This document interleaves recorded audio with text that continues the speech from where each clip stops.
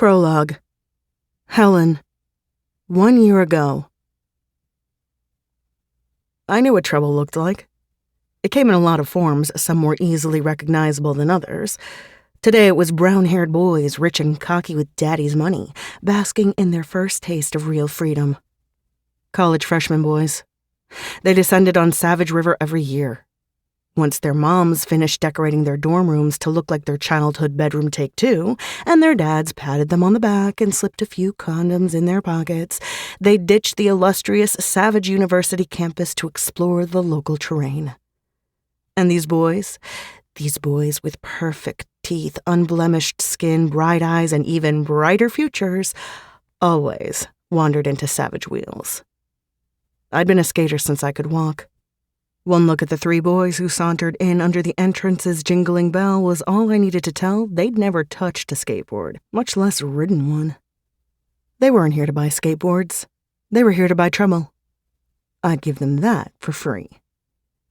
I fingered the bat under the counter, narrowing my eyes on the three of them. One was legit, looking around at the t-shirts and decks on the walls. Wheels was cool as hell, so I was offended the other two weren't even sparing our gear a glance. They were huddled together, probably discussing which one of them was going to talk to me first. I'd worked at Savage Wheels since I was 14. This song and dance was more than familiar. Boys like them came in at the end of every summer looking to score in more ways than one. Even at 14, I never held back from breaking down the truth in tiny little words their smooth brains would understand. This bitch does not like rich boys. That had not changed a single bit in the last 4 years, and these three boys reeked of money. There were probably some decent rich people out there. Maybe I'd even met them and hadn't known. But like I said, I knew trouble, and this brand of rich boys wielded their money like a shield. From behind it, they could wreak havoc and never feel the bounce back. I knew that all too well. A decision made, one of the boys approached. He was what I thought of as medium. That bland in-the-middle type, forgettable the second they were out of sight. Medium brown hair, medium attractive, medium height, medium. I'd feel sorry for his middling ass if he didn't look like he was one wild frat party away from roofing someone. Bracing my hands on the counter, I gave him a big, fake smile. Customer service was my jam. "How can I help you, gentlemen?" He stopped on the other side of the counter and rubbed his chin. Baby smooth, of course. One day he'd probably have a medium amount of stubble. "Hey, are you from Savage River?" I lowered my chin. "I am. Let me guess, you're new in town." I cocked a hip and bit the corner of my lip. Then, as if something dawned on me, I shook my finger at him. "Oh, I bet you're here for the furry convention. Honestly, I admire you guys for being so true to yourselves. Some people say furries are sick, but what do they know?" Medium guy stiffened. No sense of humor, that one. His friend over by the painted deck chuckled low, drawing my eye. He was looking at me now instead of the merchandise. Blue eyes twinkled right at me. I'd never seen eyes twinkle in my life. That must have been a rich boy thing. The other guy, who was a bit too tall and lanky to be medium like his friend, approached the counter too. Sadly, he wasn't laughing. "We go to Savage U," lanky guy announced. I let my mouth fall open like I was impressed. "You do? Wow. Was it hard to get in? That's just so impressive." Lanky grinned. His teeth were big and white. I'd never seen any straighter. Did 18-year-olds get veneers? Not the ones I knew, but they weren't Richie Riches. "We worked hard to get where we are," he explained like I was too. "Are you going to college?" "Nope." I popped the P. "It's not part of my life plan, but good for you." "Interesting choice. Do you plan on working at a skate shop all your life?" Lanky asked. I folded my arms across my chest. "You have to pay my bills before you get to question my life choices. If you brought your debit card, then sure, I'm game to explain my 5-year plan. If you want the 10-year plan, we're going to have to go a tad bigger." Another laugh from Blue Eyes pulled my attention. His friends glanced back at him, too. He had an elbow propped on a rack, his other hand tucked in the pocket of his shorts. Unbothered and casual, his wide grin said he was enjoying the hell out of the show. I raised a brow. His smile widened even more. Medium cleared his throat, bringing my attention back to him. Listen, we got off on the wrong foot. Did we? I'm not convinced we did, I answered. I think we're on the exact right foot. Medium huffed. Are you allowed to speak to customers that way? I batted my lashes at him. Are there any customers in here? He mimicked my stance, bracing his hands wide on the counter, bringing his face far too close to mine. I straightened, fingering the bat once more. We have money to spend, and we're more than willing to part with it. Now you, his medium brown eyes flicked over me, look like the kind of girl who might need money. Really? What kind of girl is that?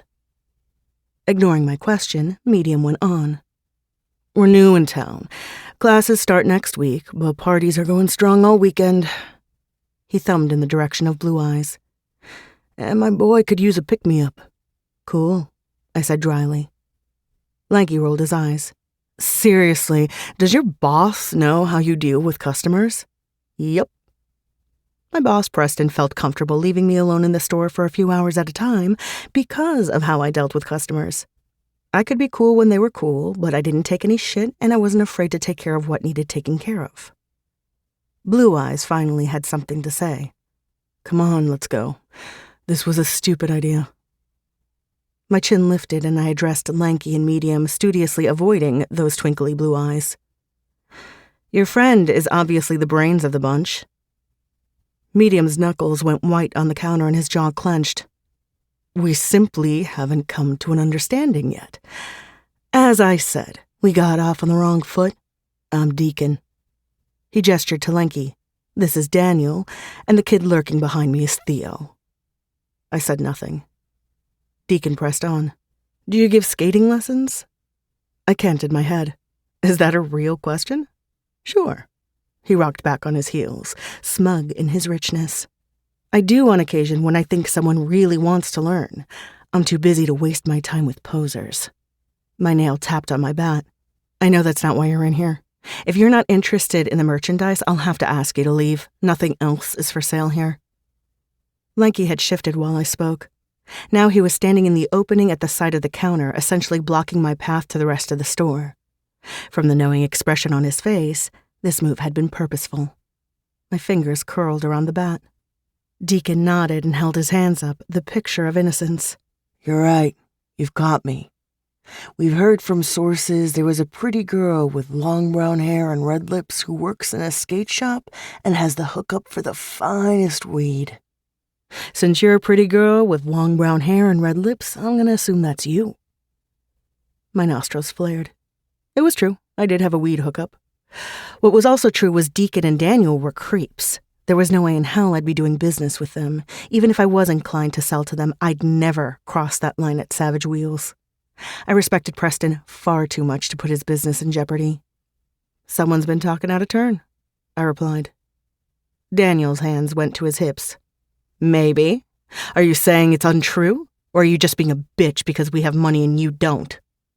I held up a finger. First, I'm the only one allowed to call me a bitch.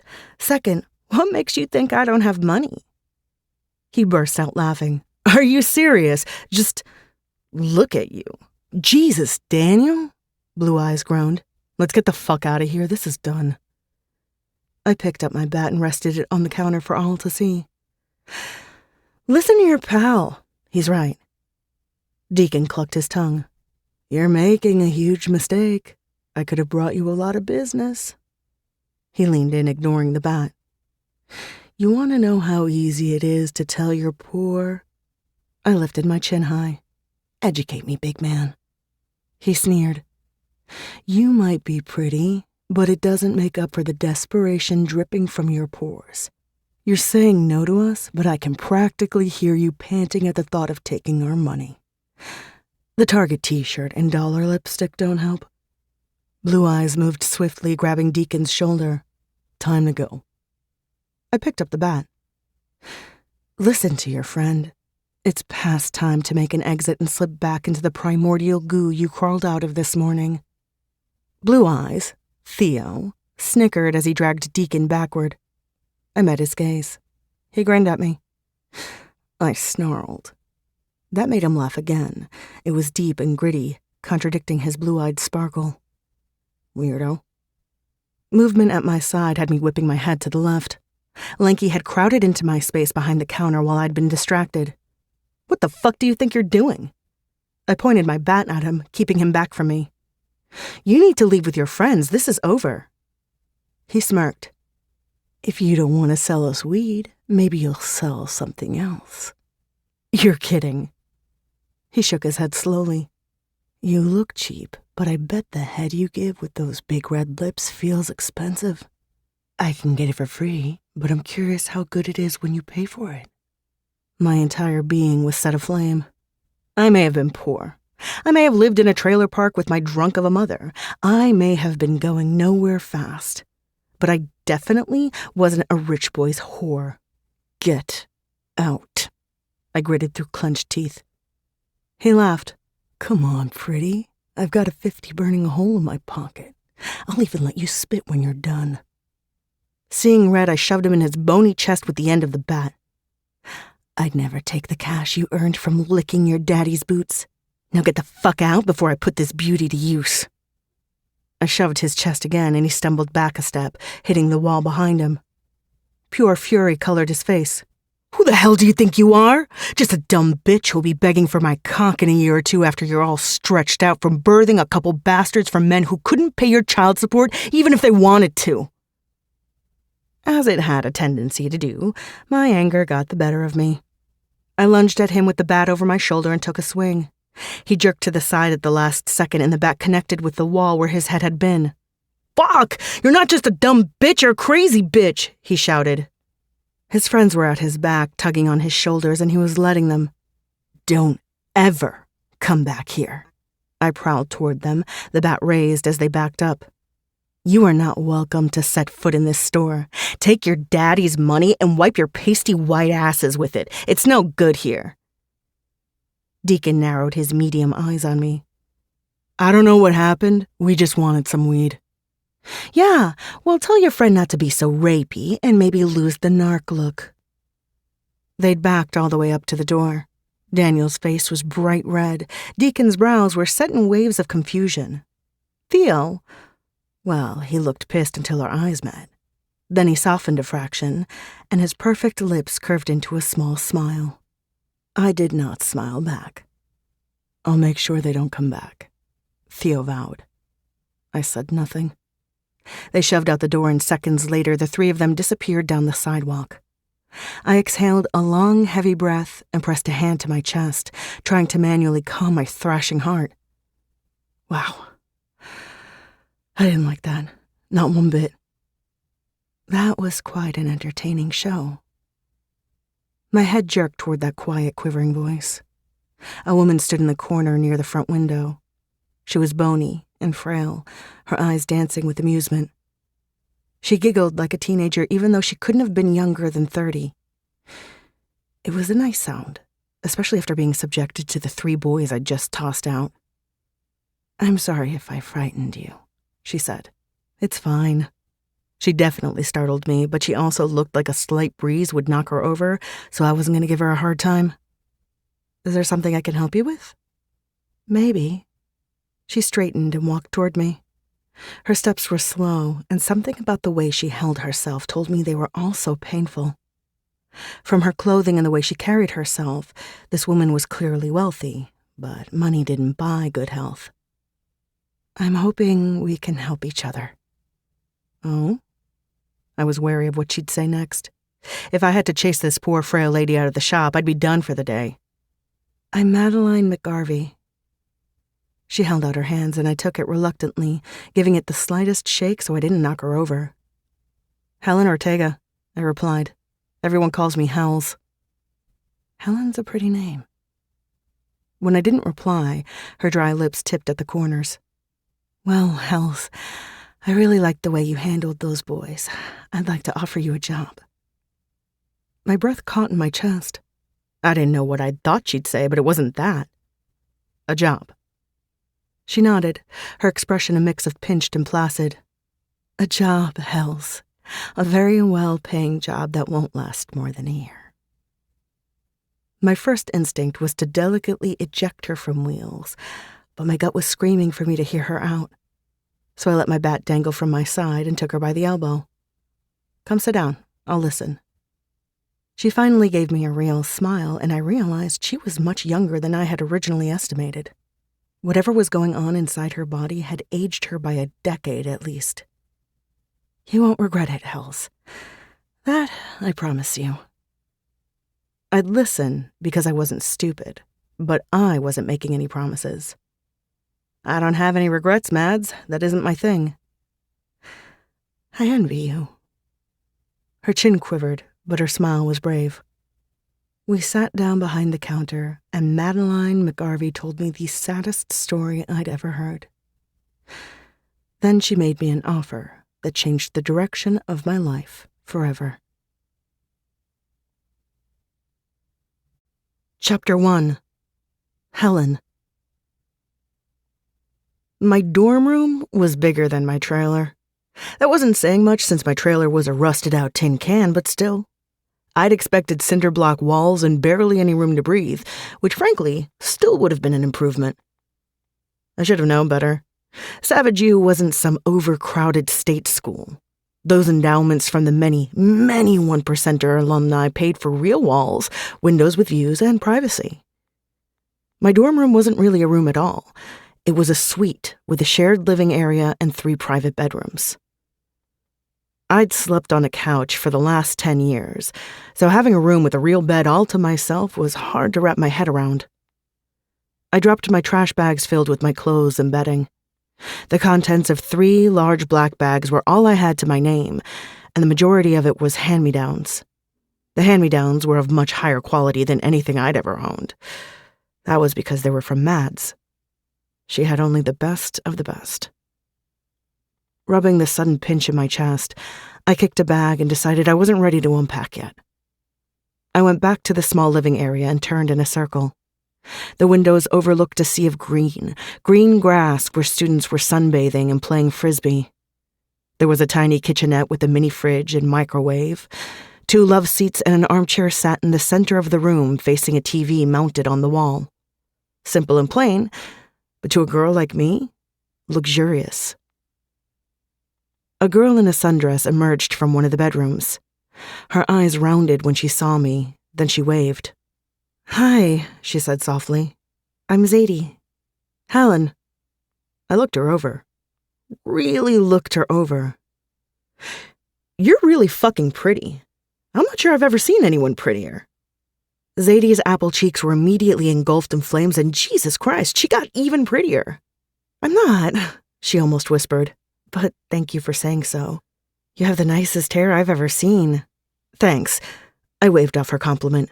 "But I'm going to need a minute to get over your face." Honest to God, this girl looked like an angel. I wasn't the type to comment on other girls' appearances, but I was just so taken aback by her face. If Soft was a person, Zadie would be her. Her brown hair flowed in ringlets around her shoulders and down her back. Her skin was fine and smooth, pure cream except at the cheeks where she was pink.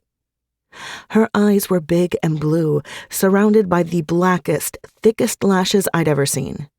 She was short and a little round, but in a perfectly proportionate way with boobs and hips, and I suspected an ass that didn't quit. Yeah, Zadie was fucking stunning. I blinked hard. "Sorry, I think I'll be okay now. Did I introduce myself?" She giggled, but it was filled with nerves. "Yes, Helen, and I'm Zadie." My nose scrunched. "I remember. You can call me Hells or Helen, whatever. Do you know who our other roommate is?" She shook her head. "No idea. There was a last-minute change and someone new was assigned to our suite, but her name wasn't online when I checked." "Well," I plopped down on the couch. "I hope she's chill." Zadie perched on the opposite couch. "I hope so, too.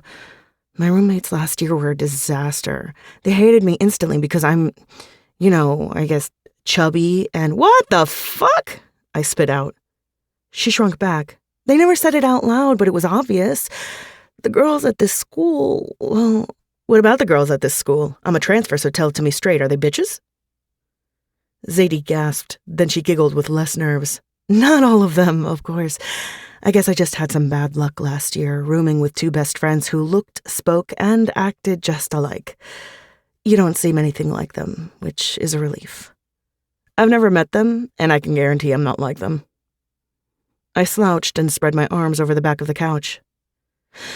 So, what's your deal, Zadie? What are you into? Why did you choose Savage U out of all the universities in the land? Her cheeks went rosy again. It was cute, but since we were going to be living together, I hoped like hell she calmed down and got comfy with me. I didn't want to have to be concerned with making this pretty girl blush just by asking her a question. And this was probably why I had so few girlfriends. The ones I did have were the girlfriends of my guy besties. I mean, they were legit, but the friendship wouldn't have happened if they hadn't been attached to my boys. Well, my mom and my stepdad went here, so that's most of it. Also, I'm majoring in accounting, and the business school is one of the best in the country.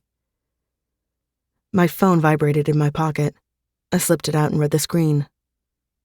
Stupid motherfucker. I haven't heard from you. You're late. Need you to deliver. No warnings. Don't fuck up, Helen. Tossing my phone on the couch with a groan, I crossed my legs and leaned an elbow on my knee.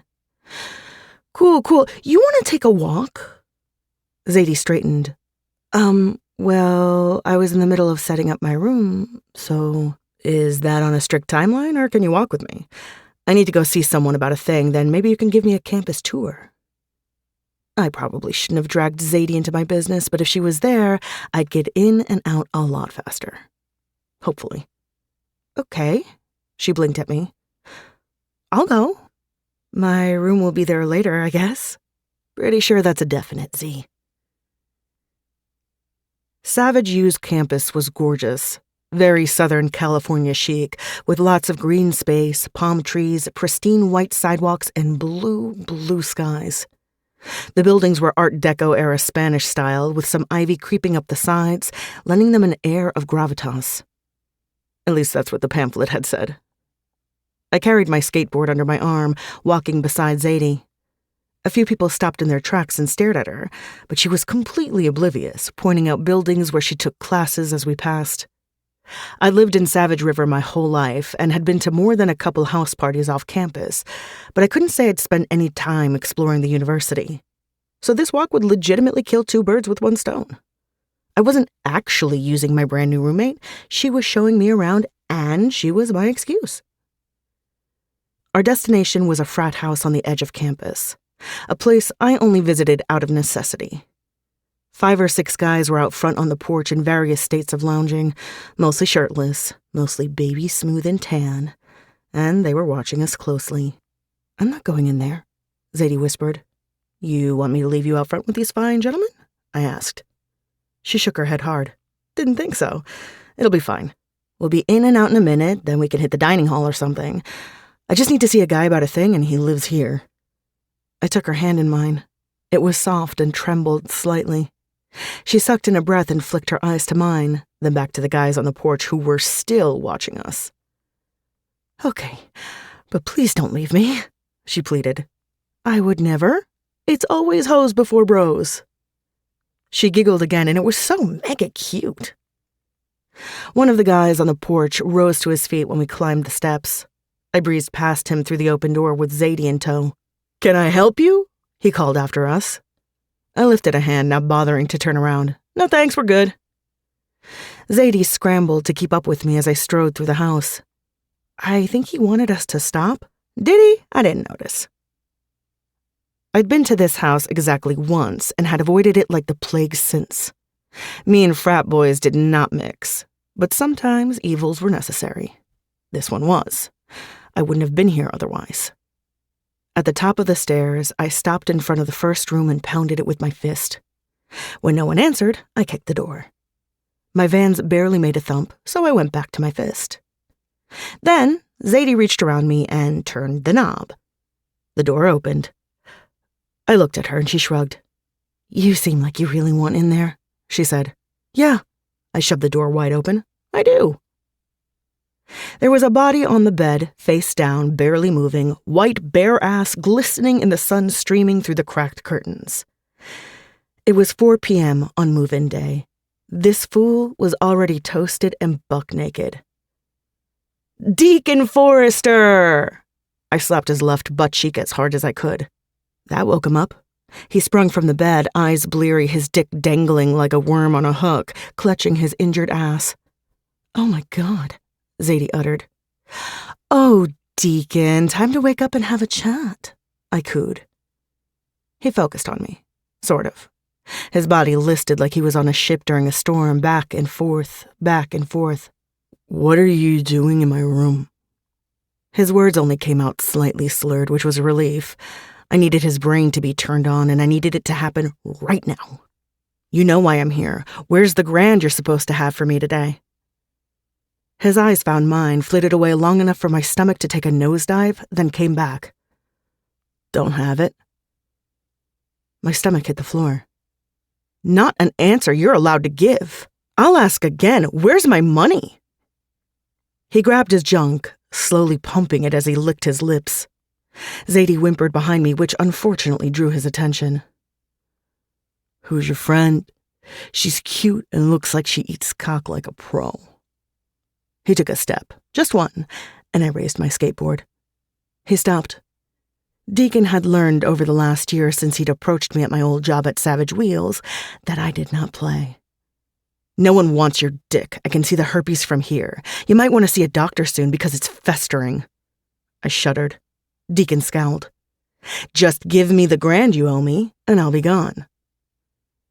He walked over to his dresser and pulled out a pair of basketball shorts. "Can't." He dragged the shorts up his legs, then turned back to me. "I didn't sell the product." Another wave of worry slapped at my belly. "Okay, then give me the product back. I'll take care of it myself." "Can't." He grabbed a t-shirt from his drawer and tugged it over his head. "Flushed it." I blinked long and hard. "Say that again?" "I know I didn't hear you correctly." His hand went to his hips and he got close to me. Not close enough for me to reach out and twist his balls off, but too close. "I flushed your weed, Helen. It's all gone down the tubes. History." I blinked at him.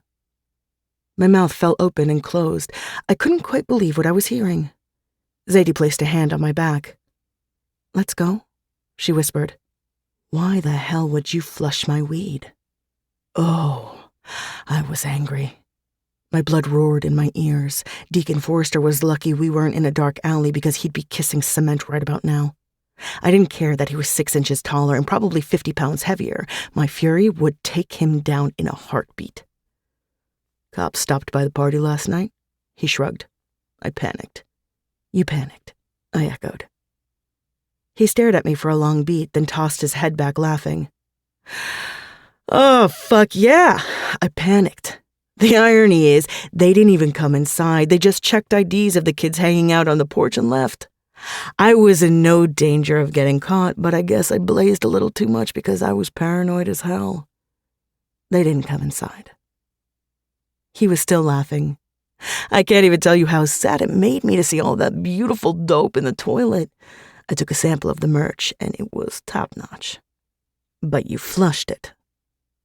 Zadie rubbed my back again. "Hells, come on." Deacon jerked his chin.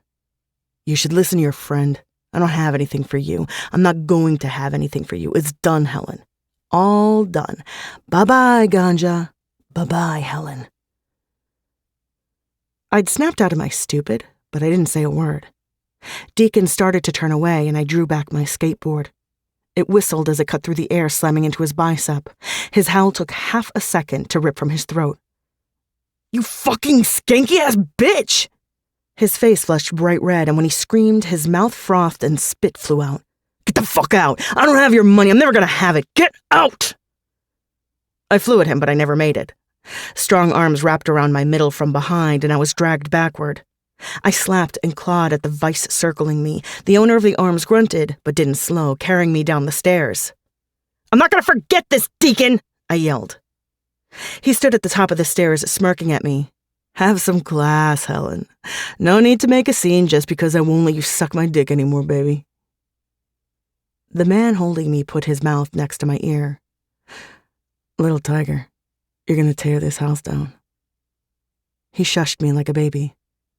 "Don't give him a reaction. It's what he wants." The low, smooth timbre of his voice broke through my cloud of rage. I still struggled in his grasp, but I stopped yelling. It was pointless anyway. We were approaching the front door, and Deacon was probably back in his bed, doing unspeakable things to himself at the thought of screwing me over. I was carried down the porch steps, which garnered most assholery from the loungers stationed there. I wasn't put down. He kept going, taking me around the side of the frat house. There, he finally set me on my feet. Whipping around, I found Zadie first. She had my skateboard tucked under her arm, her cheeks tomato red. She moved to my side and I took her hand, giving it a squeeze. "Are you okay?" Deep velvet, soft and rich. The owner of the most soothing, lovely voice was watching me. His voice matched his looks, including his twinkling blue eyes. Although he wasn't smiling like he had been a year ago when he'd accompanied Deacon and Daniel to Savage Wheels. I rubbed my side. "I think I have a broken rib." His brow dropped. "Shit, did I hurt you?" My eyes rolled. "As if you care." His jaw hardened, carefully enunciating each word. "Did I hurt you?" I leveled him with an unwavering gaze. "No, you did not. I don't love being dragged out of buildings by strangers, but I'm fine. It takes a lot more than some dude's spindly arms to hurt me." Stranger? His arms, which were taut with muscles golden and nowhere near spindly, folded across his chest. He looked me over, then he checked out Zadie. "You both okay, Zadie?" Zadie nodded. "Yeah, Theo." I glared at him. "Your friend is the hugest asshole I've ever met. I'm not anywhere near done with him, and just so you know, he deserves whatever I dish out." "What did Deacon do?" Blue Eyes asked. "None of your business, Theodore." His plush mouth broke into a wide, amused grin. "You do remember me. I remember the company you keep. It's just Theo, by the way." I shrugged. "Well, this reunion has been real, but I have to go work in, I tapped my imaginary watch on my wrist. 18 hours? So I have to dash. See you around, Theodore." Spinning on my toes, I started walking back toward the dorms, pulling Zadie along with me. I didn't miss Theo's annoying, lovely laugh, unfortunately. "How do you know that guy?" I asked. "Theo? Oh, his girlfriend Abby was one of my roommates last year. I saw him a lot. He was always nice to me, but she was a bitch." I squeezed Zadie's wrist. It figures he'd have a girlfriend like that. When we were well away from the frat house, I dropped down on the grass, sprawling flat on my back, and groaned at the blue, blue sky. Zadie dropped down beside me, sitting near my shoulder. "Are you okay?" she asked. "No. I'm sorry I took you there, though. I shouldn't have done that." Her lips twitched into a small smile. "Honestly, I should be freaked out, but it was kind of fun. Especially when you bashed him with your skateboard. I wish you'd gotten him in the dick." I groaned again. "Me too, Z. Me too." "So," she plucked a bunch of grass. "You deal drugs, or—" I rolled to my side, propping myself on my elbow. "Not really, but it's sort of complicated and a long story. Can we just forget you saw that happen? Are you in danger?" Right then and there, I decided Zadie was cool as hell. I'd been leaning that way, but that had sealed it for me. She had just seen some very real shit go down that was clearly outside her comfort zone and asked me if I was okay. She wasn't judging me or distancing herself from me. Z was a real one for sure. Nah. I shook my head hard. I'm not. I'm pissed off, but I'm not in danger. The text message burning up my phone said otherwise, but Zadie didn't need to know that. This was my new life, my chance to rise above the shitty station I'd been born into. So there were a few bumps. It happened. I'd figure this out. I had no choice. I just didn't know how yet. What I did know was that Deacon Forrester was going to regret screwing me over just as much as I regretted ever laying eyes on him. Chapter 2. Theo. Deacon's door hit the wall with a dull thud.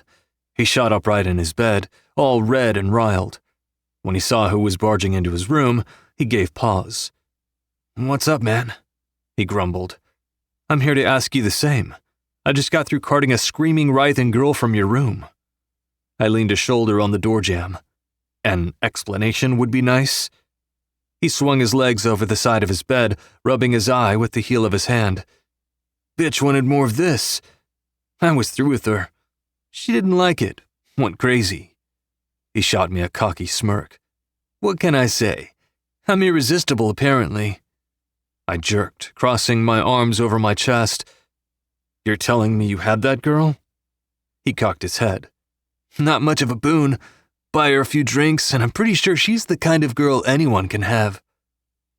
I didn't believe a word Deacon was saying, not because he couldn't pull. He absolutely could. He was smarmy as hell, but he came with a family name that meant something to a lot of people. He had connections, and he had ready cash. Money wasn't hard to come by for most of the students at Savage U, but Deacon was on a different level. Even girls who had trust funds waiting for them when they graduated looked at Deacon as a ticket to the next echelon, or they really wanted a ride on his sick-ass yacht. His words, not mine. The reason I didn't believe Deacon was because I didn't want to. I'd be sorely disappointed if that wild little tiger I'd just held in my arms would stoop to Deacon's level. Surprised, too. I didn't know anything about her, but the 2 times I'd encountered her gave me every indication she wouldn't touch Deacon, even if her life depended on it. "Yeah? I didn't catch that vibe from her." I shrugged. I could be wrong. Deacon's nostrils flared.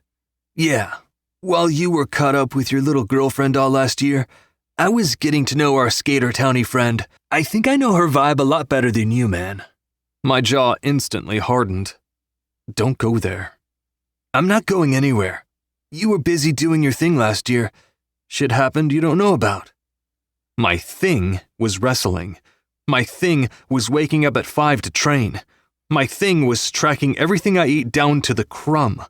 My thing was nightly runs even when I was exhausted. Don't act like I was off having fun. You know better. He drew his knee up on the bed, facing me fully. "I'm not fighting with you, Theo. I remember all that shit. My point stands. You weren't around much freshman year, whether you were with Abby or training. So yeah, things changed. Events occurred. Don't be surprised you weren't kept apprised." My gut twisted. He knew he was not allowed to say that name. She was not to be mentioned in this house or in my presence. I charged on. There was no way on earth I'd let Deacon know how much hearing her name still bothered me.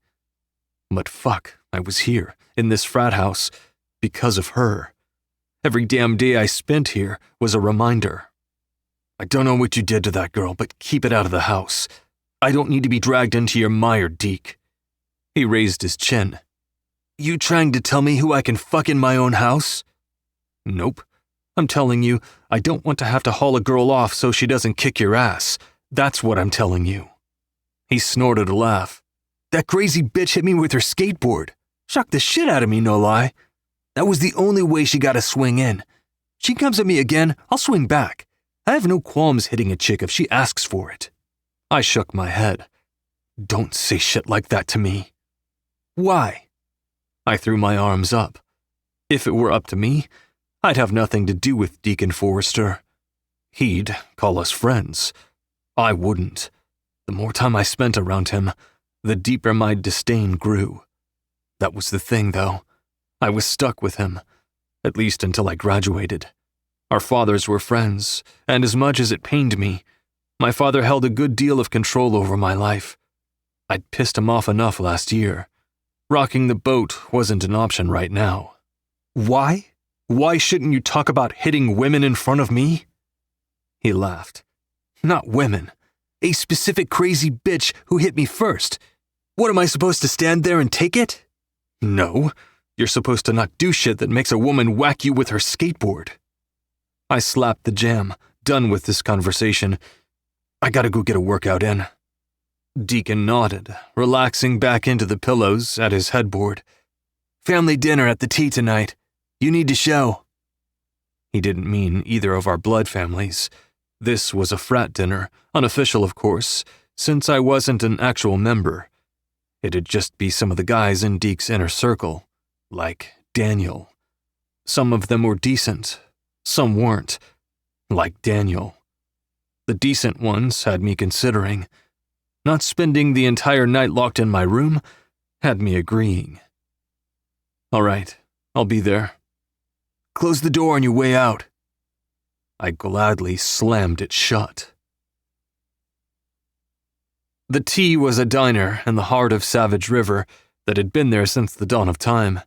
It was silver on the outside, sprawled and stuffed full of locals and university students on the inside. Our group took up 2 tables. 12 guys got loud until they were fed. Our waitress brought our food out fast. So, Theo, what's it like not prepping for a wrestling season? Daniel was sitting across from me at the end of the booth. I nodded to the burger I was about to take a bite of. It's not bad. Then I dug in, savoring every single fucking bite. You miss it? The guy beside Daniel, Rowan, was one of the decent ones. When he asked questions, he was genuinely curious. Daniel? Well, he always had an angle. I swallowed and wiped my mouth. In some ways, I'm still adjusting to the life of a non-collegiate athlete, to be honest. Daniel chuckled. Are you getting soft? Worried about my physique, Danny? I bounced back. Rowan laughed. Daniel didn't. He wasn't much for humor. Just looking out for my pal, Theo. His eyes narrowed on me. I didn't let him bother me. I'd known Daniel and Deacon since I moved from Las Vegas my senior year of high school to live with my dad in Malibu, California. I was shoved on them just as they were shoved on me, told we'd be friends, the or else heavily implied. Daniel had never liked me. I'd never liked him. Neither of us hid it back then, and nothing had changed now. Taking another bite of my burger, I leaned back in my seat and patted my stomach. I wasn't getting soft, only because working out and doing it hard had been ingrained in my mind since I'd started wrestling in middle school. Dropping the sport didn't mean I'd dropped the habit. I did eat now, though. Fuck did I eat. I'm all good, I said. All good. A flash of red, and then long dark hair caught the corner of my eye. I turned in time to see the little tiger herself push through the diner exit into the night. Helen. What a sweet name for a girl who seemed anything but. I wondered what her parents had been thinking naming her that. Maybe it was wishful thinking. Name her a grandma name and she'll grow up to wear floral dresses and bake cookies. Based on the 2 times I'd encountered her, I'd say they were disappointed if soft and sweet had been their goal. Daniel kept talking, trying to dig at me, but I was through listening. I tossed the last of my burger on my plate and slid out of the booth. Left my phone in the car. I'll be back. I strode through the diner and into the parking lot. It was busy with people coming and going. Helen was nowhere in sight. I'd missed her, but if I'd caught her, I wouldn't know what to do with her. She'd probably claw my eyes out. Tiger. I chuckled to myself and headed toward my car, the brand new BMW i8 my mom passed on to me over the summer when she decided she wanted something more chic.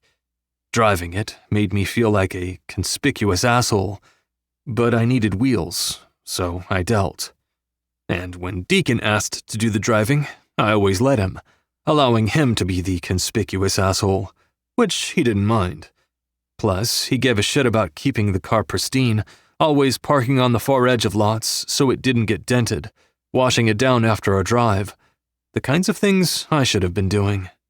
He'd parked in the very corner of the lot, far, far away from the lights and other cars. As I approached, I heard the telltale signs of glass breaking. Through the shadows, I spotted a figure standing on the hood, swinging something down on the windshield. A skateboard. My feet stopped moving, stupefied at the sight of Helen on top of my car, her long hair flowing behind her in the breeze, looking like an angel of vengeance. She swung her skateboard high, bringing it down on the windshield with a crash. It was so crazy, such a ridiculous, glorious scene. I barked out a laugh. She whirled, eyes wide, but not panicked. Our gazes locked, and that got me moving toward her. Why, I didn't know yet. The second I moved, she did too, running to the edge of the hood. She was a step away from jumping off when I lunged, hooking my arms around her before she could escape. "What's going on, little tiger? Are you getting into trouble again?" She squirmed, batting at my arms and kicking at my legs. Helen was small, but I felt the power in her fight. Her muscles bunched and pumped, fighting me furiously. "Get off me, you creepy fuck!" She shoved hard at my arms, but I wasn't letting go. Not yet. "I just caught you destroying a car. Don't you think I should be calling the cops?" "This is Deacon's car," she gritted out. "If you know what he owed me, you wouldn't even think of calling the cops." Wrong. Taking a chance with my life, I dipped my head to speak close to her ear. "This is my car. I let him drive sometimes." "Oh." She went limp for a beat, then tipped her head back, showing me her face. "Yeah, oh. The company you keep, Theodore. Theo. One day, you're going to tell me what Deacon did." "No, I'm not." In the light of the moon and a few stars, I looked her over.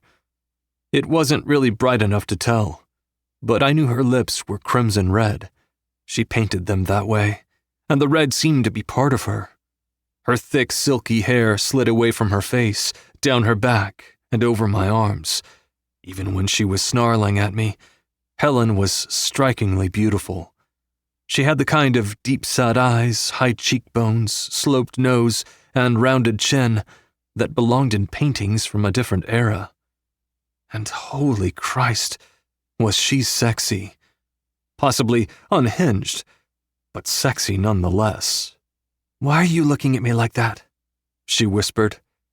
I've never seen a criminal this up close before. I lowered my face so our noses were almost touching. Didn't know they came this hideous. She reached up, grazing her fingertips along my jaw. "You know, I've never seen a rich boy this close either. I didn't know the aristocracy still inbred, but I see they do. You're very ugly." Her tits were flattened against my chest, and each panting breath she took shoved them deeper into me. My cock throbbed behind my zipper, harder than I'd been in a long time. It was disconcerting to be so fucking aroused by the little criminal I'd caught. That didn't stop me from pressing my dick against her. Her red lips parted, and I felt her gasp and quick exhale across my mouth. "Theodore," she breathed. That mouth was as red as a stop sign, but it flipped the switch on my inner bull. All I saw was a red flag, and there was nothing that could have stopped me from charging. Not logic, not reason, nothing. I leaned in, touching my mouth to hers. And then, nothing. The little shit had slipped right out of my arms.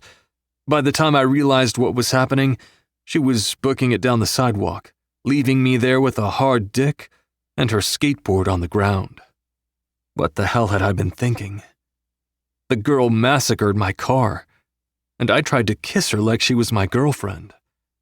With my hand on my forehead, I checked out the damage. Cracked windshield, busted headlights, dented hood. My dad was going to be displeased. And he was already displeased as hell with me. I was fucked. But if I went down, I wasn't going down alone. The next time I dealt with Helen, I'd remember exactly who she was. And who she wasn't. Chapter 3. Helen. Stupid motherfucker. I'm running out of patience, Helen. You're past due now. My cereal curdled in my stomach. Destroying that Beamer had felt good in the moment, but it didn't solve my biggest problem. I was short of funds at a time when being short of funds was a danger to my health. Zadie plopped down across from me at the table I'd claimed for us in the dining room. "Ready for our first day?" I tossed my spoon in my bowl. "Yep, I think so. Although I'm not entirely sure online community college properly prepped me for Savage U. If Mads had had her way, I would have been enrolled at Savage U last fall. But the thing was, my grades in high school had been pretty shit. I'd done the bare minimum to graduate, nothing more. It took me all year working my ass off in my CC classes to have a sparkling 3.8 GPA worthy of admission at Savage U. Besides the need to raise my GPA, going to in-person school full-time would have defeated the entire purpose of being her companion. I actually had to be in her presence to do my job. I rubbed the pinch in my chest I got every time I thought of my girl. My Mads. "You'll do fine, Hells. If you can charge into a frat house and beat a guy up, you can handle classes here." She started peeling a banana. "I managed to get through an entire year here, you know. That's because you're smart." 2 days as Zadie's roommate had shown she was smart, chill, and funny when I got her going. Our third roommate still hadn't shown up, which was fine by me. The dynamic Z and I were developing was an easy one. True, but walking into a classroom where I don't know anyone isn't exactly easy. Too bad we don't have classes together. Her nose wrinkled. "I know. Next semester we'll have to plan it." "Yeah." My stomach warmed. 2 days and this girl had my stomach warming. The bitches who had been her roommates last year had missed out on a treasure with this girl. What the hell had they been thinking? When we were done with breakfast, we walked to the main quad together. Then it was time to separate. I ran my hands down my sides. "Do I look like a college girl?" I had my Holy Vans, a Hello Kitty Band-Aid on my knee, cutoffs 2 sizes too big hanging off my hips, a cropped tie-dyed tee, and my hair tied back into a pony. Zadie looked me over from head to toe. "You look beautiful, Helen," she said softly, like she really meant it. "Well, you do too, Z. The boys are going to drool, and the girls are going to be jealous, catty bitches. Remember that." Zadie was wearing a sweet little pink sundress and leather flip-flops. Not my style, but it fit her to a T. 2 days, and I hadn't gotten over her soft beauty. I had also confirmed she did indeed have an ass that didn't quit. Z was completely oblivious to it, though. She smoothed a hand over her middle. "See ya, House. Have a good first day." I tipped my chin to her. "You too, Z."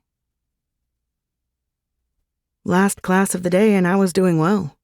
During my time with Mads, I'd learned a lot about myself. The biggest was that I liked taking care of people, and when I put in effort, I excelled at science and math.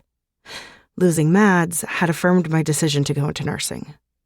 My courses were focused mostly on those subjects, which I liked, but I still had to take an English class as part of my core requirements. I wasn't so great with words, so I wasn't looking forward to dissecting Shakespeare. Now, if it had been Will's actual body I was dissecting. Grumpy mood in full effect, I took a seat on the aisle in the 3rd row of the lecture hall. This was my biggest class of the day, but it was nowhere near the giant auditorium-style classes I'd heard about from my friends who went to larger schools. Each row held 2 long tables with 8 chairs spread apart from each other. There were 5 rows, and empty seats were quickly being filled. The spot beside me was taken by a massive guy with thick dark hair falling in his face. He didn't say a word to me or seem interested in speaking to me, so I was fine with him being there. A shift in the air brought my head up from my phone. Theo rushed into the room just as the professor was shutting the door and took the first empty seat in the front row, not noticing me. Wonderful. Perfection. Stupendous. I'd definitely broken his car 2 nights ago. That hadn't been my finest moment, but he probably deserved it, seeing as he was friends with Deacon and his girlfriend had been evil to Zadie. I was surprised the cops hadn't shown up at my door yet. Then again, Theo probably didn't know my full name or that I was a student here. I could only hope I'd fly under the radar in this class, and Theo would forget I'd bashed the shit out of his ride. I definitely didn't have the money to repair his car, or the time to spend locked up for a crime I absolutely did commit. The class went by quickly, and Professor Davis was mildly interesting, which was more than I'd been expecting. He went over the plays we'd be talking about and had us write out 10 facts we knew about Shakespeare and his writing. I was really reaching by the time I got to 8, so I threw in some Leonardo DiCaprio references. Everyone knew that version of Romeo and Juliet was superior to all the rest, even though that story was utter bullshit. Then he went over the syllabus and the breakdown of his grading system. That was when I began to panic. Not that the workload was too much, but because 25% of our grade would be coming from watching a modern interpretive performance of Taming of the Shrew on a night I'd be working. I raised my hand. Professor Davis nodded to me. "Excuse me, sir, but is there another time we can watch the play?" He propped his butt on his desk and crossed his legs at the ankle, then he slanted his head. "Is that inconvenient for you?" I didn't know if I was imagining it, but he sounded amused. "Actually, yes. I have to work that night." He brought his hand up to his chin, stroking it in a way I figured was supposed to be thoughtful. "I don't know what to tell you. You'll have to take the night off. In this class, going to that play is a requirement. If you can't do that, I suggest you drop the class." I swallowed. "There's no other time for the play? I work every night, and I—" His laugh boomed out of him. "Every night? I find that hard to believe. What's your name?"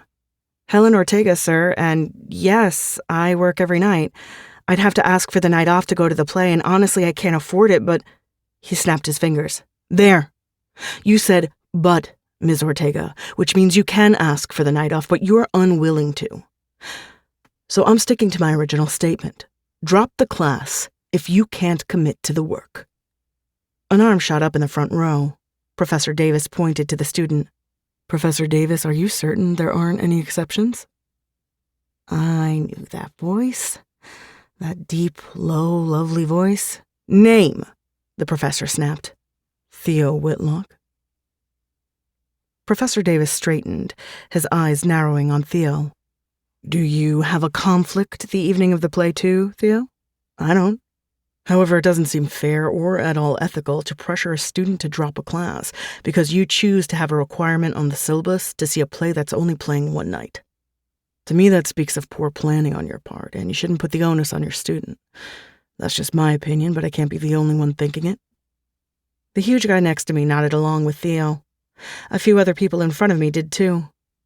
Professor Davis's face had flushed, and his arms were crossed in defiance. "I hear your point, Mr. Whitlock."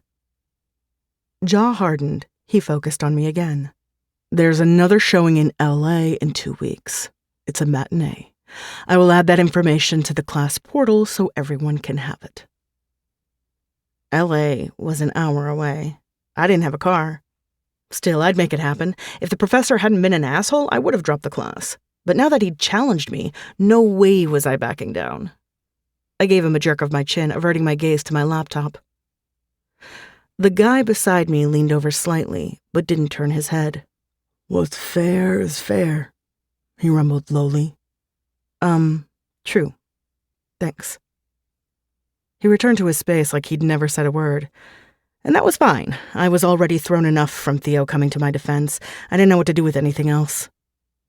The class went on for another 10 minutes, and Professor Davis's face stayed flushed the entire time. I would have laughed if I didn't need this class. I was obviously on my professor's shit list on my first day, a place I did not want to be. Naturally, when class ended, Theo was waiting at the door for me.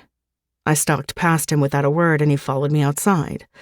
I started to put my skateboard down on the sidewalk, but Theo snatched it out of my hands, tucking it firmly under his arm. I rounded on him. "No." He raised a brow. "Helen Ortega, huh?" "Yes, Theodore. That's my name. Give me my skateboard back." He chuckled under his breath. "I'm beginning to think it's cute when you call me that, like a pet name. It's important to have dreams." I hitched my backpack higher on my shoulders. "You know what? Keep my skateboard. I don't need it." I walked away, but Theo kept up easily like he was out for a Sunday stroll. Long-legged asshole. "I'm gaining a collection of your boards, Helen." "It's interesting you want to keep mementos of our time together, Theodore." He grabbed my arm and dragged me to the side of a building, boxing me in against the warm brick wall and dropping my board to brace his hands on either side of my head. "Stop for 2 seconds," he gritted out. "Why? I don't even know you." "You fucked up my car like you know me." "That was a mistake. But again, the company you keep." His jaw tightened, and the muscles around his mouth pinched. "You don't know shit about me. You've made yourself judge and jury. I don't want to know anything about you." He lowered his face a fraction. "Oh yeah. Is that why I can see the pulse in your neck fluttering?" Raising my chin, I locked on his gaze. Maybe I'm scared of you. Maybe it doesn't feel good to be cornered by a man who is a lot bigger than me and basically a stranger. He stilled, then he moved, grazing his nose along mine. "I don't believe you even for a second." "You don't know me, Theo. You have no idea what makes me afraid." I braced my hands on his chest and shoved. "Back the hell off." He took a step away, not because I pushed him, but because he chose to. I was strong, but not strong enough to move him on my own. "Thank you," I mumbled. "You're not escaping. You can, you know. I'm not holding you prisoner."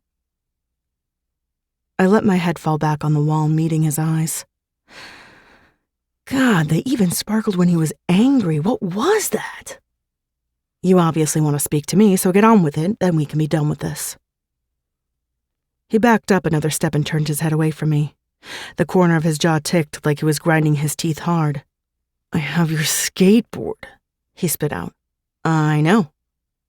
He faced me again. "I could fuck you over, Helen, you know that? You chose to fuck me over. I could return the favor." I huffed. "Oh, please, like Daddy'll even notice a bit of broken glass. I don't—" His hand slammed on the brick beside my head.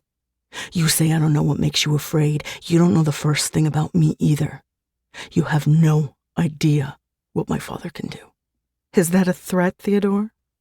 He hit the brick again so hard I wondered if he drew blood. "You aren't listening. He'll want your name, which I now have, and I won't give it to him. There will be consequences for that, which I'll face." I sucked in a breath, absorbing what he was saying.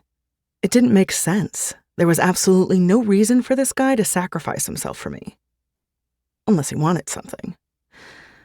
Now I got it. "What do you want in exchange? Because honestly, I'm short on cash and out of favors." His head dropped and he groaned. "I don't want anything. I'm just talking to you, but you're making that really, really difficult." I pushed his forehead, bringing his head up. "Then go. I'm not keeping you prisoner." He jerked at me, echoing his words. Then his eyes dropped to my mouth. "Not yet." My breath hitched as he moved closer. He was going to kiss me, just like he'd started to outside the tea, and I couldn't let that happen. Raising a hand between us, I pressed my fingertips to his lips. "Don't kiss me, Theo." His body went rigid. Then he wrapped his fingers around my wrist and yanked my hand away. "Don't act like you don't want me to, little tiger." "I don't." I shoved him again, and this time I took the opportunity to stoop and grab my skateboard. Even if I liked rich boys, I don't like cheaters. Your girlfriend probably really doesn't like cheaters. Poor thing. My board clattered to the ground and I pushed off, away from Theo's silence, back to my dorm. Hopefully it would be empty so I could stew over a plate of dining hall mozzarella sticks in peace. Our suite smelled different, like rare flowers and imported vanilla. I flung my backpack on the couch and placed my to-go box of mozzarella sticks on the coffee table. Z emerged from her room with wide eyes. "Our roommate is here." My eyes went round like hers. "Bad?" She bit her lip, her eyes avoiding mine. "I'll let you be the judge. I don't want to color your opinion." The door to the previously empty room suddenly opened. Did I hear a new voice? A blonde emerged, a big white smile splitting her perfectly symmetrical face. "Hey, I'm Ella." "You're absolutely kidding me." Elena Sanderson's fake smile wiped from her face faster than it had appeared. "You're kidding me," I repeated. Elena's manicured hands hit her hips. "Is this a joke?" She glanced at Zadie. "This is a joke, right? Are there cameras? Because this has to be a joke." Zadie's eyes darted back and forth between us. "Do you know each other?" I snorted. Elena was the queen bitch in high school. Elena smirked at my assessment. "I'll take that title gladly. It's far better than town whore. Isn't that what everyone called you? Wow. Slowly nodding, I gave her a long once-over. It's nice to know some things haven't changed. Even in college, in the throes of adulthood, you still remain a child. Go you, Elena. Elena and I hadn't had many personal run-ins in high school. For one, our school had been massive with over 4,000 students. For another, she'd been in classes aimed toward getting her into the best school, while I'd been vying to make it out whole and alive. I'd gotten it half right, at least. But I knew who she was and the kind of things she had done. Elena was the type of girl who laughed at others' misery. She provoked for her own entertainment. She'd screwed with my friends and looked down on people who weren't born with a silver spoon up their asses. Elena Sanderson was a monster in angel clothing. Is it possible to start over? Zadie asked quietly. Elena rounded on her and I braced. If she was a bitch to Z, I wasn't sure I'd be able to hold myself back. I don't think I noticed when I came in, but wow, you're stunning.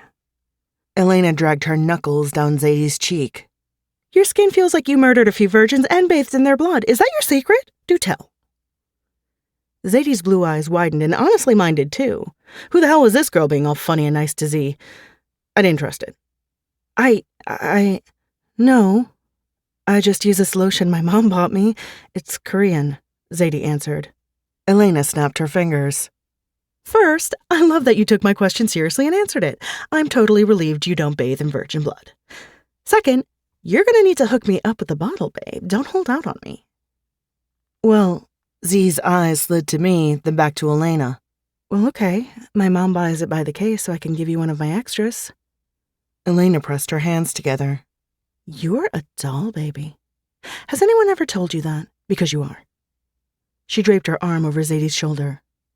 Now tell me, has Helen been nice to you? She's not known for her couth. Zadie didn't hesitate. Helen's amazing. Elena swung her gaze to me. It had been over a year since I'd last seen her, and I could honestly say I hadn't thought of her once.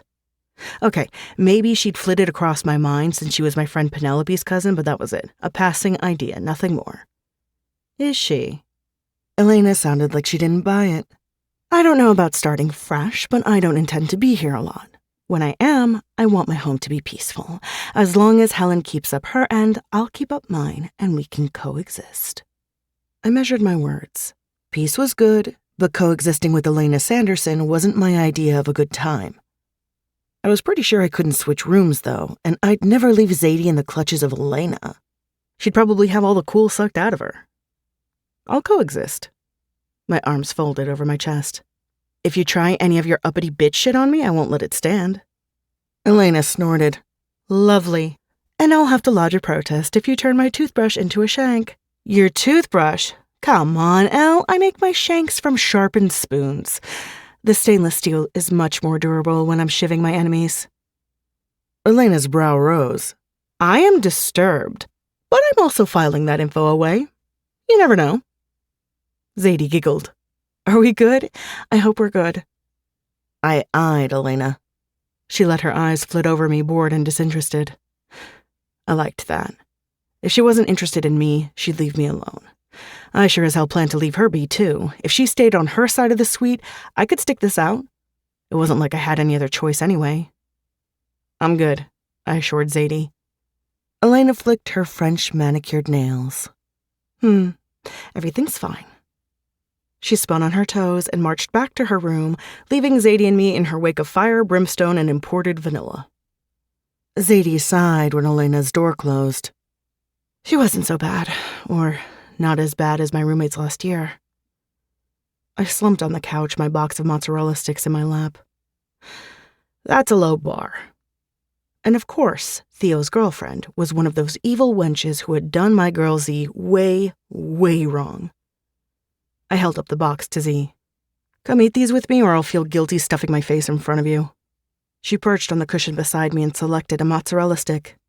Thanks. She took a delicate bite, then elbowed my side. I cocked a brow. Her lips quirked. Do you think you can teach me how to make a shank? It sounds handy. A loud laugh burst out of me. Once I started, I couldn't stop. Days of stress and change poured out of me. Everything wasn't going to be okay, not if I didn't bust my ass to make it so, but for that single minute, Zadie giggling beside me, a container of mozzarella sticks in my lap, my first day of Savage U in the books, it felt like it was okay. Only for a minute, though. Chapter 4. Theo. I finally got the call. I'd been waiting for it ever since I'd filed a claim on my car's insurance policy. I shouldn't have been surprised my dad had let it fester. That was another way of exerting his control. He left me to wonder when he'd call. Then he'd decide when it had been long enough. "Sit down, Theo."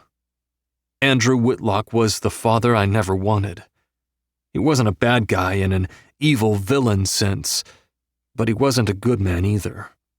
He'd been mostly disinterested my whole life, but had flipped a switch a couple years ago. Now I was in California, experiencing what it was like to be Andrew's pet project. I took a seat opposite him, his grand mahogany desk between us. The nameplate at the edge of his desk shined like it had been recently polished. Dr. Whitlock, President. "Hey, Dad." He clasped his hands together on top of a stack of papers. "Tell me about the car." "Someone vandalized it while I was parked outside the T." I scrubbed at my jaw. "It's my fault for parking on the outer edge of the lot. Unfortunately, the cameras didn't reach that corner." It wasn't a question of handing over Helen. My father, along with my stepmom, could more than afford to repair the car, a car I didn't give a shit about. And I got the feeling Helen could not. But withholding her name wasn't about doing her a favor. No, this was entirely about a chance to stick it to my dad. "Do you think I should foot the bill for that?" he asked. I lifted a shoulder. "Do or don't. I didn't want the car in the first place." His dark brows came down over his even darker eyes like thunderbolts. "Do you expect me to believe you want to go the next 3 years without a vehicle? More if you don't find an adequate paying job post-graduation?" He leaned back in his chair, his clasped hands resting on his soft gut. "I don't get this car repaired. You'll be back in this office within a week telling me how right I was in the first place." I turned my palms up.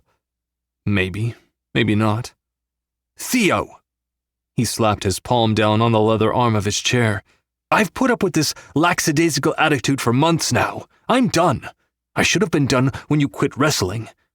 But what can I do? I can't force you to go back. All I can do is sit back and watch you screw up and hope you'll see the error of your ways." I shook my head.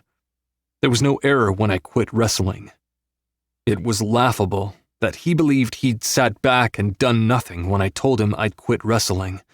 He'd thrown a lamp across his pristine living room, then went on a 10-minute rant about work ethic, quitters, success, and how I was my mother's son through and through. There was no letting it slide, not when it affected Andrew Whitlock's reputation. As the president of Savage U, he enjoyed having a son who was a star athlete at his university. He'd never once been to a match, not a single one. But he took my accolades like they were his own. His nostrils flared, his artificial tan became mottled with red. "I disagree. But beyond wrestling, you ended a relationship with a girl you should have been planning to marry. You've turned down multiple invitations from Miranda for dinner and brunch, and now this with the car. You're becoming someone I'm not proud to call my son, and I won't stand for it." He leaned forward in his chair, locking his gaze on mine. "You will not embarrass me on this campus." My gaze on his never wavered. "That isn't my intention. Last semester I maintained a 3.5 GPA and earned the respect of my teachers. I don't know. I'd think that would hold some weight." He didn't respond, but the rapid rise and fall of his chest was all I needed to see. My GPA wasn't big and flashy, like being one of the best collegiate wrestlers in California. A 3.5 didn't make up for the loss of bragging rights and status. Dear father was disappointed. I pushed my palm down my thigh. "I'll call Miranda and schedule a meal." It's been busy with the start of school, but I'll call her. His nod was sharp. You do that. Miranda was my stepmom of 3 years. She was fine. Decent for someone who'd grown up in a mansion with servants and the finest of the fine. She'd married my dad for love, which blew my mind, since I found him utterly unlovable. Seeing them together, I couldn't get a bead on if he returned the love to Miranda or her millions in the bank. I'd turned down her invitations more as an excuse not to see my dad. Since she was more self-aware than Andrew Whitlock would ever be, I had a feeling she knew. But I could do a dinner to keep the peace. As for the car, Dad's fingertips turned white as they pressed down on his desk. It will be repaired. This is your last chance, though, Theo. My patience is running thin. You will toe the line, or I will cut it. I understand. I fucking dreamed of cutting ties with this man, and I would the minute my diploma was in my hand.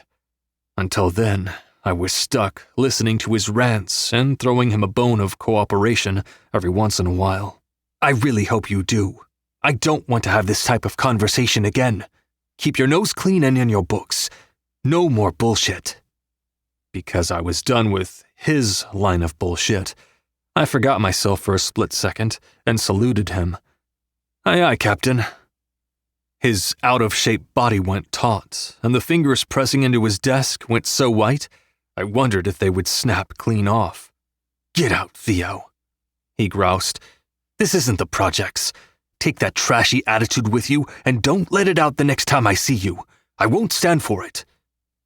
I rose, thunder reverberating off the walls of my chest. I could take a lot from him. But when he brought up where I grew up with my mother, violence filled my veins.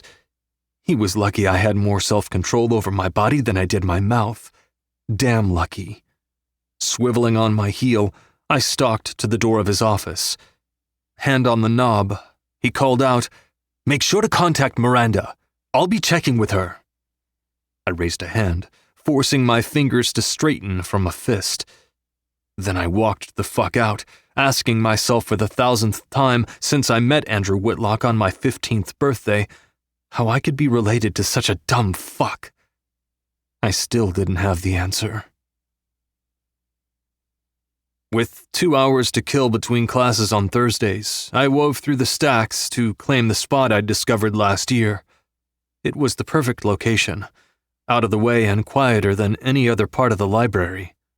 A big part of the reason I'd maintained my decent grade point average was because of that spot. I'd gotten some intense studying done there since my freshman year. After the meeting with my father, I needed the quiet to come down from the furious high he always brought on. Except, my spot was occupied. I couldn't stop the grin from taking over. The little tiger herself was sitting in the armchair tucked in the corner, her knees drawn up to her chest, a highlighter between her teeth, a pencil impaling the mass of shiny chocolate hair piled on top of her head. Not a shred of makeup on her face that I could tell, except for her red, red lips. She held The Taming of the Shrew. Her brow was pinched as her eyes darted over the page. She looked cute and cozy. She was probably getting some good studying done. That didn't change the fact that this was my spot, and I needed it. Get up.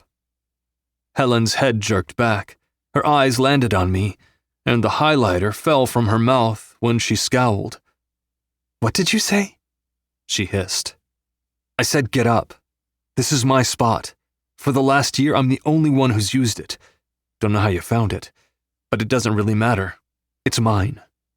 She snorted softly. You're funny, Theodore. Then she went back to reading her play. I'd had enough. Not even a week into the school year, and my patience was worn to scraps. So I wasn't really thinking when I bent down, scooped Helen Ortega up, plopped her on the floor, and took over the chair. It was an act of pure impulse. Helen was up from the floor as soon as I settled. I looked up at her, blinking. She fumed like a little raging bull. It was cute. But I was pretty well done with this interaction. I took out my phone and opened the reading app to my chem textbook. Helen was still standing over me, but I ignored her. It wasn't like she could move me out of this chair. She'd have to try harder next time. "You fuck," she muttered. From the corner of my eye, I watched her face away from me and toss her arms out to the side. It didn't register that she was backing up until she'd planted herself on my thighs and wiggled deep into the chair, her back pressed into my chest. It also meant her plush little ass was dangerously close to my dick. "What the hell do you think you're doing, Helen?" I whispered beside her ear. She lifted her book in front of her face. "I'm reading, Theodore. Be quiet. We're in the library." I dropped my phone on the arm of the chair and clamped my hands on her hips. "The thing is, little tiger, I have a girl on my lap. I'm going to think she likes being there and might get ideas."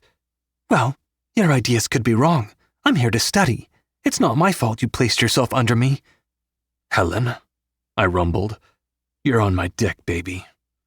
Her head tilted to the side, giving me a glimpse of the barest smirk ghosting her lips.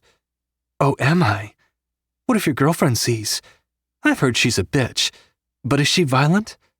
To be honest, I'm not in the mood to fight." I brushed a lock of hair off her face and tucked it behind her ear, and she stiffened all over. I dragged my fingers down to her jaw, and she jerked her head to the side. "Don't," she whispered. "I won't." My hand fell back to her hip. She returned her attention to her play. I sighed. I was done for. There was no way my brain was going to function with Helen on my lap, sending off waves of disdain directly to me. I kept hold of her hips and watched her for a solid minute. She was stiff the entire time and didn't turn the page. Finally, she sighed. "Stop looking at me." I huffed a laugh. "You're on me. I don't know what you thought would happen.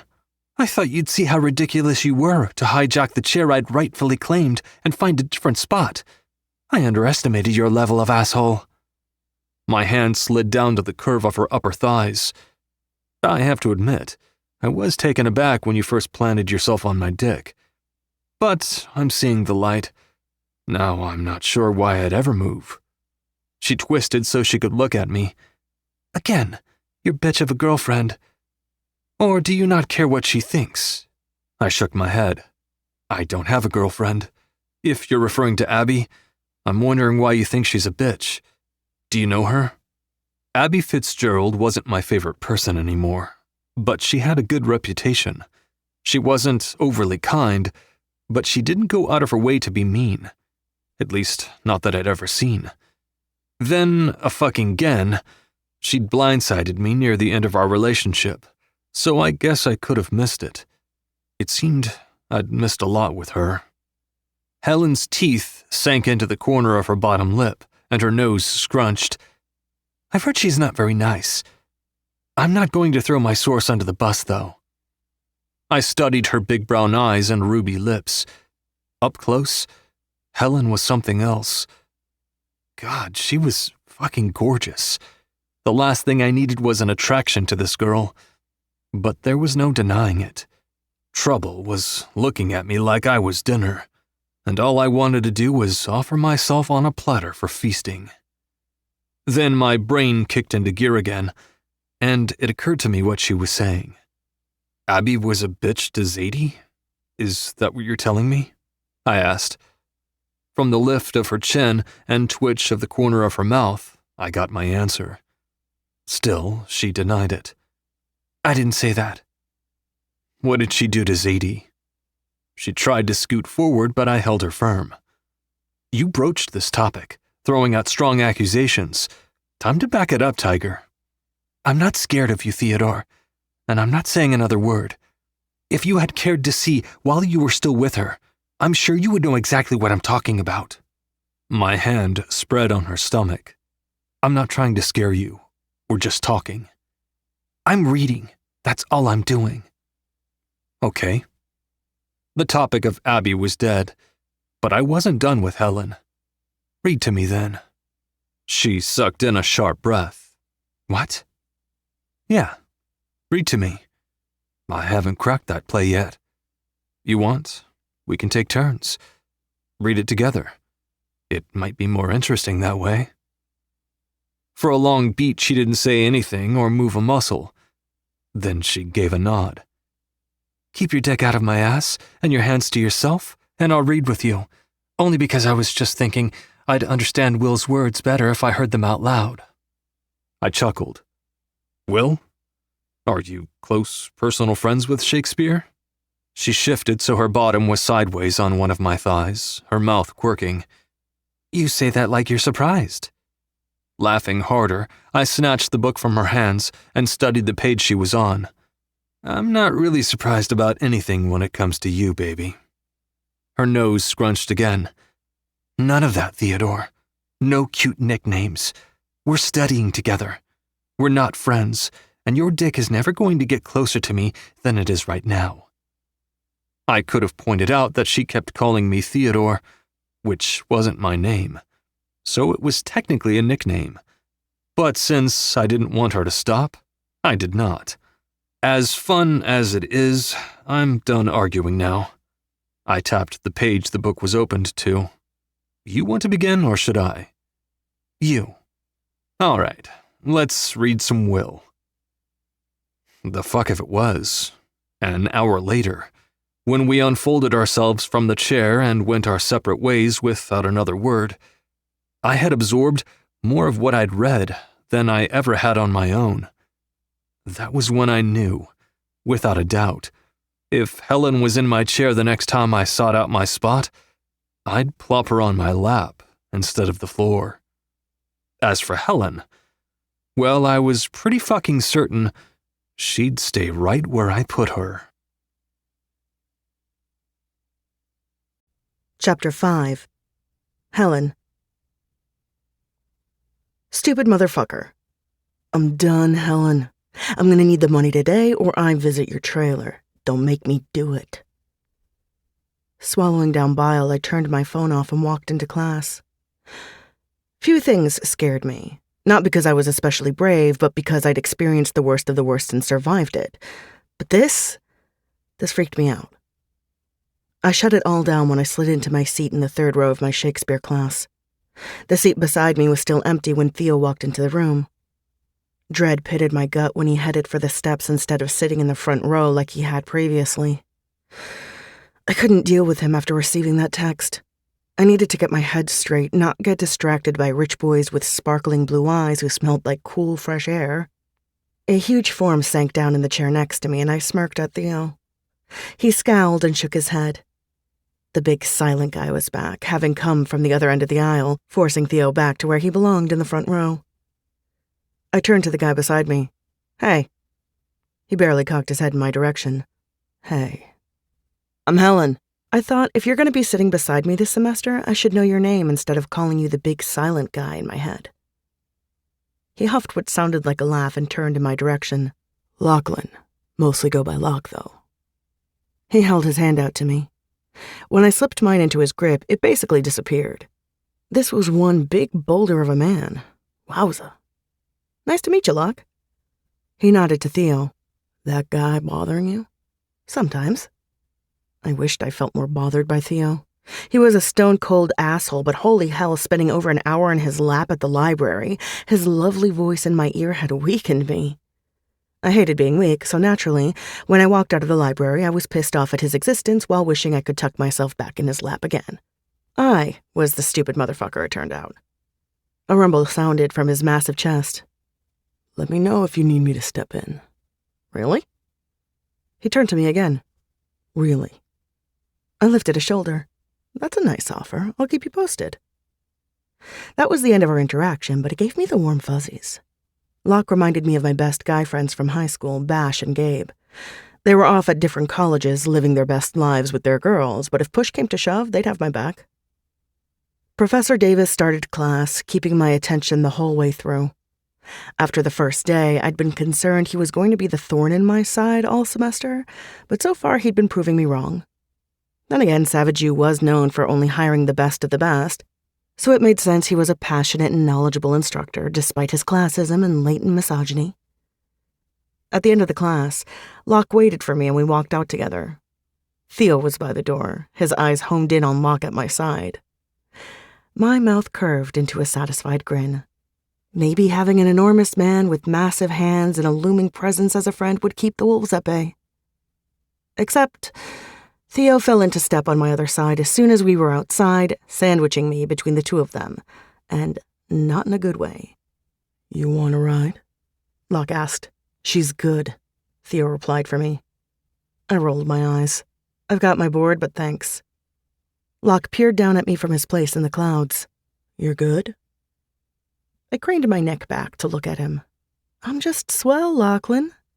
He nodded decisively, gave Theo a hard look, then veered off in a different direction, leaving just the two of us, which wasn't what I wanted. "New boyfriend?" His tone was light, teasing, but I heard the edge.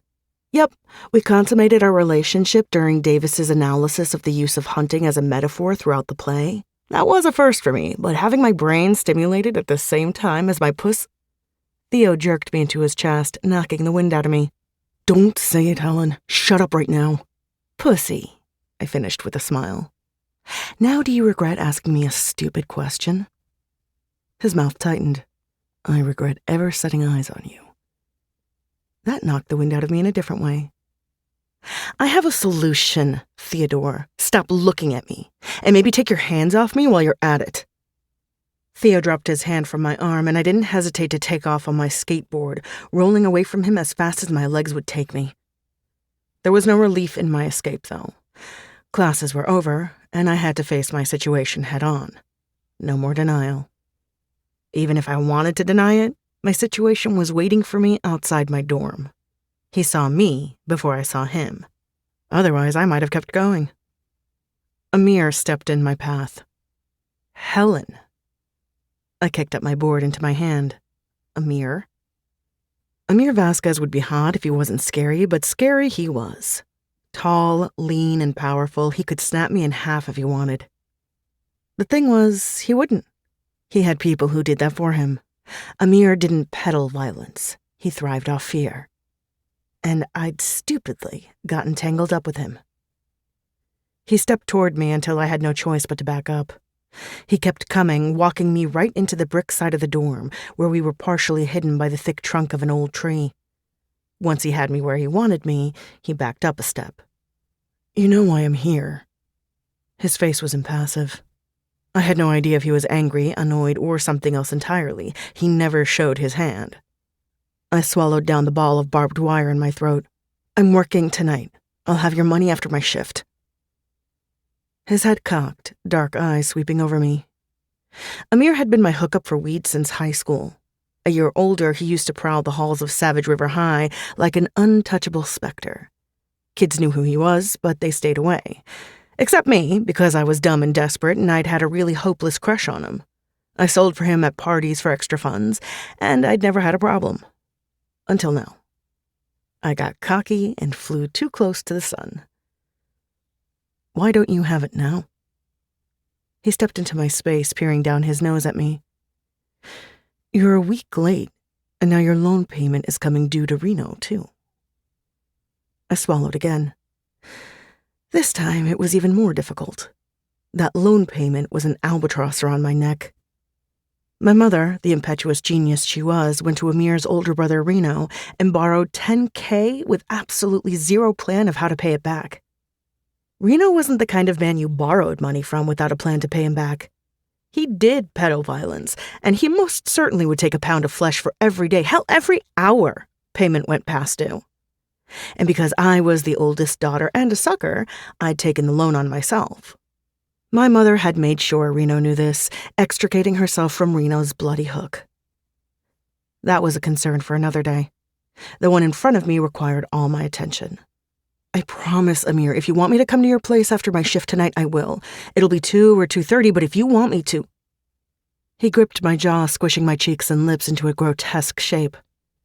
"I asked you why you don't have my money, Helen.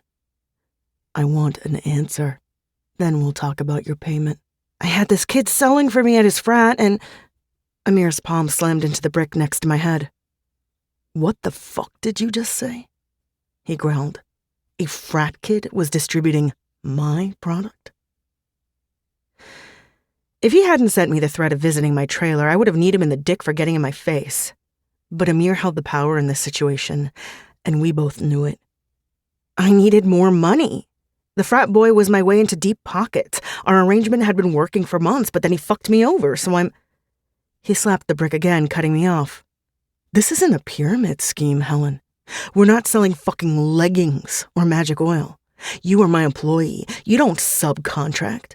That's not how this shit works, and this is exactly why. You got fucked, and in turn I got fucked. This kid, I didn't vet him.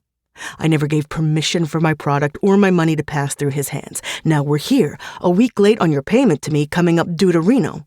I'm gonna guess you don't have his money either. No, I've got most of it. I'll have it when it's due. His nose twitched. You didn't borrow from your Reno fund to pay me? I would have, but I knew I'd be able to earn the money tonight at work. He leaned so close to me, his nose almost brushed mine. That's the problem, Helen. You obviously don't respect me. If you did, you would have borrowed from your Reno fund right away. Leaving me hanging for a week sends me a message I don't like, a message I'm not going to stand for, you hear me?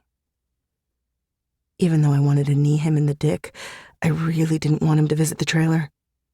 Nodding, I lowered my eyes like I was ashamed. In reality, I was pissed at myself and Deacon fucking Forrester. I hear you, Amir. It won't happen again. I know it won't. You're done. No more handouts from me. My eyes flicked up to his. He was still studying me in his Amir way, silent, curious, tucking details away for later use, ticking off vulnerabilities. I had no doubt Amir Vasquez's brain was like a war manual. He had a profile to take down each of his enemies and possible compatriots if he needed to. He knew exactly where to press to get me to fold. My little sister Luciana. The trailer could go to hell, but not when she was living in it. Unfortunately, she currently was. Amir, no, Helen. He straightened, running his hand along his hardened jaw. What are you doing anyway? Taking money from Reno, working for me? Where do you think it's going to lead? You're here getting your degree. You need to get out of this life. I lifted my chin. What are you, the pious drug dealer? His entire body stilled except his eyes. They bounded over me, keeping me in his snare. Make no mistake. If you go down, it'll barely be a blip in my timeline. I do not care what happens to you. That isn't who I am. But when I see someone being stupid, I call it out. You, little girl, are being really, really stupid. My chin shot up even more and my hackles rose. I owe you money, so I'm not going to say everything I want to say. He folded his arms, his mouth curving into something that would have resembled a smile on anyone else. On Amir, it only looked like a threat. Say it. I sucked in a breath. All right, you say I'm being stupid, but here you are, hanging out on campus, pushing dope to college kids. You grew up with criminals and you're wallowing in the life, even though everyone knows you're way too smart to be a low-level drug dealer. So if I'm being stupid, so are you. He clucked his tongue. Yeah, it turns out I don't give a damn what you think. Save your concern for one of your friends. He pointed a finger gun at me and squeezed an eye shut like he was aiming. Bring me the cash in the morning. Any later than 10, I'll take a trip out to the Palisades with a gas can. He pulled the finger trigger. You feel me, Hells Bells? The barbed wire in my throat wrapped around my lungs. The Palisades was the ironic name for the broke-down trailer park I grew up in. I didn't want to believe Amir would burn it down, but I was smart enough not to test him. I feel you, Amir. I slipped away from the wall, hurrying back to the sidewalk in front of my dorm. Amir caught me by the arm and swung me back around, his face slashed with quiet fury. That's not how this works. You don't walk away from me until I'm done with you. He gritted out. I yanked at my arm, but his hand was clamped down tight. Panic stirred in my gut. It was irrational. It was broad daylight and plenty of people were milling around, but I hated it being grabbed and held. It brought back bad memories I kept carefully stored away. Someone came to a stop beside us. "Excuse me." Amir and I both turned our attention to the frowning blonde. Elena Sanderson had her hands on her cocked hips, her attention shifting from Amir's grip on my arm to my eyes. "Go away, Elena." I didn't like the girl, but no way was I getting her mixed up with Amir. She rolled her eyes. "I just wanted to say there are no psycho boyfriends allowed in the suite. Clearly, the person currently manhandling you has severe mental health issues that drive him to commit violence against a girl half his size. While you may be into being battered and bruised by the male variety, it's my personal inclination to call the authorities when I witness such things." She drew her phone from her pocket and tapped out 911. "Since you don't seem willing to help yourself, I'll be happy to take matters into my own hands. I'll also add, you have terrible taste in men, Helen, if this guy is your idea of a good time. He is hot, but no doubt he'd look hotter in handcuffs." Amir's grip on me had loosened during Elena's whacked-out speech. I tugged my arm free and moved a foot away from him. This brought me beside Elena. I wasn't sure she was a better choice, but I'd take my chances, especially since I was pretty sure she was helping me in her weird, evil Elena Sanderson way. Amir tipped his chin at me, then turned and sauntered in the other direction without another word. Inside, I was sighing with relief, but I kept myself upright, covered in armor, unaffected. Elena gave me a long once-over. "I'd ask if you're okay, but if you say no, I might feel inclined to comfort you, and no one wants that." I snorted. "Thanks for not asking, then." She hesitated. "I'm assuming that man won't be around again?" I couldn't promise that. He was Amir and he did what he wanted. Probably not.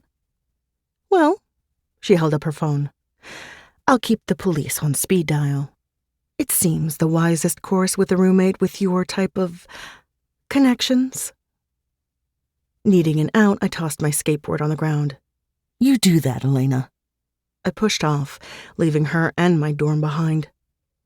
If only I could skate away from the wildfire that was my life. Every time I got a handle on it, another spark spread it wider. One day, hopefully soon, I'd be able to breathe without constantly putting out fires. Today just wasn't that day. Chapter 6.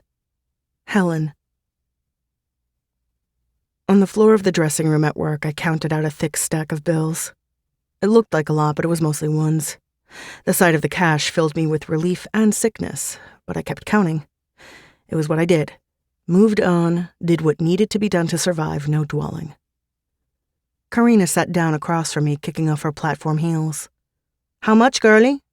"I'm not done, but it looks like a little less than 900, I answered. She whistled. "Girl, you know you'd make bank in the private rooms." I shook my head. "I know, but I can't. If a dude got handsy, which we both know they do, don't try to tell me otherwise, I'd be carted out of here in cuffs. I don't have the disposition to let that shit slide." I worked at a strip club and had since the beginning of summer. 95% of the time, I served drinks in booty shorts and a crop top. Tonight had been part of the 5% I tried not to think about.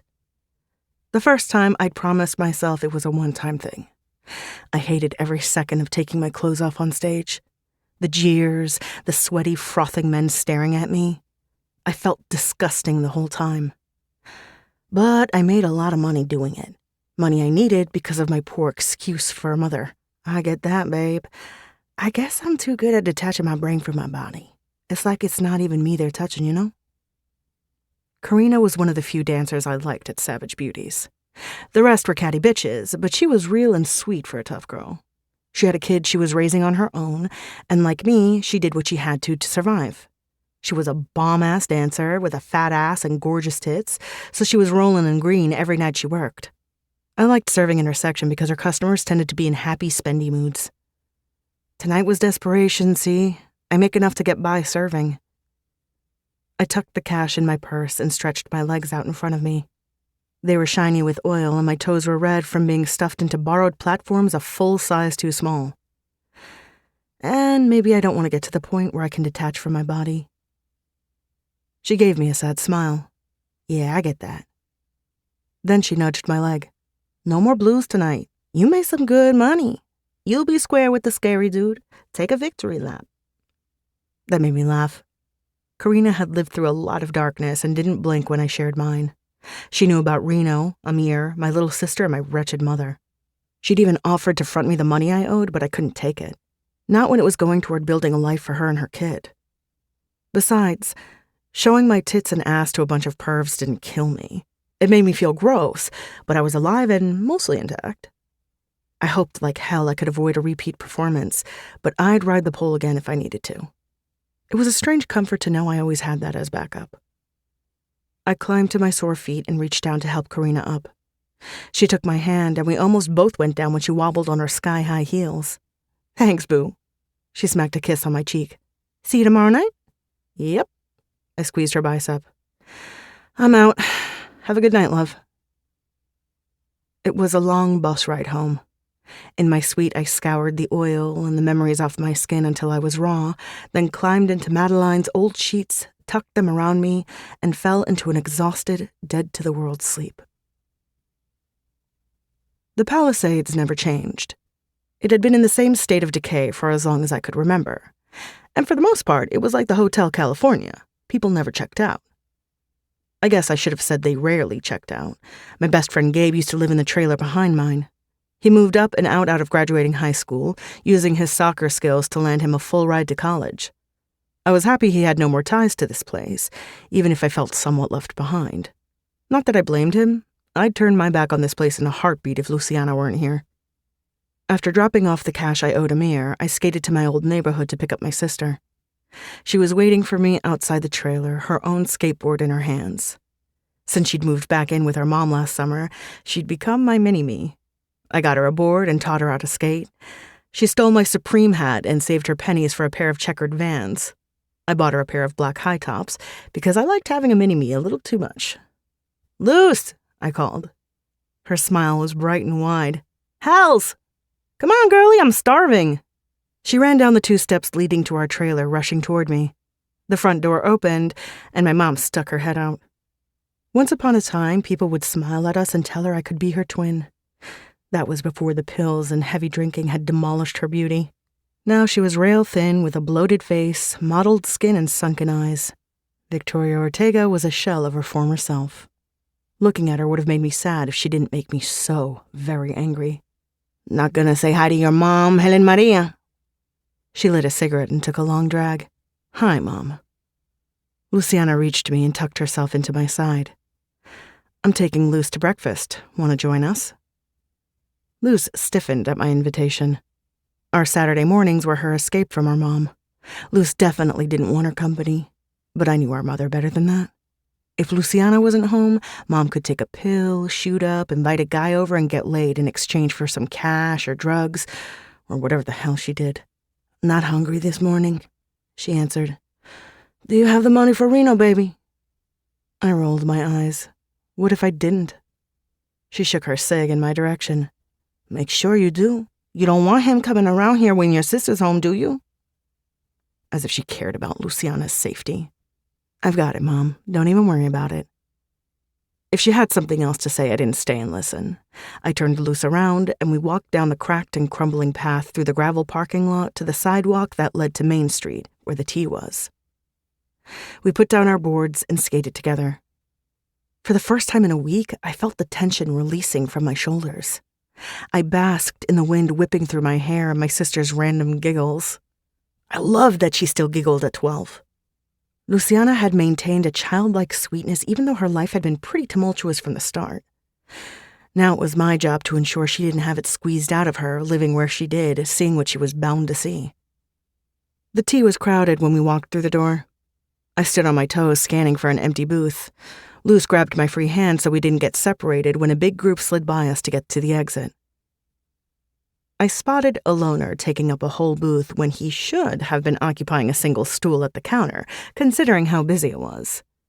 When I realized who the loner was, I tugged Luciana along with me straight to his table. When we arrived, I pushed her into the empty side and slid my ass in next to her.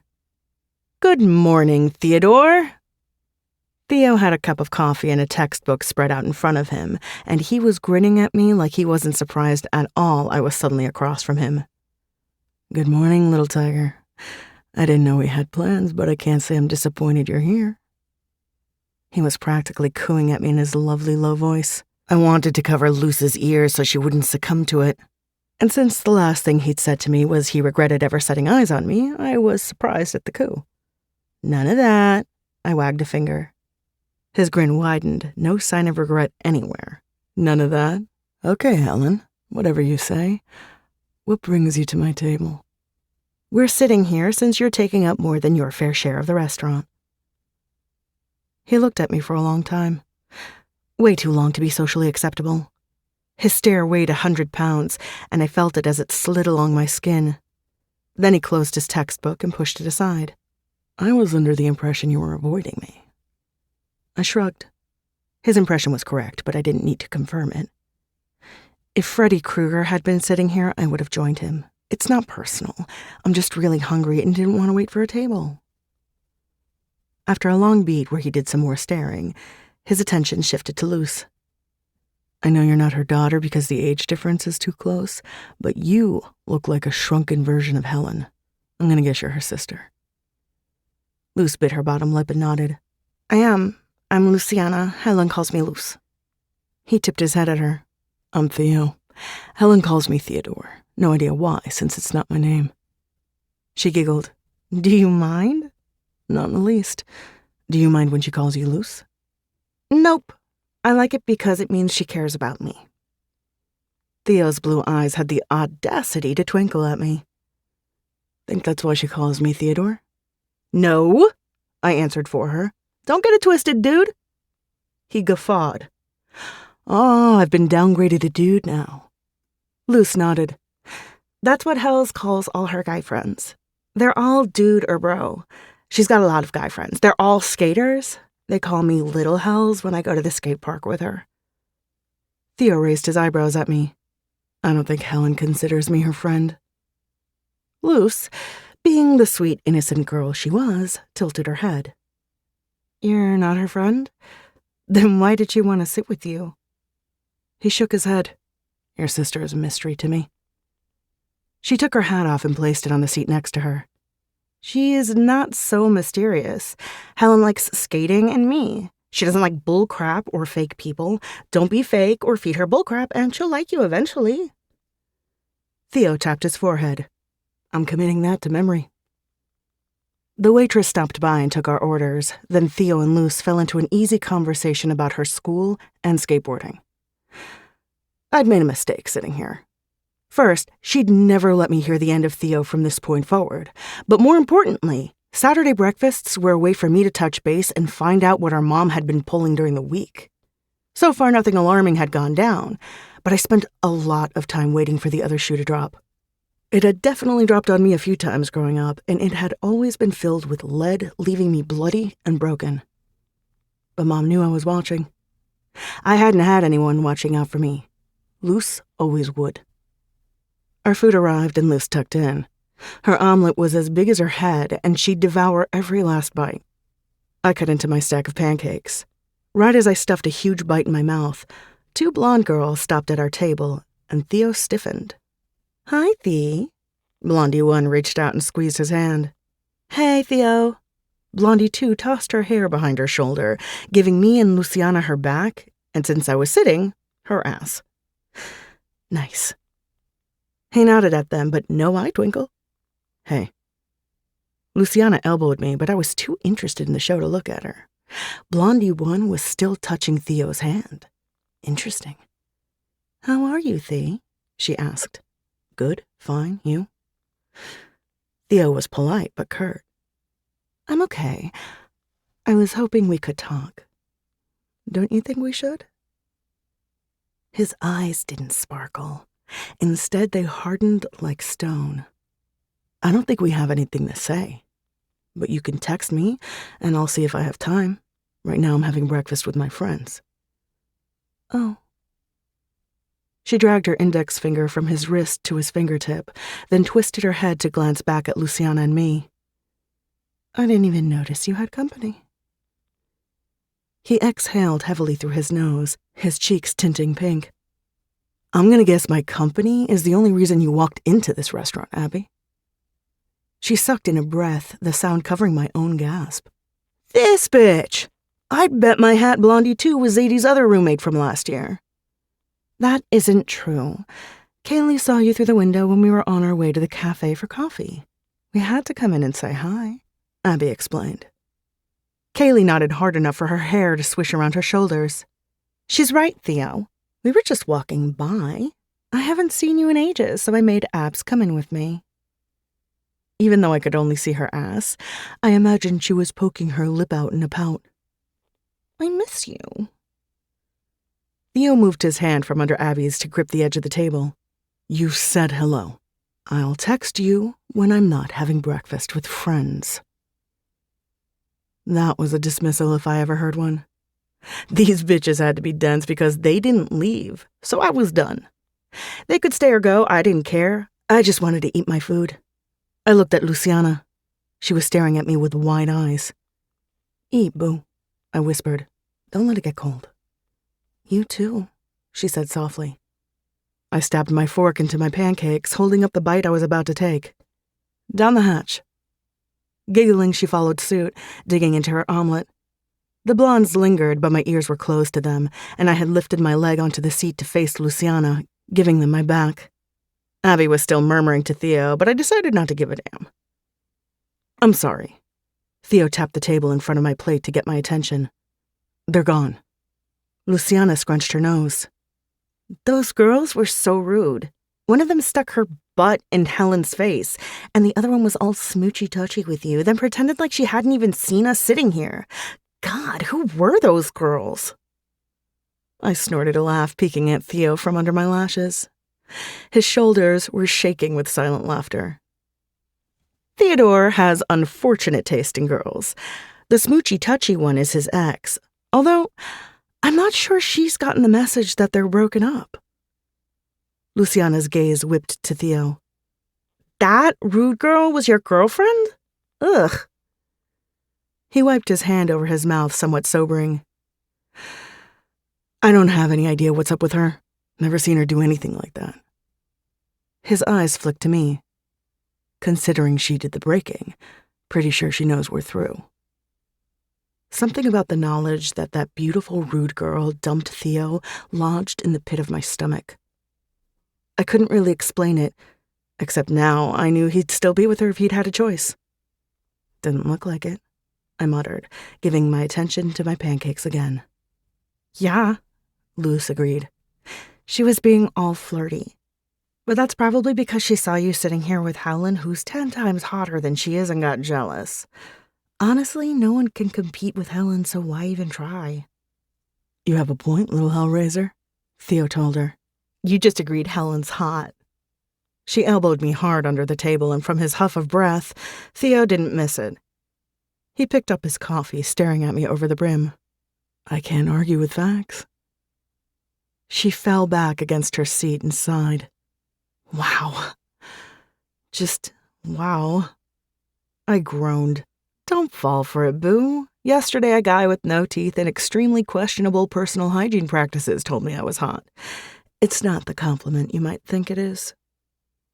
Not to mention the slimy assholes who'd thrown money at me while I shook my tits for them last night. But I'd really rather not think about them. Really, really. He winced at that but didn't argue. A man calling his girl hot was a compliment. A man calling a woman he barely knew and who'd never belonged to him hot wasn't. When our plates were empty and we were waiting for the check, Theo checked his phone, then asked, What's the plan for today? Luce answered before I could spit out none of your business. Howls always takes me grocery shopping for the week because our mom is a loser and would let me starve if it was up to her. She'd let herself starve too, so it's not like personal or anything. I squeezed her leg, digging my fingers into the hollow beside her knee. You don't need to tell Theodore our business, kid. She frowned at me. It's my business. I can tell it to whoever I want. Theo mimed, zipping his lips. I won't tell anyone. I can't say I'll forget what you just said because damn, little Hellraiser, I don't think I ever will. but your business is yours, and I'm really glad you have Helen watching out for you. I squared my shoulders, not appreciating his rich boy sympathy in the least. We don't need your pity, dude. I slapped a 20 on the table. This should cover us plus tip. We're out. It's been real. Grabbing my board off the floor, I slid from the booth and gestured for Luce to follow me. She was slower, more reluctant, moving at a snail's pace. That gave Theo the opportunity to slap down another 20 on top of mine and rise to his feet. His mouth was pinched with displeasure. When he eyed our boards tucked under our arms, it became even tighter. Outside the diner, Theo rounded on me. You're going to the store on your skateboards? Yeah, we're fine. Luce got between us. Helen carries the bags herself. She's so good at balancing, you wouldn't believe it. Mom has a car, but it doesn't run anymore. But Helen skateboards everywhere, and she can carry a lot when she's doing it. I mean, it'd be easier if we had a car, but she's the GOAT, I'm telling you. She doesn't let anything stop her. I grabbed Luciana's arm. Enough telling tales. We've got places to go.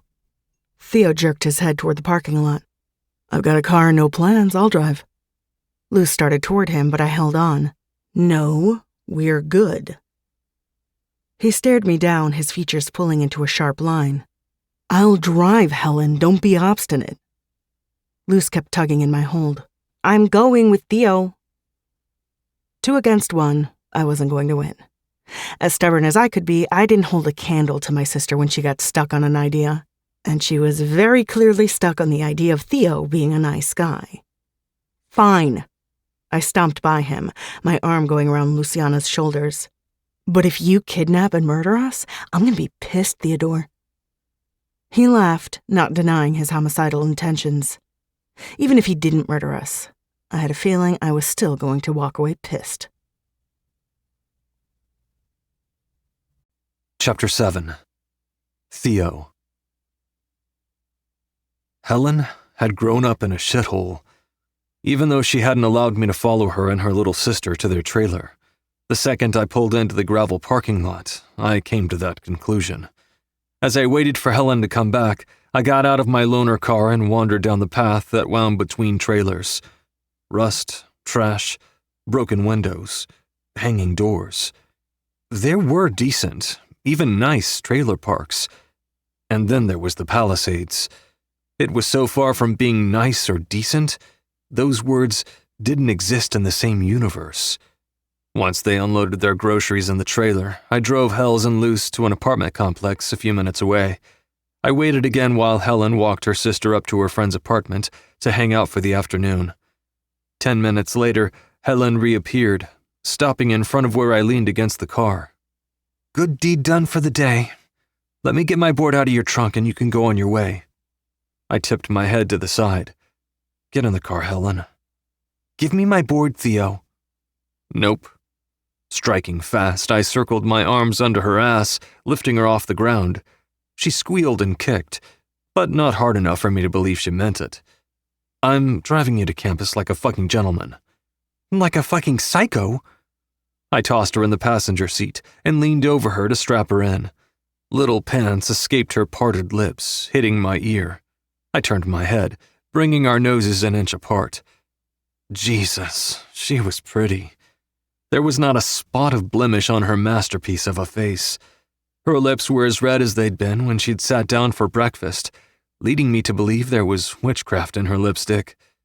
All I could think about was how much effort it would take to make it disappear, and how enjoyable it would be finding out. I pinched her chin between 2 fingers. Stay here, Tiger.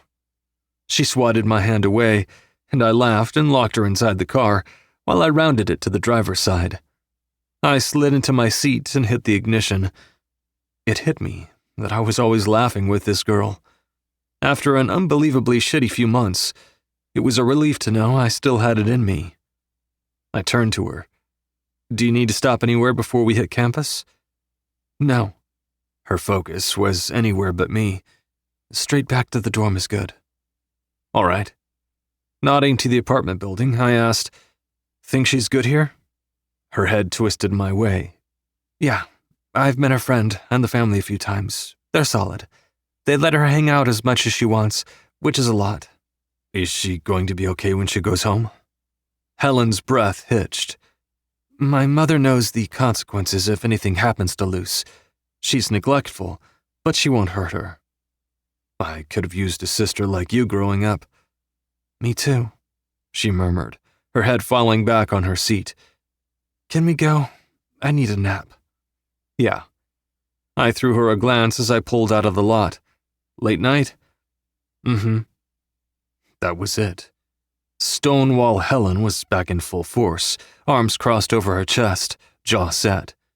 So far, I'd seen her soft twice. The first when she'd relaxed in my lap in the library. The second was with her sister.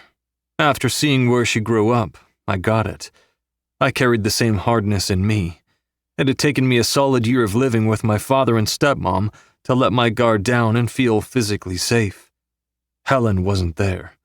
The part of me that loved to rise to a challenge really wanted to get her there. But shit, I was no white knight. My head was barely above water as it is. I couldn't carry her too. If I tried, she'd probably shove me under anyway. Taking the long route, I cruised down Main Street, passing Savage Wheels. Last year, whenever I was down here, I peeked in the windows, never saw you inside. I shouldn't have been looking at all, not when I'd had Abby, but that one encounter with Helen had left me curious. I was still curious. Helen glanced at the skate shop as we passed. Yeah, I don't work there anymore. I haven't for over a year. I took that in.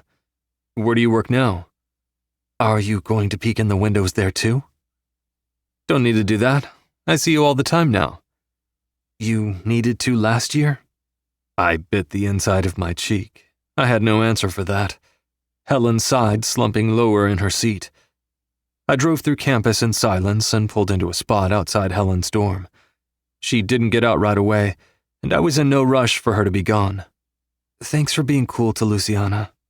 She unbuckled her seatbelt but stayed put. My brow pinched. That's not something you need to thank me for. She's a kid. A good kid at that. She nodded, peering out the windshield. Yeah, well, that doesn't mean shit to a lot of people. She's sweet, and I try to show her the good side so she'll keep it as long as she can, you know? I lost my sweet way too young. I'm not letting that be her. I'm glad she has you. But I don't think all your sweet is gone, Tiger. I saw it when you were with your sister, and maybe I felt it a little when you were curled up in my lap reading Shakespeare. Twisting in my seat, I studied her profile. The straight slope of her nose, the pout of her red lips, the stubborn jut of her chin. Every one of her features was so purely Helen. The face that launched 1,000 ships. Jesus. She turned suddenly, her gaze whipping over my face in a way that seemed accusatory. Of what, I had no idea. I never got to ask because the next second, she lunged across the console and her mouth landed on mine. Hard, fierce. Her fingers balled my t-shirt while she licked at my lips until they opened from pure instinct and my tongue pushed past hers back into her own mouth, twisting around it. This wasn't sweet. I didn't know what it was. My mind was 2 steps behind, and her warm, soft lips on mine refused to let me catch up. But I wasn't one to let things happen to me without having a say, and that included a sneak attack kiss by a girl I never saw coming. I held her face in my hands, tipped it back, and took her deeper. She moaned, high and tremulous, and I licked the inside of her mouth, tasting that moan, swallowing it down my throat, letting it heat my chest and belly. It was pure Helen. As suddenly as she came, she ripped away, covering her mouth with her hand. Her eyes flicked mine for one beat of my thrashing heart, then she threw open the car door and jumped out. Helen. I climbed out my side, no plan other than not letting her leave it like this. I rounded to the rear of my car and caught her arm. Stop. She looked from my grip on her to the trunk. Pop the trunk. I need my board. Tugging her into me, I narrowed my eyes. I don't get you, baby. Her shoulder lifted, and it infuriated me. She was not going to shrug off that fire she'd just sparked. Not when it was still smoldering and my dick was about to punch a hole through my shorts. Nothing to get, dude. You're cute. You were being nice. I felt like kissing you. It's done. Now, I want my board so I can go into my dorm and take a really long nap. That's it? Her breasts pressed flush to my chest with each heaving breath she took. No way I believed a word coming from her pretty red mouth. That's all it was? That's it. She tapped on my car. Trunk, Theo. I work tonight, so I need that nap right now. Where do you work? I volleyed back. Somewhere you can't peek through the windows. She tapped the car harder. Trunk, now. I studied her, but it did no good. That warm, soft woman who'd been sprawled across my chest only minutes ago, clinging to me like I was her favorite thing ever, had disappeared so completely, it was like it had never happened. Her lips were still red when she rubbed them together. I didn't even manage to kiss that damn lipstick off her. I let go of her and opened the trunk. She snatched up her board before I could reach for it, and I grabbed her arm, stopping her from sprinting away. You don't have a car. Her eyes rolled sideways. No kidding. Then how are you getting to LA to see the performance next weekend? Bus? Nope. Never happening. I'll drive you. I can take the bus. I slid my hand from her arm to the center of her back. You can, but you won't because I'll be driving you. You can keep arguing, but it's a waste of time. As pragmatic as you are, I don't think you're a girl who likes wasting time. Agree to ride with me here and now so we don't argue for a week just to come to a conclusion that's already foregone. You're coming in my car, not riding the bus. You know, her toe kicked mine. I existed before you knew me. I've ridden the bus my whole life. It's no big deal. My hand traveled under her hair to squeeze her nape. Like you said, that was before I knew you. I'm here now. No more bus, Helen. Her head cocked. Will you have the Beamer back? I should. Her eyes flitted over me, then she gave a sharp nod. Fine. You're right. I don't want to argue. You can give me a ride. I huffed a short laugh. Thanks for allowing me the privilege. Her mouth quirked. I really like your car. That laugh went on longer. Asshole. Her lips curved a bit higher. Dick. She shoved my chest. Go away. I need sleep. All right. I dropped my hand. Have a good rest of your weekend, Hells. She gave me a mocking salute, ducked out from under my hold on her neck, and ran up the steps to her front door.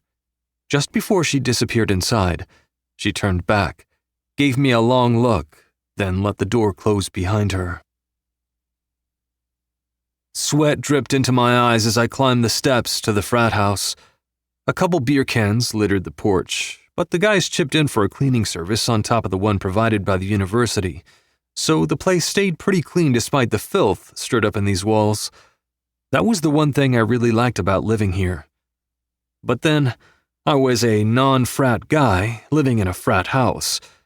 One of these things didn't look like the others, and that thing was me. It was out of necessity. If I'd stayed on track, I'd be in the athlete's dorm. But since I'd quit wrestling over the summer, that was out of the question. Even if I'd been allowed to live there, most of the guys from the team were pissed at me for abandoning them without warning, so it would have been untenable. My dad, being who he was, pulled some strings and got me a single room in the frat. As much as I didn't love it, the other option was moving back home, and that really fucking wasn't an option. I'd put up with this living arrangement for a year. Anything was doable for a year. Wait up, man. I paused at the front door, turning back to see Daniel jogging up the steps. He clapped my shoulder. Hey. He shook his head and followed me inside. Look at you, already up and working out. Meanwhile, some of us are just getting in from last night. Oh yeah? He stayed on my heels to the kitchen, where I filled a cup of water. A few other guys were in there, scrounging for food, but Daniel had been right. It was early, so the house was still pretty quiet. Good night? I wasn't really interested, but he clearly wanted me to ask. Fucking fantastic. He fished the OJ out of the fridge and poured himself a glass. Got a new dime piece I'm tagging. Sophomore transfer. Fine as hell. Deacon staggered in, rubbing his eyes. He jabbed a finger at me. Fuck you. You were supposed to wake me up so I could run with you. I tried. You were dead to the world. I'd knocked on his door once. Working out was my time. Deacon sometimes horned in on it when he got his ass out of bed, but I wasn't about to put much effort into waking him since I didn't want him there in the first place. He swung around to Daniel. I caught the tail end of your conversation. Who's fine as hell? New girl, Elena. Blonde, mouthy, fire in bed. What was it John Mayer called Jessica Simpson? Sexual napalm? That's my girl, too. He bit his bottom lip. Cannot get enough. Deacon groaned, and my stomach churned. I could have gone the rest of my life without witnessing Daniel bite his lip like that. Jesus. Does your girl have a friend? Deacon asked. Daniel wagged a finger. Funny you say that. I was just getting around to that topic with my boy Theo here. Elena does have a friend or two, one of them being Miss Abigail Fitzgerald. I said nothing. What was there to say about Abby? We went to the same school. Our paths would cross. Friends would see her. Sightings would be reported. I didn't want to hear it.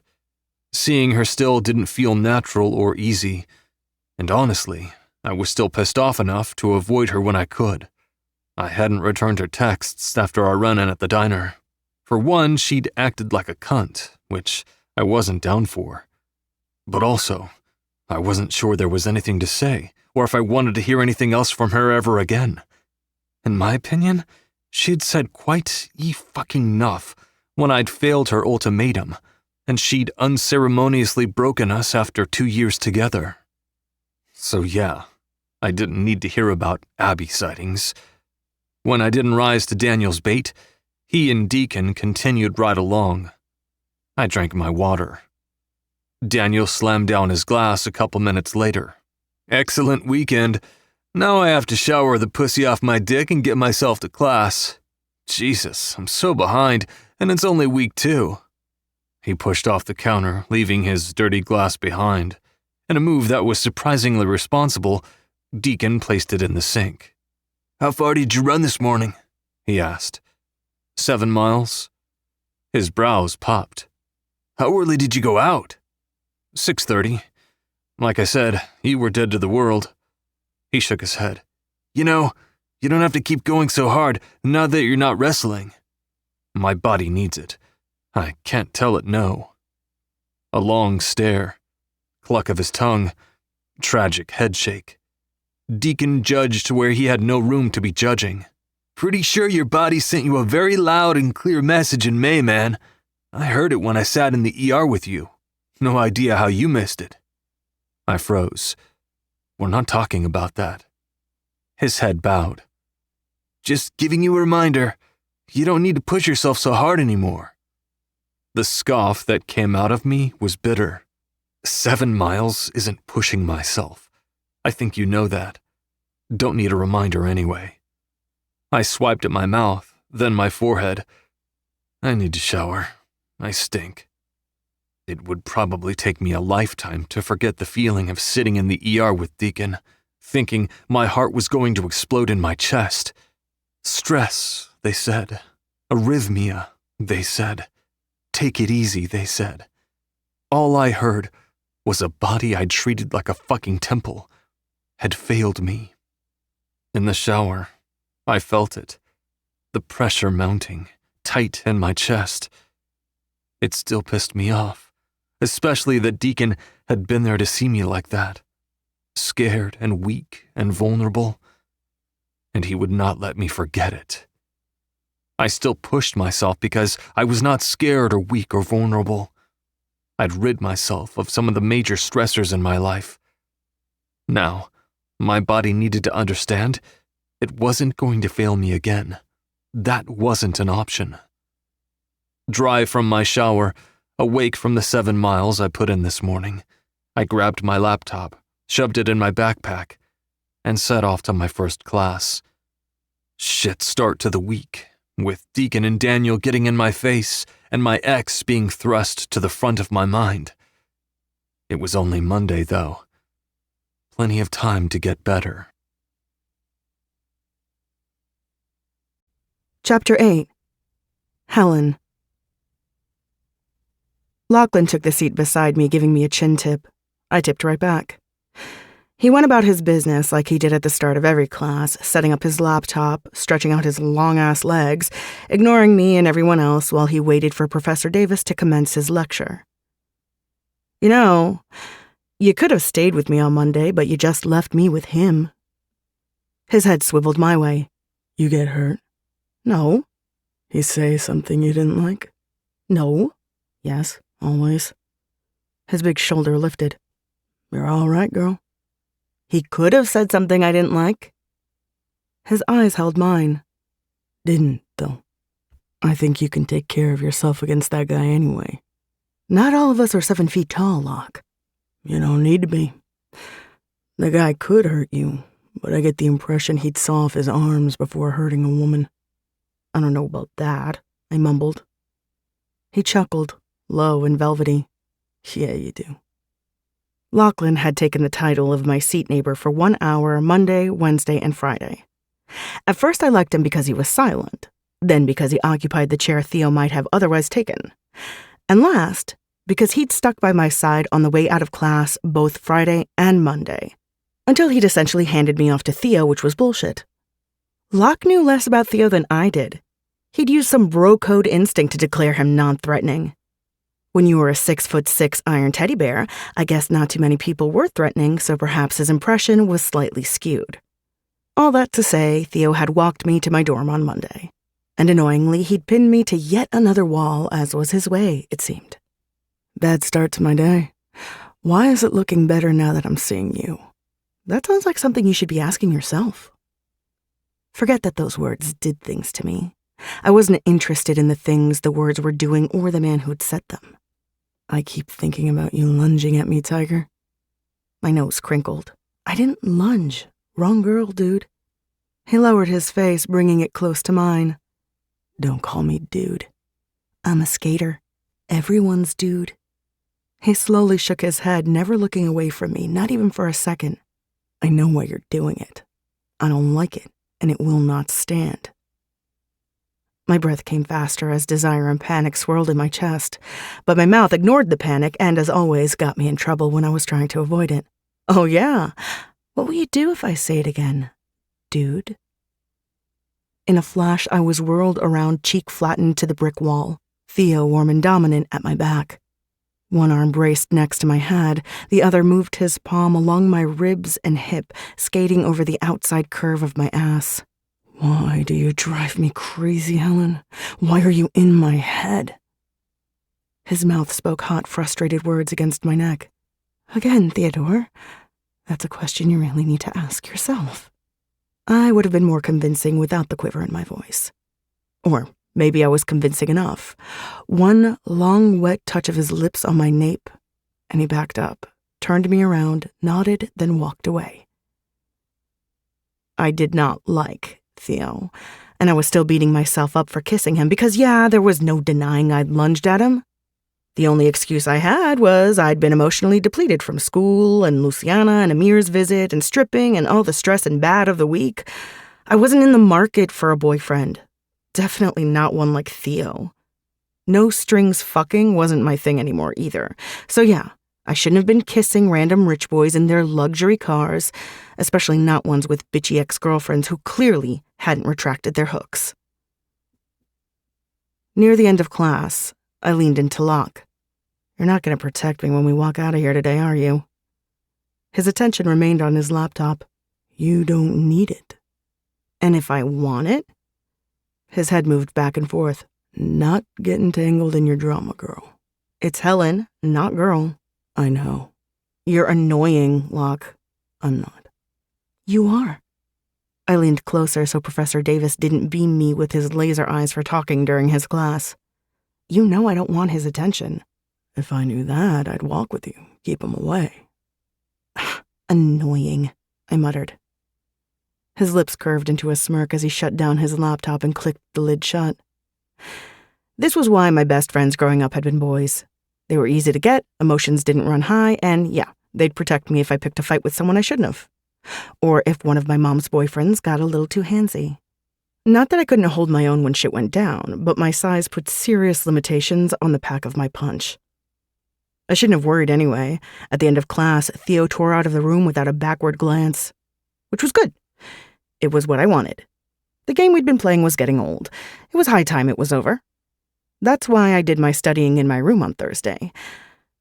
Shakespeare didn't have the same feeling when it was inside my head and not read aloud while cradled in the lap of a guy who smelled delicious and felt even better, but it was safer for everyone. I was at Savage U for a purpose, and it didn't include wasting time and energy on things and people that didn't matter. By Friday, I was dragging. I'd worked 3 nights in an attempt to recoup the money I'd lost from trusting asshole Deacon, not to mention the boost of income I got through selling for Amir. I'd never been a big dealer or anything, but that extra couple hundred every week or two had sometimes meant whether I had food on the table, especially back in high school. Since I was dragging, my patience was thin, which meant when I saw Theo lurking around the door at the end of Davis's class, he took the brunt when I snapped. "I'm not sucking your dick, Theodore. Why won't you take a hint?" My voice wasn't quiet. Classmates behind me released a collective gasp. Beside me, Locke clucked his tongue. But I was done, you know? Ignoring their judgment, Locke's "not cool, girl," and Theo's expression of pure shock, I strode from the building, needing my bed more than anything. Theo fell into step beside me, hands tucked in his pockets, fury emanating from his taut muscles. Any second, I expected to be shoved into a brick wall and shown that, yeah, I was going to be sucking his dick. "I don't know what the fuck happened to you that led you to believe a guy paying you some attention and kindness is only out for getting his cock sucked, but that's not me." His hard, furious tone had me stumbling more than his words. And when I stumbled, he reached out and caught me, steadying me. Theo stepped backward, off the path cutting through a courtyard between buildings, pulling me into the grass and under the shade of an ancient tree. "Life happened," I said simply, even though it was anything but simple. "Don't pretend you wouldn't take it if I offered, or take it if you thought you could get away with it." The tendons at the side of his neck swelled. His face flushed. "Tell me you don't believe that about me, Hells. Tell me you don't believe I take something from you didn't freely give me. Tell me you know I wouldn't do that." I met his eyes, his angry, sparking with rage blue eyes. Any man is capable of getting to the place where he'll take what he isn't given. He released me to drag his fingers through the sides of his black hair. "Helen, no." I lifted a shoulder. My guts were a writhing mess, but I didn't let it play out on the surface. "Was there a reason you were waiting for me?" Exhaling heavily, Theo paced like a caged lion right in front of me. I waited him out when I could have been escaping because maybe guilt was seeping in a little. I didn't know Theo, but from what he'd shown me, he wasn't deserving of my wrath. Not yet, at least. "Theo..." He stopped abruptly, swinging his fury onto me. Even then, barely more than strangers, I could read him, and I knew that fury wasn't mine. If the men who'd shaped me, turned me wary and skittish, were standing here with us, Theo would have unleashed on them. It was only us, though. There was nowhere for it to go.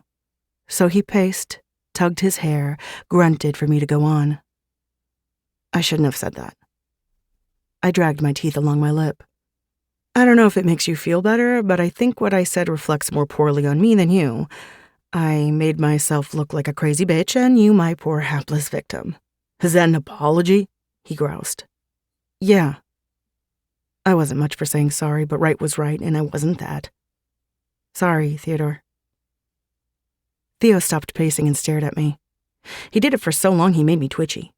My fingers brushed over my hair, under my bottom lip, smoothed my shirt, and finally tucked away in my pockets when I couldn't keep still. Then he burst out laughing and grabbed me by the nape, pulling me into him. "I didn't expect that, little tiger. Not in a million years. My hands were trapped in my pockets, otherwise I definitely would have pushed him away. Don't kiss me. His head lowered. Why do you think I'm going to kiss you? My eyes narrowed. You're getting closer and your eyes are twinkling at me. He chuckled, his warm breath ghosting over my lips. You were just a complete dick to me. What makes you think I'd even want to kiss you? Because you're obviously obsessed with...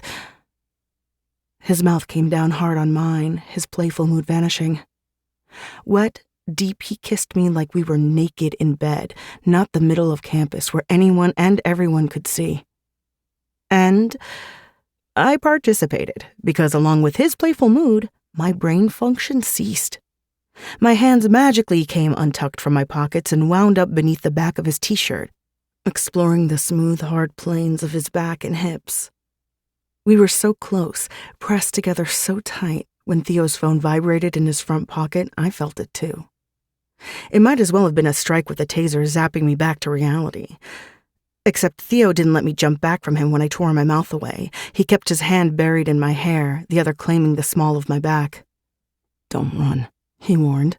You're a liar. You said you didn't want to kiss me. Never said that. Maybe he hadn't. I couldn't think straight. And that was a problem. I needed my wits around this man. His phone vibrated again. Someone wants to talk to you. He lowered his chin. I'm talking to the only person I want to talk to right now. Whoever is texting can wait. I couldn't handle the underlying sweetness of that. Not in a million years could I take that in and make it mine. So talk, Theodore. His kiss-swollen lips twitched. I need your phone number. Why? So I can text when I'm out front of your dorm tomorrow? My forehead fell into his chin. Oh, I forgot. He chuckled. Yeah, I'm an asshole. You are an asshole, no argument. I raised my face, laughing in spite of myself. Give me your phone. He let me go to dig his phone from his pocket, swiped his thumb on the screen to turn it on, then handed it over. At the top was a notification for a text. Abby, it was so good to see you on Wednesday. Okay, that didn't feel great to see, but it wasn't my business. I went to his contacts and typed in my name. Another text came in. Abby, I miss you too, you know. Too? Mm-hmm. She probably wouldn't miss him if she knew where his tongue had just been. Abby, come over tonight. We should talk. Or not. We don't have to talk. My bed is cold, baby.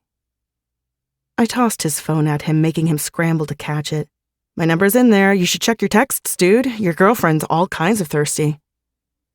He caught my arm before I could leave, holding me while he read his texts. I tapped my foot impatiently in the grass, wishing I was the size of my attitude. I would have busted free with just my little pinky as a weapon. Tucking his phone away, he slipped his hand around mine and began walking.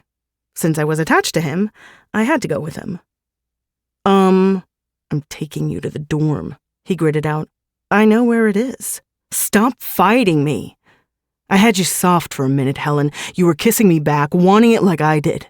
Then it was gone, all that soft covered by spikes and metal. I tried to pull my hand away, even though it was futile. You have a girlfriend. I don't. Then you have a complication I'm not interested in being part of. I'll take a ride from you if it's still on the table, but I'm not going any deeper than that. If the ride's off the table, tell me now so I can look up the bus schedule. His hand tightened around mine. You know I wouldn't do that.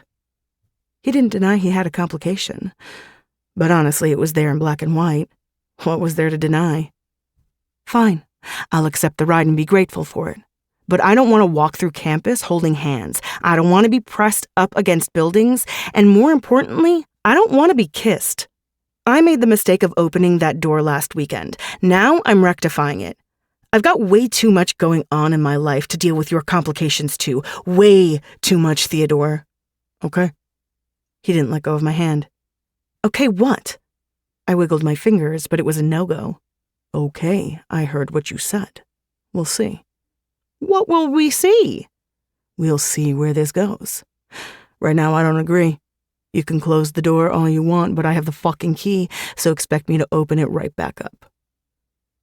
I sighed, long and ragged. Oh my fuck, you're demented. You are, aren't you? Did a screw get knocked loose when you were performing homoerotic acts disguised as a sport, or have you always been this way? That made him snort. You're calling wrestling homoerotic. Turning my head to look at him, I raised my brows. Come on, dude. I saw the video where the guy had his face right in the other guy's boner. It was hot, and if you try to convince me that's not the point of wrestling, I'll laugh. Plus the outfits? Spandex, two young, fit guys grabbing each other? I'm not buying it. Any other guy would have been pissed, but Theo laughed harder, letting go of my hand to wrap his arm around my shoulders and pull me deep into his side. And I liked it. Jesus, I liked hearing him laugh and have his arm around me like that. Which meant I had to push him away. I couldn't like it. I had no room for twinkly eyes or kissing under ancient trees or complications. Theo was all those and more. And I just could not do it, even though a small, sparkly, heart-shaped part of me wished I could. I slipped from beneath his arm. He let me do it, probably because we were at my dorm, most likely also because he knew he'd have me for hours tomorrow, and I'd have to be nice to him or he could leave me in L.A. Bye, Tiger, he called after me. Scrambling up the steps, I waved over my shoulder. I could still hear his low, lovely chuckle as I swiped my card to enter the dorm. The faint buzz my interaction with Theo had given me evaporated when I entered my suite to find Elena lounging on the couch. Zadie was there too, a book in her lap in the armchair. Elena's eagle eyes landed on me immediately. My, our little Helen is blushing. Were you having a rendezvous with your criminal boyfriend in the bushes again? I scoffed and tossed my skateboard next to the door.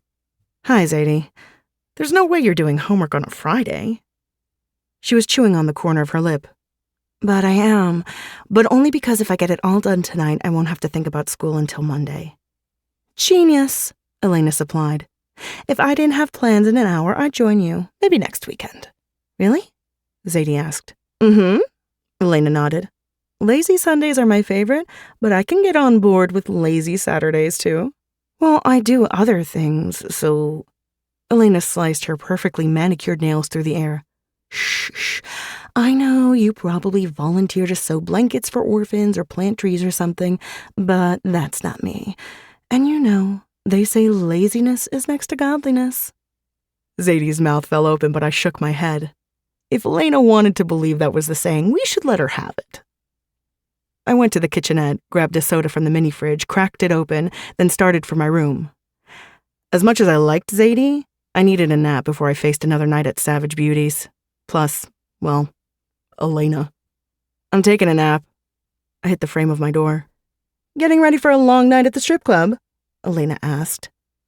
I stopped, froze, my eyes darting to Zadie. Her cheeks bloomed with color. She had told our third unwanted roommate where I worked. I was none too pleased. And disappointed. She'd always given me the impression of being real and loyal. Wowsy. Zadie's eyes went round, her pretty face the picture of innocence. Elena untucked her legs and rose from the couch. Oh, come off it. Zadie didn't say shit. I used context clues to figure you out, girl. Skanky outfit, stack of $1 bills on your nightstand, you smell like perfume and desperation when you leave, and you come back with the scent of blue balls and old man sweat clinging to you like a cloud. That reads strip club to me. You just confirmed it. I waitress, I said flatly. But I think it's interesting you so closely study me. Consider discussing that with your therapist. Elena pursed her lips. Ooh, joking about mental health is such a sick burn. And putting down sex work when you were born with a silver spoon crammed up your lily-white ass is about as privileged and narrow-minded as it comes. I closed my door more gently than I thought myself capable and leaned heavy against it, tired down to my bones, and not from lack of sleep. Every day was a fight. It had been that way my whole life.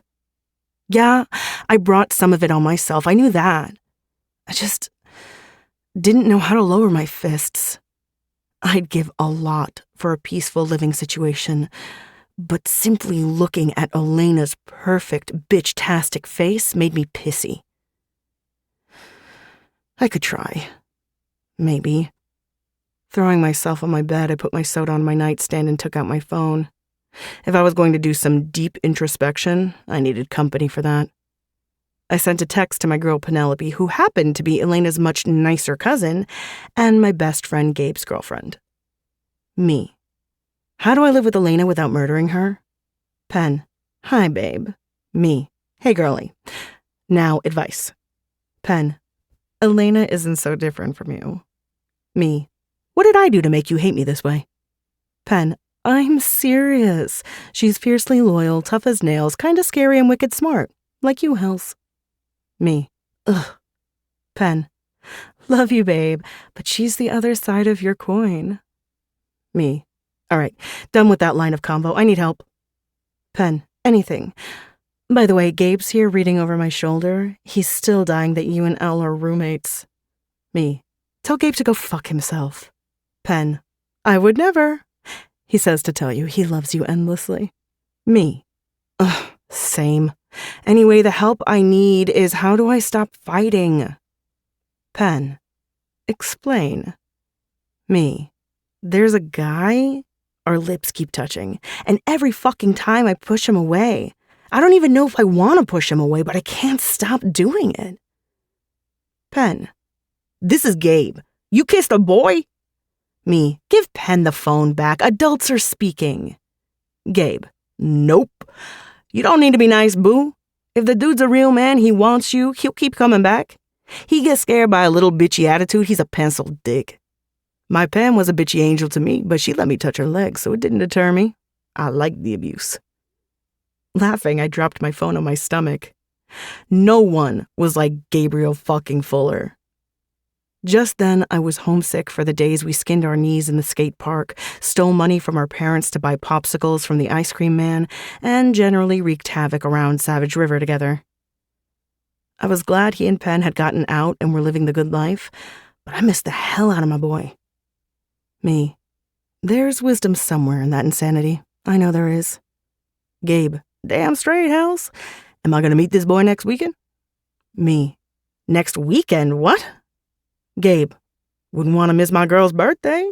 Me and Pen, Bash and Grace, Bex and Ash, we're all coming to SR. Gonna flip the bird to your teen years, boo. Now I repeat, will I be meeting Pencil Dick? Me. Oh, what? I'm so excited. Also, no. No meeting the boy. Dick size yet to be determined. I don't even know how I feel about him. He's got complications. Gabe. You're no fun. Pen. I got my phone back. Ignore Gabe. If you think the guy is safe, maybe try to have one conversation without fighting and see how it feels. If he doesn't make you feel safe, then ditch him, Hells. You're too rad to waste time with unworthy boys. Me. 'Kay, sound advice. I'll try. Thanks for being a real one, Penelope. Kick Gabe's shins for me. Pen. Never. Love you, girlie. Me. Love you, too. I tossed my phone aside and sipped my soda. A whole conversation without fighting? Theo and I hadn't had one of those. I shouldn't have been contemplating it. He had a girl who clearly wasn't over him, a girl who matched his golden god status. Complicated. But I hadn't kissed anyone in a year and a half. There was something about Theo that had made me break my fast, something beyond his hotness. It was still up in the air what it was. Tomorrow, I'd be nice to Theo. Then we'd see. Chapter 9. Theo. Helen had her bare feet on my dash, sipping coffee, singing softly to the music filling my car. She had a red string tied around her ankle with a tiny bell that made a faint jingle when she moved. Not something I would have noticed normally, but we were a half hour into the drive to LA, and Helen's shorts stopped at the tops of her thighs. Tan legs and small, almost dainty feet filled my vision. Because I kept looking. Her head turned, catching me looking at her. And I didn't care. What? Her lips curved. She knew what. Your legs, Tiger. Nice. Her palm smoothed from her knee to her ankle. They're covered in scars, Theodore. Not nice by a stretch, but they get the job done. Scars don't detract. Helen's legs were undeniably sexy. Not long, but long enough. Tan, with lean, taut muscles. The kind of legs a man imagined wrapped around him. Hard to look away from. Hard to think about anything else when they were on display. Yeah, time for another topic. Did you see Luciana this morning? No time for breakfast at the tea, so we grabbed a donut at the grocery store. She's easy, so she adapted. I clicked my tongue. I would have given you a ride. Next weekend, I'm there. It's cool, Theodore. We've got a system down to get the groceries back to the trailer on our boards. Better to do it that way than rely on help that won't always be there. I didn't know how to answer that. All I knew was, now that I was aware Helen and her little sister rode their skateboards with groceries on their hands every week, it was going to be impossible for me to stand by and do nothing.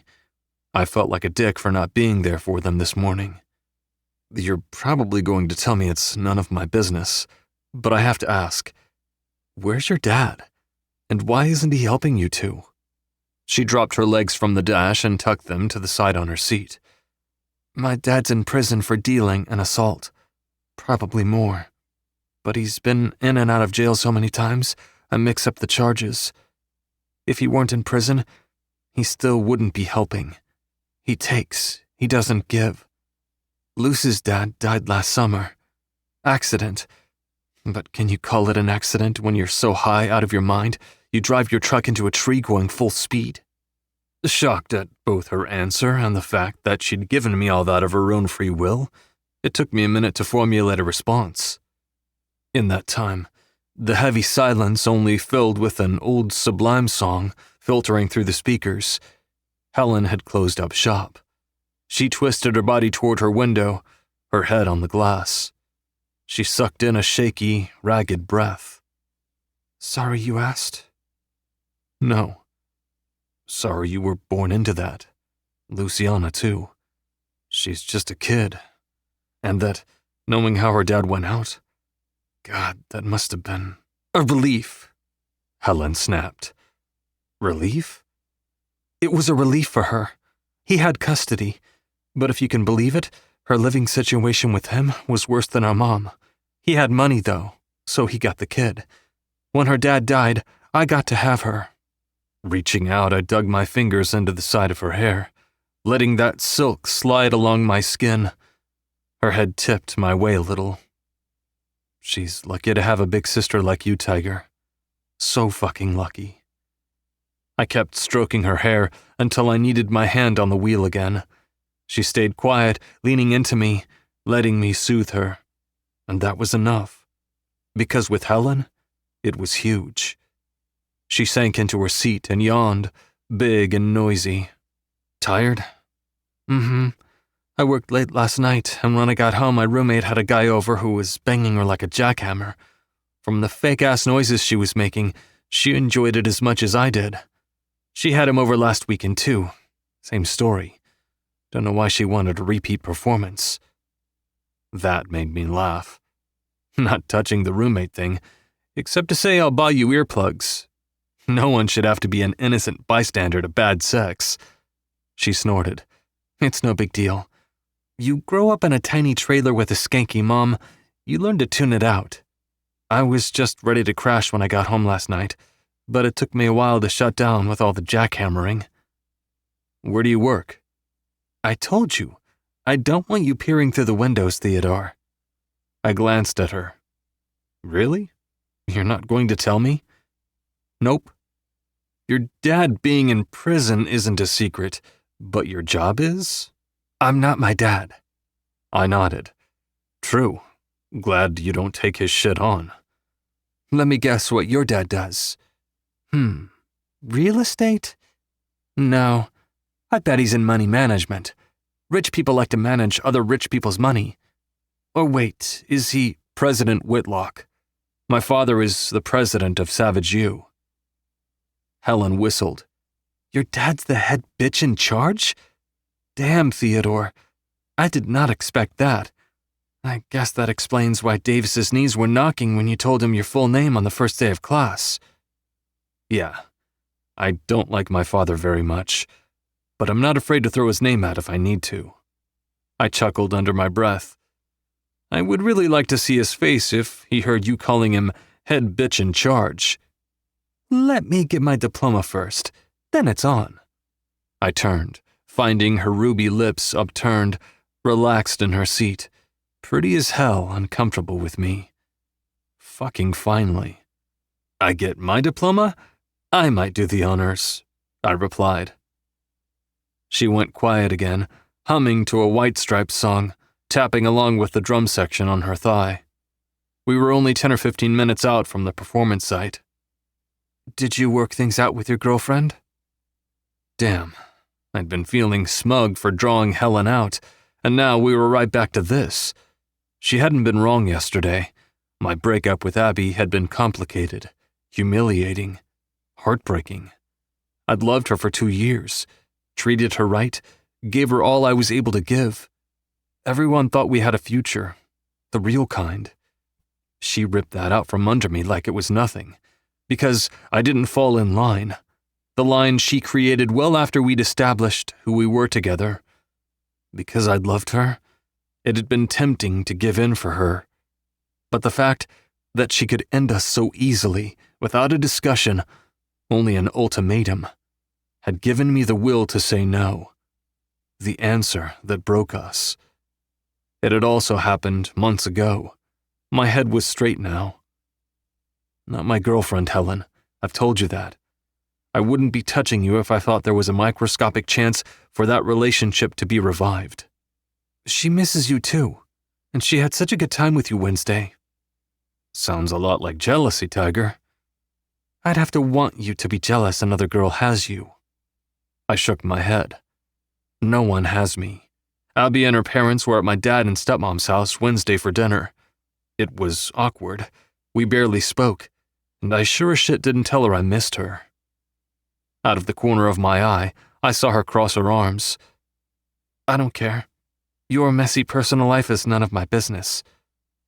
Nothing messy about it. Our break was swift and clean. Yet her parents and yours are buddy-buddy having dinner together. Might have been swift, but it doesn't sound clean. Jealous, baby? I murmured. I would smack you if you weren't driving. She shook her head. You're so damn smug. I do not play these kind of games, Theodore. I'm not playing games. I'm driving you to a show an hour out of town. A show I didn't need to go to because I could have easily hit the performance during the week. I can't control what other people do or the texts that show up on my phone. You don't know me well, I get that. But I'm straightforward, baby. Games are not in my wheelhouse. I think you're gorgeous, interesting, sexy, and when you don't have a massive wall of spikes around you, the kind of soft I could sink into. Maybe I get a kick out of you being jealous, but that's only because it lets me know you might be interested too. That's not a game. That's me getting a read on you. Do you get me? A breath whooshed out of her. You can't just say shit like that. No one says shit like that. Like what? Her hands flailed in the air in front of her. All that you just said. People don't just lay it on the line. It's not, I don't know what other people do. I don't really care. I could feel her aiming eye daggers at me. I hope you don't expect anything like that from me. I grinned. Nope. I don't have any expectations. Good. Because people don't talk like that, she muttered. It's obvious you've never been treated the way you deserve. Or is it possible I've been treated exactly how I deserve, and you are grossly overestimating who I am? My hands tightened on the wheel. Don't say shit like that about yourself. She inhaled sharply, then reached out and traced her fingertips over my tight knuckles. Okay, I won't. But don't break your steering wheel. I need a good grade in this class. In order to get that, I have to attend this performance. If you break your car, I'll have to hitchhike and... Grabbing her hand, I brought it to my mouth and bit down on her knuckles. Stop talking. I rubbed my lips along the smooth skin on the top of her hand. "Okay, but do you think I can have my hand back?" "Nope." "Okay." Helen wanted blueberries. She'd never say it, but I saw her eyeing people around us eating them. I rose from the blanket I'd brought for us to share, and she looked up at me. "Stay here." She rolled her eyes and gestured to the stage. Where would I go? I picked up a piece of her hair, rubbing in between my fingers. "Stay, Tiger." There was a stand at the opening of the park selling blueberries in small baskets. The price was astronomical, but I didn't blink. I wanted to see her reaction when I gave them to her. Helen wasn't alone when I got back. Seated beside her on his own blanket was the big motherfucker from class who'd taken it upon himself to be her bodyguard. Lachlan. And he was holding out his own basket of blueberries, which Helen helped herself to. I thought he was cool, but I was reconsidering. I sat down beside her. She turned, grinning. "Look who's here." Lachlan jerked his chin at me. I stared at him, unblinking. He chuckled as he turned away. I shoved the blueberries at Helen. "Now you have all the berries in the world." Something small and cold hit my forehead. I picked it up, my eyes flicking to Helen's. Her red lips were spread wide. She'd thrown a blueberry at me. "Now you have one. Let me know when you want another one." I threw it back at her. "Brat." She leaned in, bringing her lips close to my ear. "Jealous, baby?" "What's he doing here?" Her face turned up to mine. "He works during the week too. I bet he's not the only classmate of ours here." "He's the only one sitting beside you." Her hand fell on my upper thigh and squeezed. "You're sitting beside me, aren't you?" I stared at her, thinking about what she'd do if I pushed her on her back and shoved my hand down her tiny shorts. Her fingers touched my lips. "Don't kiss me, dude." I wasn't planning on it. "You were." I took a blueberry from her basket and slipped it in between her lips. She smiled, giving me a taste of her softness. "Thanks for the berries. I never buy them because they're way too expensive for my blood." She put another one in her mouth.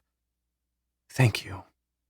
Soft, low, quiet, just for me. "You're welcome." The show started, and from the parts I paid attention to, it was good. Helen sat up, cross-legged, spine straight, rapt. I might have watched her more than the people on stage, and kept my eye on Lachlan, who was way more laid back and relaxed on his blanket than a motherfucker that size had any room to be.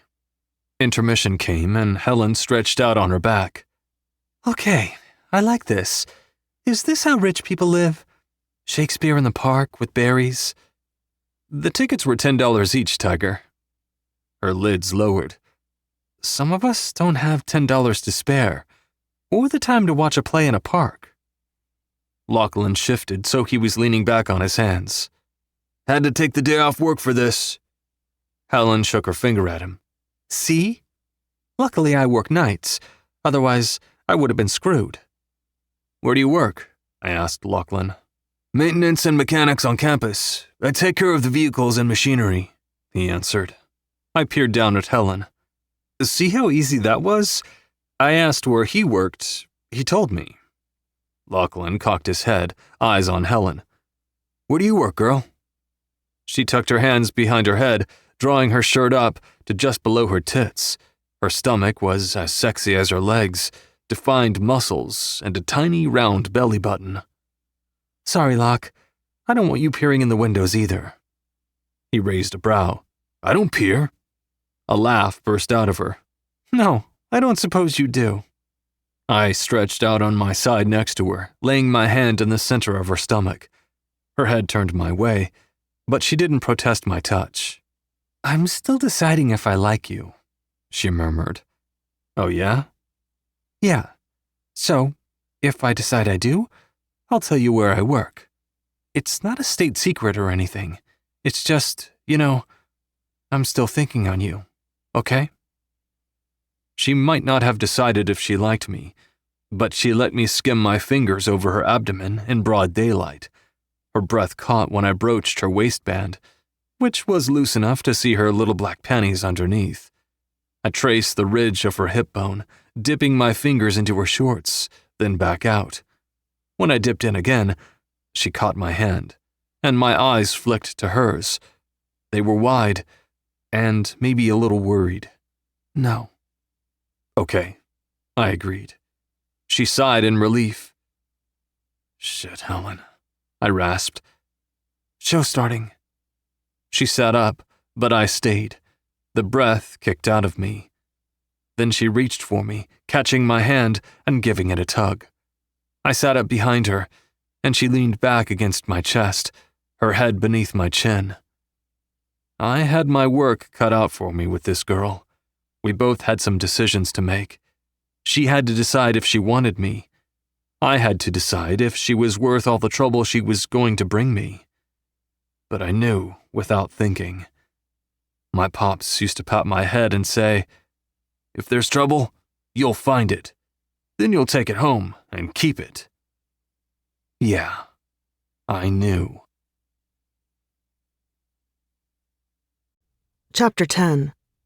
Helen. Locke knew a restaurant off the beaten path near Santa Monica. Theo grumbled, but he followed behind Locke's truck to the divey biker bar/restaurant because I'd asked him to. As delicious as the blueberries were, by the time the play ended, my stomach was audibly growling. I was past hungry, verging on hangry. The only thing stopping me from being pissy was Theo. No, okay. God, he had no idea what that had done to me. Throughout my life, I'd heard a lot of different responses to the word no, but none had been so easy. Come on, don't be a tease. I'll make it good for you. Just another minute. You want it. Shut up, bitch, you little slut. Theo had said okay. Like it was natural. Like it didn't mean the entire world. And then he'd said okay again to having dinner with Locke because I asked, even though I could tell he was jealous. He didn't enjoy me splitting my attention with another man. He'd said okay anyway. Now the three of us were seated in a gritty bar, drinks in hand, waiting for our burgers. The other tables were filled too, mostly with bikers. We stuck out, but no one was paying us any attention. Probably because Locke could crush heads with his bare hands. How did you find this place? Theo asked. Locke lifted one of his massive shoulders. I drive, wander. Found it on one of my drives. Looked interesting, so I stopped in. Best burger of my life, so I come back whenever I'm around. Looking forward to it, Theo replied. The good thing about no longer wrestling is I can actually eat burgers and not worry about making weight. I wrinkled my nose. What a stupid sport. You have to wear a silly outfit, rub your faces on other guys' dicks, and you can't eat hamburgers. I'm glad you wised up, Theodore. Locke snorted. Theo's mouth curved into a slow grin. He really didn't give a shit when I messed with him. Again, I've never rubbed my face against a guy's dick. My eyes leveled with his. I noticed you didn't deny the other things I said. He canted his head. I didn't. Although you missed out, baby. I looked fly as hell in my singlet, and now you'll never get the privilege of seeing it. Locke passed his phone to me, and I burst out laughing when I looked at the screen. He'd Googled and pulled up a picture of Theodore in his uniform. There wasn't much funnier than a grown man in a spandex onesie, even when he was as hot as Theo. Theo snatched the phone from me, saw what I was laughing at, and slid it back to Locke face down. His brow pinched, but I couldn't read him. I didn't think he was mad, but it was impossible to tell. I bet it's better in person, I teased. You're damn right it is, he replied. I might have it hanging in my closet. I tapped my chin.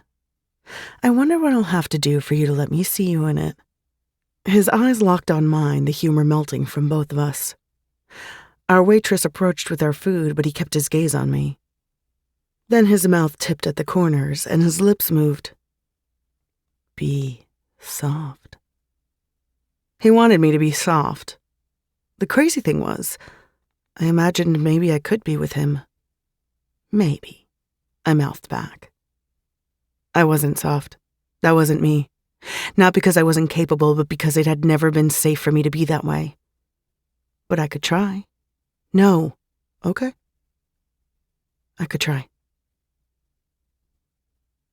I gave Locke a hug by his truck. He was stiff and so was I, but I was trying this being soft thing, and that seemed to be something people did. They hugged their friends hello and goodbye. Best burger ever, I said. Theo tugged me back to his side. I agree. Fucking delicious. Locke nodded once. Don't spread it around. Some greedy asshole will swoop in and try to make some green off it. Maybe the owners want to make some green, I replied. Maybe.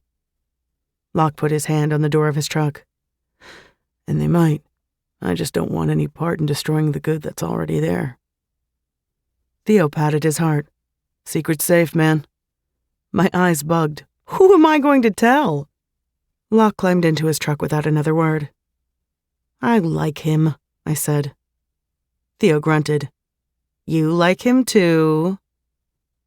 He could deny it, but Locke was quietly likable. He told us about his job, his major, the piece of shit house he lived in off campus, the small town he was from in northern Cali. He did this all in as few words as possible, which I appreciated. I also liked watching him eat. He packed away the food, tucking it in the small, soft gut he carried, which only made him more of a teddy bear, but he looked like he truly enjoyed everything he put in his mouth. I could have seen him starring on one of those Food Network shows where they went around to divey restaurants to taste test massive portions of local fare. His groans of pleasure would get all the housewives in a tizzy. So maybe I had a tiny crush on Locke. Not that kind of crush, but yeah, Locke was a whole thing. He's fine, but he was in my way. Now he's out of my way, I don't need to spend time talking about him. Theo took my hand and we walked across the parking lot to his car, which he pinned me against. My breath stuttered at the intense sweep of his gaze over me, and I forgot Locke ever existed. It was just me and Theo now. I tipped my head back, giving him the permission he was seeking. He wasted no time in taking my mouth, slipping his tongue between my lips to give me a deep, wet kiss. My fingers fisted his t-shirt. He took handfuls of my ass, flattening me against him. He kept kissing me, groaning into my mouth, and I kissed him back. He tasted like mint and icy water. I licked the inside of his mouth, taking his flavor with me, mewling for more. Theo could kiss. He kissed the heart out of me and found my soft. He lapped at it until I felt like I was going to fall apart and shatter into 1,000 pieces in his arms. It wasn't quite dark. We were in a public parking lot, but when his hand slid inside my shorts, I didn't stop him.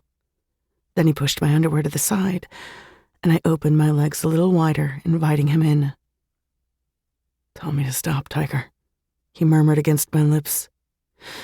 Tell me you don't want me touching you. I grabbed his arm and held it tight to my belly. If we get arrested, I expect you to bail me out. I felt his smile even as his fingers drew a line along my slit. No one's gonna see you. This is just for me, baby. My back was pressed against the car. His body shielded mine. I was clothed, so was he. And in that moment, I didn't care about any of it. I could have been naked and on fire so long as Theo continued what he was doing to my clit. My hips rolled with the movement of his hand, chasing his retreat until he came back to me again and again. Theo's breath was hot on my lips. His eyes were on mine. My palm skated down his back to the slope of his muscular ass. I dug my hands into his back pockets, holding him against me. My head fell back into the car, lips parting on a moan. Our gazes locked as he brought me over so quickly, I might have been embarrassed if I'd cared about anything but what we were doing. Because I was coming hard on the hand of a guy who drove me to see Shakespeare, had twinkly blue eyes, and kissed me like the sky was falling and I was his only shelter. Theo leaned deeper into me, panting on my lips, watchful eyes keeping me in place almost as much as his body. His dick prodded my hip, but he didn't thrust or rub it on me. It was just there, and it felt perfect. Gorgeous, he murmured, You're so incredibly hot, Tiger. You make me crazy. I hooked my arm around his neck, steadying myself on him. You just made me come in a parking lot, Theodore. I think I'm the one who's out of my mind. His forehead dropped to mine. Just made you come. Still have my fingers in your hot pussy. Think you can call me by my name for a minute? Yeah, I nodded. I can do that, Theo. Shit. He shifted his hips, but only slightly. I need to back up a couple steps, baby. Then I'm gonna need you to get in the car and give me a minute to get a handle on things. He didn't move, and I laughed, rubbing the side of his neck. Back up. We need to get on the road after you deal with your dick. I've got work tonight. That did it. He let me go, then walked around the hood of the car after he adjusted himself. I slipped inside, drawing in wobbly breaths. That wasn't how I had expected the day to go, but I couldn't say I was mad about it. I shifted in my seat to watch Theo circle the car, the ache between my thighs pulsing with aftershocks. No, I wasn't mad about it at all. Theo finally climbed in, and when he did, he leaned over the console, gripped my chin, and laid a long, hard kiss on my lips. Then he left me with a softer one. Did you get a handle on it? I asked. Yeah. He shoved a hand through his hair. That was not expected. I know. That's why it's okay it happened. His gaze narrowed as he inspected me. You sure? Mm-hmm. I think you know me well enough to know I'd tell you if I was displeased. That brought out a sardonic grin. I do know that. He put the car in reverse, backing out of the parking spot, and pulled onto the road. What time do you have to be at work? 9. We have time. 2 hours. It would be close, but he could drop me at the dorm, I'd grab my skank clothes, change fast, and take the bus to the club. Almost not enough time, but I'd make it. That's late, so I'm thinking you must work in a club. I tucked my foot under my leg so I could turn to him. Why is that your guess? I could be a cleaner or a factory worker. Lots of night shift jobs. He tapped the steering wheel. Because you're smart and know you're beautiful. If I was an old married guy and you served me a drink, I'd give you a massive tip for existing and allowing me to breathe the same air. Sweet. I ran my fingers along his arm. You're saying you, Theodosius Longbottom Whitlock, wouldn't give me a massive tip for existing? He sputtered. Theodosius now? Honestly, baby, I think you should be giving me a tip for not complaining about you calling me by the wrong name. You didn't answer the question. His mouth tipped at the corners. If you came at me, I didn't know you at all, pouting those red lips, undoubtedly wearing something sexy as fuck, I would get your attention any way I could, paying you for it. Nah, baby, I want your attention because you're interested in what we can have with each other. His profile was a study in proportion. Strong jaw jutting to just the right degree. Lips full but still masculine. Straight, distinguished nose with the smallest bump that made it interesting. Even from the side, his eyes twinkled. Theo was so ridiculously beautiful, it was hard to comprehend. You have my attention, Theo. His head fell back on his seat while his eyes remained on the road in front of him. Thank Christ for that. Laughing, I propped my feet up on the dashboard and turned on the radio. Now that we'd established we were into each other, it was music time. We hit traffic and I was pissed. Not at Theo, although he was feeling it. No, I was pissed at myself for basking in the day like I'd had any room to bask. That wasn't my life. I needed to be on time for my job so I could make enough money to support my sister and pay back the loan my mother owed a violent criminal so he didn't murder my family. A year of working for Mads had made me soft. Before Madeline McGarvey came into my life, I never once would have allowed myself to be in a situation that would have threatened what little I had. She'd given me room to breathe, and I'd let myself get used to what it felt like not being squeezed all the time. She was gone, and so was my breathing room. Now, when life squeezed me hard, I cracked. Shit. My fingers dug into my legs. I never should have agreed to dinner. It's okay, Helen. We'll get there. If you're a couple minutes late, I'll be fired, Theo. I know in your world getting fired is no big deal, but I don't live in that world. This job means a roof over my sister's head. I don't think Zadie and Elena would appreciate me bringing Luciana to live with me in our dorm. Okay. He took my hand in his, threading our fingers tight. I'm going to get you there. As soon as we passed the accident that had been slowing us down, Theo drove like a bat out of hell. The damage had already been done to our timeline, though. I had no time to go back to the dorm first or ride the bus after. I need you to take me directly to work. I have clothes there I can change into. And makeup in my purse I could apply while Theo drove. Anything. Give me the address. I spouted off the address to Savage Beauties while digging in my purse for mascara and my lipstick. Fortunately, the lights were low in the club, so I could get away with car makeup. Theo kept glancing at me from the corner of his eye, silent, though his questions were screaming. He could keep screaming. I wasn't up for giving out answers, not when I was hanging on by the skin of my teeth. We're making it. I'll get you there. His low, lovely voice was like an hour of meditation. If I was capable of being calmed at this point, that would have done it. At least my simmering anger fell away. It wasn't Theo's fault there was traffic, and I'd been all for having dinner with Locke. This was just bad luck and, yeah, maybe poor planning. Theo skidded into the lot of Savage Beauties with 10 minutes to spare. He didn't say a word about where we were, but he didn't have to. His body language said everything. The tightness of his shoulders told me he was judging me. The frown pulling at his mouth broadcasted his disappointment. His white knuckles around the steering wheel said he was pissed. I scrambled out of the car and Theo followed, snagging my waist before I could make a dash across the parking lot. Thank you for getting me here. I need to run in and change at the speed of light. I pressed on his chest. You can't come in, Theodore. Why not? I swiped at my lashes, performing nonchalance. I won't be able to get my job done if you're glaring at all my customers. He stared me down, nostrils flaring. I'm not driving away and leaving you here. You don't have a choice. My pulse quickened in my throat. I need to go. How are you getting home? Bus. He practically shook. Savage Beauties wasn't in the best neighborhood, but the bus stop was only a block away, and if I needed, one of the bouncers would wait with me. It wasn't a huge deal. What time do you get off? 2, but I'll be fine.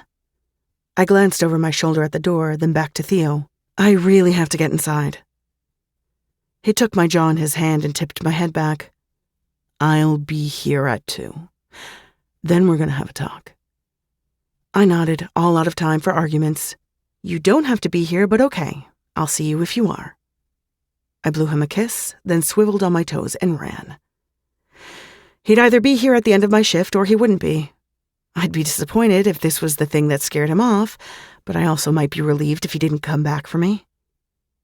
I didn't have time to think about what my contradicting feelings meant. I shut my brain off, pushed my tits up, and plastered a smile on my face. It was time to get the job done. Chapter 11. Theo. Helen exited the building in a baggy hoodie and fishnets.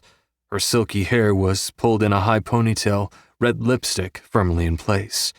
Her head swiveled side to side before she locked on my car. Hitching her bag on her shoulder, she took her time making her way across the parking lot. I was holding open the passenger door by the time she got to me. She slipped into my car without a word. I pulled out of the lot and drove toward campus. Helen tucked herself by the door, turned away from me. You strip, Tiger? She dragged a finger down the glass. I'm a waitress. I serve drinks in a skanky outfit to horny dudes. The exhale that shot from my lungs was filled with relief. I didn't know what I would have done if her answer had been yes, but I'd have been more than disappointed. She was too fucking good to give that part of herself up for a few bucks. Way too good. I couldn't stop myself from pressing it. Do they touch you? In my periphery, she shrugged. It's not a big deal, dude. Can you just drive me home? I'm really tired and not in the mood for a play-by-play. I'll drive you home. Thanks, she mumbled, her head knocking into the glass. My grip on the steering wheel tightened.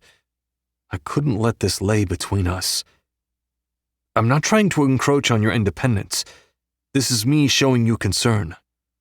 She knocked her head twice more. "It feels like judgment. I promise you it's not. I saw your and Luciana's situation. This is what you feel you need to do and—" She twisted in her seat. "Theo, I make bank working there. Triple what I made at Wheels. I keep my sister in nice clothes and food that's not made entirely of chemicals. One day, this place will be in my rear view. But today isn't that day. It's a necessity." "I get it, baby." Reaching across the console, I grasped her leg, squeezing to reassure me as much as her. She covered my hand with hers in an attempt to push me off, but I stayed, and she relented with a heavy sigh. "What happened to the job you had last year? You said you worked somewhere else." "Can we listen to music? I don't really want to talk right now." Helen was quiet and still the rest of the drive. I almost thought she'd fallen asleep, except as soon as her dorm came into view, she grabbed her things, ready to bolt. I parked. She hopped out and I followed. At the door to her building, she turned to me. "I'm good.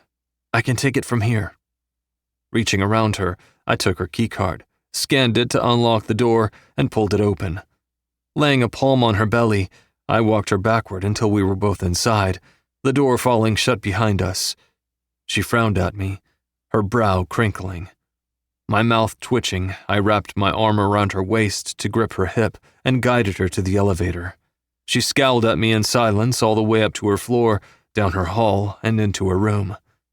There, I kissed the fucking frown right off her face, pressing my tongue inside to restake the ground I'd claimed that she was trying to take back. Helen shoved at my chest, not hard, but enough for me to pull back. "I'm tired, Theodore. Go home." "No, I'm not leaving. We had a spectacular day. I'm not letting you take tonight to build up your walls because you showed me something you didn't mean to."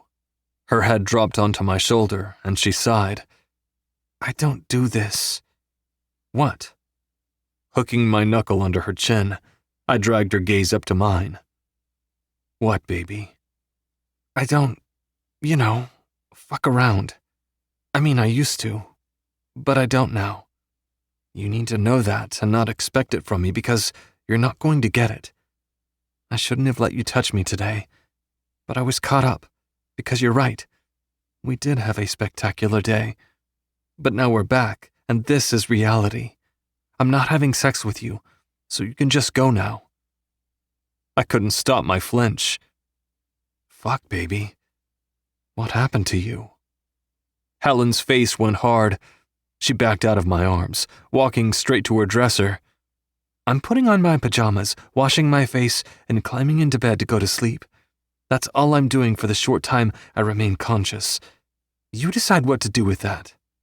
She disappeared into her ensuite bathroom, pajamas in her arms. I did the only thing I could do. Shirt and shoes off, I shoved a pillow against the headboard of Helen's bed and reclined against it while I waited for her to come out.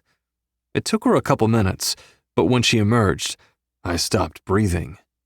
"Your mouth." She blinked. "You're still here, in my bed. Why are you in my bed, Theodore?" "Your mouth, Helen." Her hand shot to cover her mouth. "What? Why are you looking at me like that?" I patted the bed beside me. "Come here." She shook her head slowly. "No." Jackknifing upright, I hit the bed with more force. "Get over here." Helen wasn't happy with me, but she came, one knee on the bed. "I'm here." "No." I wrapped my arms around the backs of her legs, sweeping her off balance. She fell forward, landing on my chest. "Now, you're here." She jerked her head back, and my thumb swiped across her bottom lip. No lipstick. All Helen. "Your mouth." "Yeah, I don't wear lipstick to bed," she stated flatly. "Can you let me go now?" Back and forth I rubbed her lips, bottom, then top. "Love the red. But this?" "It's just my lips," she whispered. "I'm seeing something you don't show anyone." She stayed perfectly still, eyes on me, while I touched her. "Except I wasn't trying to show you. I thought you'd listen and leave." I shook my head. "Nope. You knew I'd still be here." Slowly, her gaze on mine, she lowered her head until her lips touched mine. "I kind of hoped, but I didn't know." Something squeezed deep inside my chest, knowing what that had to cost her to admit. Moving fast, I wrapped my arms around her and rolled her to her back, hovering over her. Her hands came up to my neck, cupping the sides.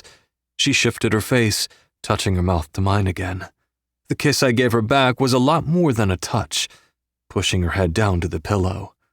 Her lips were smooth and warm under mine, her movement languid.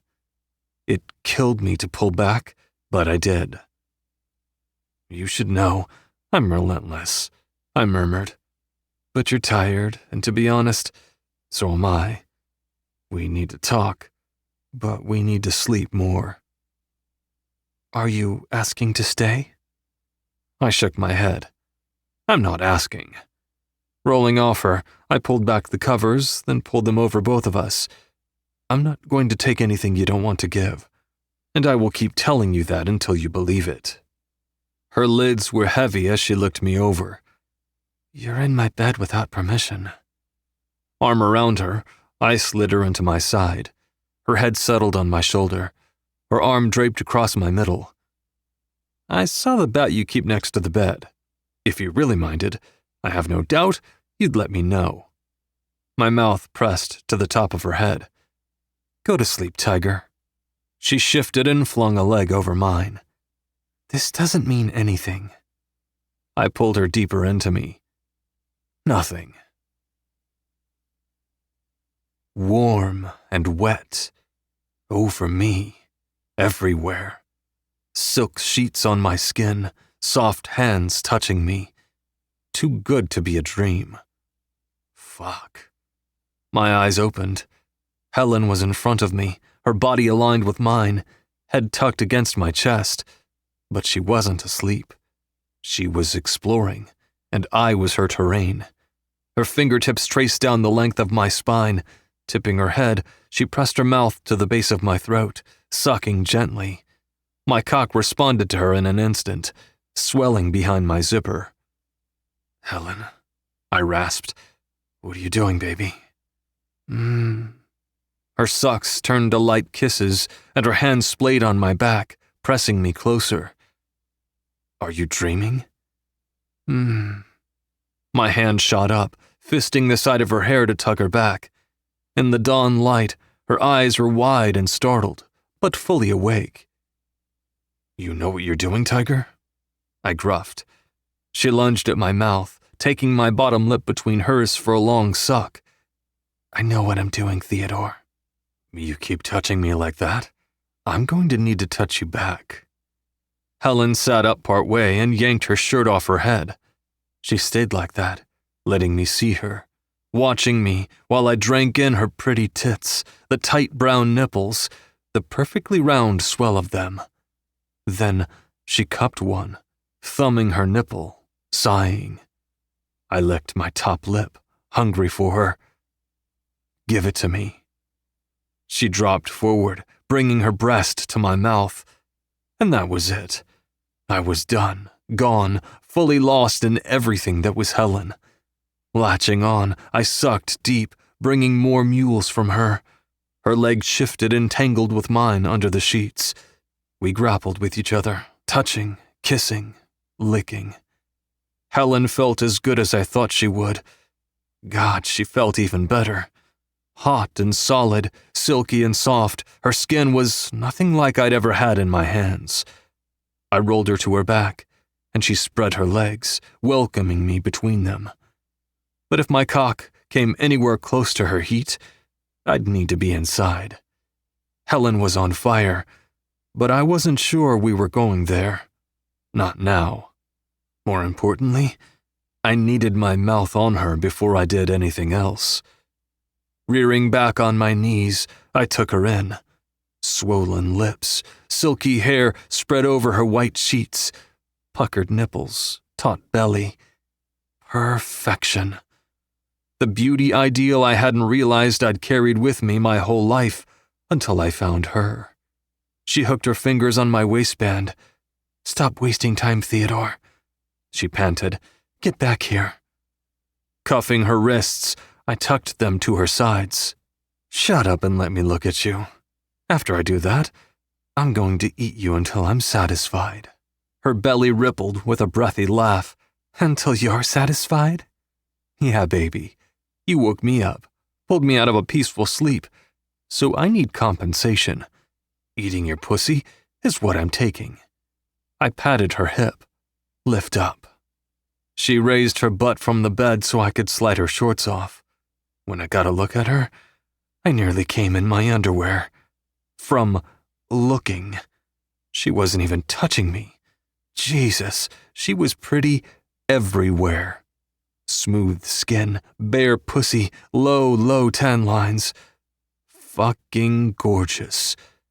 I traced the line where her skin went from tan to pale, only inches from her slit. "I need to see the bikini that gave you these tan lines. Then I need to burn it so no one else ever sees it." Her hips rolled. "Stop talking."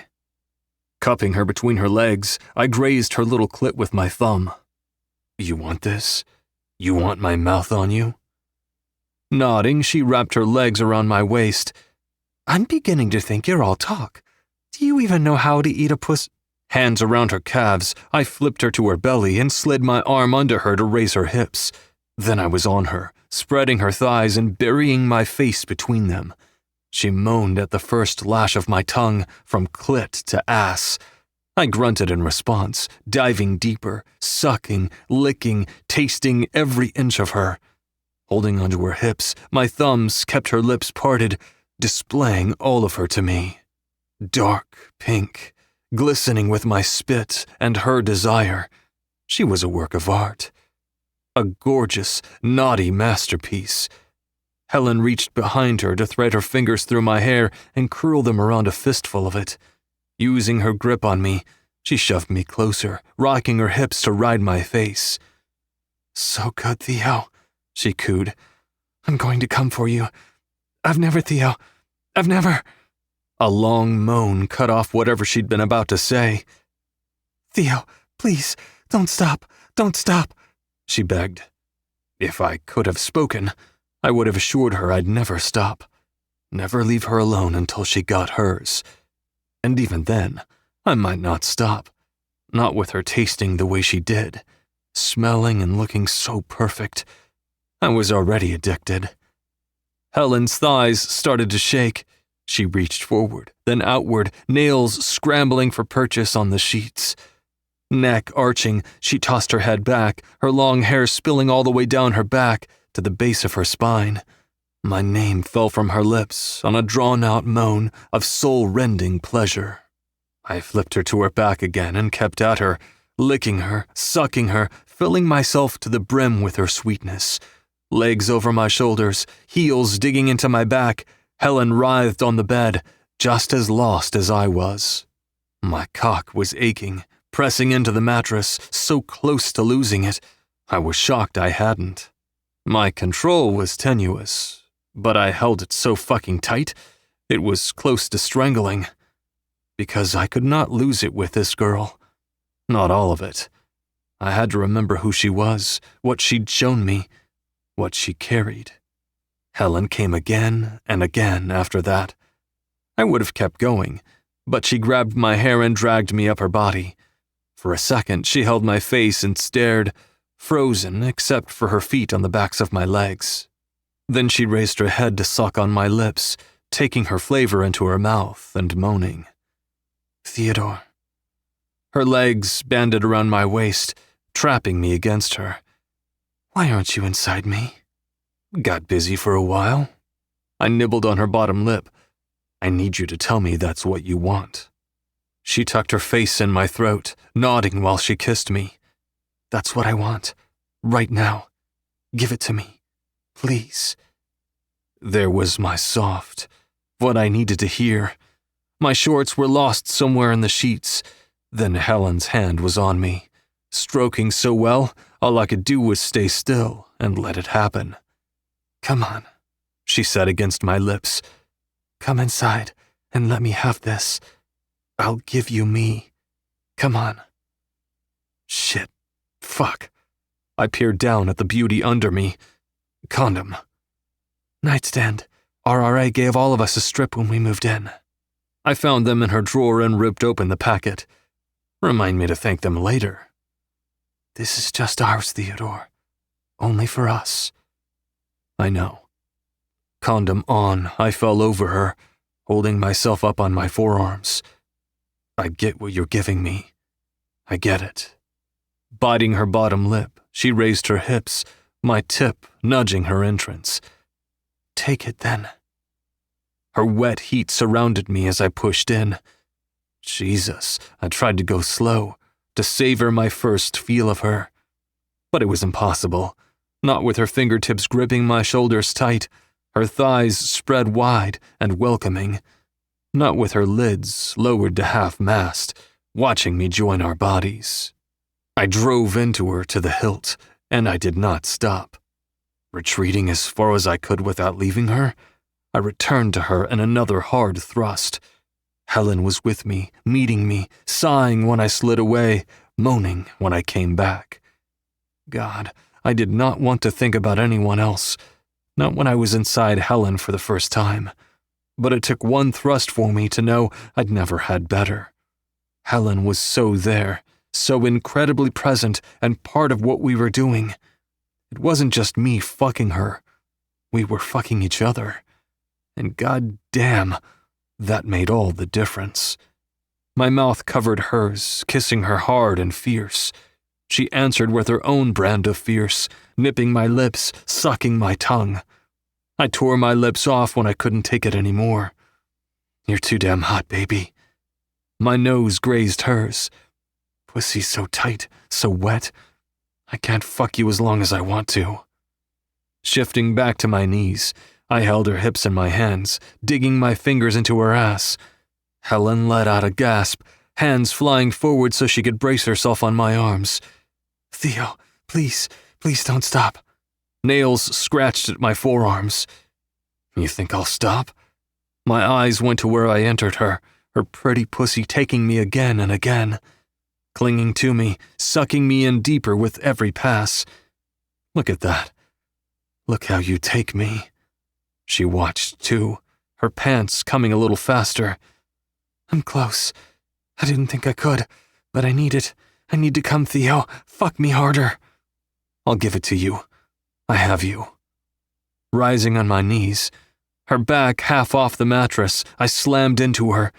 Long, deep strokes, slapping her pelvis with mine, making her moan and claw at my arms. I thought she was gorgeous before, but nothing compared to Helen writhing on the sheets, wholly giving herself over to me. It took everything out of me not to follow her over when she came apart on my cock, her swollen lips parted, breathing her pleasure into the air. It was a show in itself, and I wouldn't allow myself to miss any of it. "Theo," she sighed, sweet and soft. Shifting again, I fell over her, hiking her knees back so I could drive into her. My breath came in stuttering pants each time I seated myself. I took her tit in my hand, the other cupped her jaw, and I fucked her until there was no more holding back. It was savage and rough, but I wouldn't have gone there with her if she hadn't been right there with me.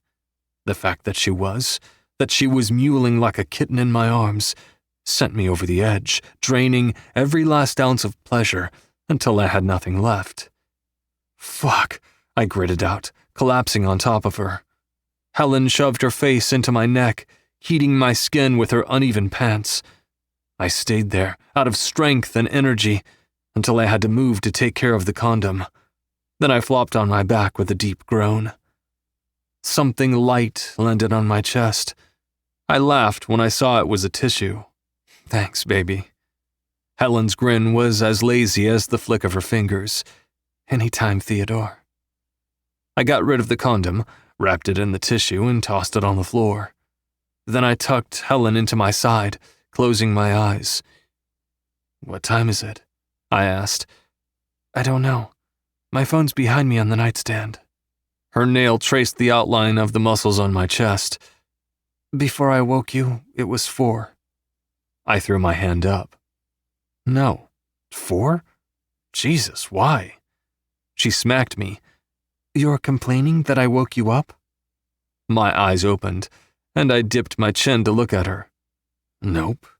I'd give up sleep forever for another shot at sinking inside you. Best I ever had. She smacked me again. Don't play me. Was that not the best sex you ever had? Instead of answering, she rolled away from me onto her other side. I followed, bringing her back to my chest. She squirmed, but she didn't put up much of a fight. Brushing her hair from her face, I kissed her ear.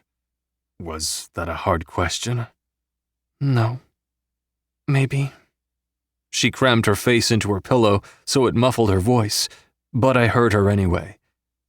That was the first time I've had sex sober. I stilled. First time ever? She nodded, still buried in the pillow. I have to say, I'm honored. I don't know what I did to deserve being woken up by your mouth, but I want to know so I can keep doing it. She waved me off, keeping her face hidden. I thought sleepy sex might be like drunk or high sex. It wasn't. I touched my lips to her shoulder. You were wide awake. She nodded. Yeah, now I'm tripping. No need to trip. That was incredibly hot. I want a repeat as soon as possible, but we're not getting married. Let's just ride this, okay? When I'd picked Helen up to take her to see Shakespeare, I hadn't envisioned us ending up here. I liked her. I was attracted to her, but I really wasn't in a place to pursue anything serious. Not that I wouldn't treat Helen right now that we were here. I didn't have it in me to mistreat this girl who'd been mistreated all her life. She blindly swatted at me. Go back to sleep. You too. I settled behind her. After a minute or two, she relaxed against me, so I kissed her shoulder. Cute little spoon. The giggle she let out hit me square in the chest. Shut up, Theo. I grinned against the back of her neck and pulled her tighter to me. Night, Helen.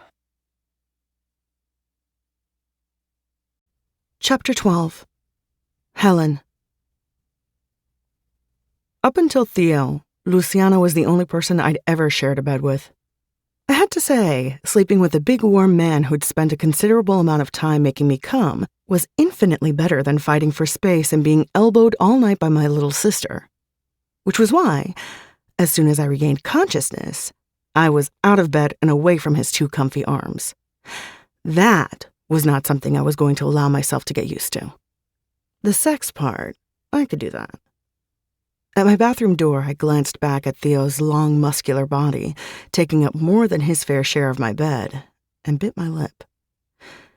Yeah, I could definitely deal with a little more of that.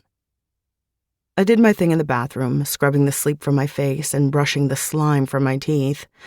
Not awake enough to shower, I slapped on some deodorant, wove my hair into a loose braid, and I was done.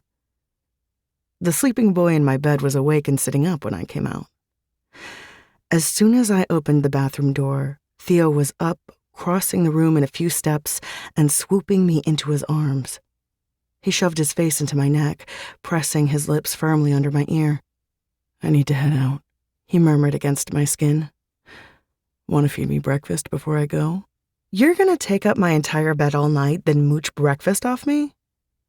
He brought his head up, blue eyes already twinkling at full force. Yeah, I am. I tilted my head, sweeping a look all over his Theo hotness. That's fair. I smacked his butt, which I happened to know was deliciously round and rock hard because I'd spent a good amount of time with my legs wrapped around it. Come on, Theodore. It's time for a gourmet dining hall meal. He kissed my forehead. Give me a couple minutes, then it's on. He disappeared into the bathroom. I threw a hoodie on over my pajamas, slipped my feet into a pair of rainbow-checkered Vans, then I went into the living room to wait. Elena lounged on the couch reading a newspaper. Yeah, she did that. Apparently it was her Sunday ritual. Is Zadie still sleeping? I asked. She slowly lowered the paper. I haven't seen her this morning. Cool. I just wanted to see if she'd like to get breakfast with me. Brow arched, lips pursed, bitch face activated. With you and the random ass you brought back to your room in the middle of the night? Wow, you're really interested in my life. Are you miffed I didn't invite you to breakfast? Her eyes rolled. I've been up since 7, Helen. Actually, that was the second time I woke up. The first time was to the sounds of what I assumed was either you being murdered or taken to Pound Town. I see it was the latter. My eyes boggled in my head. You thought I was being murdered and you didn't check on me? Her nose scrunched. Clearly, you weren't being murdered because there you stand, but honestly, I didn't want to chance it. If I'd seen that horror show, I'd need to bleach both my brain and my eyeballs, and I just don't have time for that. I had nothing to say to that. Except if Theo came calling again, I'd be sure to throw a pillow over my face. The idea of Elena hearing what went down between us gave me the heebie-jeebies. Hey. Theo came up behind me and slid his arm around my middle. His hand splayed on my stomach like he owned me, and I liked it. It wasn't real, but I liked it. Ready? I twisted my head to peer up at him. Yes, let's go. The rustle of the newspaper attracted both our attention. I know you, Elena drawled. Theo, right? You're Abby's. Theo stiffened behind me and pulled me even tighter against him. Right and wrong. I am Theo, but I'm not Abby's. Elena's wicked mouth curled into a smirk, and she waved the facts Theo gave her away like a pesky fly. Oh, I guess my info's outdated. This meeting would be crazy awkward if you were still with Abby, especially since I know what it sounds like when you're coming. I had to laugh because what the fuck? You did not just say that. Theo's chuckle vibrated my back. She did. Jesus, am I that loud? Elena nodded with wide eyes. Honestly, it was like you were in competition with each other. I had to hold my teddy bear, I was so frightened. I snorted again. This girl was out of her mind. Okay, now I'm totally weirded out. Holy fuck, Theo mumbled against my hair. With that, I grabbed his hand and tugged him out of the room. He laughed the entire way to the dining hall, repeating the line about Elena's teddy bear and cracking himself up again. Thankfully, he'd settled by the time we were seated with plates of pancakes and bacon. Theo had unapologetically mooched off my dining plan, but it was cool. I wasn't rich, but my dining plan was rolling in it. I tipped my chin to Theo's rapidly emptying plate. There's more where that came from. Oh yeah? He grinned. You're saying you want to buy me dinner sometime? If that dinner happens in this swanky-as-hell dining hall, then yep. My dining plan is the deluxe, baby. He waggled his brows at me. You're gonna be my sugar mama? I'll buy you mozzarella sticks for services rendered. Theo's grin slowly faded, but he didn't take his eyes off me. Then he reached for my hand, taking it in his. This is good, right? I want to keep doing this, but I can't make any kind of promises. I swallowed, fighting the urge to take my hand back. Which part is good? The free breakfast or the fucking? He didn't even flinch. Both, Tiger. I can pay for breakfast, but I like sharing it with you because you make me laugh and you're incredibly gorgeous to look at. The fucking, if you want that to happen again, I'm all in. Told you this morning it was the best I've ever had. Sliding my hand away from his, I propped my chin on it. So, you want to fuck me, share a couple meals with me, but not be responsible for my feelings? Or is that not it? You could tell me what you don't want with me. That might make it easier. Sighing, he swiped his hand over his mouth. I don't want to be a jackass to you. Got it. That's an admirable goal. Helen, I like you, but I was just with a girl for 2 years and I haven't been with anyone else since. I'm not looking for something serious. That's not where my head is right now. He steepled his hands under his chin, pausing like he was waiting for me to speak. I wasn't letting him off that easy, not until he told me what I'd asked. I guess, yeah, I don't want to be responsible for your feelings, even though I will always go out of my way to make sure I don't screw you over. I don't want complicated. The other thing I'm dealing with beyond Abby and all that shit is my father and his severe disappointment in me for quitting wrestling and losing Abby. The thought of introducing him to someone new and all that comes with it. He shook his head hard. No, I'm not there right now. If you need me to say what I don't want, it's this. A relationship with a future. Expectations to take certain steps. Promises. His words hit me harder than I thought they would, and that was no good. I wasn't having feelings for this rich boy with twinkly eyes, no matter how hard he made me come or how sweet he had been to my sister. He didn't get to draw a line between us because I'd drawn it before I'd ever met him, and no man, no matter how lovely his voice was, got beyond it.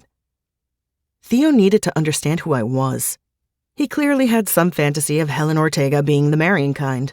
Nope, not gonna happen. I've never had a boyfriend, Theo. I've never wanted one, and I'm not looking for one. The sex was good, great even, but I don't want to meet your dad. I don't want to love you or for you to fall in love with me. My future involves me and Luciana getting out of this town.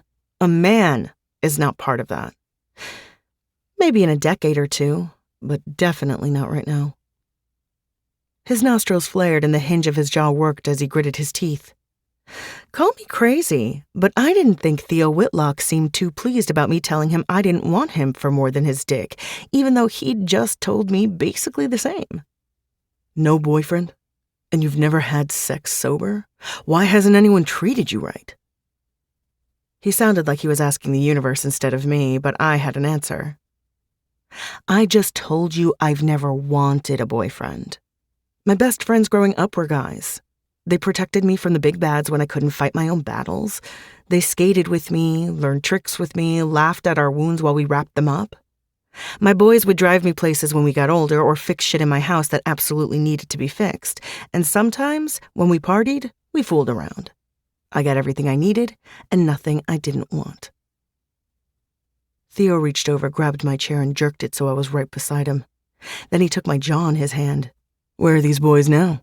Because I seem to be the only fucking one taking care of you, baby. If I needed them, I'd call and they'd come. I pushed his hand from my face. He cupped the side of my neck instead. My two closest guy friends are away at school, with their girlfriends, so the sex part of our relationship is finished. And honestly, it was a small part anyway, but they're still my boys, ride or die. They always treated me right. Gabe and Sebastian did, at least. Other boys, periphery friends, hadn't been as good to me. They were history now. I'm glad you have that. Theo tugged me close, his forehead resting on mine. I feel like I'm messing this up with you, Helen. You're cool, you've always been cool. I'm the one being stupid. You are being stupid. We had sex one time and you think I want to meet your dad. Get a grip, dude. I did not want to meet Theo's dad. Ever. But I also really hated everything about this conversation. Theo exhaled heavily against my lips. I've had one girlfriend. I don't know how to do anything but be a boyfriend.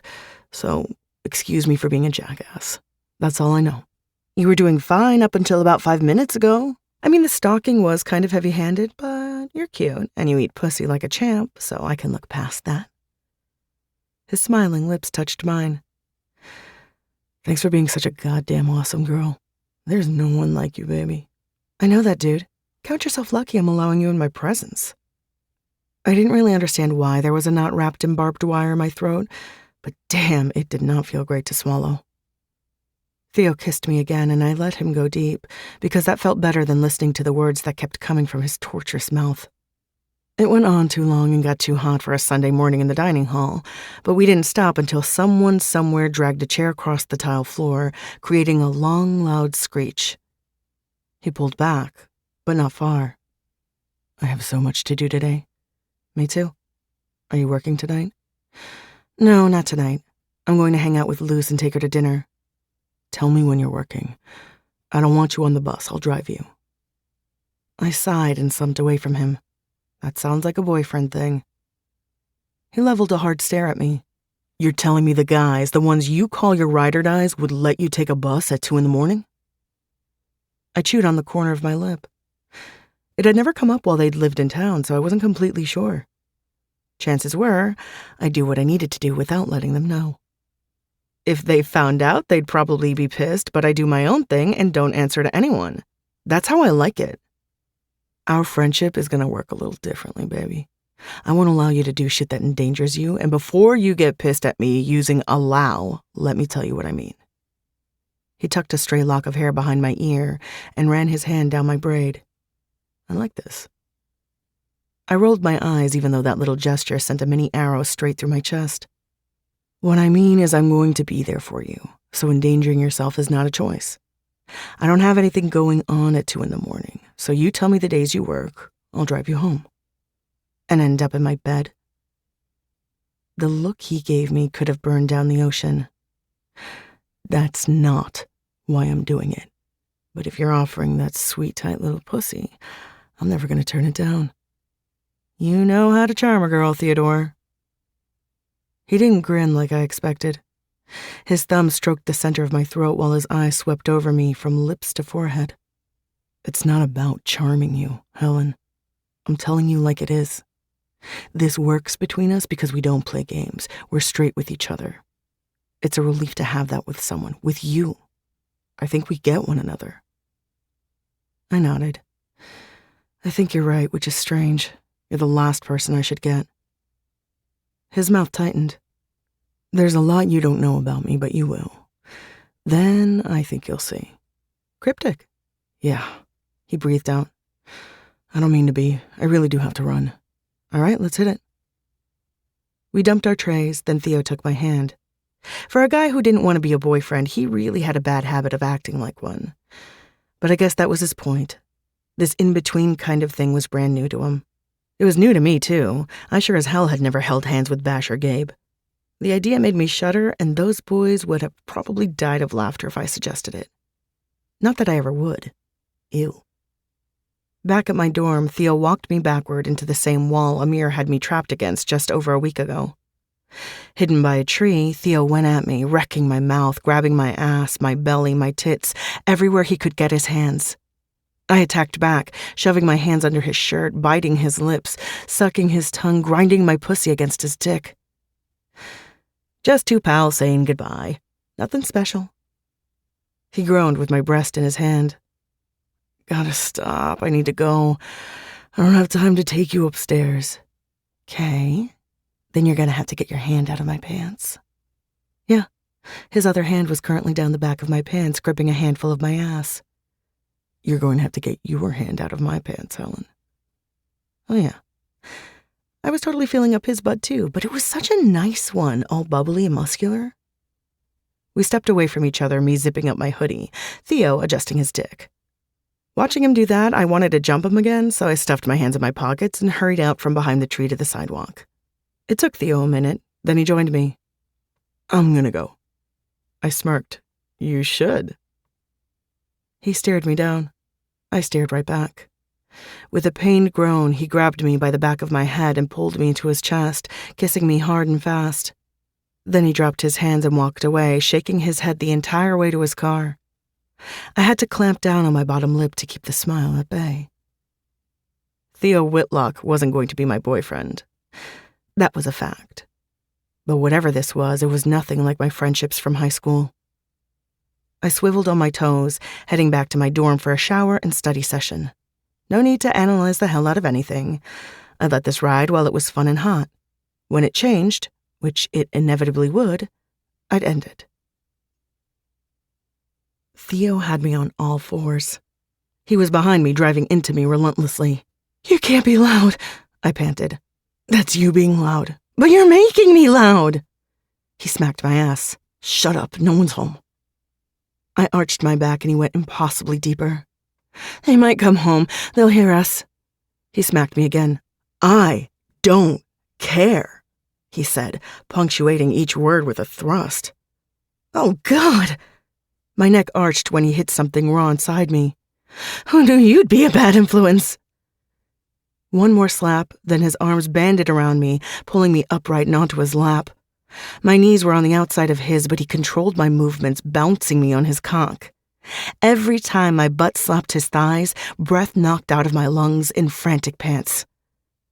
No more talking unless you're telling me what you need, baby. My head fell back on his shoulder. I turned to lick a line along his throat. Need you to make me come.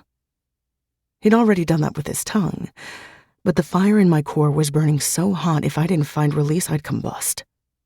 He dipped down to cover my mouth at the same time he started working my clit with his fingers.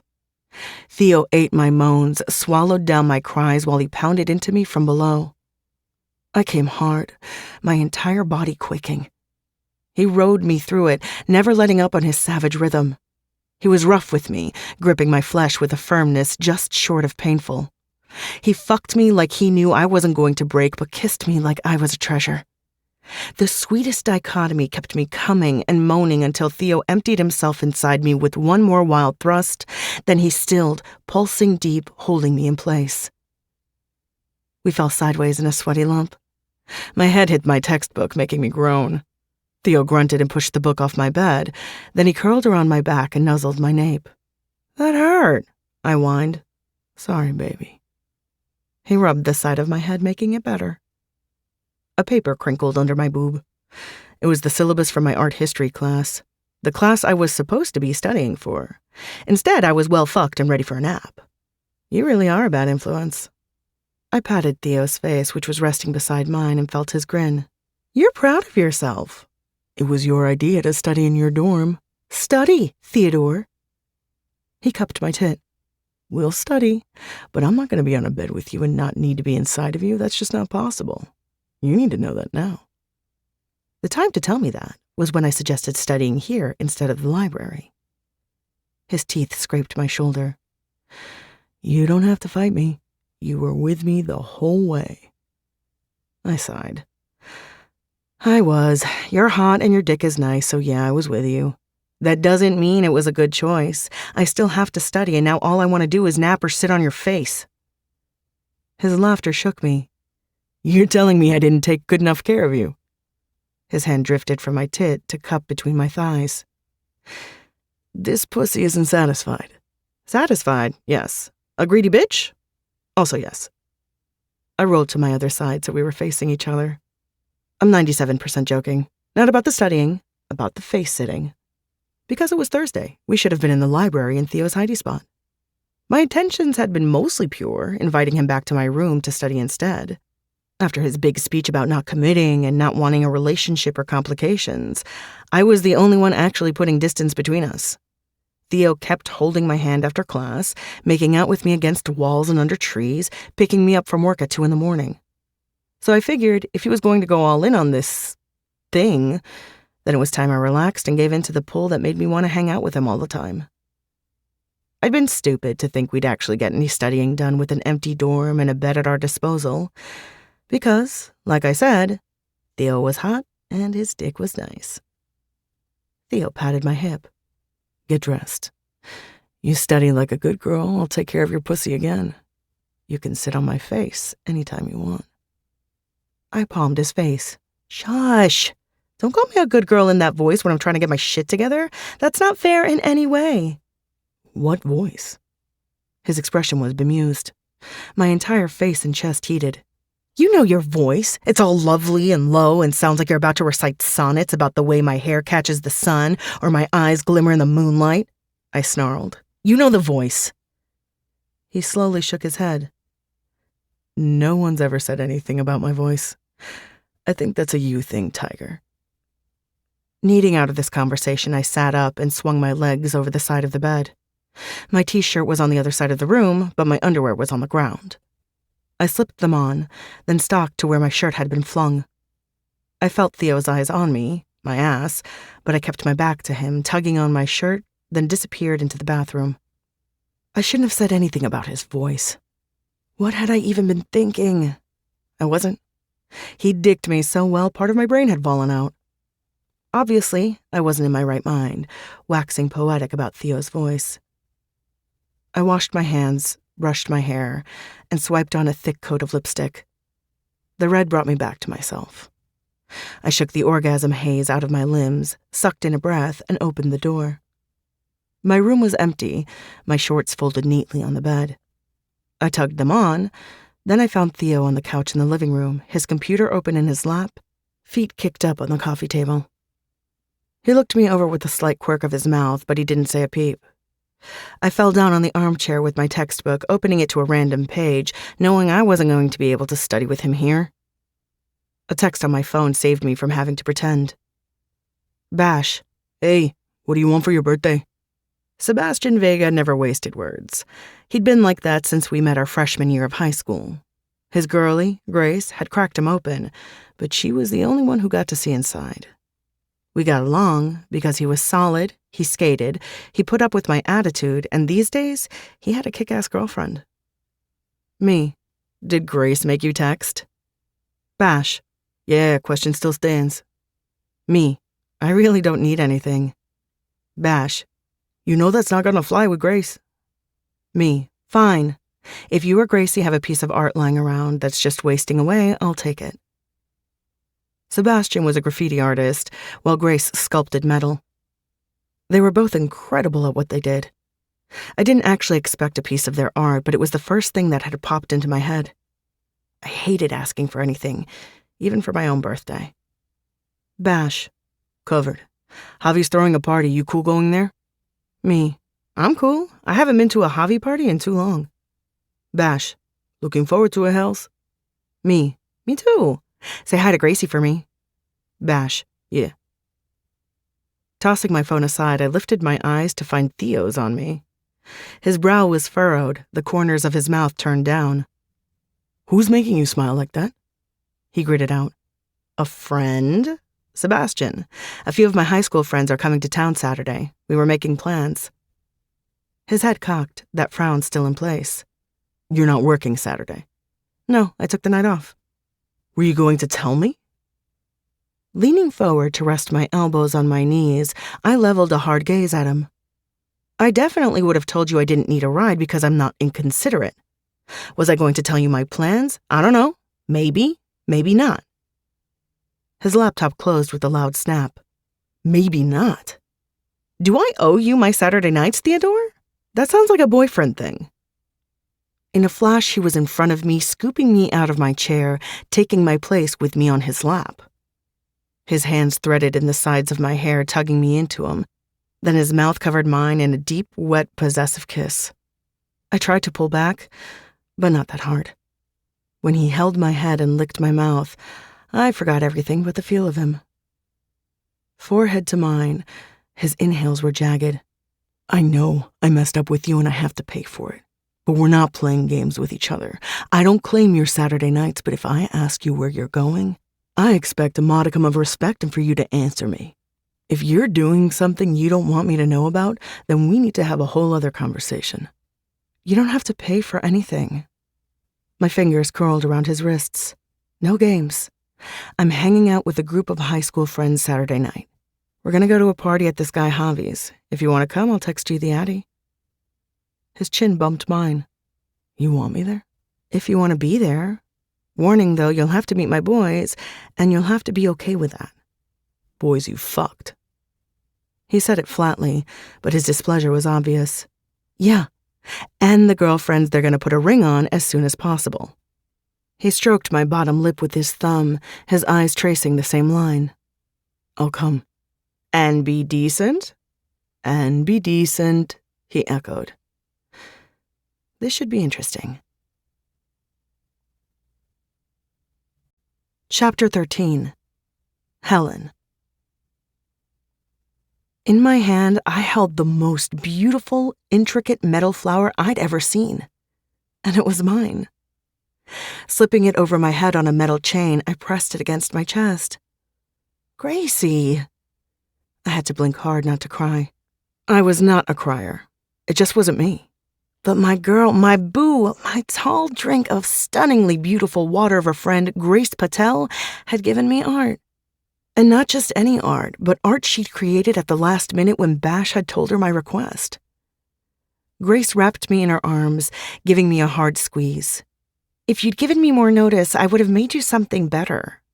No, girlie, I can't even. There's nothing better. She pulled back and gave me a hard kiss on my cheek. Happy birthday, Hell's Bells. Sebastian took hold of his girl, nuzzling the side of her head. Happy birthday, Hells. I touched my necklace with the tip of my finger, swallowing a big ball of emotion. You're the realist, you two. I liked Zadie. Locke was cool. And Theo, yeah, he was a little more than all right. But there was nothing like being surrounded by my people, the ones I grew up with and who shared my history.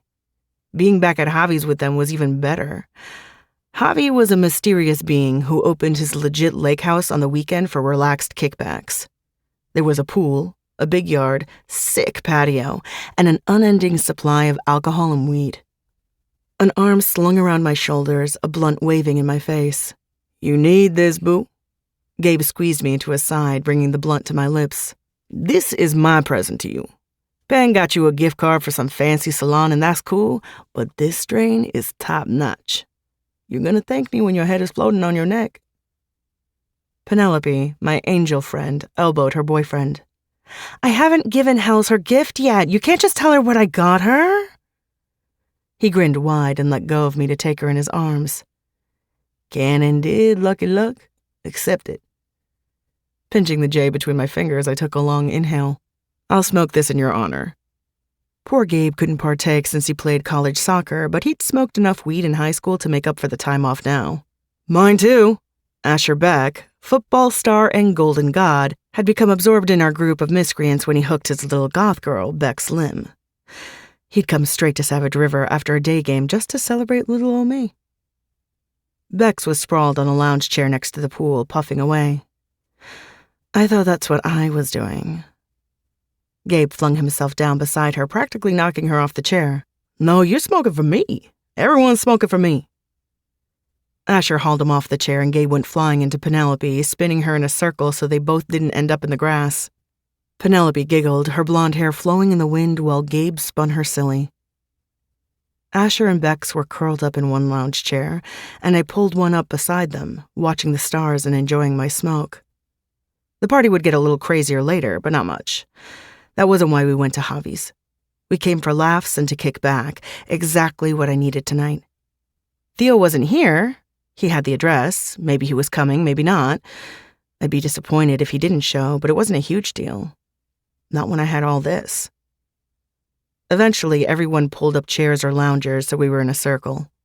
The athletes had drinks, the rest of us had drinks and smokes. Grace kicked my chair. How's tricks? Good, good, I nodded. My head was definitely starting to float.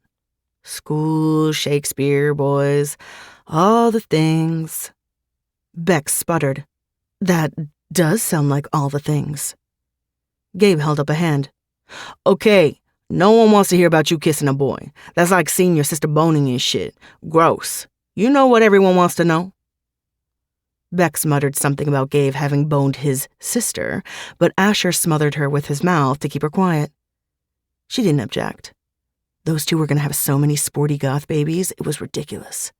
What does everyone want to know? I asked. Grace kicked my seat again. Elena! I groaned. The only reason I haven't punched her is because she has Penn's face. Chick is a terror. I looked at Penelope Shade, tall, ultra-curvy, and deliciously plump, blonde and angelic Penn, and puffed a breath. How do you share a gene pool with that hellbeast? Penn's full mouth spread wide. She has all good things to say about you. I heard about your near-death experience last weekend. Her brows popped. I had no idea what she was talking about. Then again, I was high as fuck, so life was good, and Elena was a distant memory. Grace gasped. What happened? You didn't tell me. Penn snorted and shook her head. Not my place to tell. I just think our hells had a really good time. That's all I'm saying. Gabe put his face in hers.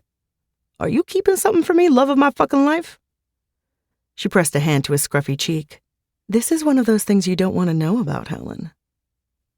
I finally caught on to what Penn was talking about. Oh my God, no one is talking about my sex life, and Elena needs to mind her damn business. Bash grunted. Change of subject. I tipped my solo cup in his direction. Yes, smart man. I'm the least interesting person here. I want to know what all my people are doing. They talked. I toked and drank, happy as a little clam. Bex and Asher were hitting the books hard. He was killing it on the field, and she'd just had her second art show of her college career, where 2 of her photographs had sold for a chunk of change. They were so cute and golden, and you wouldn't think they'd fit, but they were so gone for each other. Bash and Grace were living together in psycho-obsessive bliss. His, but a little bit hers too. He'd been in community college, but the demand for his graffiti murals had grown so much, he'd dropped his classes to do that full-time, and my friend was making bank. Gracie was happy in college, working on her art on the side, supporting her man. They were so cute I could gag, but I didn't because I loved them. Gabe and Penn were my constants. I was equally close to both of them, and we were always texting and calling, so I knew what they were up to. Gabe was a soccer star. Penn was a science nerd. They were a power couple, set to dominate the world. All up to date, I went for a walk to the kitchen in search of something else to drink. My solo cup was woefully empty. A few people were hanging there, but the area in front of the rows of alcohol was empty. I picked up a bottle, then another, contemplating which combination would keep me in this floaty, happy state. I was not thinking about Theo's absence, or that he hadn't responded to my text telling him the address. That wouldn't keep me floaty, and definitely not happy. It was no big deal if he didn't show. 6 people had traveled to town just for me. They dropped their responsibilities to celebrate my birthday. I had that, so I didn't need a single other thing or person. Our group migrated to the den where Bex and Ash were playing pool. I squeezed between Bash and Grace and Gabe and Penn on a big couch, my boys at my sides. Gabe procured another blunt for me because he was the absolute shit. I laid my head on his shoulder while I smoked and reached across his legs to hold Penelope's hand. My sweet angel girl letting me borrow her boyfriend's shoulder and holding my hand. Never been a realer one than Penelope Shade. Helen? From nowhere, Theo appeared in front of me. He didn't look happy, with slanted brows, his mouth in a tight line. I waved. Dude, you're here. I'm here. His head cocked as he scanned the scene. Me between 2 hot boys, one with his arm around me, my head on the other's shoulder. I was pretty certain he was missing the girls on their other sides, the ones they were devoted to down to their bones, the ones I was devoted to in the same way. Who's that? Gabe barked. That's Theo, I answered. Gabe shot off the couch, making me tumble into Penelope's side. She caught me with a giggle, pushing me back toward Bash, who was rising slower, but with purpose. Gabe stuck out his hand. Gabe Fuller, who are you? Theo shook his hand, an even deeper frown marring his face. Helen told you. I'm Theo Whitlock. Sounds fancy as shit. Gabe twisted around to look at me. You hook up with that fancy boy. Shut up. Yeah, it was dawning on me that inviting Theo here had been a very bad idea. I'd obviously been dick drunk when I'd issued the invitation. You're here for Helen? Bash asked lowly. Theo didn't flinch. Yeah, I'm here for Helen. With a chin jerk, Bash shook his hand. Don't be an asshole to her. She's had enough of that in her life, doesn't need more of it. Asher and Bex had come over too. Ash had his arms crossed over his wide football player chest. I knew him, and I found him intimidating. This is dumb. I hopped up as fast as I could with a floaty head and got in front of Theo. Stop being dumb. This is Theo. He's my friend. He's not going to hurt me because there's nothing to hurt. I'm safe. I don't need 3 daddies chasing him away with a shotgun. Theo clamped a hand on my hip and pulled my back to his chest. Gabe zeroed in on where I was being held. Asher shrugged. Bash's nostrils flared. You're our girl, Gabe pouted. It's our job to look out for you. Nothing you can say will convince me. Time will tell. Bash glowered at Theo. Then again, Bash glowered at almost everyone. It's not like that, I insisted. Theo lowered his mouth to my ear. It is? Dude, I hissed. It so wasn't like that. Otherwise, I'd be pissed he hadn't texted me for hours and showed up late to the party. Since we were just friends with Benny's, it was cool. All was cool. No big deal. I wasn't mad, and I definitely hadn't been disappointed before he got here. Cool. Grace and Penelope, who were much nicer than their boyfriends, introduced themselves to Theo. Bex did too, though she was kind of snarly about it, which I appreciated, since I shared the same trait. I twisted in Theo's hold. You need a drink, or a smoke. Do you smoke? He stared at me, sweeping me with his gaze, then nodded once. Show me where the drinks are? Yeah. Theo wove his fingers with mine, but I led the way back to the kitchen. I showed him the rows of liquor, but he ignored them and backed me into the counter, bracketing my hips with his hands on either side of me. Helen, he growled. I raised my chin. Theodore, you're high. A little. Is that a problem?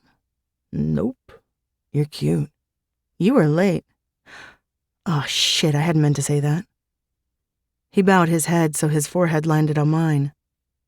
Your text didn't come through until about 45 minutes ago. I was getting pissed, thinking you had changed your mind, and then it was there. You said you were getting here at 9 in the text, and it was already 11. I immediately felt like shit for being pissed and hauled ass to get here. I swallowed. That explains it.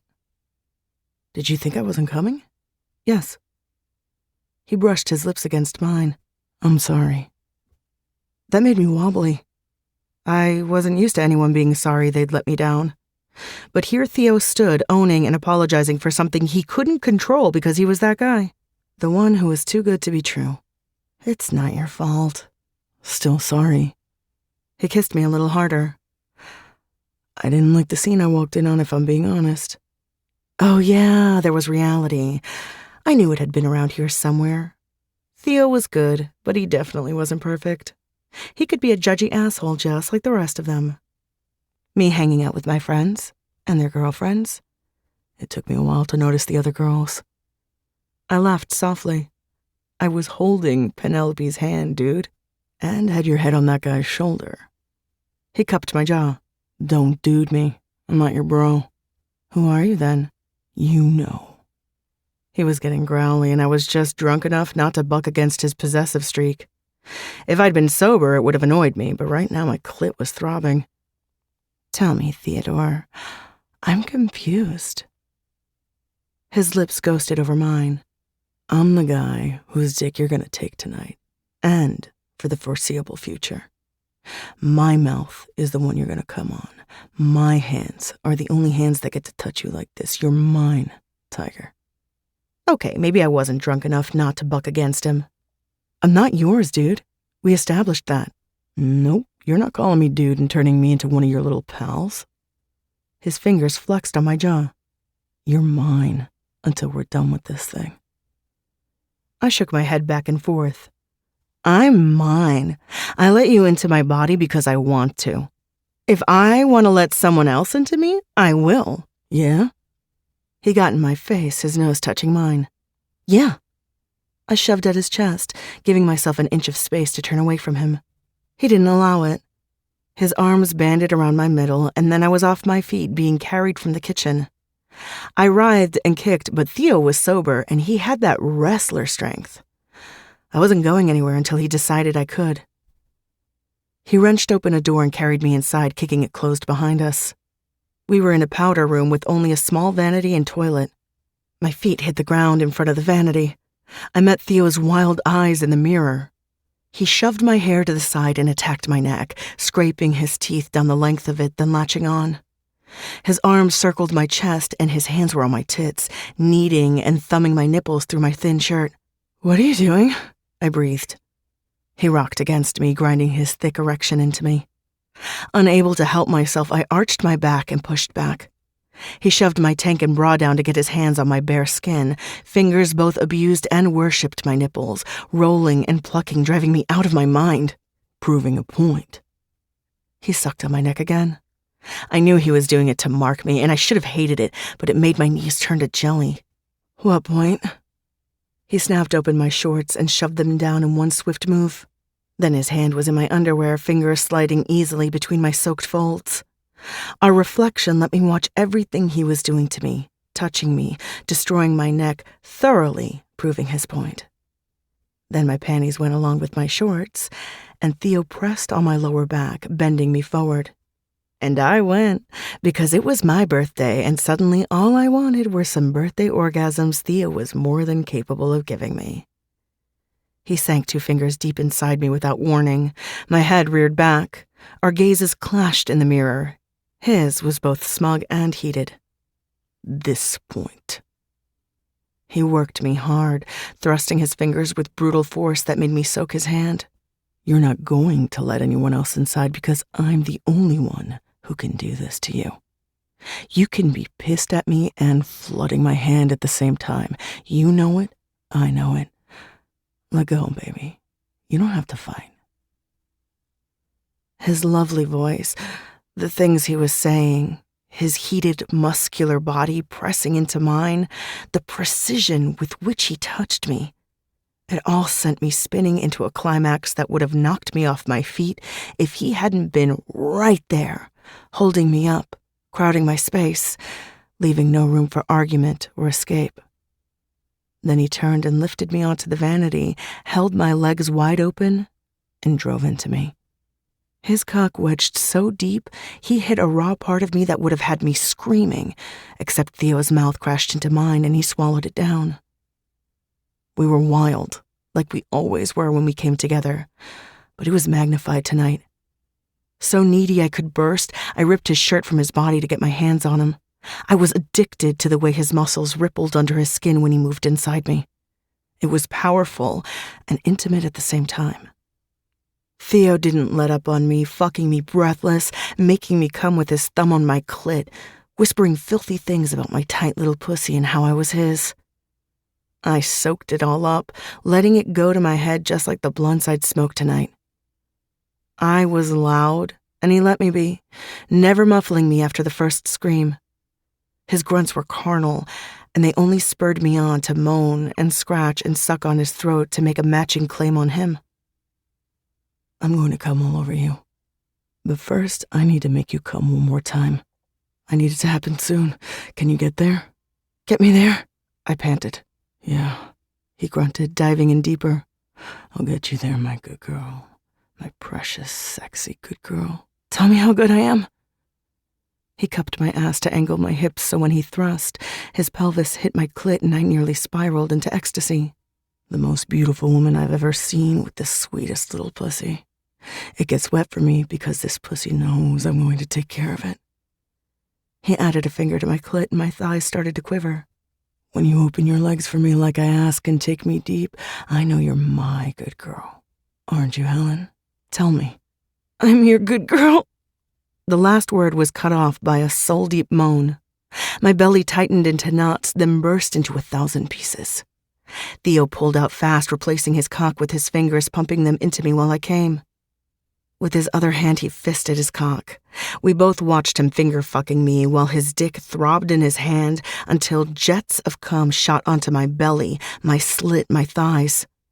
I was an utter mess, and I kept coming and coming while he did. Fuck, he murmured, bringing his forehead to mine. That is beautiful, Tiger. I like that more than you'll ever know. Those words shattered something internal. A wall made of glass Theo had been knocking against since day one. Maybe I was too high and sated to be thinking clearly, but it felt like he'd cracked an integral part of me open. Then someone knocked on the bathroom door, and our little cloud of bliss went up like smoke. We looked at each other. Theo was a hot mess, with a dark hickey blossoming on his neck, his dick glistening, his hair wild. I probably looked similar. I had to laugh, so I did.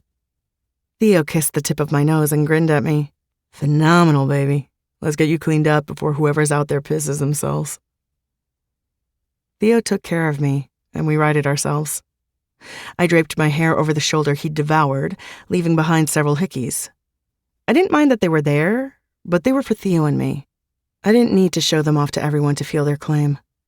Besides, Gabe might throw an actual fit if he had to lay eyes on evidence of me being a sexual human being. It was ironic, considering our past, but I was glad that chapter was so far in the rear view, he'd swung the complete opposite way with me. Are we good? Theo asked. I nodded. We're really good. I didn't wear a condom. I know, I'm covered, as long as you're... I raised my brows. It had been a long, long time since I'd let anyone inside me, and never without a rubber, So I was square. And yeah, I should have made Theo suit up, but I didn't. I just didn't. Yeah, I did the whole testing thing at my last checkup.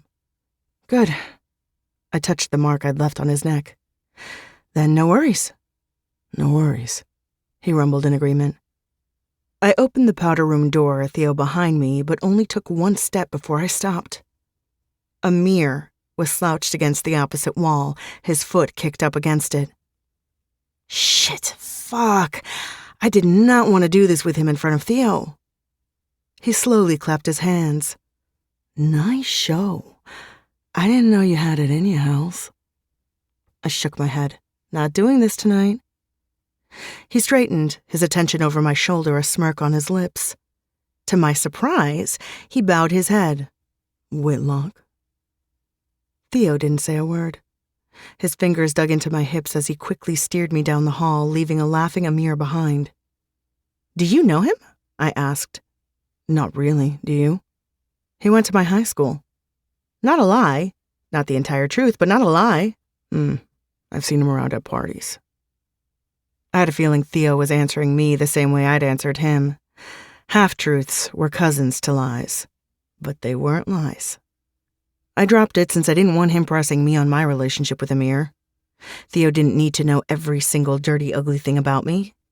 Not when he had me feeling like I was his good girl, and I wanted to keep that for a while. We got drinks and found my crew outside by the pool again, kicked back on loungers. Theo and I grabbed the last available one, pulling it over to join the group. We thought you left, Grace said. Bash crossed his arms. She sent me looking for you. Penn's eyes rounded. Then we, heard you. Gabe fell into her chest face first. Don't make me say what I heard. We stayed here, Bex added. Wisely, apparently, Asher said. Go Helen! Grace twirled her finger in the air. We weren't that loud. I crinkled my nose, refusing to be embarrassed. You were, Gabe wheezed. You very much were. Theo curled his arms around me, holding me tight while he shook with laughter. I settled into it, his arms, his hold, his nature that swept away all the bad to make room for the good. In the dark, I met Penn's gaze. She was smiling at me in Theo's embrace. I couldn't explain to her we weren't together. We were only, well, whatever we were, that this didn't mean anything. I'd tell her later. For tonight, I sank into what I had at my fingertips. It was my birthday, and one night with Theo as mine was the present I was giving myself. Theo parked outside my dorm and walked up the stairs with me. Then he followed me inside the elevator. What are you doing? I leaned against his chest, giving him most of my weight. I wasn't hammered, but I was more than a little toasty, and Theo felt mighty fine. Taking you home? He gripped my ass like he had every right to. And I guess he did, because I wasn't arguing. I liked his hands there. Door-to-door service. Way to make a girl feel special. He practically carried me to my suite because the thought of walking bummed me out. Once we were inside, he kept me in his arms all the way to my bedroom. There he set me on the bed and kicked off his shoes. What are you doing? I asked. His shirt went next. Getting ready for bed. You should too, unless you want me to help you. I blinked. But why are you getting ready for bed here, in my room?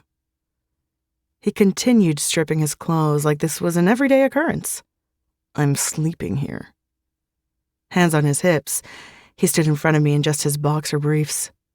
My mouth salivated at the ridges of muscles at his hips. I would have leaned forward to trace them with my tongue if my head hadn't been so spinny. God, you're hot. Ah, shit. My hands flew up to cover my mouth, but it was too late. Theo knew my weakness. Him. He dragged his thumb down my cheek. Arms up. My arms went up automatically, then my shirt was on the floor with his. This doesn't feel like sexy time stuff. He chuckled under his breath. Fuck, you're cute when you're wasted. Now wasted, I muttered. Happily toasted. There's a difference. Theo was digging through my dresser, and I didn't question it. I also didn't question the way he'd easily found my pajamas without asking me. That was just Theo, with his twinkly eyes and too-good-to-be-true nature. I stood up to take off my shorts and pull on my boxers and tee. That's when I remembered my new necklace. Slipping it over my head, I handed it to Theo. Can you put it somewhere safe? It's important. He held it in his palm, brow furrowed. I haven't seen this before. It's beautiful. Grace made it. She gave it to me tonight for my birthday. Can you believe someone that pretty is also talented and sweet? I doubted her at first, but that bitch is legit.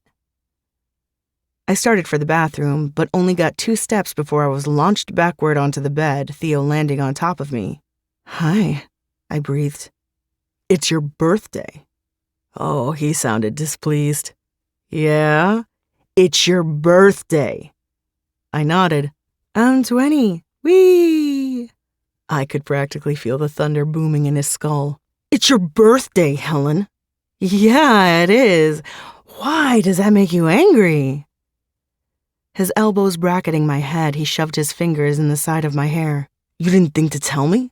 Like an asshole, I show up late as hell to that party and don't even wish my girl a happy birthday? I rubbed my feet on the backs of his calves. It's no big deal. I never make my birthday a thing. Helen. He growled my name like a warning, but since I was me, I didn't heed it. If you're worried about my friends thinking you're shitty for not wishing me a happy birthday, don't worry. They were more traumatized by the sounds they heard. No. His fingers fisted, tilting my head back. I give a shit what they think because they're your friends, but I'm not thinking about them. I'm thinking I would have liked to make an effort for you. I'm thinking I would have taken you to dinner, gotten you a present, something. He rolled off me, rubbing the heel of his hand into his eye. Boyfriend things, I whispered. Shit. I turned over, tucking myself into his side. His arm came around me, pulling me even closer. I was sleepy, and Theo was warm, so even though we were in the middle of something, I was close to drifting off. My fingers traced the ridges of his abs and hips, and for once, I didn't want to climb on his dick. I liked this, being close, touching his warm skin, hearing him breathe. It wasn't something I'd experienced before. I'd consider it a birthday treat. I'm good with how my birthday turned out. His arm tightened. Good. His lips touched my temple. Your friends care about you. They do. Pretty sure Bash and Gabe would happily hide a dozen dead bodies for me. Not surprised. You've got a way about you. I laughed into his chest. A way that you think I'd have a dozen dead bodies to hide? That made him huff a short laugh. No, I meant you'd inspire that kind of loyalty. I didn't know how to answer that, but it made my chest feel like there were hot coals piled inside. After a beat of silence, Theo spoke again, his voice rough and deep. Still lovely, though. It was incredibly hard not to think about them knowing what you feel like from the inside. I tapped his chest, needing his attention so he really heard me. Ancient history. Besides, no one really knows except you. His breath stopped. He got it. He was the only one who'd taken me raw. What he didn't get was he had me in a way no one ever had. I couldn't put a name to it, but I knew it was the truth. And realizing that made me all kinds of uncomfortable. Tiger, he murmured, his lips to my crown. This was too much for me to handle. His soft voice, my feelings, just no, not now. Maybe not ever. I'm tired as hell, Theodosius. Time for me to turn in. I extracted myself from his arms and nearly leaped from the bed. I call the bathroom first. Then I was safe behind the door of my bathroom, staring at myself hard in the mirror. We do not catch feelings for twinkly-eyed rich boys. Stop being dumb. I shook my toothbrush at my reflection. You're a hard-ass bitch. You give boys a baseball bat to the balls, not your heart. Shut it down, Helen. My Mads wouldn't be happy I was putting myself through this. She'd had a lot to say in the 10 months I knew her. Her most pervasive advice was to never shut out experiences and to live life like it was supposed to be lived, to the goddamn fullest. But she wasn't here anymore, and my reflection agreed with me. I didn't like Theo Whitlock. I had no room for that. Sex, yes. Friendship, sure. Beyond that was out of the question for us both. Chapter 14. Helen. I threw my head back, biting on my bottom lip to stifle my moans. We were in an empty classroom. I didn't even know who it belonged to, or the desk Theo had me spread out on. Theo had pulled me inside, yanked off my shorts and panties, dropped to his knees, and started devouring me. Not a single word passed between us. His tongue on my clit spoke 1,000 words by itself. If someone heard us or walked in, it would be more than embarrassing, at least for me. The threat of being caught didn't stop me from opening my legs wider, shoving Theo's face deeper and coming on his lips, though. Then he was on his feet, pushing his shorts down to free his cock, palms on my inner thighs, keeping me in place so he could drive inside me. I locked my ankles around his back, held onto his shoulders, and let him ride me. He wasn't kidding around, slamming into me like if he didn't get as deep inside me as he could, the world would collapse. Since my birthday a week ago, Theo had come unleashed, spending his spare time either making me come or getting us both off. This was the only way I could completely let myself go with him. My walls crashed the second he put his mouth on me, every single time. It was that good. Look at you, baby. His head dropped to watch where we were joined, taking me so beautifully. I can't go a minute without thinking of what this looks like and how you feel wrapped around me. I think about it too, I breathed back. You think about me? He belted my waist with his hands and captured my gaze with his sharp eyes. I do think about you, all the time, too much. With a groan, he shoved his face into my neck and pistoned impossibly deeper inside me. That's my beautiful girl, honest and real. His lips found my pulse, sucking my skin into his mouth. Perfect, Helen. Can't get enough of you. I believed him. The way he kissed, sucked, fucked me. He'd nabbed me while I'd been walking down the hallway after my last class. We weren't supposed to see each other today, but here I was, coming all over his cock so hard I saw stars on the backs of my eyelids. Theo! I cried. He cupped the back of my head and pushed my face into his chest, muffling my moans with his body. I couldn't help it. I had to make noise, show him what he did to me. It was biological, instinctual, something that couldn't be stopped. That's it, Tiger. That's it, he cooed in a deep, velvety tone that prolonged my climax until I was wrung out and all I could do was hold on. Theo tipped me back on the desk, allowing him to go deeper. I felt him swell, stretching my walls until he rutted into me in earnest.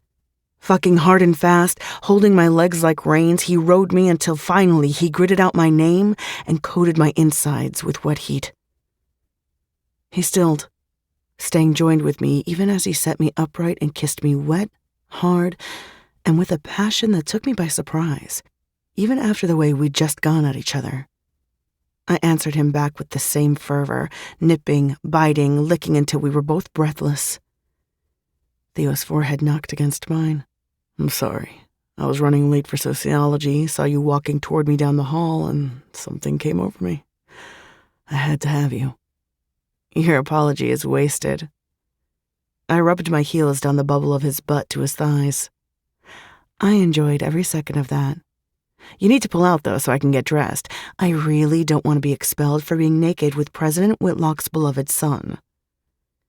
He cupped my cheeks, staying wedged inside me. I'd never let anything happen to you. Okay, I whispered. I didn't believe him, but it was nice that he made that promise. We got dressed, and Theo left the class first, checking if the hall was clear. When he signaled it was, I met him in the hall. Where are you going now? He asked. I'm gonna go skate in the courtyard by my dorm, then I need to write a paper. Schoolgirl? He slid his fingers through his hair.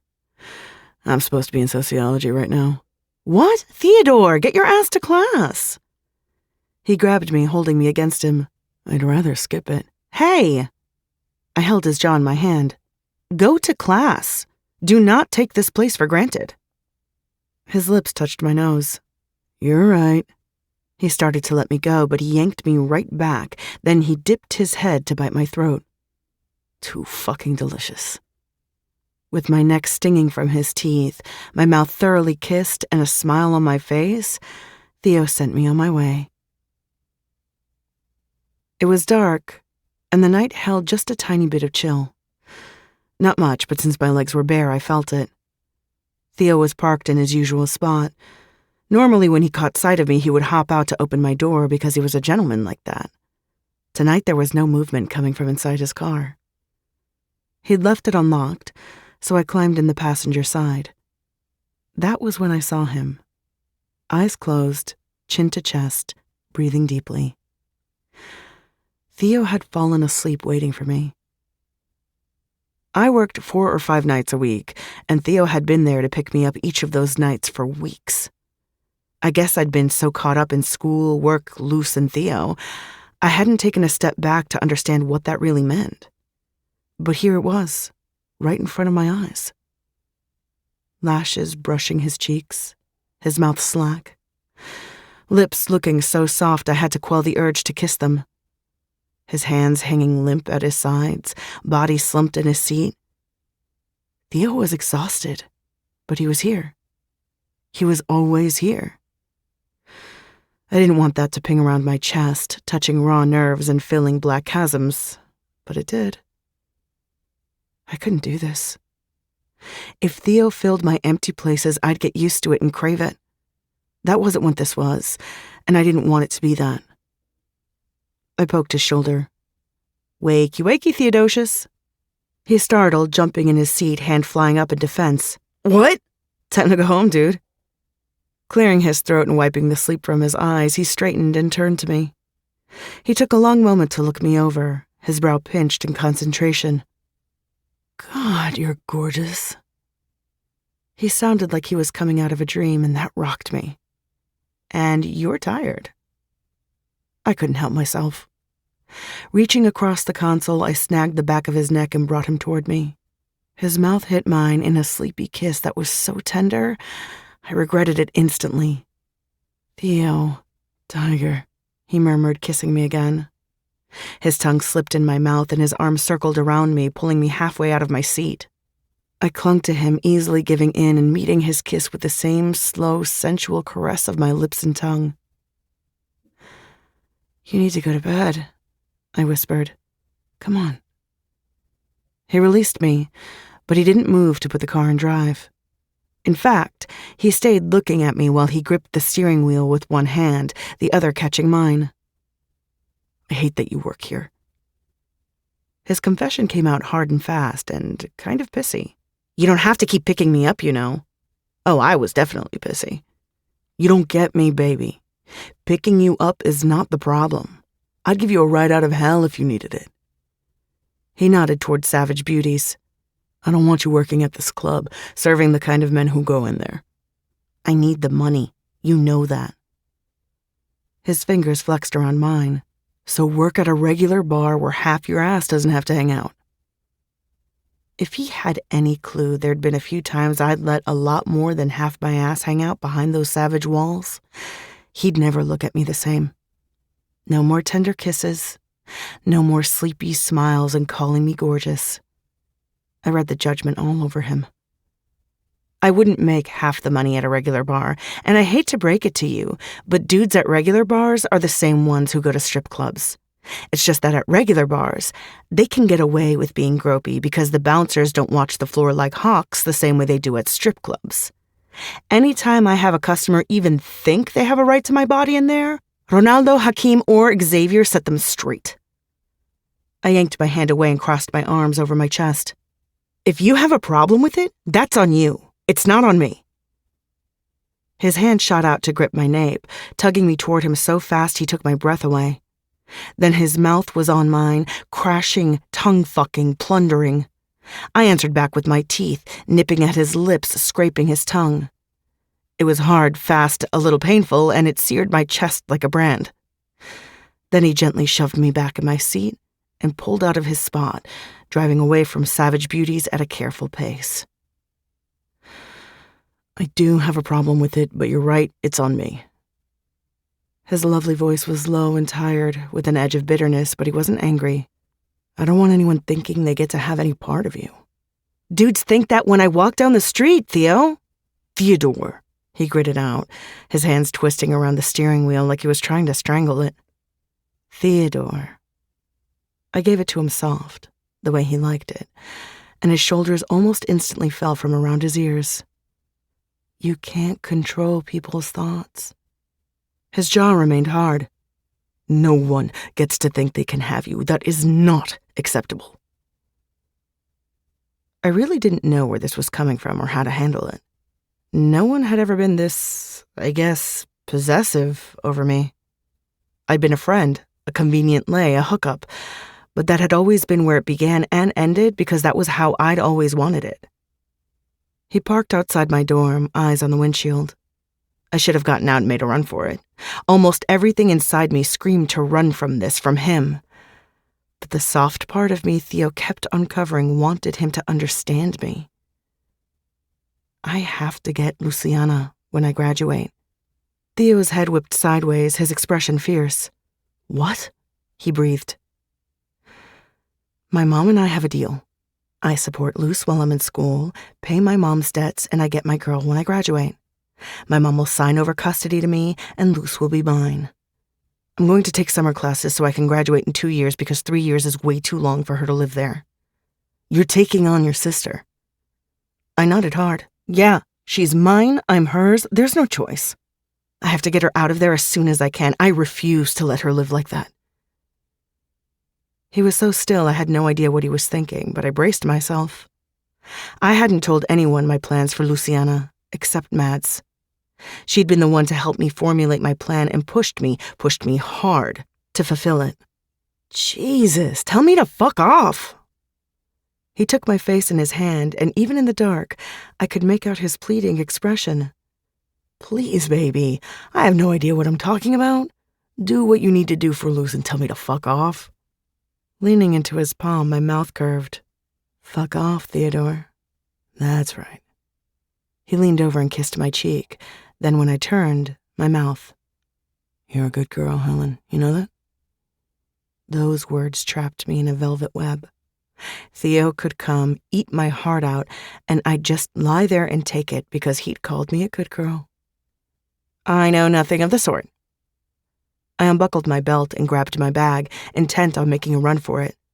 But like always with him, I couldn't quite tear myself away. Don't fall asleep at the wheel. I'd be sad if you died. His shoulders shook with laughter. Sweetest thing you ever said to me. I ran then, taking his lovely laugh and sweet words with me. I just didn't know how to escape them. Fucking Theodore. He was really going to mess me up if I wasn't careful. Last year, I'd taken online courses at Savage River Community College. Once, Madeline had looked at my syllabus and started hysterically laughing. At the time, I'd wanted to be offended, but I really couldn't get it up because my Mads hadn't had very much cause to laugh anymore. Once she'd calmed herself, she told me I was in for a surprise when I enrolled at Savage U. Like always, Mads had been right. My classes were no joke. The work was backbreaking, and it started right out of the gate. If I hadn't spent a year with Mads learning how to take notes, study, and write, things I've never done in high school, I would have been screwed. Thursdays in the library with Leo were an indulgence. The hour we read Shakespeare could have been shaved down by half if I'd been on my own. I wasn't giving them up. After staying behind to speak with my professor, I was running a few minutes late. Theo was going to claim the chair first, and that wouldn't do. I liked our battle for the seat far too much. When I rushed down the aisle to our hidden spot, low voices pulled me to a stop. Theo's, I recognized. I thought I knew who the other voice belonged to, especially when she called him Thee, which was honestly the worst nickname ever. Slowly, I stuck my head around the end of the aisle, and yeah, I should have backed away instead. Theo was in our chair, and his pretty blonde ex had her little ass perched on the arm, her legs nestled against his. I was nosy, so I stayed to watch the horror show before me. I don't understand thee. He dug his fingers into the sides of his hair. There's nothing to understand. I don't want to talk to you. Frustration poured from him. I had a feeling this wasn't their first time around this circle. Bitch sniffled. But baby, I still love you, you know? I made a mistake, but so did you. If we talk, I know we can get past it.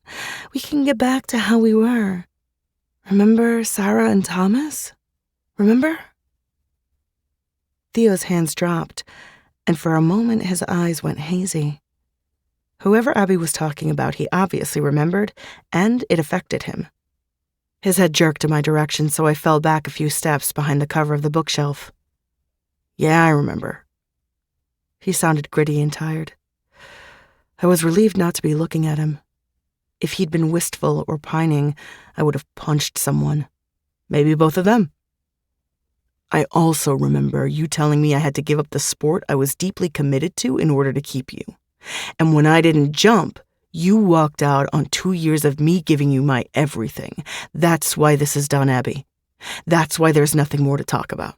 You didn't give me everything. You didn't. You had more. She sniffled again, and this time a choked sob followed. If she hadn't been an absolute bitch to me and Luce at the tea, I would have felt sorry for her. Now she was just in my way. I need you to do what you do and walk away. Right now. Theo, no. Then I will. There was a shuffling, books slamming, Abby whining, then footsteps coming my way. Fast. Too fast for me to hide, so I didn't. Theo charged toward me, and he didn't look the least bit surprised to find me there. Without a word or pause, he grabbed my arm, dragging me with him. He shoved me into the unisex bathroom, locked the door behind him, and pushed me into the wall. His mouth was on mine, his hands were tearing at my clothes, his steely length prodding my belly. Theo? No, he barked. I have to have this with you. Fisting my hair, he tugged my head back sharply and took my mouth, kissing me deep and hard. His tongue lashed mine, licking my taste, stealing my protests. And then my shorts were unbuttoned and his hand was between my legs, and I forgot to protest when the pad of his finger met my clit. Wet, baby, he mumbled. So wet, just how I need you.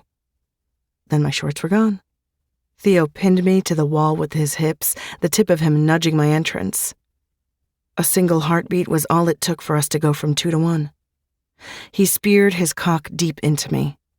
Once he had me where he wanted me, he took control of my body, how I moved on him, bouncing me up and down his length, while driving into me with brutal force. My nails grappled on his shoulders. All I could do was hold on and let him take me. He covered me with his body, his raging emotions, his mouth, his hands, all of him. I took all he gave, holding on, shutting my brain off, solely focusing on the pleasure between my thighs. If I focused on anything else, like why this was happening, I wouldn't be able to handle it. So I pushed it all aside, keeping only Theo. And he gave it to me. Even though he was out of his mind, barely there, he took care of me, rubbing my clit in a perfect rhythm that made my legs tremble and my belly quiver. He shoved my shirt under my chin, took my nipple between his lips, and sucked deep, groaning around my flesh. My head fell against the tile. Anguished moans escaped my throat, echoing around the small room. My climax spurred Theo on even more. He pounded into me so rough I couldn't take a full breath. I knew I'd feel where he'd been and what he'd done tomorrow. He gripped my ass with bruising strength, digging his fingertips in. I hated and loved the way he handled me in equal measures. I wanted him to stop and for this to never end. This was wrong, and so right. When he buried himself all the way to the deepest part of me, the twin tears trailing down my cheeks were mourning the end and crying out that this ever began. Theo was breathing heavily. He shoved his face into my neck, kissing my throat like feathers. And that was when I woke up from my sex-addled stupor. That dose of sweet pissed me off. I slapped him on the chest, then I shoved him hard. Of course, the only movement that got me was him lifting his head to give me a confused look. "Put me down right fucking now, Theo," I growled. He walked me to the counter next to the sink and plopped me on it, but he did not back away, nor did he disengage our bodies. His cock was still sunk deep inside me. He held me tight, so I had no hope of kicking him out of my body. "What just changed?" he demanded. 1 second we're both here breathing hard after what was honestly the hottest experience of my life, and maybe yours too based on how tight your pussy was strangling me. The next you're pissy and telling me to let you go, so tell me, what changed? Get out of me immediately. I don't want you inside me anymore. He froze, glaring at me. Then he slowly backed away until we were no longer joined. No. Okay. I winced at the sting he left behind. But he didn't let me move. He still stood between my open legs, rubbing his palms along my upper thighs. Talk, Helen. I need you to give me your words. Oh, so you do know it's me. I wasn't sure if you were fucking me or Abby. Or maybe it didn't really matter who you fucked, as long as you had a warm hole to dump your rage into. I slapped his chest with enough force to make him wince. I don't need you to be my boyfriend, but my pussy is not a receptacle for your feelings for another woman. You owe me a lot more respect than that, so fuck you. And get the hell out of my way so I can put my underwear on before I catch hepatitis from this counter. Helen, no! I hopped down and he allowed me to slide by to grab my clothes. I shoved my legs in my shorts and glared at him. You told me when we started this you don't want to be responsible for my emotions, and you hammered that home just now. This is my line in the sand. I will not let you cross again. We can be done. We don't have to have a conversation. I'm out, Theo. Theodore. Fuck you, Theo, I hissed. I got a step toward the door before Theo was on me, whipping me around to face him. I knew it was you, he shot out. How can you think I didn't know exactly who I was with? I've never been this way with anyone else. What we have is only ours. I saw you and Abby. He nodded. I know you did, baby. I saw you too. Who are Sarah and Thomas?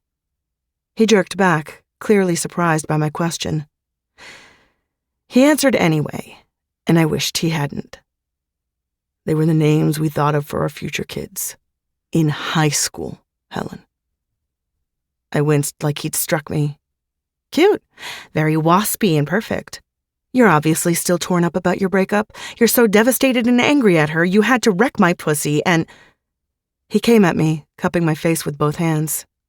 All the anger and roughness from earlier was gone, replaced with the gentle Theo I knew. Did I hurt you, baby? Yeah, you did. His eyes flared. His hands went to the top of his head. I hurt you, Helen. You're telling me I hurt you. I nodded, but my fight had evaporated at his devastation. Because that's what I was seeing. Theo was beside himself right now, pacing the small bathroom like a feral cat. Theo, I didn't mean it like that. Yeah, you were rougher than you've ever been, and I will definitely feel it tomorrow. But that would have been okay if you were with me the whole time. I pressed my hand to my forehead. You made me feel used and cheap, and you've never made me feel that way before. That's what hurt, getting that from you. He dropped his hands, sweeping me with his gaze. And then he was on me, pulling me in his arms, not to ravage me, but to hold me against him.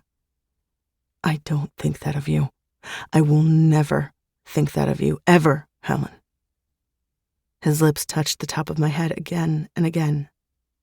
I was out of my mind, but there was never a second I didn't know who I was with. And that was about you and me. Because the whole time she was there, I was thinking about how badly I wanted you in my lap reading Shakespeare with me. You are angry. Yeah, I was. I was angry at her for getting in my face, finding our spot, bringing up shit we've settled. I was pissed you had to see it and would think I had invited that to our spot. I shouldn't have taken you when I was mad. But I need you to believe when I'm inside you, it's only you and me. I will never bring anyone else between us. In my head, Mads was telling me to listen to what he was saying, to feel his arms around me and take it all in. But I didn't want this, these emotions, this attachment. We agreed from the beginning what we were and what we weren't, but we hadn't agreed on this. And I just couldn't. I blinked up at him, This is too much. What? He breathed. This, what's happening here. We said sex, friendship, but not this. I'm not your girlfriend. He studied me with eyes that were duller than they'd ever been. Then he nodded. You're right. I'm bad at keeping to my own rules. I removed myself from his arms, grinning as I did, even though I didn't like it. Do better, Theodore. I tapped his chest. You have it easy. Lots of sex, no responsibilities except not being an asshole. Don't screw it up. I shoved every ounce of light I had left into my words to convince us both we weren't more than just sex. He cocked his head, studying me some more, now from a distance. Then he grinned, and I knew his smiles enough to recognize it was forced. I'll work on that. Then he shook his head. I don't want to screw up a really good thing. Then don't. Our gazes locked, and the heaviness in them betrayed the lightness of our words. But neither of us were ready nor willing to take on the weight of what could be. That much was obvious. Maybe one day, though. For Mads and all she'd lost, all she'd never had, I'd keep my one day open. Chapter 15. Theo. Still can't believe you were trying to shut me out. Helen scratched the back of my neck and leaned into me. Locke is smarter than you. Obviously, I'm going to pair up with the smartest dude in our class. That's just good thinking. You can't blame me for that. I took her leg and slung it over mine. I can, and I absolutely will. You need a partner in class. It's me. We'll rub our two dumb brains together and come up with something smart. She snorted an adorable laugh, but I wasn't about to tell her that. That's not how it works, and we both know if we were alone working on this project, we would not be rubbing brains. Considering we were in the library and my hand was creeping up her inner thigh, she had a point. A terrible fucking point, but still a point. It had been a couple weeks since our post-Abbey bathroom encounter. Things were smooth. I wouldn't say easy, because Helen wasn't an easy kind of girl. But that was fine. I'd take her difficulties any day. And I did. Bent over the side of her bed, in the back of my car, pinned to her wall, on top of her, behind her, every way we could have each other. Except sleeping. The one time I'd wanted to crash at her place, she'd shoved me out the door. I got it. I'd been tired as hell from fucking the living shit out of her, but I still got it. We functioned within parameters I'd set for us. If Helen was sticking to them, all the better. As long as I got to be inside her, I could deal, because I was well and truly addicted to having her raw and unencumbered. I could deal for now, at least. That was why, when Professor Davis announced we had to pick a partner for our midterm project, Helen choosing to work with Locke sent me sideways. Locke was on my side, though. We had an uneven number of students in the class, so after some cajoling, Davis allowed me to wedge myself between Locke and Helen. Her reasoning for the partnership was sound. Locke's brain was in proportion to the rest of him, big, meaty, and able to crush lesser mortals. She was also right that if it had just been Helen and me, we'd spend our work time fucking and flunk the assignment. The difference between us was I didn't care. I should have.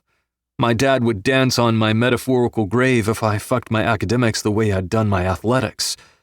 Maybe spending so much time with Helen, I'd found a streak of rebellion deep in me, and I was thinking about leaning into it. Luck found me again that I had a girl who was far wiser than me and took her grades seriously. She swatted my hand off her when the door pushed open, Locke ducking his head inside. We were in a private study room to work out the breakdown of the project. Yo! Locke lumbered into the room, threw his backpack down on the table, and folded himself into a chair. I have a half hour before I have to head to work. Helen straightened, crossing her legs and opening her laptop. My dick twitched at her being a serious schoolgirl. Those smooth, muscular tan legs pressed together, her straight spine leading to plump little hips and a ridiculous round ass. long, shiny hair flowing down her back in tumbling waves, red lips pursed in concentration, then moving to shape words as she and Locke bounced ideas back and forth. "What do you think, Theodore?" Helen slapped my arm. "Do you have any ideas?" "No. What you guys were saying works for me." God, I was sick in the head. What the hell was wrong with me? I was sitting there with an erection, no idea what was going on around me, while my girl and Locke were both looking at me like the weak link. "Are we boring you?" Helen teased. I cleared my throat. "No, I'm here." Locke glanced up from his laptop, giving me a long look that said he didn't find any fucking thing about me spacing in the middle of our first group meeting amusing. "I have 20 minutes now," he said lowly. "Can we get the preliminary planning done?" "Yeah, I apologize. My weight from here on out will be pulled by me." My laptop open, eyes turned away from Helen, I shifted my mind to Shakespeare and the project that was going to take up 25% of my grade. Locke cracked his knuckles. "Let's get started."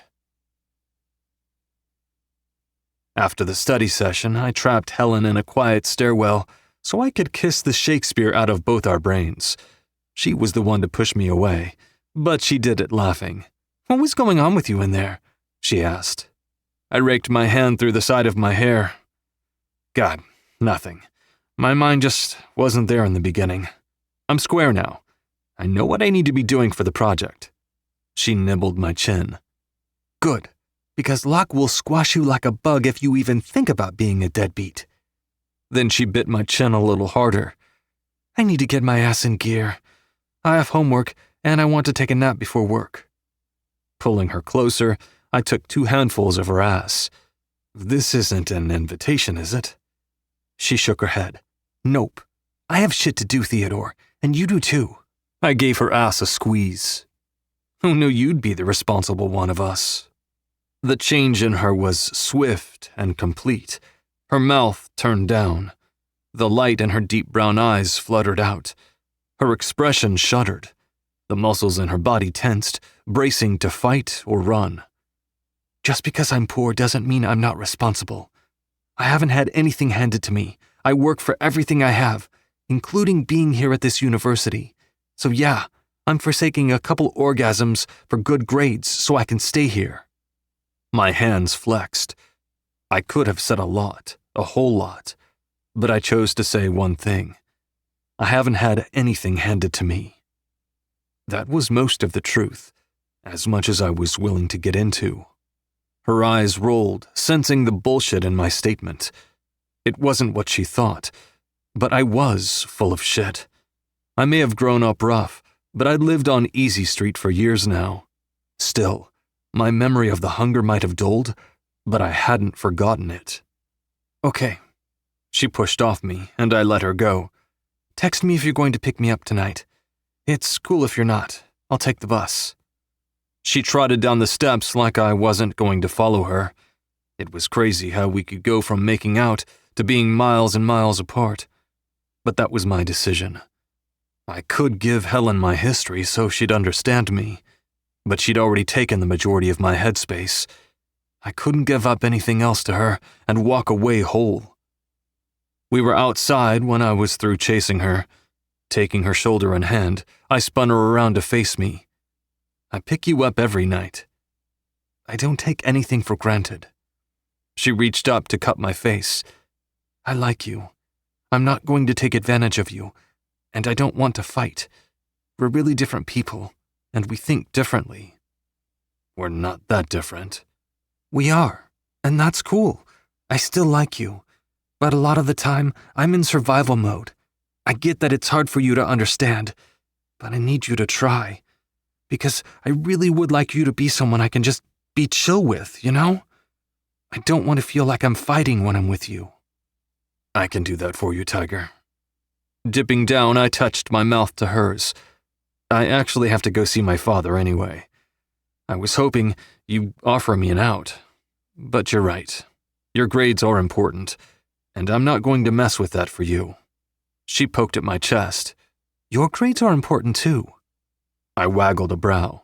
"Sure they are. Now, Leave before I forget everything I just said and drag you back to the stairwell." Helen pulled away easily, tossed her board on the sidewalk, and skated off. I stood there, hands on my head, reeling. The messy, crazy, wild, reckless girl I'd caught smashing my car had herself more together than I did. I didn't quite know how to wrap my head around that, so I didn't. Turning in the opposite direction, I dragged myself to President Whitlock's office. My father had lost his mind. He was absolutely bananas, needed to be committed. The cuckoo's nest had been flown over. "I'm not an escort service." My fingertips dug into my knees. "This isn't happening. You can't pimp me out." He exhaled heavily through his flared nostrils. "This isn't a discussion." I'd been summoned to President Whitlock's office. It was never a good sign when my dad wanted to see me, but I know I was in for pure delight when he requested my presence in his office. Today was no different. My father, the exalted president of Savage University, was now my pimp. That he was trying to force me on my ex-girlfriend made no difference. He wanted Abby's father to make a donation to the university's art program, so the Fitzgerald family had been invited to the Art and Design School's annual fundraiser banquet. Daddy Fitzgerald accepted, the caveat being me acting as Abby's date. Abby and I aren't together anymore. I'd successfully avoided seeing her face since the library.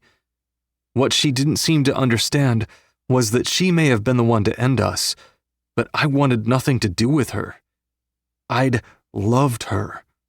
2 years, I'd been fully committed, and she'd ended it, like what I had to give wasn't enough. I was done with her. There was no going back for me, and whatever she wanted to say now was months too late. Rehashing something that was in the past held no interest for me.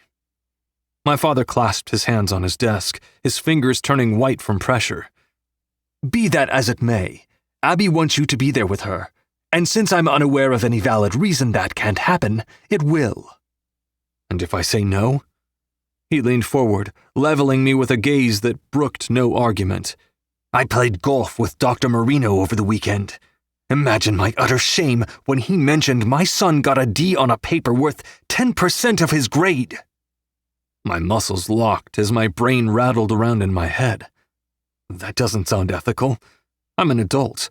Can professors legally divulge grades to parents? He slammed his hand down on his desk, then immediately smoothed out the scattered papers. "Toe the line, Theo. I take care of your tuition. Every one of your teachers is aware of who your father is. If Marino gave you a D, then know this. You earned an F. He was being generous with that D because of who you are. I don't even want to think of what kind of drivel you must have turned in to get a goddamn D. But it's unacceptable." Squeezing my eyes shut, I knocked my fist against my forehead. I'd fucked up on that paper, completely forgotten it was due until the night before. Then I'd scrambled to write it, pick Helen up, fuck Helen, then go back home to finish it and catch a couple hours of sleep. I'd known it was drivel when I handed it in, but there was nothing I could do at that point. "Okay, I screwed up. I have time to turn that grade around, and I will." His brows raised expectantly. "And your other courses?" "You don't know?" I countered. "Answer me." "They're fine." As fine as they could be when I couldn't get it up to care. The only one I was pulling an A in was my Shakespeare class, and that was all down to Helen. His eyes narrowed to slits, and something that felt like disgust poured out of him. Andrew Whitlock was an academic through and through. He'd moved up into administration over time, but he'd always be an educator and an intellect. His one indulgence, while earning his PhD, had been a weekend away to Vegas for a friend's bachelor party. That weekend resulted in my existence, which to him was his ultimate screw-up. One he expected me to right, by being his well-heeled son, and representing him the only way a Whitlock should. Being talented, and if not talented, then hardworking and intelligent. Always, always exceptional. I'd been born an athlete, not a natural academic. Since I'd been exceptional at what I did, my father had accepted that as my path. When I dropped wrestling, he'd expected me to shift my focus to education and excel there. So far, being only slightly above average, when I worked my ass off, made me a severe disappointment. You asked a question a minute ago. My father's jaw ticked while he steadied himself. If you decline to escort Abby to the banquet, I won't waste my resources in keeping you here. Fear licked at my gut, but I pushed it down. I was used to Andrew Whitlock's rants, but this was a new direction. What exactly do you mean? I mean exactly that. I'm asking you for a favor, one that's not difficult, which will likely result in a boon to the university. If that doesn't mean enough to you to give me one evening of your time, that will tell me this university doesn't mean anything to you. If that's the case, then I can't see why you'd continue to attend. That rocked me back in my chair. You'd kick me out of school? Can you even do that? He opened his hands. I can do whatever I like. Your tuition is free so long as I'm president. If I don't think this school is a good fit, then I will rescind your enrollment. It's pretty simple. And you'd do that. I had a hard time believing what I was hearing. My dad was a hard-ass, but this was beyond the pale, even for him. He knew I didn't have anywhere to go if he took this away. I needed my degree. He looked me square in the eye. I'd do that without hesitation. Because I won't date the girl who dumped me months ago. My father wasn't a man who rolled his eyes, but if he was, he would have then. Looking at him, I knew I was fucked before he even started speaking. This is the culmination of months of screw-ups. I've been watching you throw your future down the drain bit by bit. First Abby, then wrestling, and now your grades. Your attitude has been flagrantly disrespectful. You've ignored Miranda for weeks, and God only knows what you got up to over the summer since you disappeared on us. I'm done, Theo. I brought you to California with the expectation you'd apply yourself. Otherwise, I could have left you rotting in the projects in Las Vegas. I need to see you're here to excel, not waste the resources another student would kill to have access to. And me taking Abby would prove that to you?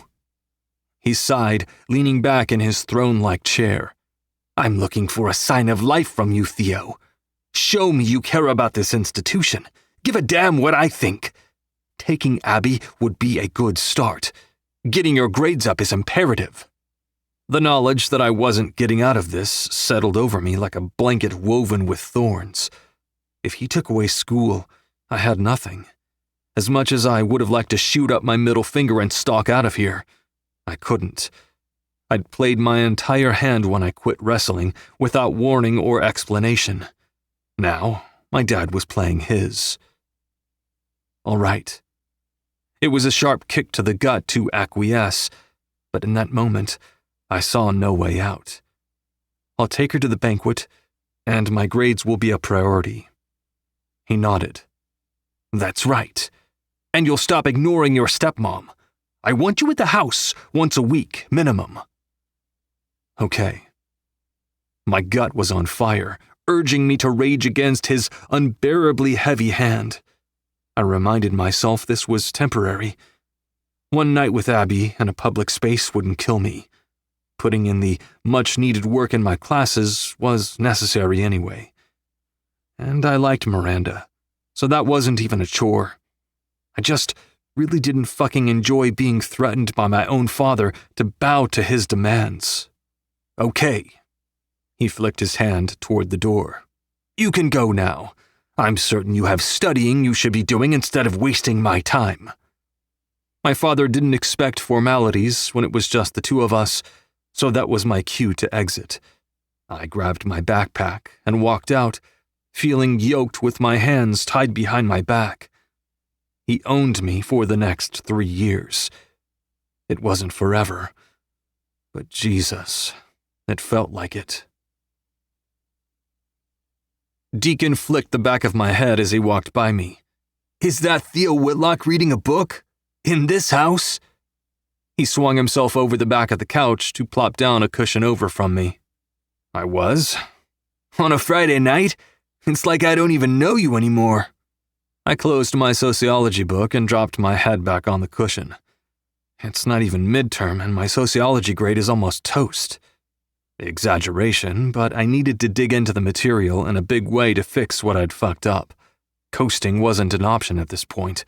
I'd been taking more time to read and study since my visit to my father's office earlier in the week. Helen had been all for it since my little schoolgirl was serious as hell about her grades, and my constant presence, all up in her business, her words obviously, was distracting. He groaned. "You have Marino?" "Yep." I scrubbed my face with both hands. "He's golf buddies with good old Andrew." He groaned even louder. "Shit, let me guess. Marino narked." "Mm-hmm." I got my ass handed to me.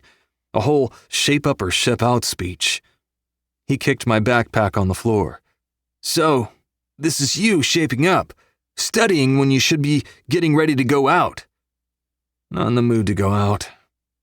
I'd never had a thing for sitting at parties with a bunch of bros trying to pull the first semi-hot, semi-willing chick. Abby had always dragged me out when I wasn't away wrestling, and I'd gone because I wanted to be with her. But those days were over. Now I was sitting in the study den, the small room reserved for homework, and as the name implied, studying, waiting for Helen to get off work at a job I hated her doing. I hated it mostly because it was at a strip club, but also because it took her from me and cut into the time I had to be inside her and with her and looking at her beautiful fucking face.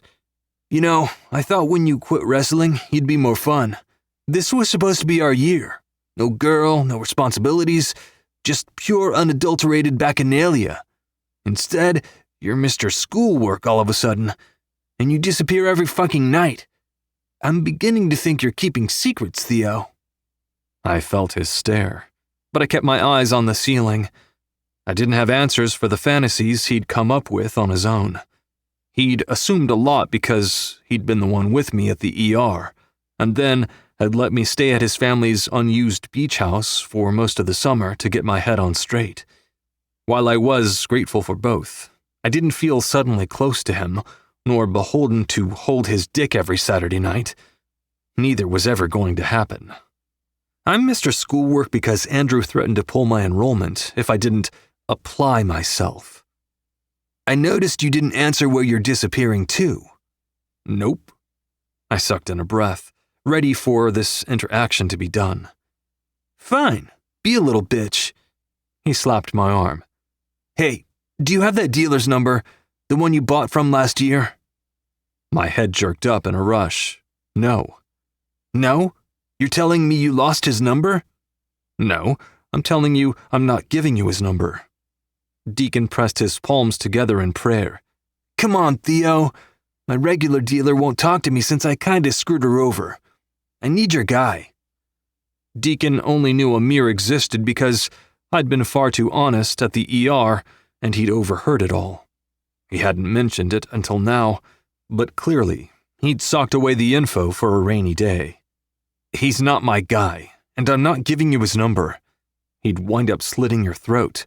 I've got too much going on to live with that guilt for the rest of my life." Deacon grinned and waggled his eyebrows. "Sweet that you care, man. Give me the number." "No, full stop. Never happening." I grabbed my shit, heading for the exit. Deacon bit at my heels. "That's shit, man. I'd do anything for you." I kept walking toward the stairs. "You don't need to do anything for me. I'm square, I promise you. It's a favor I don't give you his number." From my left, Deacon grumbled, "It's just weed." "I don't care if you smoke out of your ass. What I don't want is you being anywhere near that guy. If you knew better, you wouldn't want it either." I stopped at the base of the stairs and twisted my head to look over my shoulder. "Have fun tonight. And remember, no is a full sentence." I took the steps 2 at a time, Deacon mumbling, "Fuck off," behind me. When I got to my room, I shut myself in, locking it down tight. Then I took out my phone. Me. Are you at work, baby? Helen. Yeah, doing my makeup, then I'm out on the floor. Me. Send me a picture. Helen. No, please? Me. Please, Tiger. I just had to lock myself in my room to get away from Deacon. I need to see your face. Within a minute, a picture came through, taken from a high angle. I saw red lips, stunning face, tits pushed up high, smooth belly, legs crossed, and spiked platform heels. Helen's waitressing uniform was uncalled for sexy, and it made me irrationally angry. Or maybe it was rational not to want to share my girl's body with every perv who wandered into her job. Me. You're so beautiful. Helen. And you hate it? Me. Hate what you're wearing at work, but I'm not saying anything because I get why you do. Helen. You don't have to say anything for me to hear it, even in your texts. I'm glad you get it. That makes me like you. Me. You like me anyway. Helen. You have your moments, Theodore. What are you doing? Me. I was trying to cram sociology into my unwilling head. Now I'm waiting for you to get off work so I can cram my cock in your pretty pussy. Bah ha ha ha ha ha, dude. You just screwed up my mascara. I laughed so hard. Please never cram your cock anywhere near me. Laughing, I fell back on the bed. This girl got to me. She knew how to flip the switch and turn my mood around. That worked in the other direction too. But tonight, she was using her powers for good instead of evil. Me. Cram is bad? Helen. Absolutely.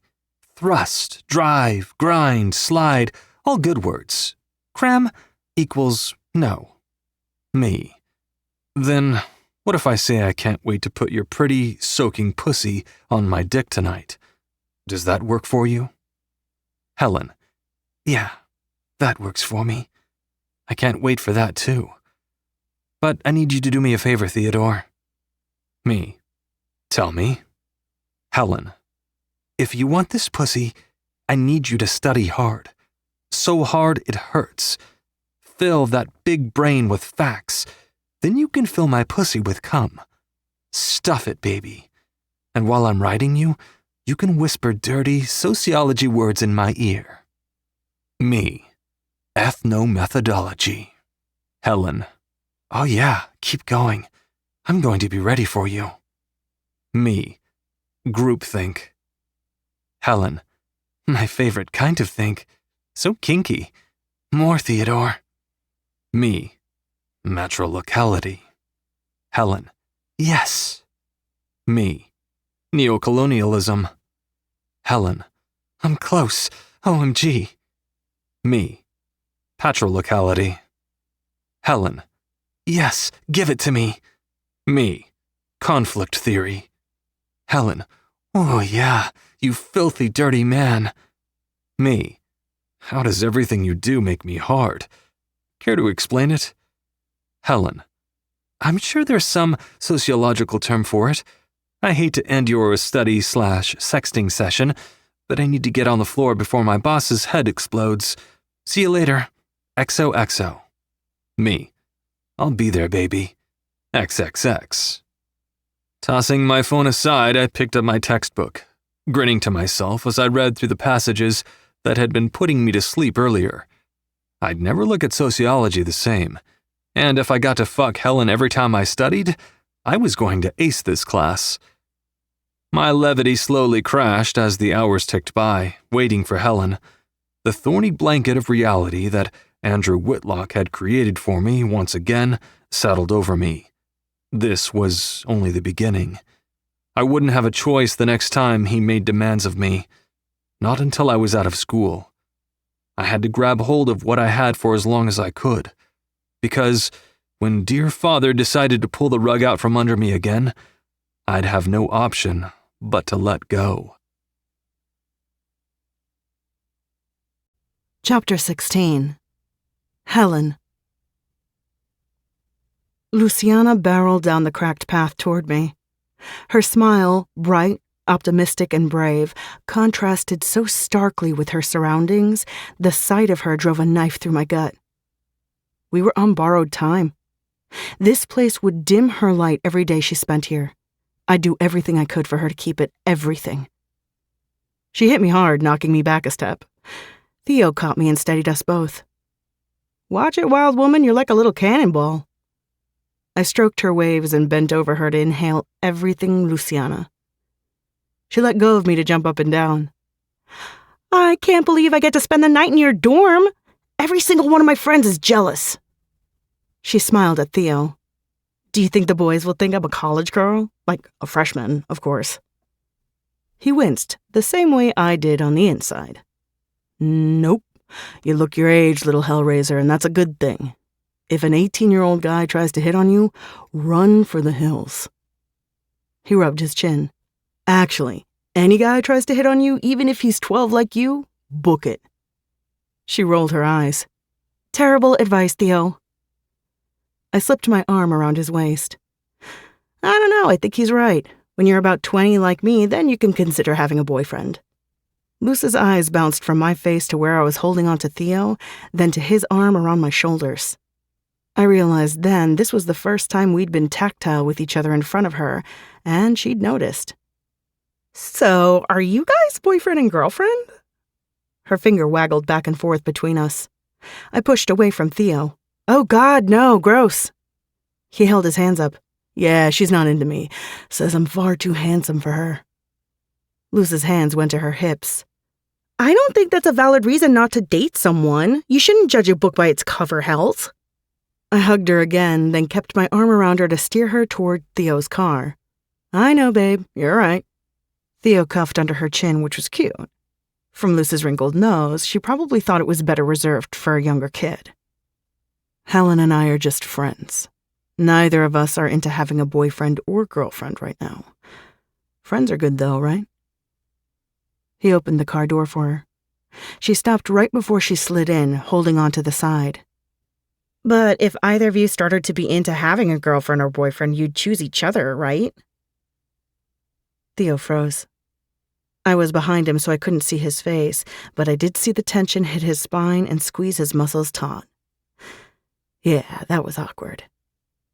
"Why don't you hop in the car, kid?" Theo gave her a gentle shove. "I'm starving. If I don't find some pizza to demolish, I'm gonna eat your face off." Luciana accepted his dodge of her question easily because she was Luciana. I told myself I hadn't been waiting for his answer with even more interest than my little sister. I wasn't a robot. Theo and I have been doing this friends with benefits thing for well over a month. And when we weren't fighting, it worked. God, did it work. But as hard as I raged against it, I had to admit I had feelings. Soft ones, sweet ones, heart-swelling ones. I did not know what to do with feelings like that. I'd never had them before or wanted more with a guy. Did I even want more? Theo gave me a lot. To be honest, I couldn't picture what more would even look like since he was generous with me in every way. Even as I thought that, I knew it wasn't true. Theo gave a lot, but he didn't give himself.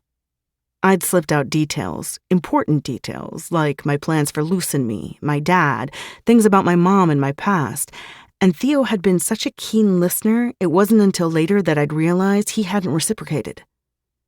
That wasn't to say I'd been fully open, but Theo hadn't even cracked a sliver. I guess that was answer enough. There were limits here. I had mine and Theo had his. So I'd tuck away my little tender feelings because there was no way I'd be getting my heart broken by a Richie Rich. Never gonna happen, no matter how twinkly his eyes were. Theo reached across the console and squeezed my knee before backing out of his spot and heading toward the pizza shop. Yeah, we worked. My lips were sealed. My heart was behind a padlocked door. Between Luce, Zadie, Theo, and me, we nearly demolished 2 pizzas. We FaceTimed with Gabe and Penn and watched Parasite with them. Elena stopped by, sneered at Gabe and waved at Penn, stole a piece of pizza, then left like she'd never been there. Luce was passed out in my bed and had been for an hour or so. Zadie left soon after to crash in her room. Elena was still blissfully absent. Theo and I were slumped low on the couch, our legs woven and feet resting on the coffee table. It was late, well past midnight. He should have gone home, but we were cozy and I wasn't quite ready to go to sleep yet. The movie Gladiator was playing on TV, the volume barely a whisper. Other than that, the lights were off, so all we had was the glow to push back the dark.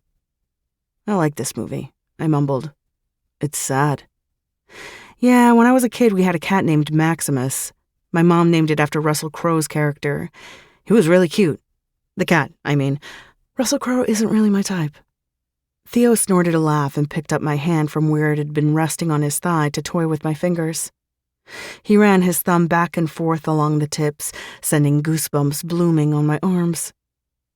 Your mom has a way with names, he said. I snatched my hand away, but he took it right back, trapping it between both of his. Are you making fun of my name? He shook his head. I used to think it didn't fit you, but it does.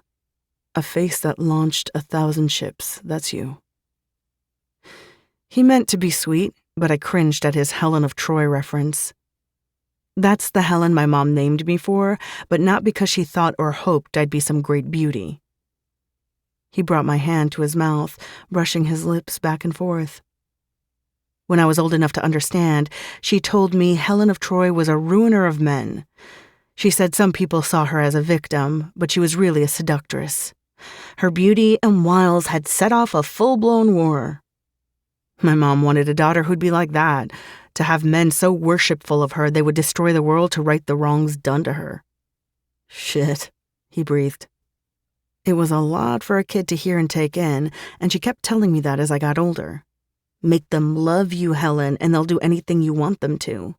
I don't want to launch 1,000 ships. I don't want to cause a war, and I sure as shit don't want a man fighting for me or over me. You had me until the last part.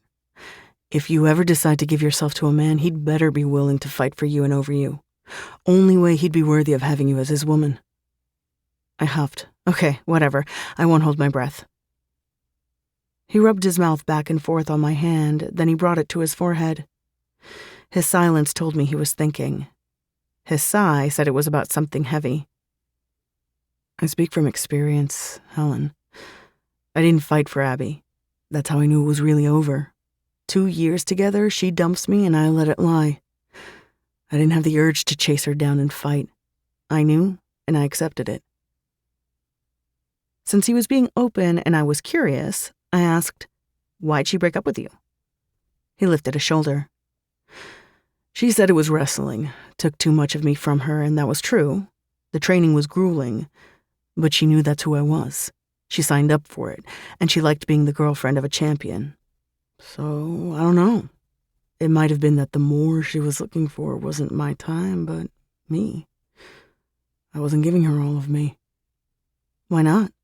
I tried not to move so I didn't draw his attention and end his sharing. He sighed, and it was so heavy it weighed down the air in the room. I know you think I was born into this life, but I wasn't. I grew up in government housing where you did not go out at night unless you were wearing gang colors and prepared to defend yourself. I lived there with my pops until Andrew Whitlock swooped in and brought me here so he could trot me around like a prized pony. Theo, what? This was not expected at all. That was how closed off he was. He'd given me no inkling he hadn't grown up here, living with his esteemed dad in a big house, with no worries or cares except making weight for wrestling. He turned his head, the light from the TV making his eyes practically glow. It doesn't matter. I grew up rough and I had no choice but to be hard. I had to fight to survive that world, and when I got pulled into this one, the fight didn't end. It just got better dressed, you know? I nodded. I knew that intimately. Being in a rich, fancy private institution didn't keep out the ugly. The ugly just wore designer clothes and could shoot you down with a flick of their powerful connections instead of a Glock. I know, I whispered. He moved his foot over mine, rubbing it rhythmically. Abby fit my new life. Pretty, popular, rich, Andrew Whitlock approved. And I did love her. But I didn't fight for her because I was never going to give her all of me. I don't even know if I know how, but if I ever figured it out, it never would have been with her. His foot scooped mine up, pulling it toward him so my leg draped over his. You should have a man who'll burn down the world and rebuild it for you, Helen. Nothing less for you. Nothing. My heart twitched painfully in its binds. I heard the implication behind his words. He wouldn't be that man. He wouldn't burn down the world for me. Not now. Not ever. He thought I should walk away because I deserved more than he would ever give. I heard all that, took it in, and hated it. I hated it not because I believed I deserved it, but because Theo did, and he knew he wasn't going to be that for me. You should have a woman who'll make it easy for you to light the match, Theodore. I took my feet back and tucked them to my side, ending our physical connection. Theo rounded on me, and in the dim light his glare was slightly menacing. Not that I was afraid of him. I wasn't. Except I didn't know what that glare meant. A second later, I did. Theo shifted his body and then mine so I was flat on my back and he lay half on me, half on the cushions. His head was on my chest, arm firmly wrapped around my middle.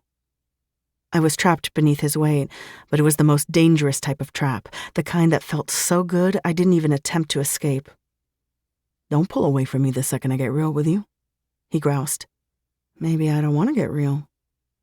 But even as I said it, I stroked his hair, feeling myself sinking into this very real moment.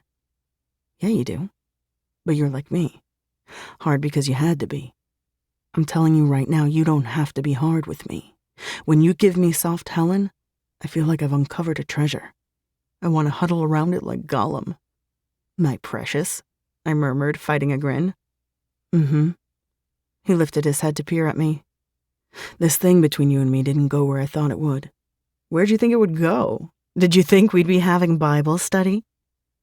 His mouth curled at the corners. Oh, I had no doubt we'd be fucking a lot.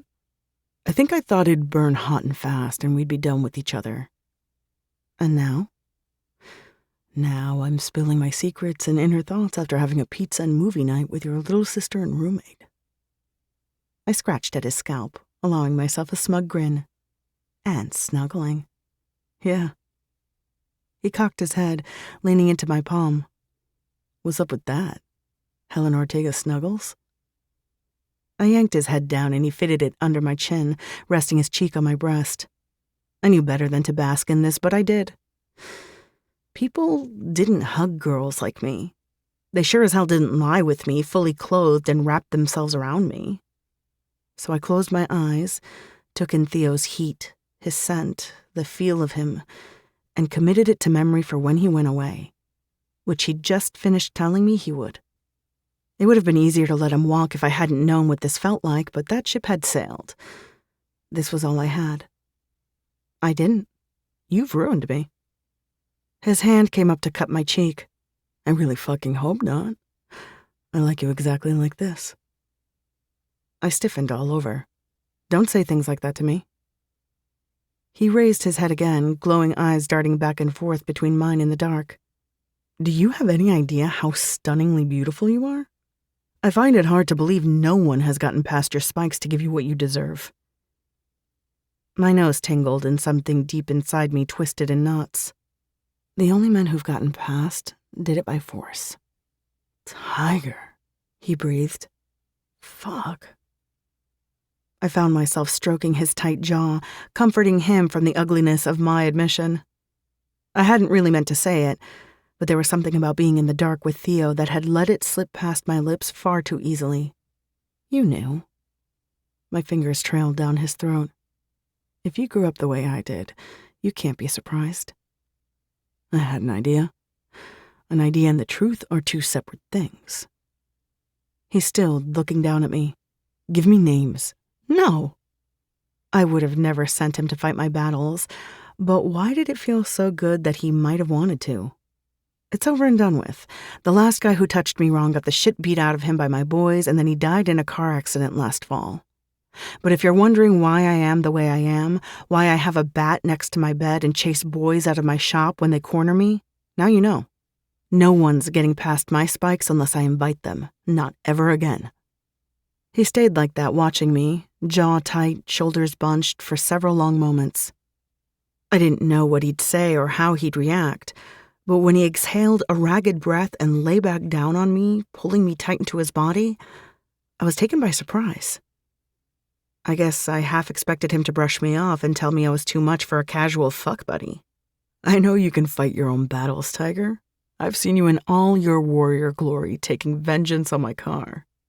What I hope for you is when you let someone pass those spikes, they're the kind of man who'll be shoulder to shoulder with you in battle.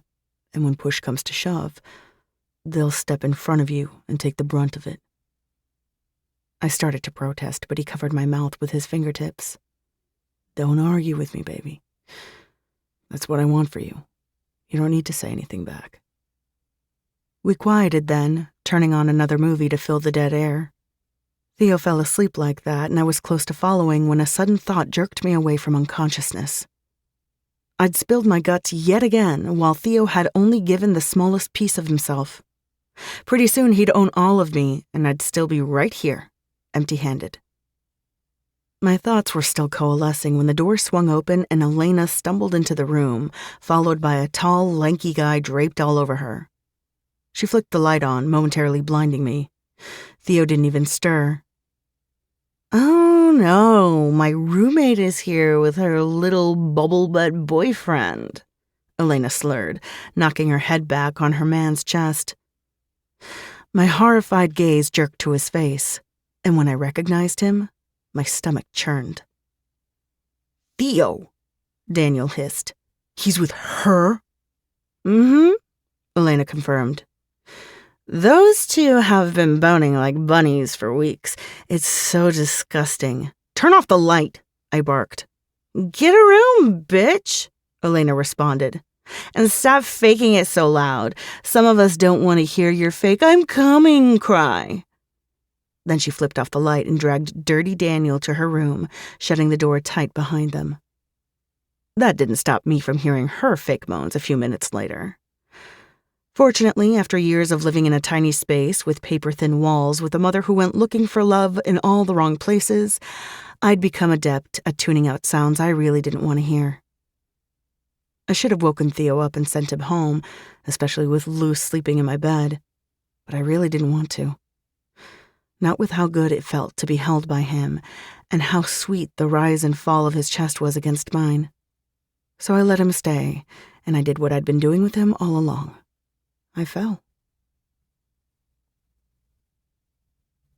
Chapter 17. Theo. My eyes were closed. The words were blurring. I jerked myself awake and tried to focus on the page, but it was no use. I was tired from Helen kicking me out of her dorm before the sun rose, so Luce wouldn't know I had slept over, and my sociology textbook wasn't even close to interesting enough to keep me awake. Daniel strolled into the study room just as I was contemplating whether I had enough time to take a nap before I picked Helen up from work. Hey, I greeted. He took a seat on the couch opposite mine, something brewing behind his sharp features. What's up, man? Have a good night last night? My head cocked. Yeah? You? Oh yeah. Spent some quality time with my girl. I told you about her, Elena. I rubbed my forehead, trying to jog that memory back around. Oh, yeah. I think I remember. He leveled me with a serious stare that made me uneasy. I saw you last night. I don't think so. I wasn't out. I know. He chuckled. I saw you when I went back to Elena's suite. I pounded my forehead with the side of my fist. That was it. Elena was Helen's roommate, the one who had called me Abby's boyfriend. Jesus, I had completely forgotten, and I definitely hadn't connected her to Daniel. I didn't see you. That's because you were passed out. You had to be so wasted. He raised his eyebrows like he was waiting for a good story. I shook my head. No, just tired. I closed up my textbook and started gathering my stuff. Speaking of, I'm still tired as hell. I'm going up to my room. Wait. Are you actually with that girl? I shot him a glare. What's with the tone? He lifted his hands, palms up, like he was the picture of innocence. I mean, if you're with her, cool. She's pretty. It's just, I know how your dad is. I didn't think he'd like you dating a stripper. Obviously, you know him better than... Helen isn't a stripper. Daniel chuckled again, this time giving me a look that was something akin to pity. I hate to be the one to break it to you, but she is. She works at Savage Beauties. My eyes sharpened. I know where she works. She serves drinks, not her tits. Maybe some nights that's true, but I saw those pretty tits and that very fine ass with my own eyes, man. A bunch of the guys from the house were with me and can vouch if you ask. I get why you're into her. She's fine as hell. Very fine. That little heart-shaped birthmark on her right butt cheek is all kinds of sexy. My ears were ringing. I hadn't wanted to believe him. Then he mentioned Helen's birthmark, and I didn't hear another word that came from his mouth. My girl had lied to me. She'd explicitly said she didn't strip. I remember being relieved I wouldn't have to walk, since that would have been a deal-breaker. I'd wanted to believe her because I'd been so hard up for her. I'd liked her so much. I hadn't wanted to be disappointed in her. But this... I was in too deep to call this disappointment. Finding out Helen had betrayed my trust, had been betraying my trust all this time. This was gutting. Fuck. The assholes I lived with all knew what Helen looked like naked. They'd probably jerked it to the thought of her. Hell, I would have if I'd been there with them. All that hair, those red lips, perfect face, immaculate tits, tear-worthy ass. Helen was a walking, wet dream. No doubt, she made a pretty penny taking her clothes off on stage. God, had they touched her? Had she taken money from the guys I lived with and let them put their hands all over her? My stomach roiled violently, sickness swelling in my throat. Every single night, I picked her up from that place. Had she spent hours teasing other men and grinding on their hard dicks? Most of those nights, I let her grind on my dick. No, I more than let her. I put her there because I'd been so desperate to have her. Before I lost my shit, I strode from the room with a calmness I in no way felt, telling Daniel I needed to take a nap. He was still talking, but I was already gone. The last thing I'd ever give Daniel was a peek at the riot raging within me. He already knew more than enough. Somewhere in my chaotic thoughts, I latched onto something I'd pushed aside because it had been easier that way.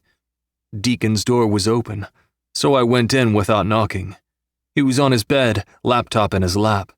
He looked up, a smile beginning to form, failing halfway there when he got a look at me. "What's up?" he asked warily. "How do you know Helen?" "Who?" That ass was such a liar. "Helen? The girl I had to haul out of your room so she didn't beat your ass?" "Ah!" He nodded, as if it was just coming to him. "Helen, the little firecracker townie. She was my weed hookup for a while." That jolted me. I hadn't known what to expect, but it wasn't that. "What do you mean?" "I mean what you think. She sold me weed." I had to tuck my hands in my pockets so Deacon didn't see how tight I'd balled them into fists. "She told you no. I was there when you went into Savage Wheels. She chased you out with a bat." He chuckled. "Yeah, bitch is wild. I approached her all wrong that day. I ran into her at a party last fall. We talked and made a deal. She gave me weed, I sold it to dudes in the house, we split the profit. It went swimmingly until the cops showed up at a kickback right before school started, and I had to flush all that beautiful ganja. I didn't have the money for her, of course. That's what you walked in on. The little wildcat was quite pissed at me." His face turned bright red as he laughed at the memory. I interrupted his laughter with another question about the woman I thought I knew, but was clearly a stranger. "Is she still selling you weed?"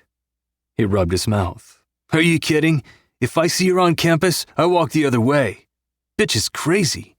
She'd probably brain me with her skateboard. No fucking way she'd hook me up again. That's why I need your dealer's number." Amir. The dealer Helen happened to know. From high school, she'd said. I now saw what a load of bullshit she'd been serving. Not happening. I slapped the door jamb. Good night. Deacon called after me, probably with questions, but I was in no mood to answer.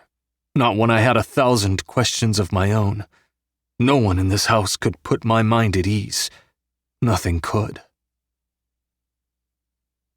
By the time Helen came jogging out of Savage Beauties, a sweet smile painted on her red lips, my decision was made. It hadn't been hard to come to it. If I had been less of a man, I wouldn't have been here to pick her up. But I wasn't a liar, and I didn't go back on my word. I said I'd be here, so I was. She slid into the car and leaned over the console. I always kissed her when she got in. That was done. I pulled out of the parking lot without looking at her. Okay, what's up? She turned sideways in her seat, her eyes boring into the side of my head. I can feel you simmering. Just say it. Tell me now, Theo. When we get to the dorm. I'm not talking while I'm driving. So there's something to say? You know you can't dump me when we're not really together, right? Stonewall Helen was back, and just in time, reminding me this was who we were. Two strangers who fucked. We weren't the people who fell asleep together on her couch, not when she had this whole secret life. A life I'd never signed up to be a part of. Right.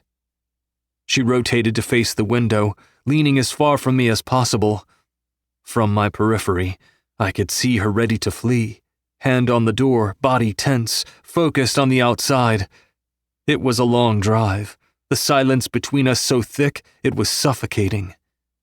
When I pulled up in front of her dorm, I idled at the curb instead of parking in a spot like I normally did. This wouldn't take long. Say it, Theo. She refused to face me. This is done. Okay. Just like that, her fingers wrapped around the door handle. Thanks for the ride. I could have let her go, but I was too angry to end it that easily. I needed her to understand exactly why I couldn't be with her anymore. And maybe I needed to drill it in my own head, because lurking on the other side of my anger was a world of regret that this had to end. You lied to me, Helen. She looked at me over her shoulder. Did I? And I suppose instead of just dumping me, which again is unnecessary since we're not together, you feel it necessary to lay out my shortcomings? She twisted around to fully face me again. Have at it. I'm all ears, Theo. The full force of Helen's stunning face tripped me up. She was seething. Her cheeks were aflame, eyes flared and coal black. That only served to enrage me further. She had no room to be angry. I point blank asked you if you strip. You said no. You lied. Her flinch was subtle, but I didn't miss it. I should have stopped there, but that flinch only pissed me off more. Tonight, I had to hear one of my housemates describe your tits to me, and he's not the only one who's seen you. A lot of them watched you take your clothes off. You really think I want to be with a girl like that? Who every fucking one of my friends could close their eyes and picture naked? A long stretch of silence settled between us.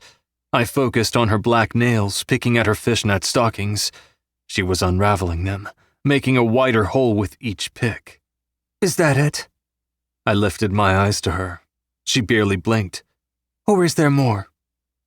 Nothing, Helen? You have nothing to say?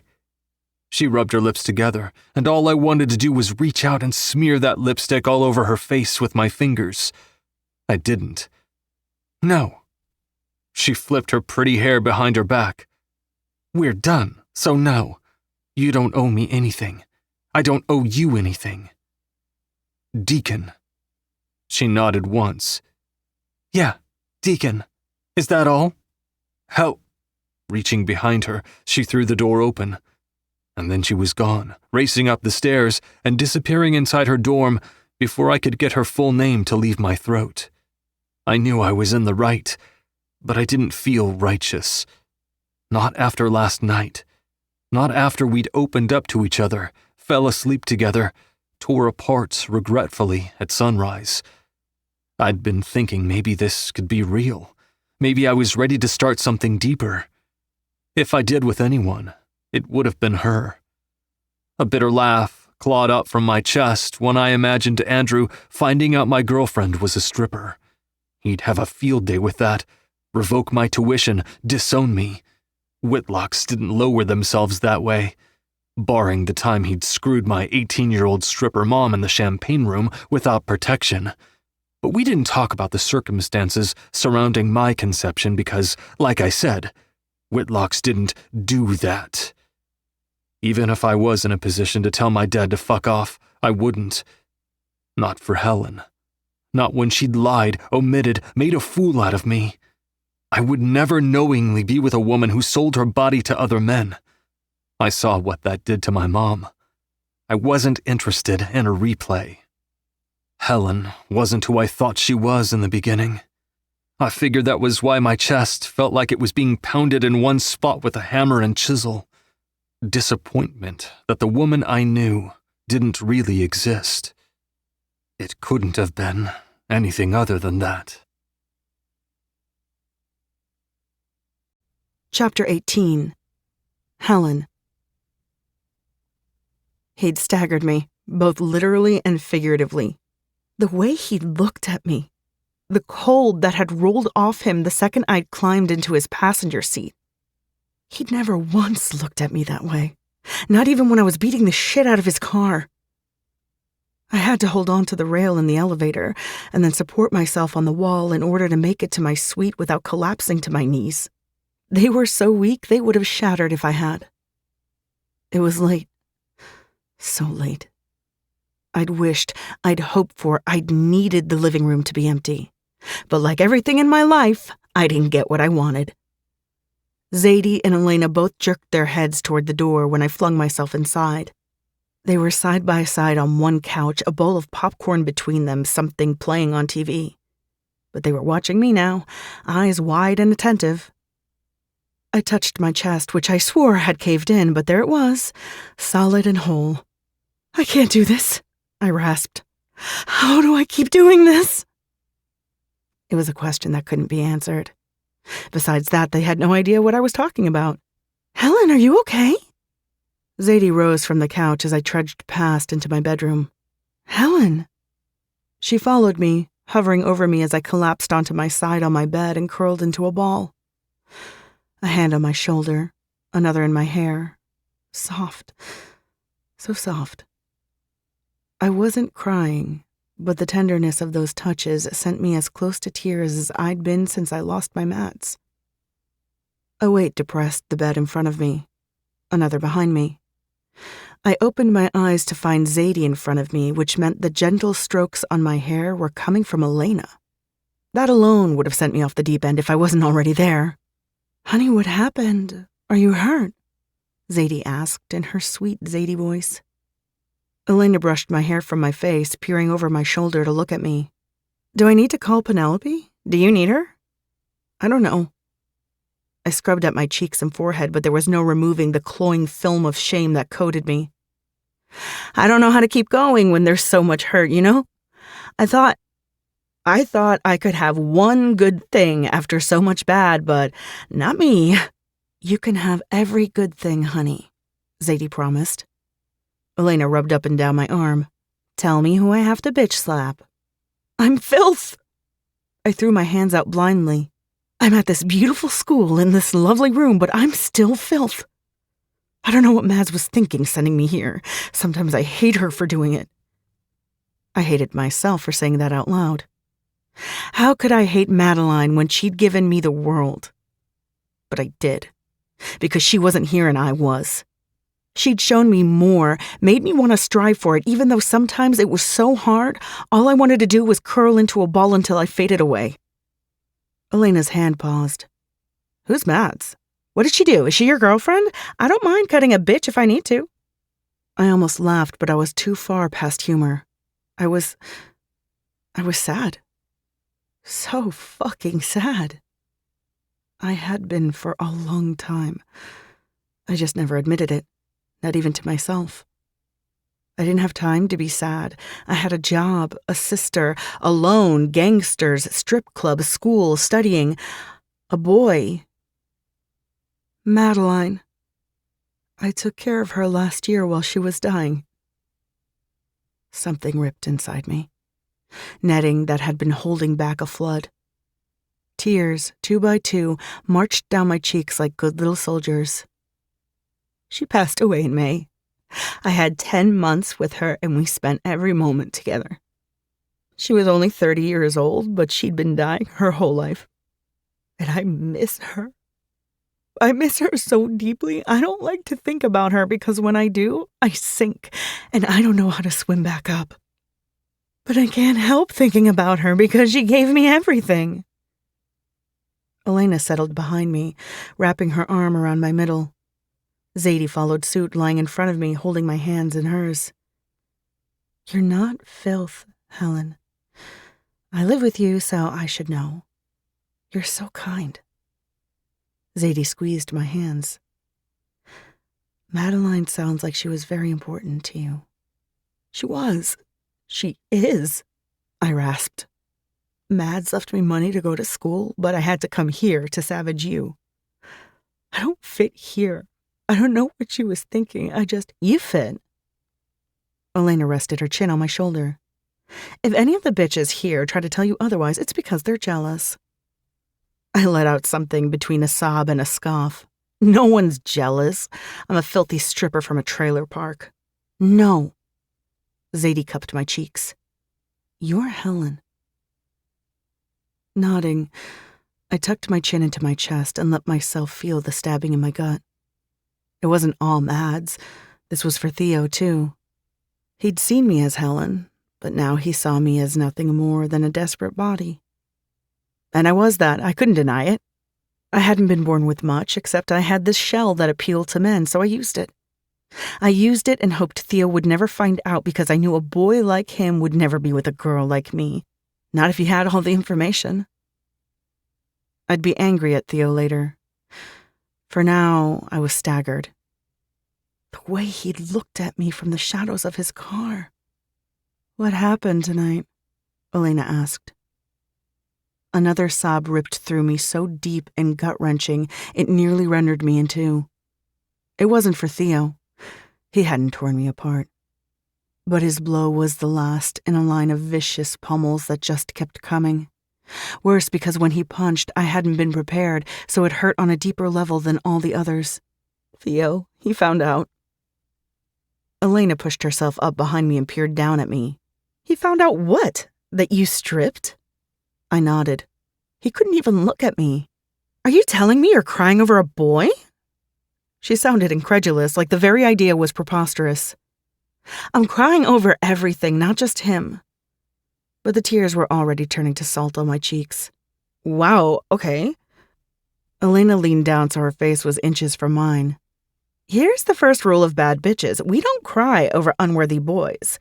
Theo is hot, I'll give you that. But worthy of tears? No, bitch, not even close. He's too good for me, I whispered, the words burning in my throat like acid. Zadie gasped. He's not. You're too good for a guy who would leave you in this state. Elena's clear blue eyes turned to fire. Are you kidding me? Did you literally just say that? Elena, Zadie admonished. Be nice to her. Elena stared down at me, fury pinching her pale brows. Theo is a pussy-whipped little boy. His ex told me all about him. His dad controls him, and he lets it happen. He seems like a nice guy, but that's only to get what he wants. If you think that kind of dick is better than you, then you're not the girl I thought you were back in high school when you intimidated the hell out of every soft boy you passed in the halls. She's sad, Elle. Let her be sad, Zadie said. I'm letting her be sad over her dead friend. I refuse to allow her to cry over Theo fucking Whitlock. He's hot, but he's proven himself unworthy. Helen is a warrior. Theo is bullshit. They bickered back and forth while I sank into my heartache. I knew it wasn't for Theo. Well, not just for him. These tears belonged to Mads and stress and the cruelty that was life. The fight in me ran deep, but some days it was too much, even for me. Let me be sad tonight. When I wake up, I'll be over him. I swiped at the mostly dried tears on my cheeks. Just give me tonight. Elena lay back down behind me and curled around me. It was all kinds of disconcerting, but Penelope had told me more than once there was a different side of her cousin she rarely showed other people. I had a feeling this was the side Pen had been talking about. Fine, tonight is yours to wallow. Even bad bitches deserve to pity themselves for a few hours. Her fingers combed through the back of my hair. But if I catch you crying over this kid again, I will sneak into your room while you're sleeping and chop off all your pretty hair. Zadie's hands flew to her mouth. Elena, you can't say that. I can, and I did. Helen knows me well enough not to test me. She kept finger-combing my hair even as she threatened to chop it all off. Do you have any idea how much I could get for pristine hair like this if I sold it? Oh my God, Zadie mumbled. A bubble of laughter swelled into the aching places in my chest, pushing the hurt aside so it could fall from my lips. I barked a loud laugh, and then smaller ones, until my shoulders were shaking and Zadie let out a tentative giggle. You're not selling my hair, Sanderson, I said between laughs. Elena gave it a light tug. Try me, Ortega. Lying there between my two roommates, I still hurt, but I didn't feel like I was seconds from walking into the ocean with stones in my pockets. This sad girl wasn't me. I'd never get over losing Mads, but Theo was a different story. By tomorrow, I'd forget he ever existed. Forgetting someone existed wasn't as easy as it sounded. Staring at the back of Theo's stupid head for an hour on Monday during class hammered that point home. He was still alive and breathing the same air as me. Whether he deserved that privilege was debatable.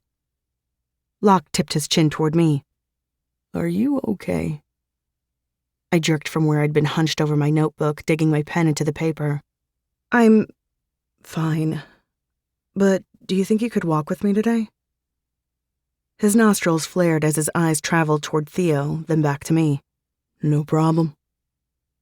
At the end of class, I took my time gathering my things, giving Theo a chance to be long gone by the time I headed for the door.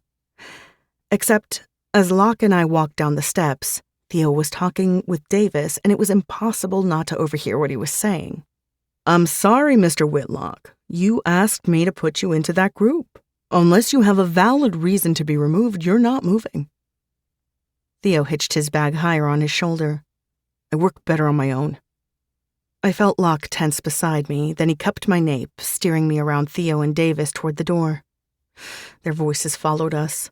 Except this is a group project, Davis replied. Is there something you need to tell me about your chosen group? A short pause. My ears perked up even as Locke steered me away. No, nothing to tell you, Theo gritted out. Locke practically shoved me out the door and down the hall until we were outside. He kept me walking, even though I would have liked to turn around and explain to Theo how little I was going to enjoy working with him, too. But I wasn't a little pussy running to the teacher just because my feelings were hurt. Don't let him see it, Locke grumbled. I'm not. He's the biggest asshole I've ever met, and that says a lot. Locke kept hold of me, ensuring I couldn't turn around and let my anger loose, which was a good thing, even though I really wanted to rebel against it. He walked me all the way to my dorm, stopped me at the base of the stairs, and gave me a long once-over. His scrutinizing gaze made me squirm, but I stayed still, allowing him to check me out to see what he needed to see. I didn't know what that was, but after a solid minute, he seemed satisfied. He nodded once. You'll be all right. Then he dropped his hand, swiveled on his heel, and lumbered off in the direction from which we came. And for some reason, when he said it like that, decisively and like it was fact, I believed him. I would be all right. Locke beat me to our group work session on Friday, which was relieving. He kicked the chair beside him out from under the table, and I took a seat. I'd been dreading this all week. 3 classes worth of boring holes in the back of Theo's head had taken a lot out of me. I'll handle him, he said. Okay. His head cocked. I met his gaze. He did the same assessing sweep he'd been doing all week, and I stayed still so he could. I was tired, slightly melancholy, but other than that I was fine, and he must have seen that since he nodded and let it go without saying a word. We both set up our computers and the research and work we'd done for our project, and then discussed what we'd completed, all while waiting for Theo to show. He was 15 minutes late by the time he pushed through the door and tossed his bag on the table. I kept my gaze trained on my computer, but from the corner of my eye, I saw Locke staring him down. Theo took a seat across from Locke, set up his computer and pulled out a notebook, all without offering an explanation or apology for his tardiness. When he had it all set up, he released a heavy breath. "Do you have the historical comparison prepared?" Locke asked. Theo shifted. "No, I haven't had the chance to get to it." Locke's head dipped, and his eyes met mine for a fleeting moment. "Okay. Have you started?" "Not yet," Theo admitted. "My nights have been freed up, though, so I'll have the time this weekend to pound it out." The truth behind those words made me flinch, even though giving Theo a reaction was the last thing I wanted to do. His absence at the end of my nights had been the worst part of this week. Knowing he'd been waiting for me with a smile and a kiss at the end of my shift had made it so much more bearable. Now that I'd lost that, I wish I'd never had it in the first place. "What were you doing?" Locke asked without intonation. "What?" Theo came up short with an answer. "I'm asking you what you were doing instead of working on our group project. If your nights have been free, then you had extra time to do your part. You didn't, so I want to know what you were doing instead." Locke kept his voice level, but there was no missing what he was saying and exactly how he felt about it. I happily stayed silent behind my computer screen, allowing Theo to dig his own grave. "I'll have it ready the next time we meet." Theo's jaw twitched. Locke clasped hands on the table and leaned forward. "We all know you asked Davis to leave this group, which is fair. Helen and I would have done fine without you since you've barely pulled your weight from the beginning. I let it go then, but I'm less inclined now. I said I have it handled." Theo gritted out. "You didn't answer my question," Locke said lowly. "I didn't because it isn't your business." He leaned farther across the table, his massive shoulders bunching into boulders. "It is if it affects me. You not doing your part on our group project certainly affects me. Helen and I both work full-time hours along with going to school, but we were here today, on time and prepared. As far as I can tell, you're jobless and living off your dad's dime. You don't have wrestling or a girlfriend to use as an excuse for not getting shit done. So, from where I'm sitting, you spent all week holding your dick instead of doing what you were supposed to be doing." I chanced to glance from my screen to find Theo's glare trained on me, filled with accusation. "Are you fucking him now?" I didn't know that I would have answered that ludicrous and insulting question, but I never had the chance. Locke slammed his palms on the table with a resounding bang. "You can leave, Whitlock. You show up to a group session like this again, I'll report you to Davis. And I will have valid reasons not to want you in this group." Locke's tone was low and unmistakably serious. He brooked no argument because he was so right. Theo was behaving like a tool, and with all the work Locke and I were putting into this project, he didn't deserve a free ride from us. Theo took in a long breath, then his gaze skimmed from me to Locke. "I was out of line. I apologize for being late, unprepared, and bringing personal issues into the group. It won't happen again." Locke stared him down. There was nothing teddy bear about him then. He was unyielding in his demeanor. Quite honestly, if I were on his bad side, I'd be shitting my pants. But Theo managed to hold eye contact until they both nodded, like something was settled. Locke patted my arm. "Do you want to continue with what you were telling me about the plague and quarantine?" "Yeah." I slid my eyes to Theo, who was watching me carefully. "I don't know if you remember, I remember." He cut me off, but he did it gently, and I hated it. Especially because he'd accused me of fucking Locke only a couple minutes ago. Great, then I won't have to backtrack for you. There was nothing gentle about the way I addressed him. I'd given him my soft, and he'd trampled all over it. He could take my spikes and fuck himself with them. We stayed in that room for another hour. The tension had eased minute by minute, but it was still thick by the time we were packing up. My stomach ached from it, and my chest throbbed from the stabbing sensation being in proximity to Theo caused. But it was good. I'd remember this feeling the next time a handsome guy with twinkly eyes tried to get too close. It wouldn't happen again. The three of us left the library at the same time. I gave Locke a punch on his tree trunk arm. "Have a good weekend, dude." He tapped my shoulder with his huge fist. "Be good, Hells." "I always am." We split off, Locke heading toward the campus maintenance building, me in the direction of my dorm. It took me a second to determine I was not alone. "Do you and Luce need a ride tomorrow? With your groceries?" I stopped walking and stared at Theo Whitlock, my mouth hanging open. Because what the fuck? "You're kidding me." He crossed his arms over his chest. "No, I'm not." "You are kidding me. There's no way that's a real question." "I'm completely real." I shook my head. "What if someone saw me with you, Theo? They might tell your dad you're riding around with a stripper." I spread my arms out at my sides and started to walk backward. "No, thank you. If I need a ride, I'll ask one of the many, many men I'm currently spreading my legs for, because apparently that's what I'm doing." "What do you expect from me, Helen? You lied to me. That makes me wonder what else you've been lying about. But Luciana shouldn't be riding her skateboard on the side of the road, loaded down with groceries. I'd like to give you both a ride to keep—" "Shut up, Theo. I don't want to hear what you like. You said enough to me Sunday night. I heard you. You and I never started, but we're really through now. That includes my sister. I don't care what you'd like. It doesn't mean anything to me." His jaw worked, and I wondered how much vitriol he was biting back. "Don't you think you owe me an explanation?" My stomach was on fire, and his question was kerosene to my flames. I walked up to him, clutching my middle. "No, I don't. Besides, you never asked for one." He bowed his head. "I'm asking for one now." He was too close, too soft. The fury that had been wrapped around him and pounding into me in his car had melted away. He was almost my Theo, except my Theo wasn't real. He never would have accused me of fucking Locke or told me I wasn't good enough for him. This man in front of me was a stranger, and I'd learned a long time ago to never talk to strangers.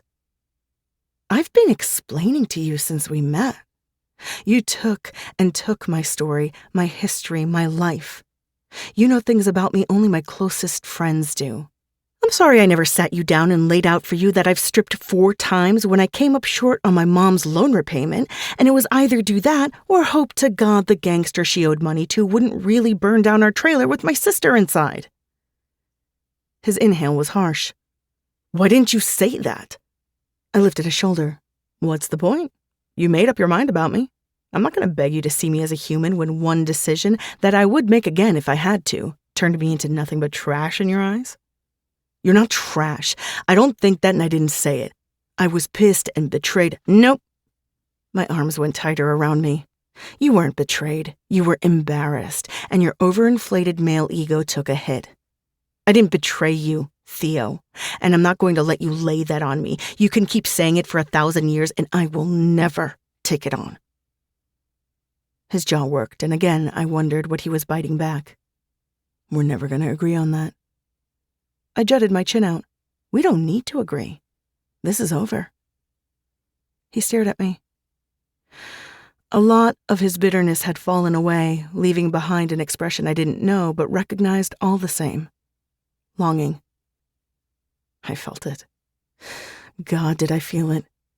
I longed for us to go back to the night he'd spent sleeping with his head in my chest, covering me with his body, holding me tight. I also wished we'd never had that night, so I didn't know what I'd lost a day later. "It never started, isn't that right?" He rocked back on his heels, still staring at me the same way. "That's right. Can't break a thing that never existed." Now we were both liars. And in the broad light of day, there was no hiding it. But Theo and I, we'd perfected our facades so well, we could look in each other's eyes and lie without flinching. I was scraped raw on the inside, but I'd never show him that. "I gotta go." I saluted him and started backing away. Do your work, Theo. I won't stop Locke from kicking your ass if you don't. He said something, but I was already gone. I walked faster than I should have, but I couldn't try to play it cool another second longer. Boys didn't hurt me like this. I'd never let them. I'd been stupid to allow Theo inside the cracks losing Mads had left behind. I'd learned, though, and I'd learned well. Chapter 19. Helen. Hakeem gave me a wave. I nodded as I set down drinks at my table, giving my ass a little sway and dodging grabby hands faux playfully, then made my way across the floor to see what was up with the big man. Hey. Hakeem was nearly 7 feet tall, of pure muscle and very little brain. He was also sweet as sugar and took his job as bouncer at Savage Beauties seriously. No one touched his girls without their permission, and when they did, all his sweetness was left at the door. Hakeem did not play when it came to his girls. He jerked his big bald head to the side. Group in the blue room requested you. I'm not stripping tonight. He glared at me with his deep black eyes, looking offended. Who do you think I am, baby girl? I know all. I see all. They want you to serve them. I laid my hand on his sinewy forearm. Sorry, dude, I'm cranky tonight. He wrapped an arm around my shoulders. I got you, boo. The boys in there are throwing green around like candy. Karina's bag is filled. Get in there and take them for all they're worth. I tossed my hair behind my shoulders and gave Hakeem a bright smile. Okay, I can be perky for cash. His laughter was a roll of thunder in my ears. That's my girl. The blue room was for private VIP parties. I'd never worked it as a stripper, but I had served drinks in there before and always came out with twice as much cash as a regular night. As soon as I stepped inside tonight, I wished I hadn't. 7 or 8 men were scattered around on chairs and benches, 5 girls mingling between them. I knew most of these men, if not by name, then by sight, and all of them filled me with dread. Reno spotted me before I could back out and run for the hills. He beckoned me with a wave of his hand. My footsteps were leaden, and I kept my tray in front of me like a shield. Amir raised a brow at me as I passed him. Karina perched on his lap. He had a handful of her ass in his palm, but he was watching me walk to his brother, paying her no attention. Careful, Amir murmured. I stopped in front of Reno, who was flanked by 2 guys I knew to be his muscle.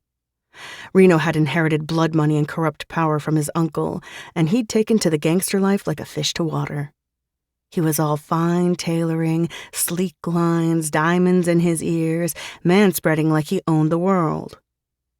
Helen, baby, he cooed. Hey, can I get you something to drink? He turned to his goon and laughed. I told you how cute she is, right? The goon appeared to have less brains than Hakeem, but he laughed along with Reno as if there were something funny about a cocktail waitress asking for his drink order. Reno tipped his head back to scan me long and slow. He bit his bottom lip, his eyelids growing heavy. Reno was hot, and in his nice clothes, he was sexy. He made my stomach turn. Vodka soda, baby. But first we need to talk.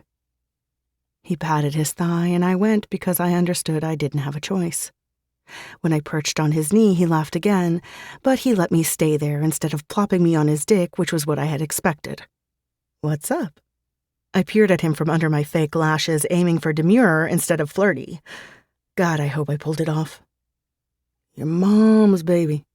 She came around asking for another loan. He didn't pull me closer, but he did cut my ass and give it a squeeze. Because I care about you, I told her I'd have to think about it. She can't pay you back, I blurted out fast. This I know. His fingers dug into my flesh hard enough to bruise. What I wonder is, I give her the cash, can you pay me back? I shook my head hard. I'm strapped. I can barely make the payments she owes now. I can't take on more. You could work just 3 nights a week, make double what you do now. You know that, Helen. I'm not stripping, Reno. It's not my thing. He stroked the flesh he'd just been pinching. You've done it before, baby. Too bad I wasn't here those nights. I would have enjoyed getting an up-close and personal look at those pretty tits. I kept my lips pressed tight. There was no right answer to that. Reno released a long exhale, then he smacked my ass hard. All right, get your ass up and give me my drink. Send me a girl who looks like you but doesn't think she's too good to shove her tits in my face. With an aching butt cheek, I walked away from Reno. I was furious at my mother and relieved the asshole gangster who'd just been groping me hadn't allowed her to turn my hole into a grave. Then I was pissed all over again that my mom had made me feel gratitude toward Reno. As I passed him on the way to the bar, Amir grabbed my wrist, bringing me to a stop. Karina was grinding her ass on his crotch, swiveling her hips like the absolute pro she was. Yo, Helen. Amir sounded casual, like he wasn't a few scraps of fabric away from fucking the pretty girl in his lap. You still with that guy? Why?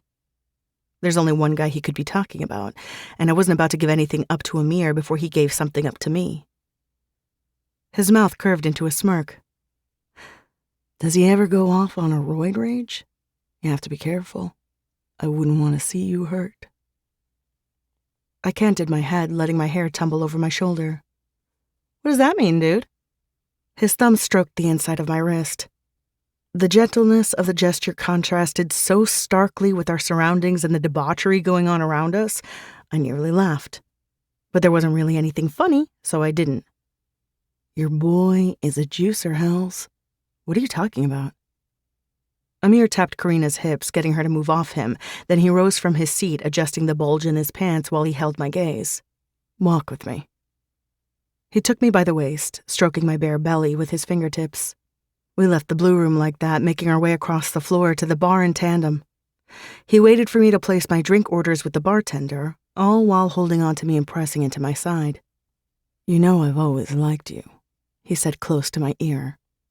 I turned my head, but that was a mistake since it brought my cheek to his lips. You have? Should have made my move in high school. I didn't think you knew I existed. He bit his bottom lip. Oh, I knew. Oh, I breathed. Amir cocked a sexy, amused smile. Yeah, oh. And I hate to see you getting mixed up with a guy like Theo Whitlock. His back was to the bar, one elbow resting on top, the other arm hooked around me. That stuff messes with your head. What stuff? He leaned down, studying me. You really don't know, do you? I sighed, struggling between ripping away from him and settling into his warm hold. I did neither, standing straight but allowing him to keep his hand on my middle. I don't know, no. I've been selling your boy dope for over a year. Wait, Theo takes H? Amir chuckled. No, your boy Theo juices up with some fancy-ass anabolic steroids. I supply to a couple athletes, but up until a few months ago, he was one of my best customers. How? What? Don't they test for that? He tapped my nose. How are you so naive when you come from the Palisades? It's kind of sweet, not gonna lie. Amir, I growled. If you're not going to tell me, then why bring it up? His amusement fled, replaced by a dangerous glint. I told you, Helen, I've always liked you.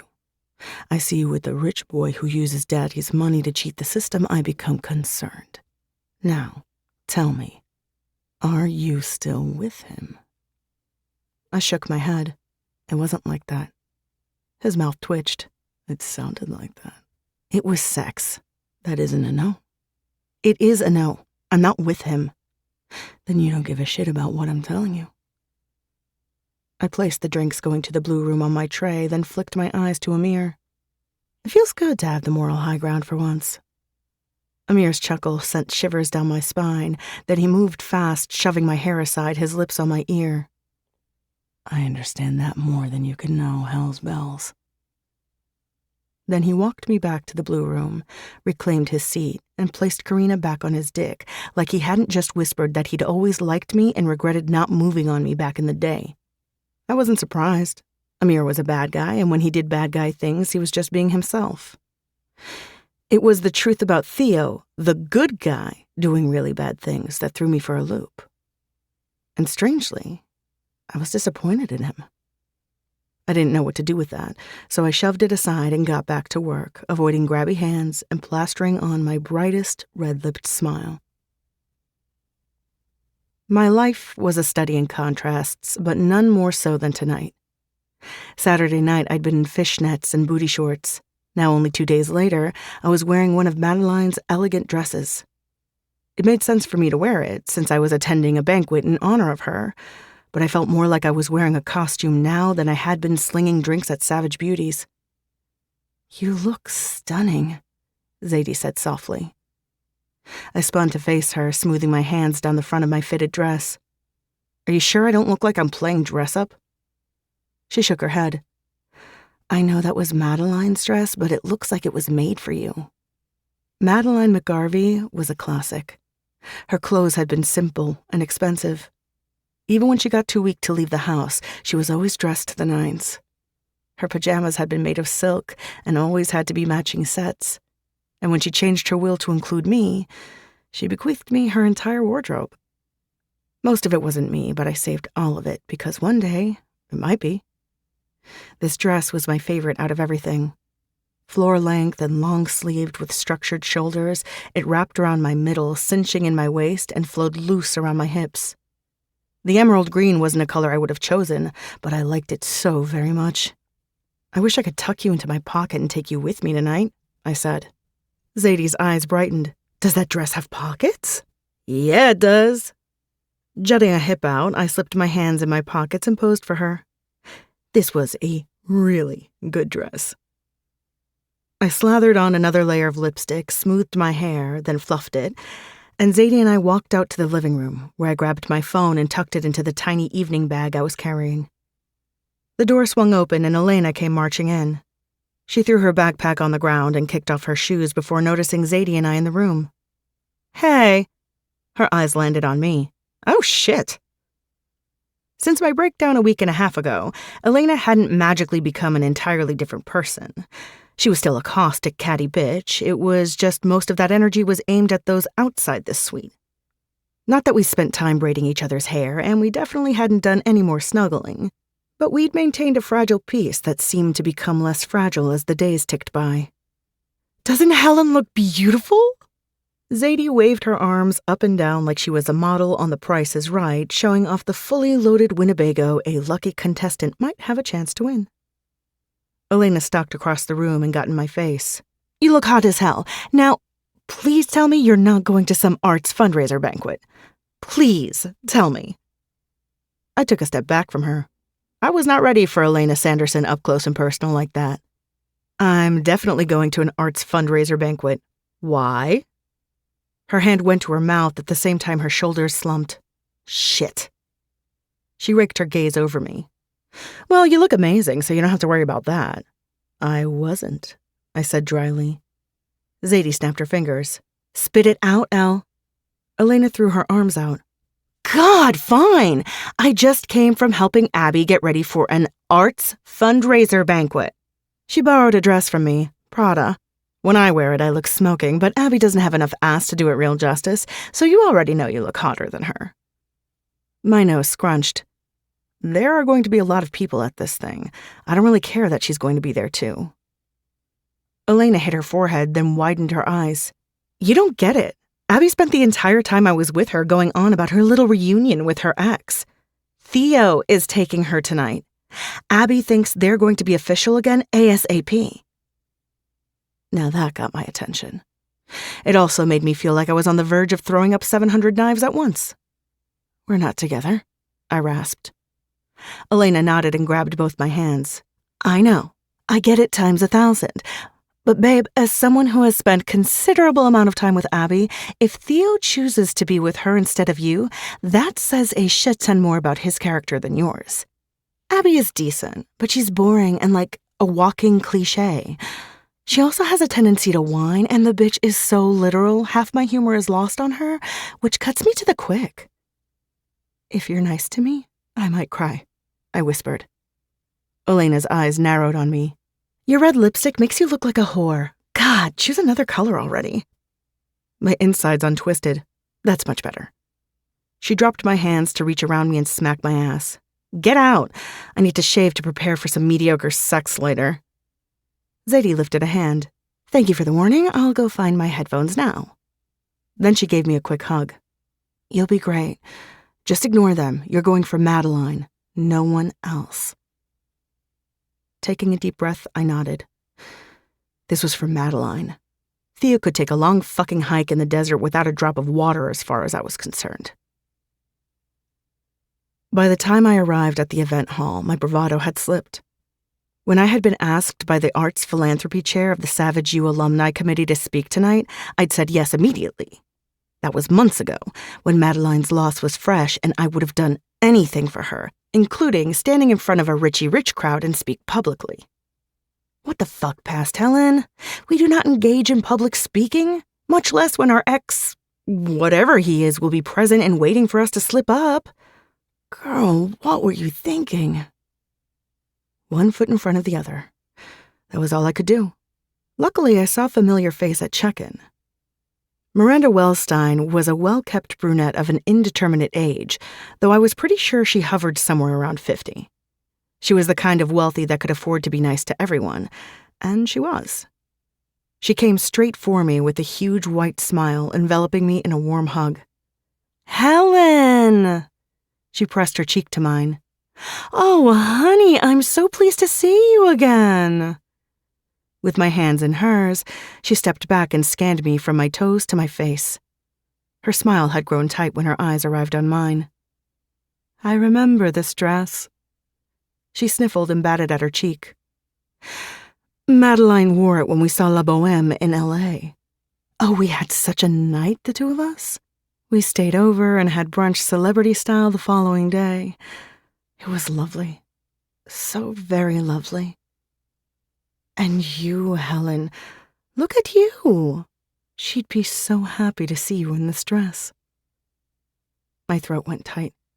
All I could offer was a choked thank you. Miranda and Madeline had been good friends. During my time with Mads, she hadn't allowed many visitors. She wouldn't say it, but I knew it was down to pride. She didn't want her friends and colleagues to see her near the end when she was frail, with blue-tinged skin and next to no energy. Miranda had been one of the exceptions, but not for long and not often. Toward the end, Mads would only talk to her by phone. I'd talk to Miranda almost daily, keeping her updated on her dear friend's condition and spirits. We hadn't grown close, but I guess we shared a bond since we both missed Mads something fierce. Her hands slid to my shoulders and she gave them a squeeze. Now that I'm an emotional wreck, let's go inside. I'll introduce you to a couple people and we'll find our table. You're sitting with me tonight, by the way. Oh, thank God. I breathed with relief. Miranda laughed. I would never invite you here then abandon you. She hooked her arm through mine, then we strode into the banquet hall. There were dozens of smartly dressed people milling about, many with champagne or cocktails in hand. The men were in suits, the women in fine dresses. And I realized I fit, at least on the outside. If no one spoke to me, they'd never know I didn't belong. But shit, I was going to have to get on stage and speak to all of them. Miranda walked me around the room, introducing me to more than a couple people while never leaving my side as promised. Once we'd made the rounds, she walked me toward a round table big enough to seat 10. A few people had already sat down. Miranda steered me to the 2 open seats between an older man and a younger one. Here, darling. She rotated me toward the younger man. Let me introduce you to my stepson and his friend. This is Theo Whitlock and Abby Fitzgerald. The world rocked under my feet, and I grabbed onto the back of the chair to steady myself. Theo rose with a practiced smile, one I'd never seen on him but recognized for what it was. In that moment, I was glad Elena had warned me Theo would be here tonight. Otherwise, I might have toppled over at the sight of him. Theo Whitlock, in a finely tailored suit with a blue tie that matched his eyes, was a sight to behold. I would never have known he hadn't grown up in this world because he wore it so well. Miranda leaned around me, clutching Theo's forearm. Theo, this is Helen Ortega, my special guest. All of him froze except for his eyes, which darted to mine in wide-eyed shock. I suppose I was the last person he expected to see tonight when he reunited with his girlfriend. A million thoughts raced around my skull of what I could say, how I could act. I decided to go with the simplest course of action, the truth. "Hey, Theo." I twisted my neck to smile at Miranda. "Theo and I are in a Shakespeare class together. We're actually working with another classmate, Lachlan, on a midterm project." Theo let out something between a bark and a cough. Attention returned to him. "I'm speechless.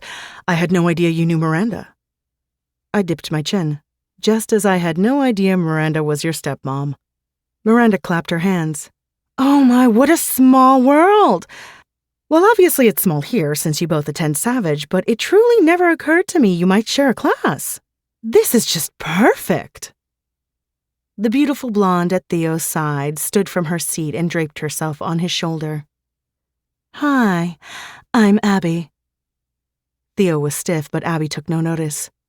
She rested her chin on his shoulder and pressed herself into his arm. My skin felt bathed in acid. He could move on. He didn't owe me anything, but seeing it up close and personal really wasn't fair. But that was life. Shit hurt. I tilted my head. "We've met. At the tea." I looked her up and down. "Elena's my roommate, too. The Prada looks great on you." "Thanks." She smoothed a hand over her hip. "I remember now. You were with the little kid, weren't you?" "Mm-hmm. That was my sister, Luciana. I would have introduced you, but you were all about Thee that day."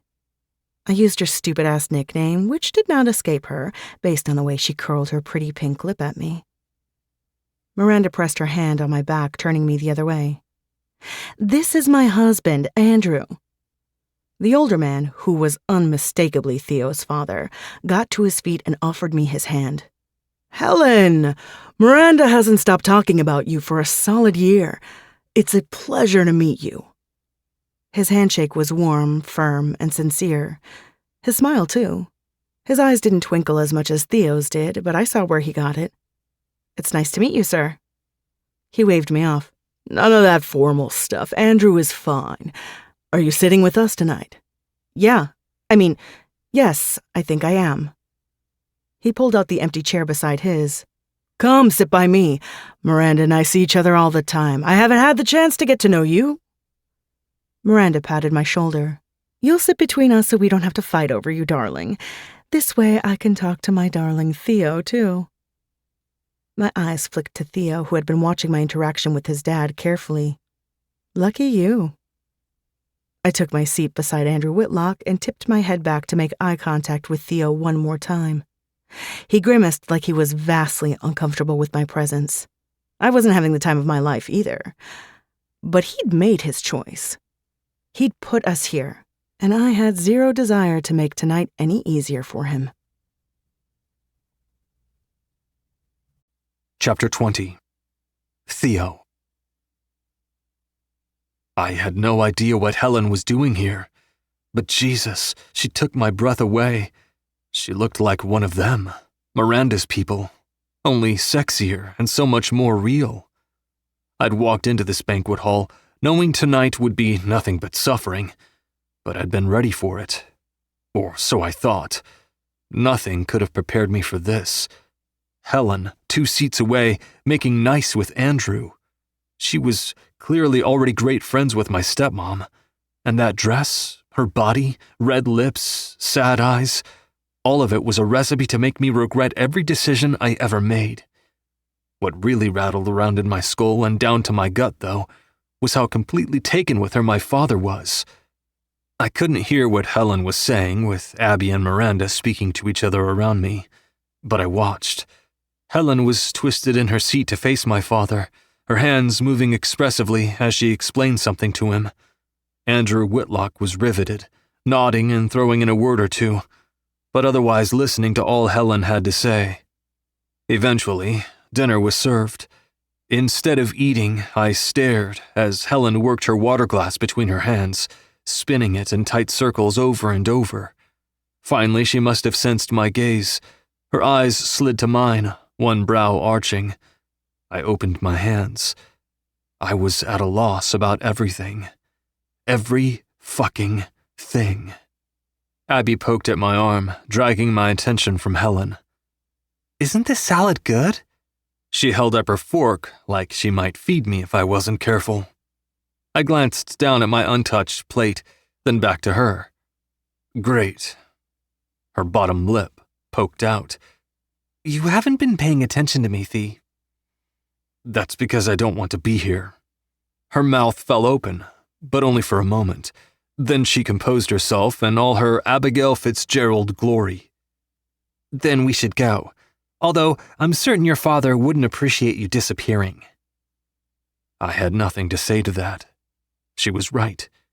Someone brushed by my chair, and my eyes flicked up in time to see Helen striding toward the restrooms, her round hips swaying in that sultry way that came naturally to her. Excuse me. I threw my napkin down on the table, not even bothering to hide the fact that I was following her, like a moth to a flame and all that. There was no resisting. I waited in the empty hall outside the women's restroom. After a minute or two, Helen emerged, her face impassive, not seeming the least bit surprised to find me there. She started to march by me. Before she could take more than a couple steps, I had my fingers wrapped around her bicep, and I shoved her into a shadowed alcove. She yanked her arm away. No. Yes. I crowded her space, backing her into the wall. What are you doing here? Her gaze was unflinching. I was invited. By my stepmom? Yes. Are you here because of me? Helen sputtered with laughter. Holy Christ, dude. How conceited are you? I didn't know you'd be here until Elena informed me you and your girlfriend were coming, and I found out your connection to Miranda at the same time you found out mine. I'm with her as a favor to my dad. She crossed her arms over her chest. Tell me, Theo, when did you know you'd be escorting your girlfriend to this banquet? I stilled as her bullet hit its target. A few weeks. My hole had been dug. Why not be honest now? Her laugh was so bitter I could taste it. You were going to bring her here tonight and never tell me, right? I bet you would have shown up at my door, ready to fuck after rubbing up against your pretty blonde girlfriend all night. He didn't give me a choice, Helen. Okay. I slapped the wall next to her head. Fuck, I hate when you do that. Why won't you call me a piece of shit, argue with me, tell me to go to hell? She lifted her chin. I don't need to. You already know. Looking away from her wasn't an option, even though it bruised all the way to the bone. She was so fucking gorgeous and defiant. And somehow, after the lies she told and truth she omitted, she had the upper hand. I guess I'd given it to her. No, I knew I had. How could I be angry at her for keeping something from me when I hadn't even considered telling her about escorting Abby tonight? You're right. I wasn't going to tell you. Her head turned, showing me the tight curve of her jaw. That would have hurt me. Luckily, I don't care anymore. My hand balled into a fist on the wall. Helen. She cared. She absolutely fucking cared. Seeing the slightest hint of vulnerability was like bamboo under my fingernails. Torture I would have kept on taking if it meant seeing beyond her walls. You should get back to your girlfriend. She tipped her face up to meet my gaze. Even in the shadows, her pain was evident. She looks lovely tonight, Theo. You must be proud. Then she slipped under my arm, hurrying down the hall, leaving me reeling like she always did. Only this time, it was worse than ever. This wasn't the beginning of something wild and crazy, but the period at the end of the biggest rush of my life. When I got back to the table, Helen was once again rising from her seat and walking toward the stage with note cards in her hand. What's she doing? I asked Miranda. Her head jerked toward me. Helen is here to give a speech about Madeline McGarvey's legacy, honey. What? What? Miranda patted my arm. If you'll turn on your ears and listen, I think you'll understand. A spotlight shone down on Helen's sleek chocolate waves as she took her spot behind the podium, center stage. It was subtle, but I saw her nerves and the slight tremble of her hands, the press of her ruby lips, the bunching of her shoulders. "Hi." Feedback from the microphone squealed through the room. Helen laughed softly and adjusted it with her shaking hands. "Hi, I'm Helen Ortega." She smiled, her lashes brushing her cheeks as she looked down at her note cards. "I'm not an artist or an art major. I'm planning on becoming a nurse, actually. So you might wonder what I'm doing here, standing on stage, speaking at a fundraiser for the Art and Design School. It's simple, really. I'm here for Madeline." Abby looped her arm through mine and tried to lean into me. I shrugged her off and shot her a hard look that had her slumping back in her seat. This wasn't her time. That had come and gone. Helen shuffled her note cards, then looked up with shining eyes. "I grew up in a trailer park. I never intended on going to college because, quite frankly, I couldn't afford it, and it wasn't important to me. Then I met Madeline. She saw me chasing 3 idiot guys out of a skate shop with a baseball bat and said, 'That's the girl I want by my side for the rest of my days.' She offered me a job right then and there, and I couldn't turn her down." "I'm an idiot. I've been one since the day we met." Miranda laid her hand over mine as she released a wet laugh. I'd only met Madeline a couple times, but I knew my stepmom had been devastated when she passed. Seeing Helen on stage, it was clear Miranda wasn't the only one. "Imagine knowing from the time you're a kid that you won't live past 40. That was Mad's reality. She chose not to walk herself into an early grave, though. Instead, she lived as fully as she could. Mads grabbed hold of her life with both hands, even when the ride was rough and it hurt. And God did it hurt her. She kept going and going. She saw me with a trusty bat and recognized a kindred spirit. I don't have CF, but the hand I was dealt since birth was, excuse my language, really shitty. I never once considered packing it in or burying my head in drugs or alcohol, though, just as Mads didn't slow down until her body forced her to. But I don't want you to think she stopped. She never, ever stopped." Helen swiped at her cheek and gave the audience another brave, wobbly smile as she shuffled her notes. "If you knew Madeline McGarvey, no doubt you knew how important education was to her. Teaching at Savage U, her alma mater, was one of her greatest joys. Introducing art to those who'd previously found it inaccessible was her passion. The Art and Design School was her second home. So you can imagine when Mads got her hands on me, a girl who'd never set foot in a museum, had no intention of seeking a higher education, and had never seen a foreign film in my life, she was giddy. I was signed up for online college courses before I knew what hit me. We took trips to every museum within driving distance. I picked up enough Italian and French from all the movies we watched, I could hold a conversation now." The room filled with soft, sad laughter, but I was filled with something else. Wonder, maybe. It buzzed low in my gut, impossible to ignore. How had I missed this? How had I spent every spare second with Helen and never known any of this?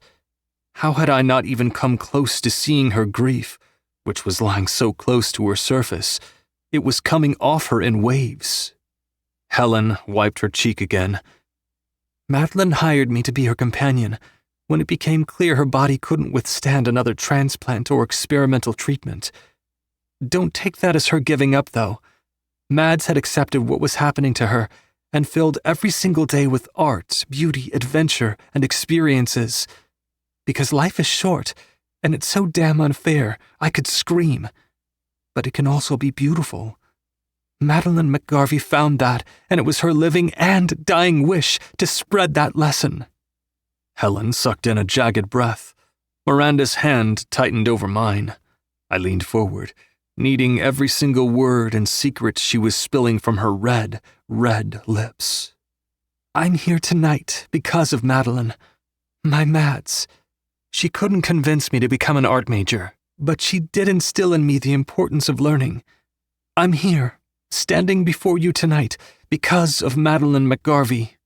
Because she saw something in me believed in me, wanted more for me so fervently, I started to want more for myself.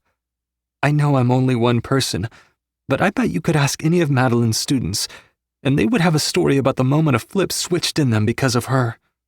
She's gone, but her legacy will live on. She made sure of that through me, her past students, and the ones to come. The Madeline McGarvey Scholarship will keep her passion going for years to come. She died knowing her legacy would be beauty and hope. Mad's passed fully at peace. Helen choked out a sob, but she swallowed hard, holding back any more tears. Miranda had leaned into my father, whose arm was curled around her shoulders as she quietly cried. If I could have one last conversation with Madeline, I'd tell her I saw my first Shakespeare play within my first month at Savage U. It was Taming of the Shrew. I'd tell her I really liked it. It even made me laugh. And though I said it a lot during the too short time we spent together, I would say thank you. Thank you, Madeline, for showing me beauty. Thank you for believing in me and making me want more. Thank you, Mads, for being my friend. And thank you, Madeline McGarvey, for coming from a world of privilege, recognizing it, and using it to help those who don't. I'll do you proud, Mads. Promise. Helen returned to the table under a roar of applause. If the audience understood she was telling them to use their privilege for good instead of evil, it wasn't apparent, but one could only hope. Miranda enveloped her into a hug. Then my father took them both in his arms. Sitting next to my ex-girlfriend, who was still pouting, watching this, knowing I had no business wanting to take care of Helen, but needing to more than I needed to breathe, I'd never felt more wrong in my life. I hung through 10 more minutes of every single person in the banquet hall coming up to Helen to try to grab a piece of her. They kept coming, asking about her time with Madeline, touching her hair, her arms, invading her grief. She kept smiling, but her eyes were darting to the side. I recognized that look. Trapped, panicked, hungry to escape, and I couldn't stop myself from surging to my feet. Helen shook her head when she saw me move, then she shifted to give me her back, and I remembered I'd put myself here, right where I'd wanted to be. While I ignored her, Abby got wasted. By the time I drove her home, her head was lolling on her rest, and I had to help her out of the car. She clung to me as I walked her into her dorm. This wasn't where I wanted to be, but I couldn't leave her to fend for herself. I propped her next to her door and held up my hand. "Give me your key." Why don't you love me, Thee? Her back was to the wall, her head tipped up. "Give me your key, Abby." Answer me, and I will. Exhaling, I rubbed the space between my brows. "We're done, Abby. We've had this conversation. There's nothing new to say. I need you to let this go. No more showing up where I am. No more shoving our fathers in the middle. I don't know how to be more clear with you." Her sigh sounded more like a hiss. It's her, isn't it? That girl with the red lips. You know her name. My patience had just about run out, but now that she'd brought up Helen, it was paper thin. You're obviously not with her. She wouldn't even look at you. It doesn't matter who I'm with or not with. You and I are not together, and we won't be getting back together. I'd like to be able to look back on what we had and feel good about it, but you're going out of your way to ruin our history. She straightened, moving into me to press her hands on my chest. We were so good. I just wanted more. I didn't know how to get it from you. I thought you'd see how serious I was if I broke up with you and you'd open up to me. I shook my head. It was never going to happen, Abs. I gave you all I could. I'm sorry it wasn't enough. I'm sorry you were hurt, and maybe you're still hurting. But that doesn't mean we have a chance. You need to let go. Her brow crinkled. It looked like she was trying to work her thoughts out in her alcohol-soaked mind. Are you going to give her more? She'd lost her cutting edge. Now she just sounded sad. Her hand slid up to my neck, eyes imploring for a different answer than the one she knew I'd be giving. This isn't about anyone else. You asked about me and you. That's what I'm answering. We were so good, Thee. She rose on her toes, and before I could stop her, her mouth pressed against mine. I wrenched my head to the side, breaking the connection as soon as it started. I'm sorry, she cried. I took her hands off me and pounded my fist on her door to let her roommates know she needed to be let in. Then I backed away, out of her reach. Go inside. I'm done. The door opened behind her, and I didn't wait to see what happened next. I had a wrong I needed to right, and it couldn't wait any longer. Chapter 21. Helen. In my beautiful dress, I sat down beside Theo on the steps in front of my dorm. I had expected him to be waiting there for me when my Uber dropped me off, and he hadn't let me down. He was quiet for a while, and I felt no need to fill the space between us. Tonight had worn me out. Thinking about Mads, talking about her, reliving what it meant to know her, all took a toll. Doing that in front of Theo made it 10 times harder. You're grieving. I slowly turned my head, letting my eyes travel over his face. My stomach churned. Yeah. I pointed to his mouth. You didn't wipe off all the lip gloss. His hand flew to his mouth, scrubbing the shiny pink stuff away from the very corner. Fucking Abby. She doesn't know when to quit. It might be the mixed messages.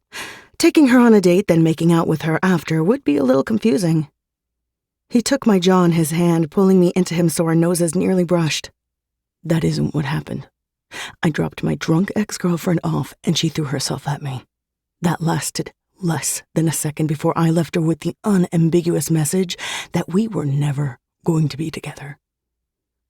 I shrugged like I didn't care. I wished seeing lip gloss on his mouth hadn't been a blow to the solar plexus, but considering I was still breathless, it had been. The hits just kept coming. Okay, Theo, you don't owe me any explanations. His hold on my jaw softened, but he didn't let go. I owe you an apology. I realize how I spoke to you was probably unforgivable, but I need you to know I'm sorry. I nodded. That's something. I should have asked you more questions. You didn't want a girlfriend. I didn't want a boyfriend. What we had was what we both wanted. His nostrils flared. Enough lying, Helen, Jesus. My hands were still shaking slightly, and I hurt so deep, it felt like my soul was bruised. He kept pushing me, saying he was sorry, then pushing some more. I was getting really tired of being pushed around and made into the bad guy. He wanted to show up here with another girl's kiss on his lips, offer a little apology, and expect that to be it? Maybe it was because I was so raw from spending the evening talking about Mads, but I was done. Absolutely done. Okay, here's the God's honest truth, Theo. I'll lay it all out for you. Madeline left me a lot of money in a trust. But she knew me well enough to know I wouldn't finish school if she was gone, and I could cash in the trust. So I'm required to graduate from Savage U before I can access the money. It's a lot of money, Theo. A lot. She left a separate fund for my tuition, so that's covered. But neither of us knew my darling mother was taking a loan from a gangster at the time Mads was living her final days. Neither of us had any idea I'd be over a barrel, forced to pay back the loan while attending school. Mads would have paid it off. She wouldn't have left me in this situation, but here I am, stuck. In a couple years, I know I'll have the trust, I'll have Luce, and I'll be okay. I'll be more than okay. For now, though, I have to do what I have to do to survive. Theo murmured my name painfully and reached for my hand, but I yanked it away. If he gave me soft, I'd scream. Deacon sold weed for me until he screwed me over. That was one of the times I had to strip for the cash I owed Amir. There were a handful of other times I took off my clothes when I came up short. I hated every second of it, but I'd do it 1,000 times over to keep Luce safe. He tried to touch me again, but I slapped him away. I needed to keep going, to level him with my truth so he could see, so he could understand. Before you, it had been nearly 2 years since I had sex with anyone. The last person to touch me decided no meant yes, slammed my face into the hood of a car, and had my pants halfway down my ass before Penelope saved me. So when I let you inside me, it meant something. I might not have given you everything you thought I should have, but what I gave you was a lot. He exhaled, his head dropping forward, hands clasped between his knees. I'm an asshole, he gritted out. Yeah, you are. And the thing is, I felt like trash when you told me we were done. But I've thought about it. I've watched you. I've learned a few things about you, and I came to a conclusion. He lifted his head to peer at me, his eyes narrowed. What's that? I'm really too good for you. He flinched, but he didn't deny it, so I went on. You may have grown up having to be hard, but you've gotten soft, Theo. You let your dad push you around. You let your ex push you around. You didn't stand up for me. Your feelings were hurt, so you tried to get out of our group project, and when you couldn't, you showed up unprepared and threw out accusations at Locke. Your grades are slipping, you're closed off, you live off your dad's money all while saying you hate him, and enough, he whispered. I hear you. No, wait, I didn't get to the best part. How do you know Amir, Theo? He stilled, studying me so hard, it seemed like he was trying to see inside my mind. Then his head bobbed loosely when he got it. He talked. He told me what he sold you.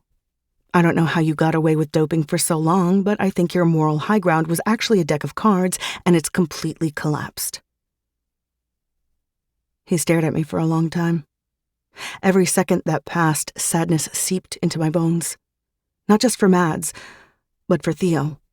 For who I thought he was. Who he could have been if he'd just wake up. He nodded. You're right. Nothing you said was untrue. I'm not good enough for you. Not even close. He climbed to his feet and held his hands out to help me stand. He was giving up, just like that. Theo walked me the rest of the way up the steps to the door. There he reeled me into his body, his arms circling my shoulders, gently pressing me to his chest. It took me a second to understand he was hugging me. It took another second for it to sink in how badly I'd needed this. I'd been embraced many times tonight, but when it came from Theo, my twisted insides unfurled and I sank into him. He held me until I let him go. I need to go to sleep. I dug in my clutch, finding my keycard. I'll see you in class. Theo's fingers curled around my arm. 2 things before you go in, okay? First, you are so fucking beautiful, it's hard to look at you right now. And you were magnificent tonight when you were talking about Madeline. If people didn't love her before that, you made them fall. I had to bite on my bottom lip to stifle a sob. Theo touched my trembling chin, telling me without words that he noticed. Second is I know I'm not good enough, Helen. That doesn't mean I'm walking away from you. It means I have work to do to get myself there. I won't ask you to wait, but I'm telling you right now, you're the only one I want to be with, and that won't change. He brought his hand up to the side of my neck, dipping his head to make sure I was with him. It's late. You're tired.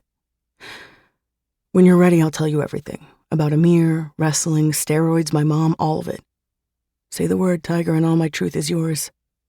I don't know if I want your truth, Theo. I was sad right then. But when I had more energy and wasn't so raw from Mads, the anger would return. And man, was I pissed at Theo. He closed his eyes, nodding as he exhaled. Then I'll have to work until you do. He swiped my keycard for me, gently shoved me inside, and closed the door between us. Another nod, and Theo walked off into the night, and I went upstairs to my room, my heart aching and promises yet to be fulfilled. Chapter 22. Theo. Locke. The garage bay was almost empty. Locke was the only one working, his head under the hood of a truck. Hearing his name, he looked around, found me approaching, and straightened, wiping his hands on a rag. Theo. He was wary already. Hey. He continued wiping his hands, giving me nothing. Made sense. If there were lines in the sand, Locke was firmly on Helen's side. Really fucking deservedly so. I'm hoping you can help me out. Locke's expression turned thunderous. Are you really? Yeah. I shoved my fingers through my hair. I messed up. I keep messing up. It's high time I turn things around. I'm asking for your help with that. Rag clutched in one hand, his fists went to his hips. Tell me what you're looking for. I'll consider it. I know engines. I worked in a garage, my pop shop, from the time I was a kid. Again, nothing. Locke was a solid wall. He was going to make me work for every inch I needed, which was fair. I hadn't worked in a long, long time. I'm looking for a job, Locke. I have experience in a garage, but I'm willing to work anywhere there's a need for a body. My pops taught me a lot, but I'm a fast learner and willing to get dirty if I need to. He threw down the rag, his jaw tight. What makes you think I'd want to help you even if I could? Besides your non-existent work ethic, you fucked my friend over. I decided to lay it all on the line. That was all I could do. He was right. I'd been showing my ass all semester, and I had a hell of a lot to prove now. I know I screwed up in a massive way with Helen. I'm working to make it right. To do that, I need to be able to stand apart from my father. The start of that is not being reliant on his money. Good start, Locke rumbled. I tipped my chin in acknowledgement and went on. For that, I need a job. I was hoping for one on campus. It'd be an insurance policy, in case Andrew doesn't agree with my choices and revokes my tuition. If I work here, I'll get a deep discount, so I'll be able to take care of my own tuition. You did your research. I shrugged. It didn't take much, but I'm not bullshitting around. I need this. I don't make the hiring decisions. I didn't think you did, but I figured you being Locke, you could put in a good word for me and ease the way into me working here. You figured that? His head cocked. Are you serious? Never been more serious. And I'm not going to have to hold your dick the whole time? My mouth quirked. I'd rather you didn't. His expression didn't budge whatsoever. I need an answer. My hand went to the back of my neck, rubbing it hard. No, man. I know a lot, and what I don't know, I'll learn fast. I'm committed. I need this. You said that. Yeah. Well, it bears repeating. Locke took a couple steps to the right, bracing his hands on the hood of a campus truck.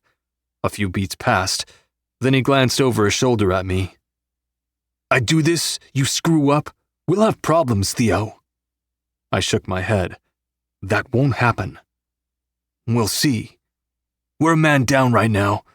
I'll talk to my boss about you. If you can impress him, I guess you've got a job. I wasn't going to celebrate. This was one step, a step I should have taken years ago. I let myself go soft because it had been easier that way. I'd given up control to my father in exchange for security. But the security he offered was lined in lead, and it had been poisoning me for years. Thanks, man. Locke hadn't stopped glaring the entire time I'd been in the garage. He closed the space between us, giving my chest a light shove. Light from Locke was like being hit with an anvil. I cracked my spine against the side view mirror of the truck behind me. Don't thank me until you prove yourself. And not to me. Helen's going to be the judge of that. If you put that look on her face again, if you make her afraid or feel unworthy, it won't matter what she says or who your father is. You and I will have words, and they won't be gentle. His nostrils flared as he inhaled. You feel me? If I make her feel afraid or unworthy, I'll welcome what you bring. Folding his arms over his wide chest, he rocked back on his heels. Yeah, you feel me. One step. That was all it was, but it was something. Helen and Locke walked into the library study room together. She was laughing, leaning into him. He had a wide grin on his face, obviously liking my girl there, hanging on his arm. Ugliness sat on the tip of my tongue like poison. I did not like them together. Worse, I had no say in what happened between them. Helen had barely looked at me since our talk on her steps Monday night. And when she did look, her gaze teetered between wary and pissed off. There was no forgiveness there. Then again, I hadn't done jack to prove myself. They both stopped in their tracks, seeing me already at the table, set up, ready to work. I swallowed the poison down, letting it writhe in my guts. Helen raised a brow but did not disengage from Locke. "Wow, look who's on time. Is this a new leaf?" I grinned at her, though I didn't feel it. "I'm trying out the school thing. We'll see how it goes." She dropped Locke's arm and pulled out the chair diagonal from me, dropping her backpack with a thump. "Interesting. Is this part of your 5-point plan apology tour?" Leaning on my elbow, I rubbed my chin. "Actually, it's getting my shit together. It was high time." Her mouth twisted, but her eyes held mine. "Pastime, Theo." Locke was silent during this exchange, taking his seat and turning on his laptop. Helen followed suit, giving me the cold shoulder. I spent this time tamping down the jealousy burning a hole in my stomach. It would do me no good to stake my claim. Not when the last time I came to Helen, I had Abby's lip gloss on my mouth. Helen was mine, but I had to earn the right to call her that out loud, and I wasn't even close to that place yet. Locke cracked his knuckles and peered at me from behind his screen. "Are you ready to present your section?" I nodded, glancing at my notes. "As I'll ever be." About an hour later, we walked out of the library. For once, my group members weren't pissed off at me, and that felt really fucking good. Not just because one of them was Helen, but because I'd worked hard this week to catch up and get where I needed to be. This was all on me, no assistance, no hiding behind someone else. My sole accomplishment. I caught Helen's elbow as she turned to skate off to her dorm. "Helen." She tugged her arm back. "Theo, can I talk to you for a second?" Her chin lowered. "That's all you get." "That's all I have." I stepped into her, cupping the side of her neck. Then I walked her backward, so we were a few feet from Locke. When she didn't jerk away from me, I took it as a victory. "I want to give you a ride home tonight." "I don't need it." "I won't read it as forgiveness. I never should have stopped picking you up. That was an asshole move." "It's whatever." Her teeth dug into her bottom lip. "Karina's been driving me home." "Coworker?" "Yeah. She doesn't mind, so I'm covered. Don't worry your pretty little head about me, Theo." My brow pinched. "I'm going to worry. If there's a time Karina can't drive you, call me. I'll be there. I don't want you on the bus again." Her mouth opened, but before she could say whatever she was going to, Locke said my name. I exhaled, taking one last look at Helen. All the soft I'd coaxed out of her was back behind her spiky walls. Still, even with her defenses up and her lips turned down, she was the most beautiful woman I'd ever laid eyes on. "I gotta go." I pulled her into me and pressed a kiss to her forehead. It might have been stolen, but I needed it, so I took. "Call me, Tiger." Locke was frowning at me with deep furrows around his mouth when I got to him. I grinned back. "Let's go," he gritted out. "Ready when you are," I replied. We'd gone 2 steps when Helen called out to us. "Hey, lovebirds, where are you going together?" I turned around, walking backward beside Locke, whose steps hadn't even stuttered. "Gotta get to work, baby. No time to chat." "What?" She threw her arms out. "You call me? I'll tell you all about it." Then I tossed her a wave and spun forward. Locke glanced over at me, tense. "You're getting cocky. The finish line is too far off for you to be this cocky." That sobered me somewhat. Point taken. After a minute of silence, he added, "She was kinda nice to you, though." I barked a laugh. Yeah, she kinda was. "Don't fuck up the little ground you've gained back, Whitlock." "I'm not going to." Whether I was patient enough to wait for Helen to come back to me was another story. But if my first day on the job the previous day had been any indication, Locke was going to keep me so busy with backbreaking labor for the next 4 hours, I wouldn't have the chance to think about Helen. And that was good, since this was about me. Yeah, I wanted the girl, but this was more than that. This was me taking the reins of my life back. This was me standing on my own feet and being able to look at myself in the mirror without disgust. This was me living clear and clean. Then, and only then, would this be me going after my girl. Chapter 23. Helen. Coming home from a night of men groping, leering, and opening their stupid mouths to hear Elena faking yet another orgasm was too much. Knowing who the dude was pounding away at her poor kitty made it even worse. I'd known that lanky-ass fool was trouble when I saw him last summer. He'd been at Savage Beauty's tonight with a handful of other frat bros. It stood to reason he was the one who'd told Theo about me riding the pole, although I'd never noticed him before. He must have not made himself known like he had tonight. First, he'd heckled a couple girls on stage. Hakeem had nearly squashed his head like a peach, and he became more subtle after that, sending me back to the bar multiple times when his drink order was wrong, tossing tips on the ground so I had to bend to get them, rejecting Karina's lap dance in the middle of it because her minor, silvery stretch marks disgusted him, refusing to pay her since she didn't complete her dance. I threw my shoe at Elena's door when I heard her moan, "Oh, Daniel," with pure boredom. The dude must have been rich, or maybe he was blackmailing her. I couldn't see any other reason she'd continue sleeping with him. In my bedroom, I tucked my tips in the box I kept in my underwear drawer. It was stuffed full since my payment to Reno was due tomorrow by 5. I'd have some extra left this time, giving me some breathing room for once. After I took a shower and washed the filth of the club from my skin, I tucked myself in bed, the suite blissfully quiet. Elena had either kicked Daniel out or fucked him to sleep. Either way worked for me.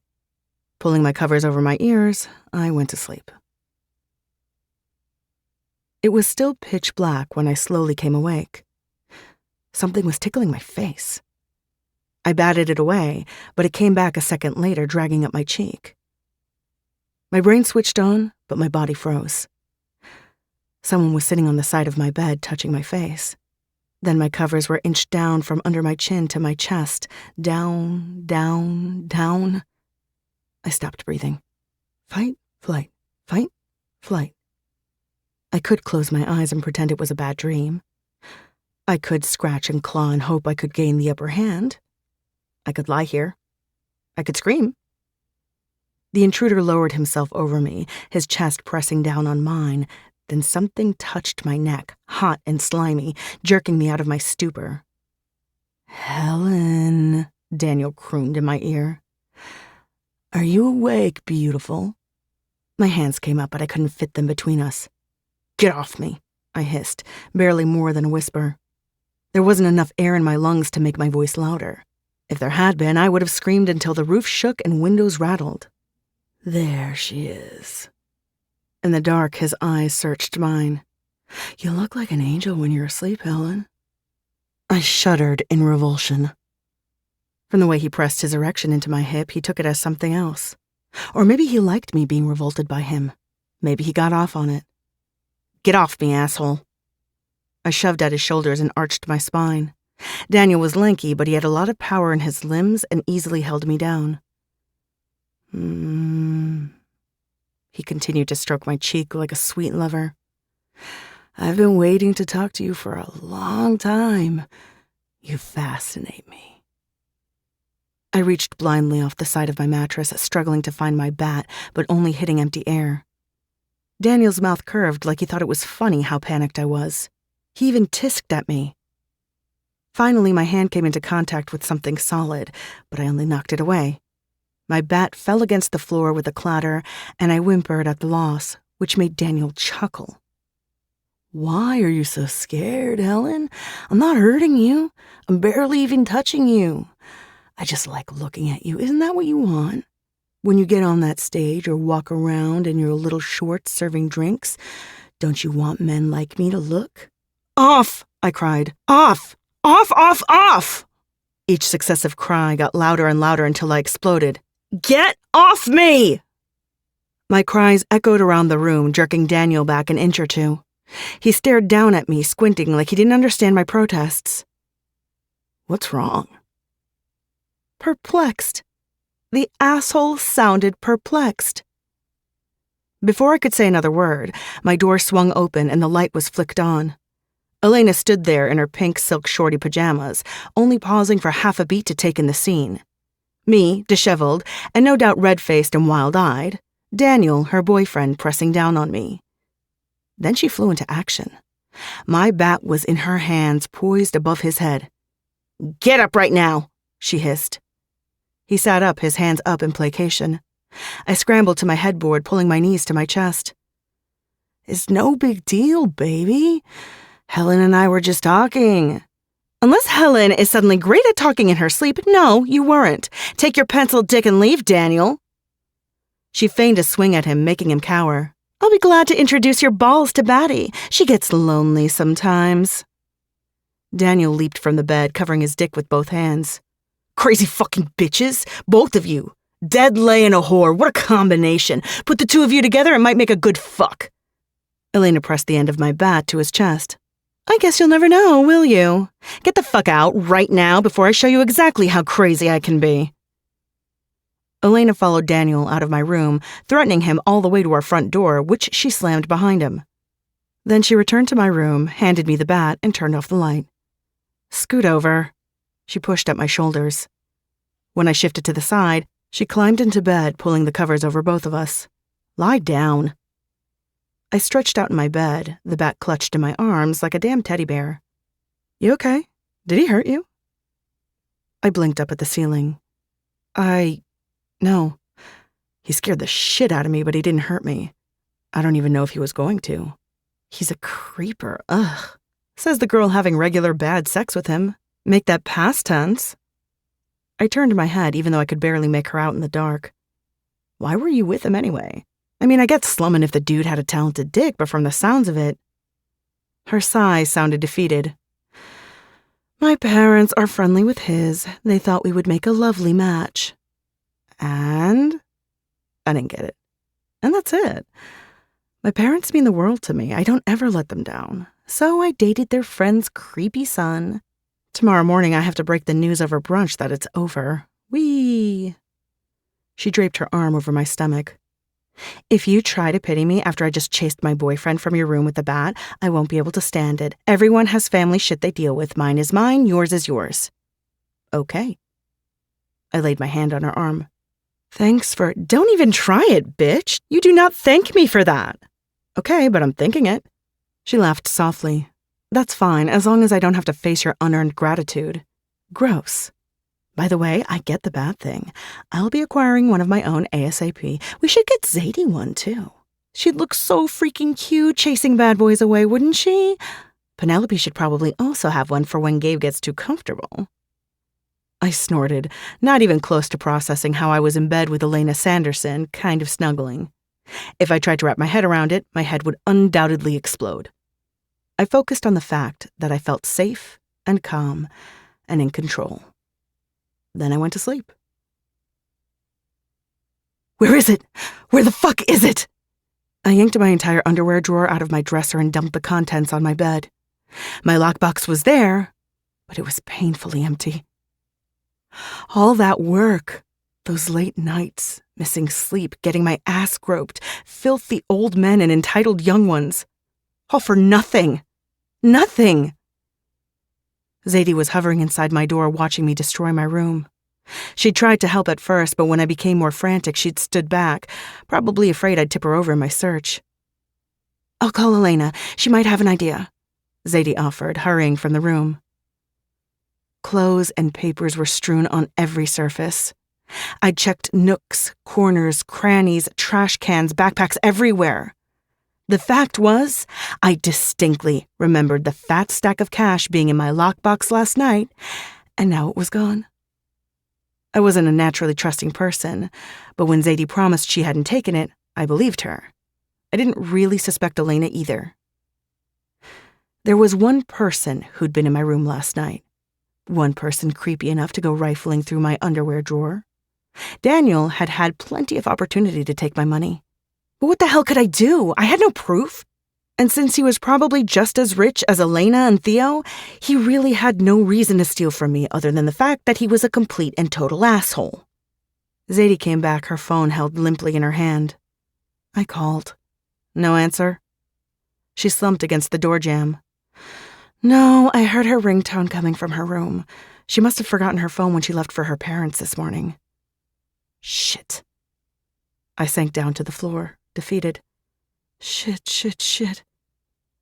Zadie came to sit beside me. I have a little I could give you. No, I shook my head. No. Thank you, though. A little won't be enough. I need all of it, especially because I'm going to be late. Reno really hates it when I'm late. One time last summer, my bus was delayed. I showed up an hour late to make my payment, and Reno added an extra $1,000 to the next one. Just like that, because he could. Because he knew I understood what he would do if I protested. I glanced at my clock, already knowing what I'd find. Luciana and I had spent the day together. I'd missed her something fierce, more than normal, so I didn't take her back home until almost 4. Then I'd rushed back to my dorm to grab my cash, only to find it gone. I'd spent so much time checking every corner of the suite, it was now the time I should have been at Reno's, and I was empty-handed. All day, I'd been having fun with my sister, and now I was fucked. Can you ask Theo? He could probably give you the money, Zadie suggested. The idea of asking Theo for money made me sick, especially after my whole speech about him not being good enough for me. I couldn't bring this to him. We weren't together. We weren't even friends anymore. And I had pride. There was no way I'd tuck tail and beg.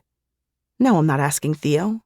I'm finding Daniel and getting back what he stole. I'm not allowing him to screw me over. Determined, I hopped up and pulled Zadie with me. You don't have to come. She looked at me cockeyed. Yeah, I do. I'm not letting you go alone. My phone rang, sending my shoulders to my ears. I didn't look. If it was Reno, he really wouldn't like my answer. If it was anyone else, well, I didn't have time. With my bat in hand, Zadie and I charged across campus. My heart thrashed like a wild beast in my chest. It was probably best Zadie was with me, because my vision had gone red with images of my bat crashing into Daniel's head like a walnut. Crack. Zadie wouldn't let me be crazy. Having her by my side would remind me where I was, why I was here, and how much was on the line.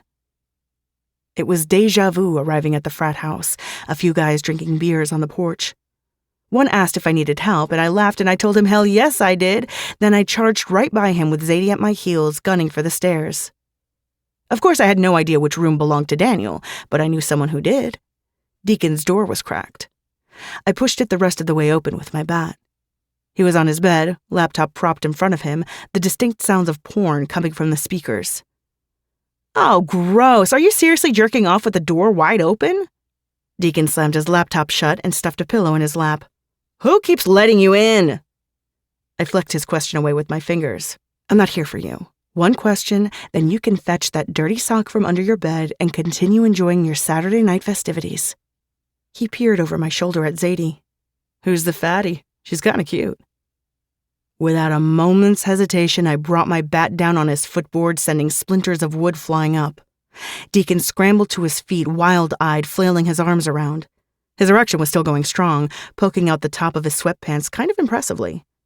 You're crazy, bitch! He cried. You're so bang for that! I pointed to his crotch with the bat. What kind of universe gives a dick like that to a medium dude with a losing personality? Is this a joke? If so, I want a refund. It's not funny. Helen, Zadie whispered, we don't have time. I turned to her. You have all the time in the world, sweet muffin. It's my time that's run out. I swiveled back to Deacon. All right, now that I've complimented your dick, tell me which room Daniel's in. He and I need to have a little chat. Staring at me with wary eyes, Deacon cupped his cock. I could tell you, but... Oh, I'm sorry. I smacked the bat against my palm. Did it seem like I was giving you a choice? Tell me where he is. Deacon licked his lips. He's out on his parents' yacht all day. Incommunicado. I don't know if he owes you money or whatever, but don't expect to hear from him before tomorrow. He got brave and took a couple steps toward me. Now you need to fucking leave, unless you want to help me with my nice dick. Either of you works for me. You are a disgusting person. I raised my chin. I need to get inside Daniel's room. He leveled me with a hard stare. Never going to happen. Even if I had a key, I'd never give it to you. I rested the bat on my shoulder, rethinking my approach. Maybe I should have been nicer. It was just that seeing Deacon's dick was triggering. Actually, Deacon's whole face was triggering, if I was being real. Is there someone I can talk to who has a key? Daniel has something of mine, and I need it back ASAP. With a smirk on his stupidly medium face, Deacon shrugged. No one's letting you in his room. I promise you that. Zadie tugged on the back of my shirt. Let's go. We'll think of something else. We'll figure it out. I let her pull me out into the hall, nearly hauling back, when Deacon gave me a smart-ass wave. God, that kid was going to get his ass beaten sooner rather than later. I just hoped I was there to witness the smugness being punched right off his stupid face. Zadie kept her hand on my back as we retreated out of the house. We almost made it to the front door when I heard my name from behind me. I tried to keep going, but then Theo was there, touching my shoulder, making me look at him. A whimper built in the back of my throat, escaping before I could swallow it down. Theo's head jerked at the sound. What's going on? Did you come to see me? I shook my head. I don't have time to talk. We have to go, Zadie agreed. Theo moved in front of me, blocking the door. Who are you here to see? Deacon? No, and I seriously can't get into this right now. My hands were shaking. If Theo noticed, if he saw how distraught I truly was under my layers of bravado and fight, he'd try to get involved, and I couldn't allow that. Not Theo. Not with this. You're upset. Now he was getting in my face, dipping down to examine me. I can't, Theo. Those 3 words were imploring. Based on the way he stilled and stared hard at me without breathing, he'd heard my plea. Let me help. Please, Helen. I shook my head again.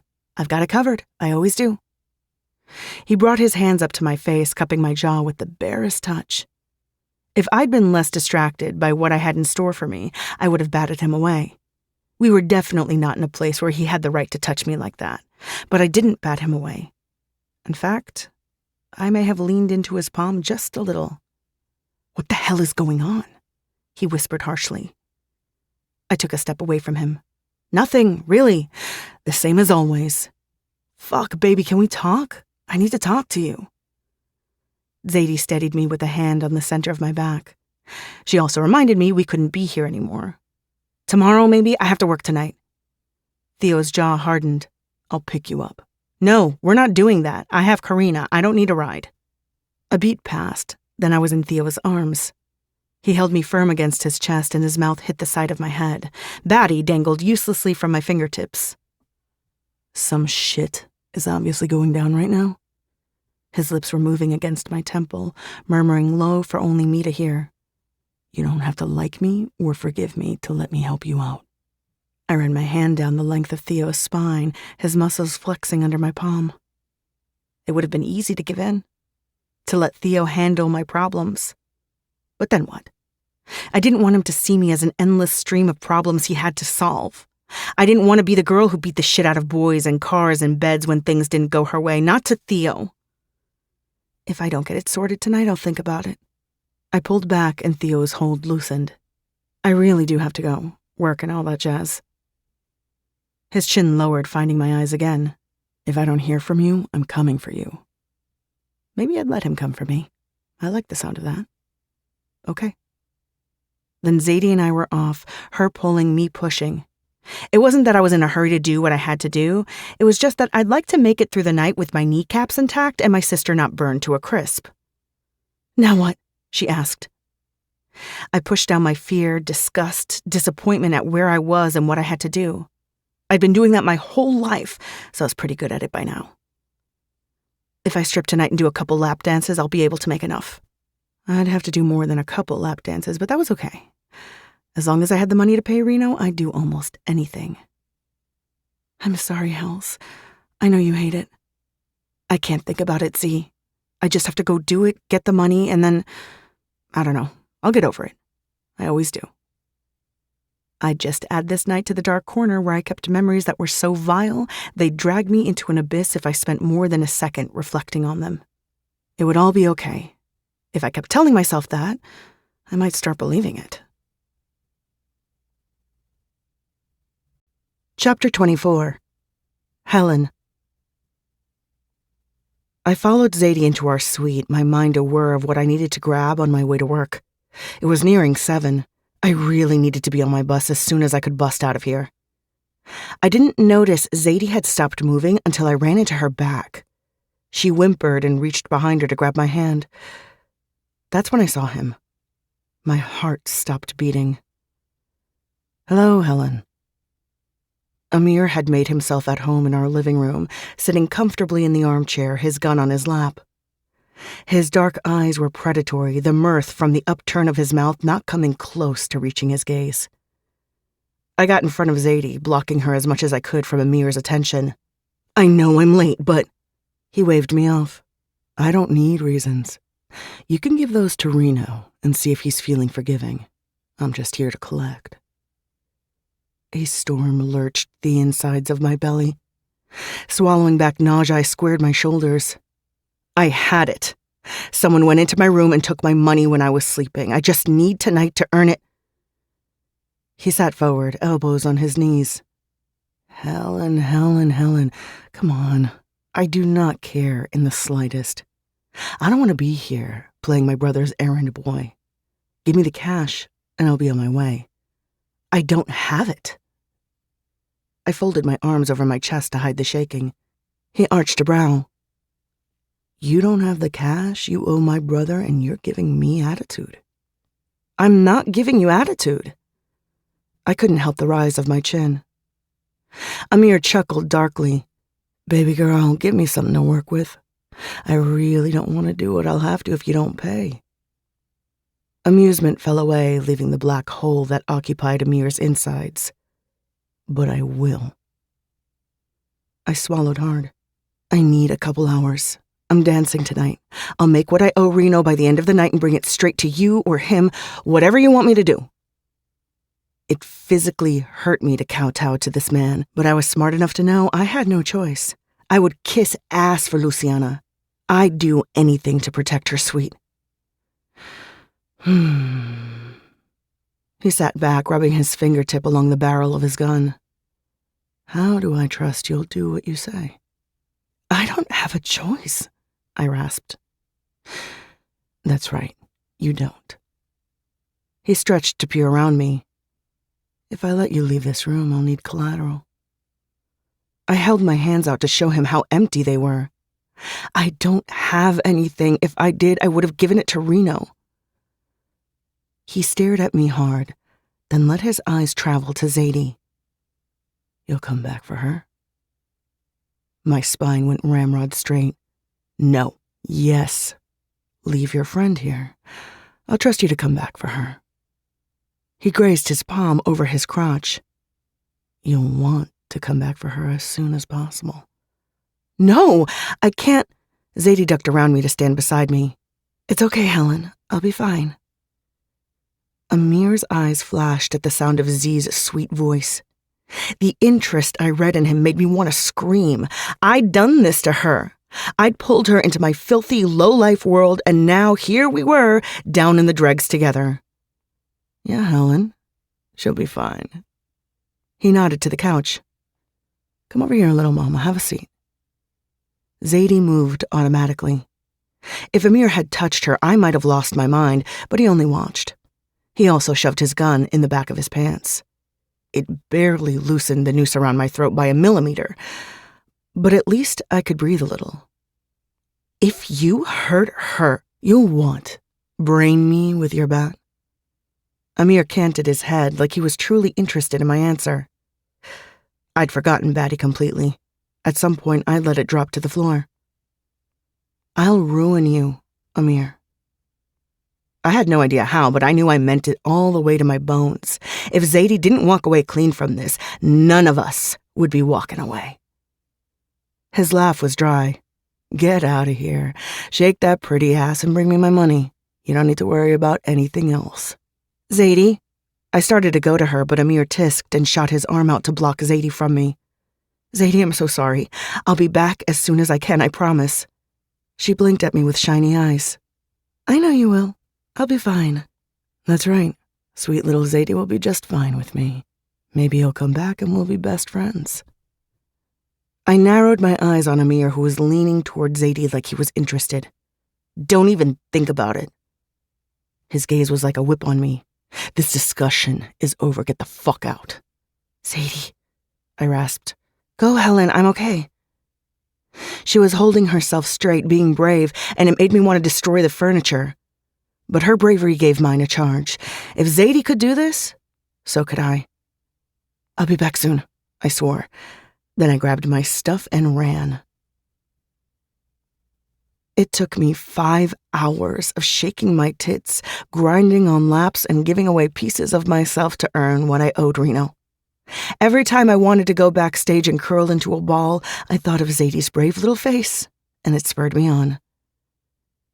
Karina perched on my dressing table, crossing her long, shiny legs. You did good tonight, babe. I looked up from unbuckling my lucite platforms. I hate it.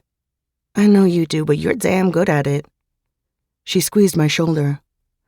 At least there weren't any of those savage you shits out there tonight. Boys think they're big shots, then give me $2 for a tip. I shuddered. I don't know how you do it every night. Life, babe. This is where it took me. It's not forever, but for now it works. And I don't hate it the same way you do. It's a job for me, not a moral decision. I'm not judging you. I placed my borrowed heels on the table, scooting them close to Karina. She palmed my crown. Never thought you were. I'm just telling you how I can deal. She let go of me to press her hands together. Now, are you sure you don't mind catching an Uber? Karina still had 2 more hours on her shift, but I was done.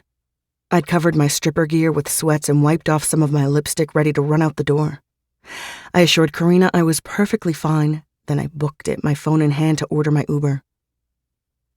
I made it to the other side of the parking lot, almost to the sidewalk, when a group of people started coming toward me. Assuming they were headed to the club, I stepped out of their way to put in the order for my ride. Helen. My head jerked up and my stomach bottomed out. Reno, flanked by his goons and 2 women, had closed in on me while I hadn't been paying attention. I have your money. I'm sorry it's late, but something... Reno caught my hoodie in his fist, tugging me closer. I'm not in the mood for your sad story. Payment is due at 5 p.m. When you don't pay me on time, it tells me you do not respect me. I couldn't bring myself to lie and say I did respect him, so I took the cash from my pocket and shoved it at him. A goon took it from me, opening the envelope to count the bills. It's all there. Reno glanced at the cash, then me. With added late fee? My fists clenched, but I kept myself calm. Yes, I included that. The goon informed Reno the money was all there, then tucked the envelope in a hidden pocket inside his jacket. Good, good. Very good, Helen. Reno placed a hand on my shoulder, getting way too close. Here's the thing, baby. This is your second late payment. You know how I feel about that? It makes me think you don't respect me and my business. I do. I had the money, but someone... Head whipping to the side from the force of Reno's backhand, I tasted blood and fire. My hand flew to my burning face, but I had no chance to recover before he struck again, shoving me backwards so hard I skidded onto my ass. Reno crouched down beside me, grasping my hair in his fist. I don't give second chances, no matter how sweet of a cunt you have. His other hand went to my throat, squeezing tight enough to mostly cut off my air. I grappled with his hold, clawing at his hand. I couldn't die here, not with Zadie waiting for me at the dorm and Luce counting on me. This couldn't be my end. When my vision started to go black, he let me go, and I fell on my back, gasping for air. Reno towered over me, his expression ugly, yet bored as he spit on me. I own you, Helen. You're lucky I don't hit women, baby, or you'd be hurting a lot worse tomorrow. The two women came forward, one reeling back her leg and connecting to my ribs before I could brace for it. Jackie and Chantal don't have anything against hitting other bitches, though. He let them loose on me. I got to my hands and knees only to be kicked back down. My cheek hit the pavement so hard I saw stars. One of the women kicked me again and again, and I knew if I didn't get up, they'd kill me. I just knew it. Wheezing for air, I pushed up, getting my knees under me again. I took a blow to the back of my thigh, another to my hip, but I didn't fall. My vision dotted when another boot struck me in the ribs, but I was determined to stand. I had to get to my feet or I'd die. I'd die at a strip club and be another sad headline. I'd be reduced to a dead stripper. Luce would have to remember me that way. Zadie! Oh, I couldn't even think about what would happen to Zadie. I had to get up. I had to get out of here. I was on my knees kneeling in front of Reno. I looked up at him, but he wasn't even paying attention to what was happening to me. He was chatting with his goons like they were out for coffee. I opened my mouth to scream, but it never came. A pointy-toed boot connected with my jaw, sending me flying back. My vision flashed white and my brain went hazy. Everything became dull, far away, like I was underwater. The hits stopped, then voices faded. It took me some time to understand it was over. Reno and his crew had left me lying there. I didn't know if I could stand, but my hands worked. I took my phone from my pocket, hitting the first contact I recognized. He answered on the second ring. Helen. Locke, please. I need help. Chapter 25. Theo.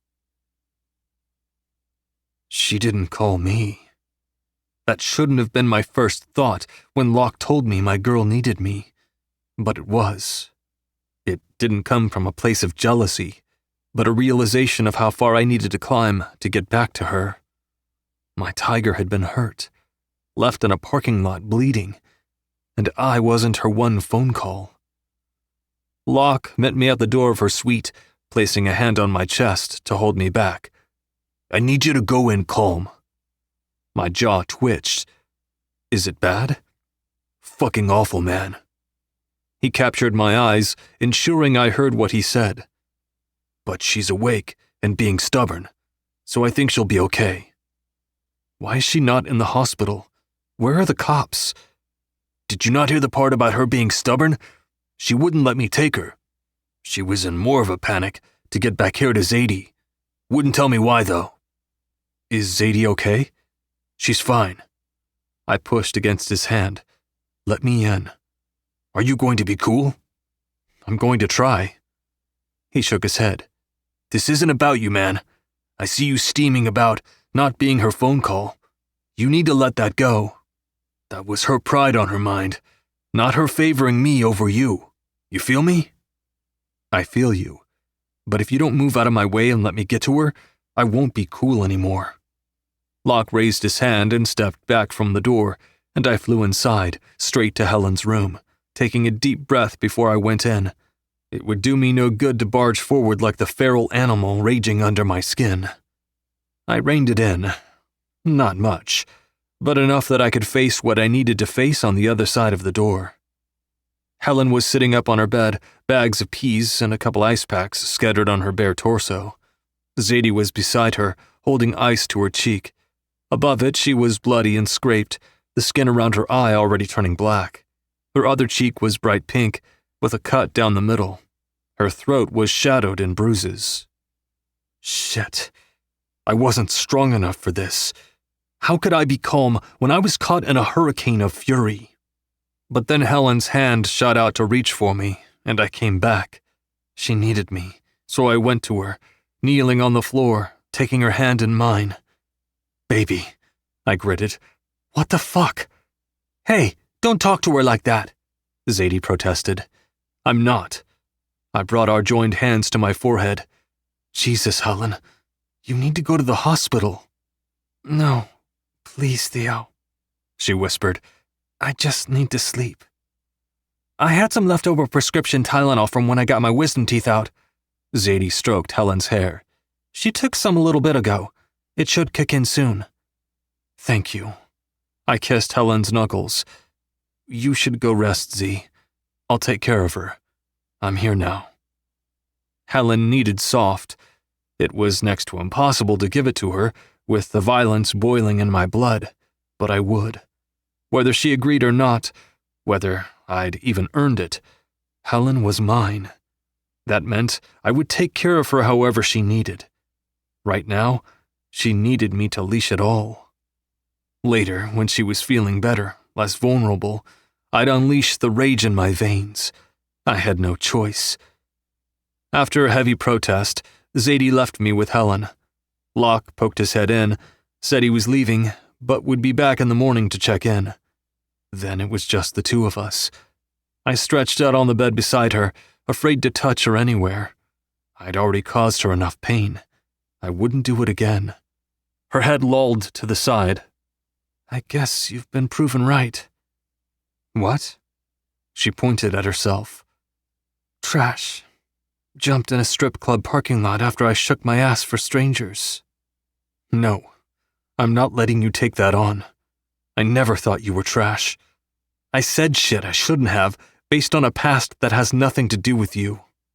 I stroked her hair like Zadie had. Someone hurt you, baby. You don't get to take the blame. That's on them. The way I hurt you is on me. It's not you, Helen. You didn't deserve any of it. She leaned into my hand, her lids at half-mast. You just think that because your dad and stepmom like me. No, I always knew that. My head got lost for a while, but that was always my problem, never yours. I leaned over, touching my lips to her forehead. Quite fucking honestly, my dad liking you is in the minus column. You say that, but I know you wouldn't stand by me if your dad didn't approve. I know it, Theo. You're wrong, baby. It's up to me to prove that to you. She sighed, scooting down slightly. I think the drugs are kicking in. I have to quiet laugh. I think so too. I might sleep. She grabbed my hand. Stay, please. Wild horses, baby. They'd have to drag me away. And even then, I'd be back. Okay, Theo. Don't make empty promises to the injured, drugged-up girl. Not nice. Go to sleep, Helen. 'Kay. She laid down, and after some pained moans, drifted off. Her brow pinched every few minutes, but her breathing stayed deep and even. I watched her for hours in the dark, counting her breaths, tucking her close when she whimpered. My baby was hurting, and I'd never felt so helpless. God damn, I was angry. I only vaguely knew what had happened, no details, but someone was going to answer for this. I was almost glad Helen hadn't called the cops. That left me clear to handle this on my own. I must have dozed off at some point in the night, although I didn't remember it. I woke to Helen slipping out of bed, or trying to at least. I snagged the back of her hoodie. Come back. Anything you need, I'll get for you. She glanced at me over her shoulder, her hair curtaining most of her face. Bathroom, Theodore. I probably have to do that myself. We both froze at her use of Theodore. I didn't say a word, though. No way I was spooking her out of calling me that again. Want me to carry you? I offered, sincere as fuck. She snorted. I can make it. Thanks, though. Thankfully, she was walking instead of limping, although her movements seemed to be stilted. A minute passed before the door to the bathroom slowly creaked open, but Helen didn't come out. You okay? I asked. Yeah. She peeked around the door. I just need you to know I look a lot worse than I feel. Do you believe me? My fingers curled at my knees. If you say you're telling the truth, I believe you. Okay. She stepped around the door and rushed to the bed, climbing onto my lap and burying her face in my neck. You're going to freak out. I held her close, keeping my embrace careful. I had no idea how badly her ribs hurt, or the rest of her. I saw you last night. I already have an idea, baby. She hit my shoulder with her chin. You can't call me baby. Helen. I breathed out a low laugh. You're on my lap. A place you put yourself. I'm calling you baby because that's what you are. You're my baby, my little tiger. I haven't been taking care of you, but that's over. Even if you're not up for forgiving me, I'm still going to be taking care of you. I don't know if I'm ready to forgive. All I know is you made me feel safe last night, and right now. I stroked up and down her back while my stomach roiled. That's a lot. You are safe with me, baby. But I need to know what happened. Who did this? She shook her head. You can't go after him. He'll kill you. If I hadn't had his money last night... A rough tremble took over her entire body. I think he would have killed me. And then he would have gone after my mom and sister. Amir? I guessed. No. I mean, Amir was here, holding Zadie hostage while I was at work. But he isn't in charge of everything. His older brother Reno is. He's an absolute psycho. She pulled back, cupping my jaw. Listen to me, Theo. You cannot go after Reno. He's untouchable to you. I need you to hear me. I heard her, but I was distracted by her black eye, the crusty cut on her cheek, the other cheek swollen and abraded. Her neck bore finger-shaped bruises that made my blood boil and struck a fear like I'd never known in my heart. She wasn't broken, and she was still beautiful. But fuck, my girl had been banged up. I hadn't even looked at her torso yet. I hear you. I need you to hear that I'm not letting this stand. You're not going to owe that man money anymore. Your connection with him is over. She slumped against my chest. I owe him a lot of fucking money. With interest. It's going to take me until I graduate and have access to my trust to pay him off. I've got years of this over my head. No, Helen. Taking her head in my hands, I tipped it back carefully. Listen to me. I'm going to handle it. You have nothing more to worry about. That part of your life ceases to exist now that I'm here. Her chin trembled, but she clamped down on her bottom lip to make it stop. I won't let you do that. I know you're working now, but you don't have that kind of money. I covered her mouth with mine, taking what I needed and giving back to her. Her gasp allowed me to delve my tongue between her lips, sipping her taste and letting it spread through my veins like a shot of pure heroin. Helen was calm, smooth, euphoric. Nothing had been right without her. Shut up, I murmured against her lips. No more. We're not kissing, Theo. I'm not there with you. I know. I jumped the gun. But I needed you to shut your mouth, baby. This isn't your worry anymore. I'm taking it. I didn't have the money, but I'd find it. There were myriad paths I could take from here, but none of them involved me standing by while Helen gave more and more of her money, time, and self to the man who'd left her beaten in a parking lot last night. I stripped last night. Not only that, I lap danced. My ass was grinding on multiple men. I shook my tits in their faces. My friend Karina is a stripper, and she makes it look good. I admire her. When I do it, I feel like I'm never going to be clean again. But that's the thing. I'll do it again and again. Your promises are nice, but this is reality. As soon as she laid out what she saw as facts, she climbed off my lap and went to her dresser. She was digging around, but not taking anything out. I got the clear sense she needed space from me, but I'd already given her a hell of a lot. That was done too.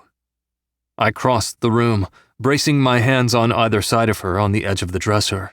My chest was pressed to her back, and I bent down to nuzzle the side of her face. I didn't know I was breathing until I met you. Her shoulders stiffened, but she didn't move otherwise. I brushed her hair to the side, leaving a kiss on the bruise modeling her neck. I've been in survival mode since I can remember. My body was my weapon, but the war I was fighting wasn't worthy of the sacrifices I made. The training, the starving, the doping. My fingers skimmed her shoulder, and her head tilted, giving me enough of her to see she was hanging on my every word. These were things I'd never said out loud, thoughts I'd never allowed to fully form for fear they'd tear down what I'd built. I would have done anything to get out of my old life. That meant when I moved here, and the coaches my dad hired introduced me to performance-enhancing drugs, I took them without question. When they taught me how to game the system, I followed their rules to a T.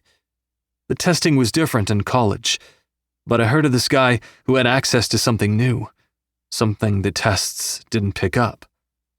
Amir, she breathed. Right, Amir. I took what he gave me blindly. I injected it straight into my muscles without concern for the consequences. The only consequence I give a shit about was being shipped back to my old life. I was all wrestling. Every hour of my life was focused on the goal of being the best, ensuring my dad had a reason to keep me here. I lost Abby, but I kept going and going until I ended up in the hospital with what I thought was a heart attack. It wasn't, but it was a wake-up call. Because what was the point of turning myself into a weapon if my own blade was being shoved deeper into my chest with every stride I made? Theo, you don't have to tell me this. Taking her by the shoulders, I spun her to face me. I need you to understand why I get it. I'm going to make it so you never have to strip again. But I also want you to know why I get why you had to. Her eyes met mine. They were so damn pretty, yet so damn sad. When Amir told me about the doping, I was disappointed in you. I nodded, taking the weight of the way I'd let her down onto my shoulders. That's fair. If I were a better man, I'd send back every trophy I ever won. All my victories were unclean. I'm not going to say I didn't deserve them, because I trained my body like a machine, sacrificed almost everything, and I was damn good. But I'll never know if I would have won without the drugs. Something hard in her expression fell away. I'm an asshole for being disappointed. I realize that now. I have no room to judge you for doing what needed to be done to survive. And I guess that includes dumping me. Shut up, Helen. There's no excuse for how I treated you. Don't give me an out. I won't take it. Not when I haven't proven to you I'm willing to stand by you and stand up for you. I asked you for soft, but the second I needed to give you strong, I failed. That won't happen a second time. She shoved at my shoulder. Hey, Theo, a good way to never get back in my good graces is to continue telling me to shut up. I swallowed back a laugh. Normally I'd kiss you, but you told me we're not kissing yet. We're not. And don't say yet like I'm a foregone conclusion. I have a lot going on in my head right now. I can't make any kind of decisions. You're telling me all these things, and I want to believe them, but I don't have it in me to trust pretty promises. So, now I'm thinking about going to work, looking like I got hit by a bus, wondering if I'll have to get on stage again because Daniel stole the little cushion I had. Whoa, back up. Daniel? What are you talking about? She folded her arms over her chest. Remember I told you the company you keep says a lot about you? That asshole you call a friend snuck into my room while I was sleeping, felt me up, and stole my stash of cash I needed to pay Reno. Something came over me. A maelstrom of sizzling violence that made my skin feel 10 times too small. Electricity charged through the air, sparking every time I took a breath. Daniel touched my girl. He's dead. I tore away from Helen, ripping her door open and storming for the exit. She was on my heels, calling my name, asking me to wait, but I'd waited long enough. She wouldn't let me go after Reno? Fine. Daniel was another story. If she truly thought I'd let this stand, she hadn't been paying attention. Locke was in the hall, poised to knock. Helen? He ground out. Stop him, Locke. Helen grabbed the back of my shirt, like she had a chance of doing more than slowing me down. Or go with him. He's going to kill him.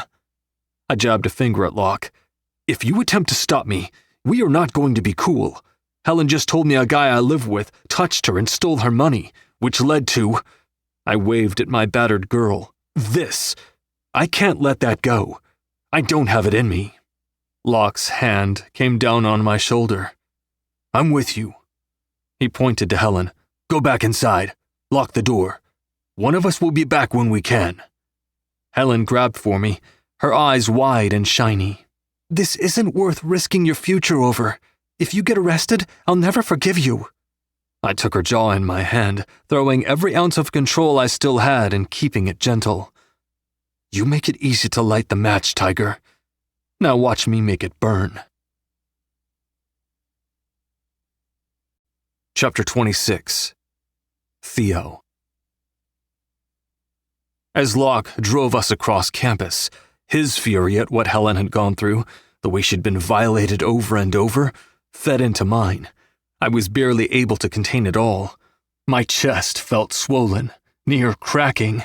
My throat burned to bellow the rage churning inside me.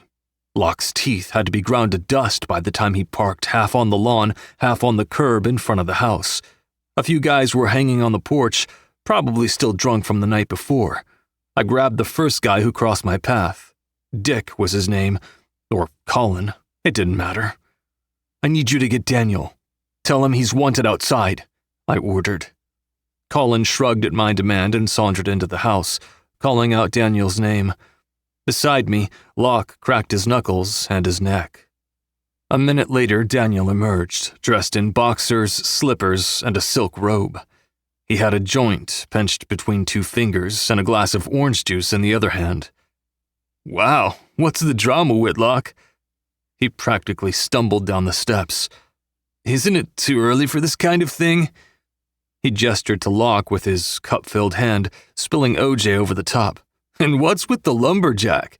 Is he your hired muscle? My hands flexed at my sides. You know why I'm here. Not a question. He obviously knew. He leaned an elbow against the bottom rail. This wouldn't have something to do with the practical joke I played on that stripper, would it? I'm impressed with how much money she earned off her sweet little body. It's all upstairs in my room. Why don't I go grab it and you can stuff it in her G-string? I heard she likes that. A joke? I growled. Was it a joke when you were feeling her up in her sleep? He chugged his orange juice, tossed the glass in the bushes, and sauntered closer. Perhaps my sense of humor is more refined.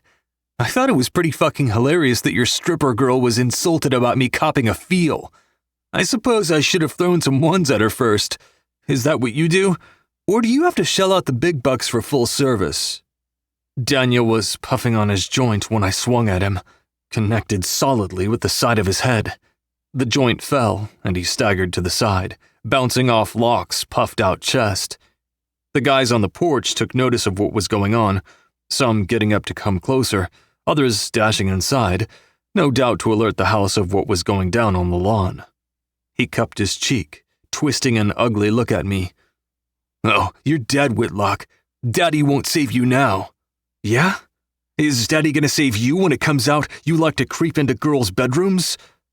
He scoffed and spit on the ground. No one cares about a whore, bro. Locke's big hand fastened around the back of Daniel's skinny neck, giving it a sharp jerk. Daddy's teat is going to run dry soon, boy. When his date rapist son's misdeeds come to light to his board members, they're not going to be too happy. Daniel's face flushed red. His expression flashing with fear, he quickly plastered over with indignation. Fuck you. I don't even know you. Get your filthy hands off me, you fucking ox.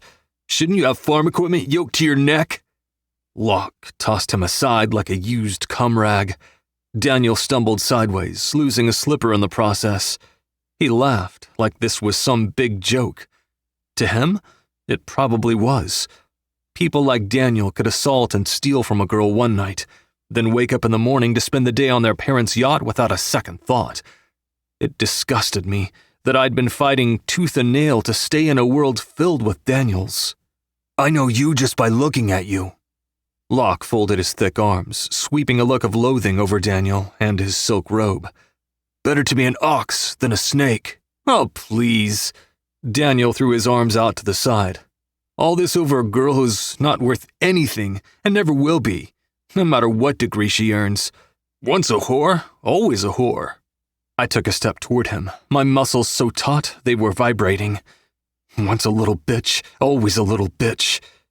Daniel smirked, like he was amused, glanced to the side at all the guys from our house watching with bated breath. Then he charged.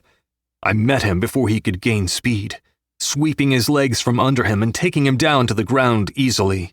He was high, lanky, lazy, and I was filled with righteous anger. I was on him in a flash, knees on his arms, landing a blow to his jaw. You don't deserve to breathe the same air as Helen Ortega. Another punch to his cheek. She has more integrity in her pinky than you'll ever have in your life, you spineless piece of shit. He spat at me, saliva mixed with blood. Fuck you and your whore. You're finished at this school, man. That's what you think? My palm on his face, I smashed his head into the grass, grinding it back and forth while he screamed from his gut. That's what you really think? You're nothing, Daniel. You have no power. No say in what happens to me or Helen. You're a sad excuse for a man. He bucked under me, but he didn't even jar me. He wasn't a challenge. Beating him felt hollow, especially with him pinned down so easily. I know what color your girlfriend's nipples are, man. Ask Colin. He knows too. With wild eyes, I found Colin. He held his hands up, backing away. I don't know anything. My memory is wiped. Daniel howled and craned his neck to see who else was around. By now, half the frats at Savage U were gathered to watch the show. Ask Duncan. He was there too. Another guy took a similar stance as Colin, shaking his head. I have no memories of that night. I must have hit my head or some shit. That's the right answer, I growled. Motherfucking pussies, Daniel bellowed. All of you, pussies. Dear God, I couldn't stand looking at his face, so I painted it red with a direct punch to his nose. Blood splattered at the sound of the crack, and it kept coming. My fist kept coming too, hitting soft and hard places alike. I was out of my mind with the need to see Daniel as nothing but pulp. Dude, get off him! Someone grabbed at my shoulders, but I shrugged them off. I wasn't done, not even close. Theo, he's had enough! Come on, man! Another pair of hands gripped my arm, this time with more force. I didn't need two arms to fuck Daniel up, though. I slapped him like a little bitch, sending his head sideways. Come on! Strong arms locked around me, hauling me forcibly off Daniel's prone, bloody form. He was alive and groaning, rolling to his side, which was unfortunate. I'm not done, I gritted out. You're done. Locke had me, dragging me several feet from Daniel. He got the message. All the other assholes got it too. No one was helping Daniel, not even Deacon, who'd been one of the voices telling me Daniel had had enough. Everyone was standing around, watching Daniel struggle to his feet. Most bore looks of distaste, aimed directly at Daniel. Not that most of these little shits were any better. They were just a little more discreet. He's not ruined. No, Locke agreed. But if I know anything about how you feel for Helen, he will be. Just not like this. I sagged, some of the fight leaving me. You can let go of me. I'm not going to kill him. Daniel was limping into the house anyway, everyone giving him a wide berth. I got the distinct impression it wasn't a show of respect, but more like a shunning. No one liked Daniel anyway, but after his show of indiscretion on our front lawn, I hoped they wouldn't be subtle in their dislike. Deacon jogged over to me, his arms spread wide. What the hell was that about? I narrowed my eyes on him, fury still burning low in my gut. If he stepped wrong, I'd make him feel it too. That was about Daniel disrespecting, touching, and stealing from my girl. You've done all but one of those things to her, so you need to know I'm watching you. If you so much as breathe in Helen's direction, you're dead to me. He flinched. Helen? Helen Ortega, the drug dealer, is your girlfriend? Locke growled low behind me. Deacon's gaze jerked to him, then back to me. Color leached from his face. You're serious, aren't you? Deadly. And her name is Helen. All that other shit is in the past. If you ever refer to her, it will be with respect and it will be by her name. He blew out a heavy puff of breath. Does your dad know? No, but I do not give a shit what he thinks. Deacon gestured to the house. He's going to find out. I lifted a shoulder. Again, I do not care. He tucked his hands in his pockets, giving me a long look. I hope you know what you're doing. This is the first time in a long time I know exactly what I'm doing. That was the truest thing I'd ever said. For years, I'd gone along, letting others take the lead. My coaches, my dad, even my friends. In my old life, the one in the lead was the first one to fall. It took meeting Helen and being shaken out of that mindset to see I didn't like the direction I was being taken by the people I'd willingly given the reins to. This was me taking them back. My path had never been more clear. Chapter 27. Helen. An hour after Theo and Locke had left my suite intent on murder, Locke arrived back. He told me Daniel had received a message. Theo hadn't been arrested, and everyone was still breathing. Call me a barbarian, but knowing Theo beat the hell out of Daniel in my honor sent a shot of pleasure up my spine. That was the only type of justice a girl like me could expect to have, and Theo had given that to me. You make it easy to light the match, Tiger. Now watch me make it burn. Of course, that pleasure was tempered with his absence. Locke said Theo had some things to take care of and he'd be in touch with me soon, but still, he wasn't here. I could admit I wanted him with me. I hadn't forgiven him. I didn't know if I could go down that road with him again. But his presence made me feel safe in a way no one else did, not even Locke, who I had no doubt would throw down for me in a heartbeat because he was that kind of man. Theo's protectiveness came from a different place, something I'd never experienced and couldn't name, but when he gave it to me, it was like being shrouded in a snug, warm blanket. Locke bought pizza for Zadie and me, then stayed with us to eat. We watched a couple movies, Locke in the armchair, Zadie and I snuggled on one of the love seats. None of us really talked, but we didn't make a move to leave each other's company either. Theo texted halfway through the second movie. Theo. Hey, I'm taking care of some things. It's taking longer than I thought, but it's getting done. Are you with Locke? Me. I'm fine. I'm with Locke and Zadie. Don't worry about me. Theo. I am worried about you. I don't know if I can make it back there tonight. Are you going to be okay to sleep? Me. I didn't expect you to come back. I'm good. I'll probably take Zadie's meds again and pass out. I'll see you in class tomorrow. Theo. You're safe, baby.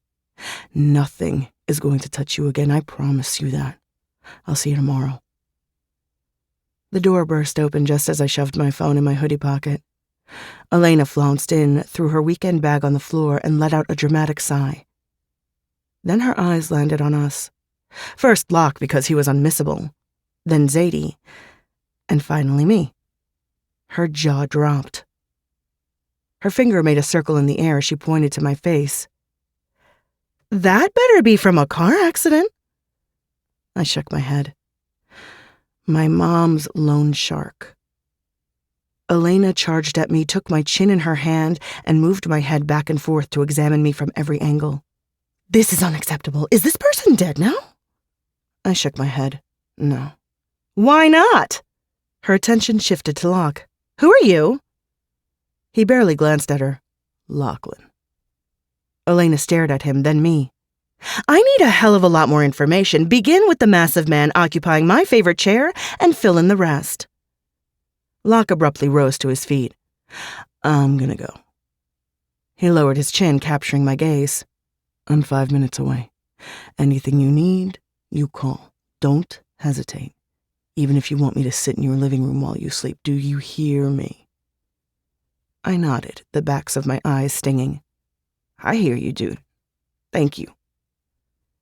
He left quietly but quickly, closing the door behind him with a gentle snick.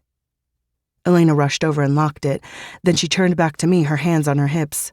Tell me everything so I know how many hitmen I have to ask my dad to hire. It took a surprisingly short amount of time to recount the trauma that had punched me in the gut over the last 24 hours. When I ended the tale of events with Daniel having the shit beat out of him, Elena's smile was satisfied. She waved her hand in front of her. Back up just a sec. I need to know what went down with the whole hostage situation.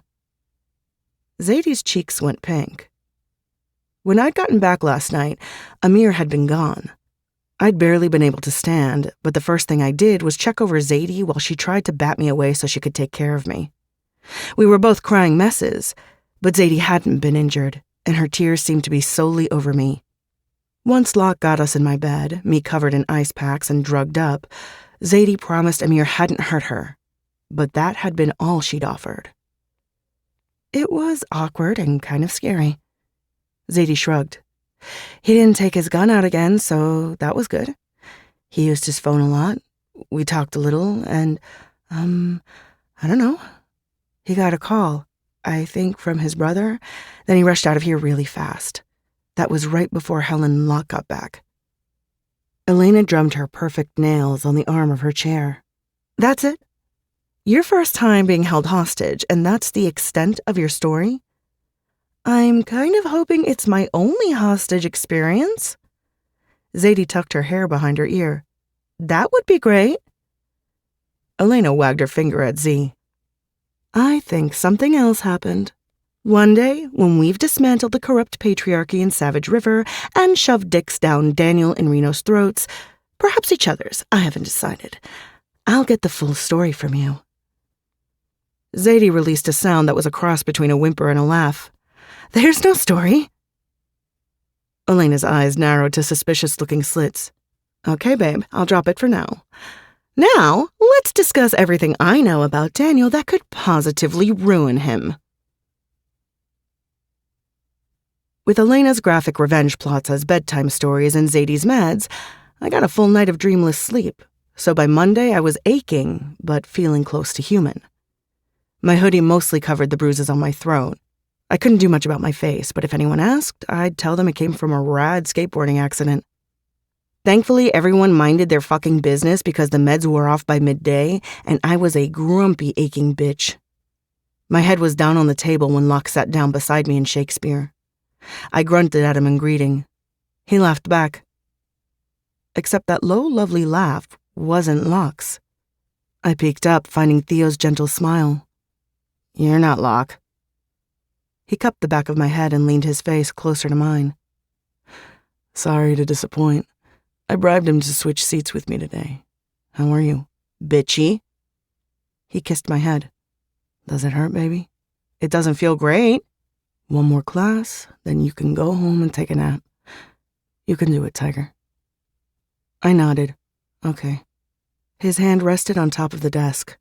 I knew hands like that, swollen and scabbed over knuckles. Maybe it was how I grew up, but I liked it. His fighting hands turned me on and sent a rush of heat between my legs. I pulled his hand to my lips, touching his knuckles gently. Thank you. You don't have to thank me.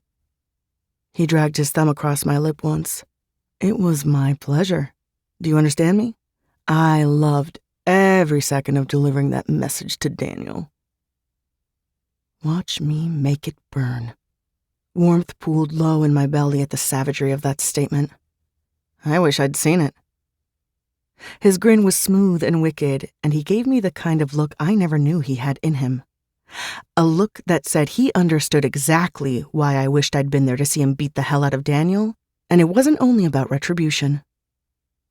Theo helped me sit up and scooted his chair closer so he could drape his arm around the back of mine. And I let him. I was feeling all kinds of vulnerable and strange, and having Theo near muted all that. I barely paid attention to a thing Davis said, but the hour went by fast anyway. After class, he walked me back to my dorm and followed me inside without asking if it was okay. When I told him I needed to nap, it felt natural when he had lain with me, even though we'd never just lay in my bed together without it leading somewhere. We were face to face, barely touching. Our feet were stacked together, and Theo's fingertips were grazing over my injuries. I have the money Daniel stole, he murmured. You don't need to worry about working this week, okay? An anvil lifted off my chest. Okay, that's good. I was wondering if I could play the sympathy card for tips, but dudes don't really come to strip clubs to hear our life stories. His exhale was heavy. You're not working there much longer, do you hear me? I touched his mouth with my fingers. Shut it. We're having a nice moment. If you start trying to act like my daddy, I'll have to be a brat. You just got the shit beat out of you, baby. How can you think I'll let you go back there? The strip club didn't do it. Reno did. And guess what? I'll have to go back to him too. This is me. There's no escaping it. Not yet, anyway. He cupped my cheek. Soon. This will be over soon. Stop it, Theo, please. He kissed my forehead and pulled me close, so I was tucked under his chin and cocooned in his arms. Go to sleep. By Thursday, the pain had eased enough, thanks in part to daily naps snuggled with Theo, that I was pissed. I wasn't the type of girl who took my hits lying down. If I got knocked on my ass, I came up swinging. Admittedly, this had been a pretty big hit, but I was done feeling sorry for myself.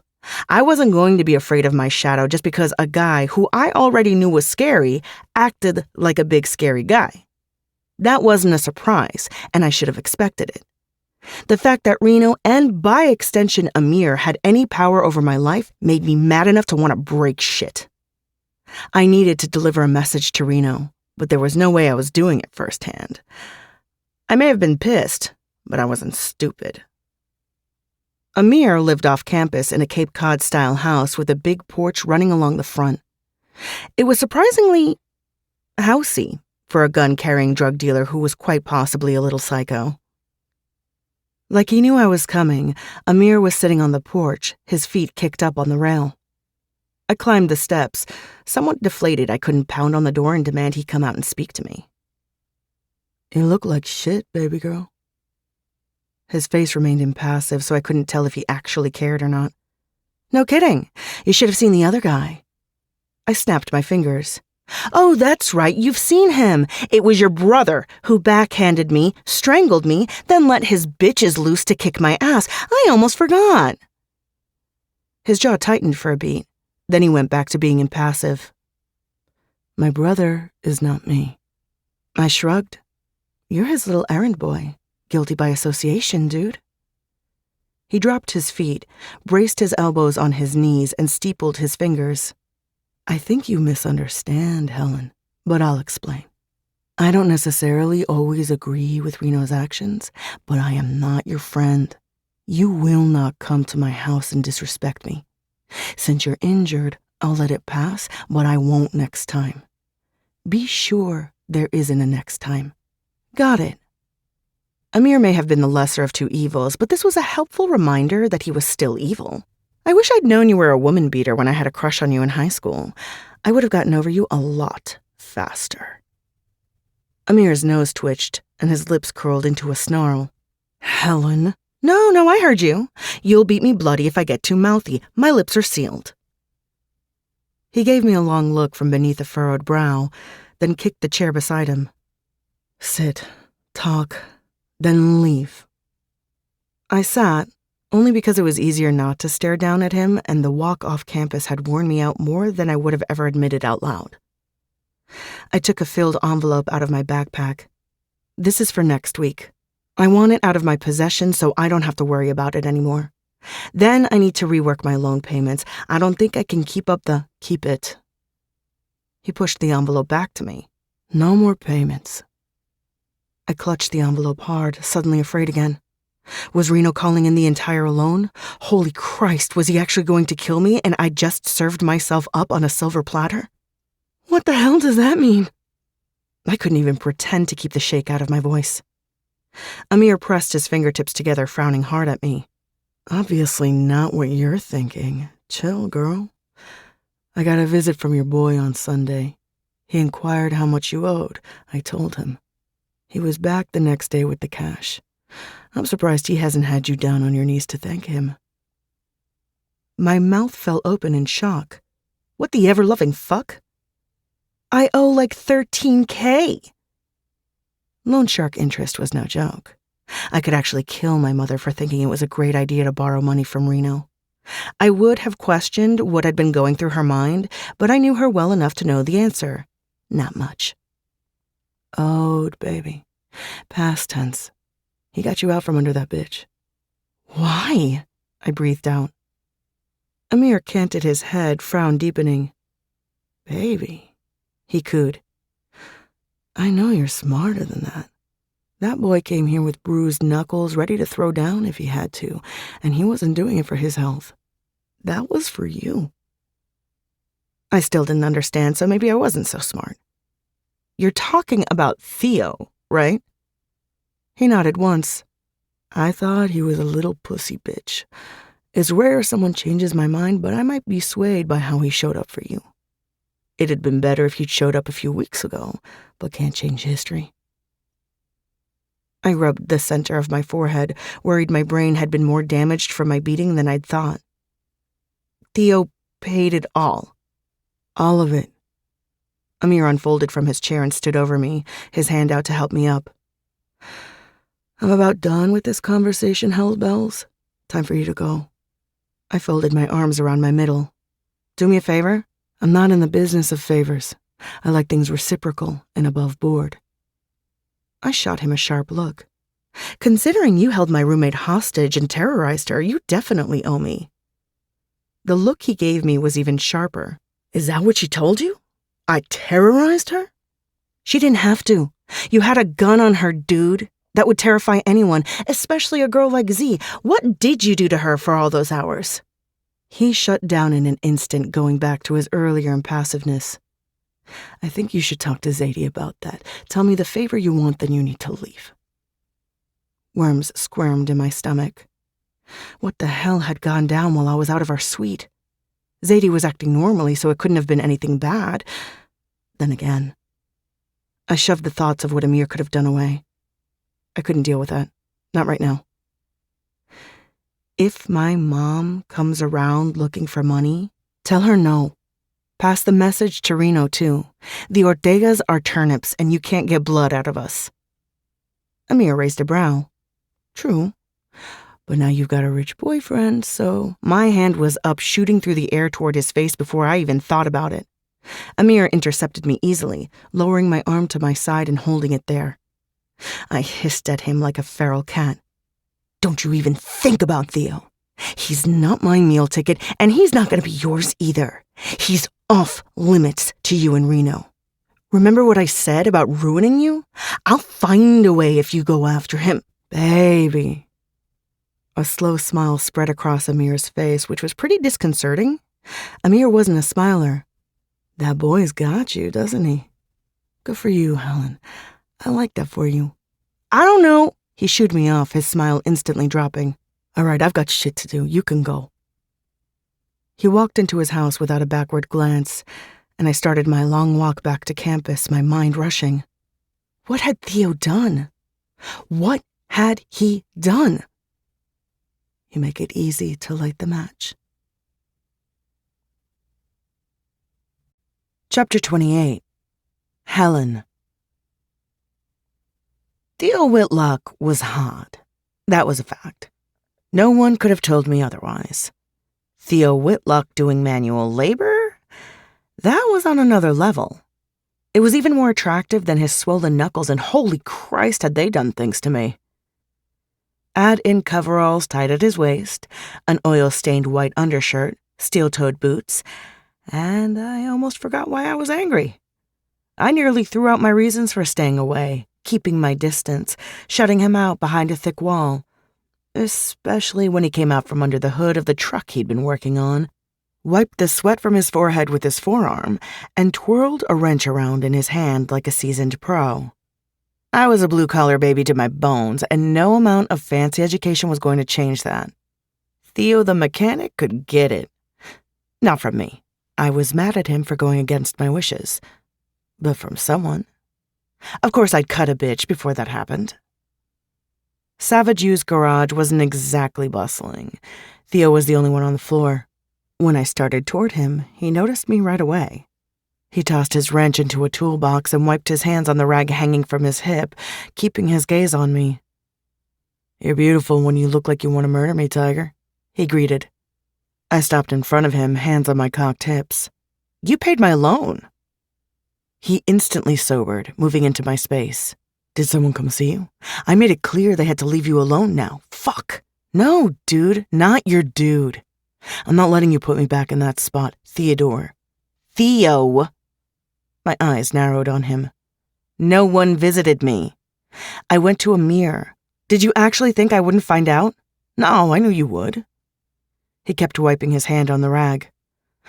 "I was going to tell you. I was hoping to buy some time before I pissed you off again." "I think you were hoping to buy me." I stepped into him, tipping my chin up. "Is that what you were hoping to do?" He shook his head slowly. "If you actually think that, you haven't been paying attention. I don't think you really believe those are my intentions. Not after everything. Though I get it's easier if I'm the bad guy." "Why is that easier?" "Because, baby." He picked up a lock of my hair with his stained fingers, and I almost shuddered. "If I'm not the bad guy, then you have to make a decision about me. Are you going to let me back in so I can prove I'm worthy, or are you walking away for good?" I knew without a second thought I didn't want to walk away. Not after he'd set the world aflame for me. Not when his presence was the only thing that made me feel truly safe. Not when he looked so fucking good with his head under a hood.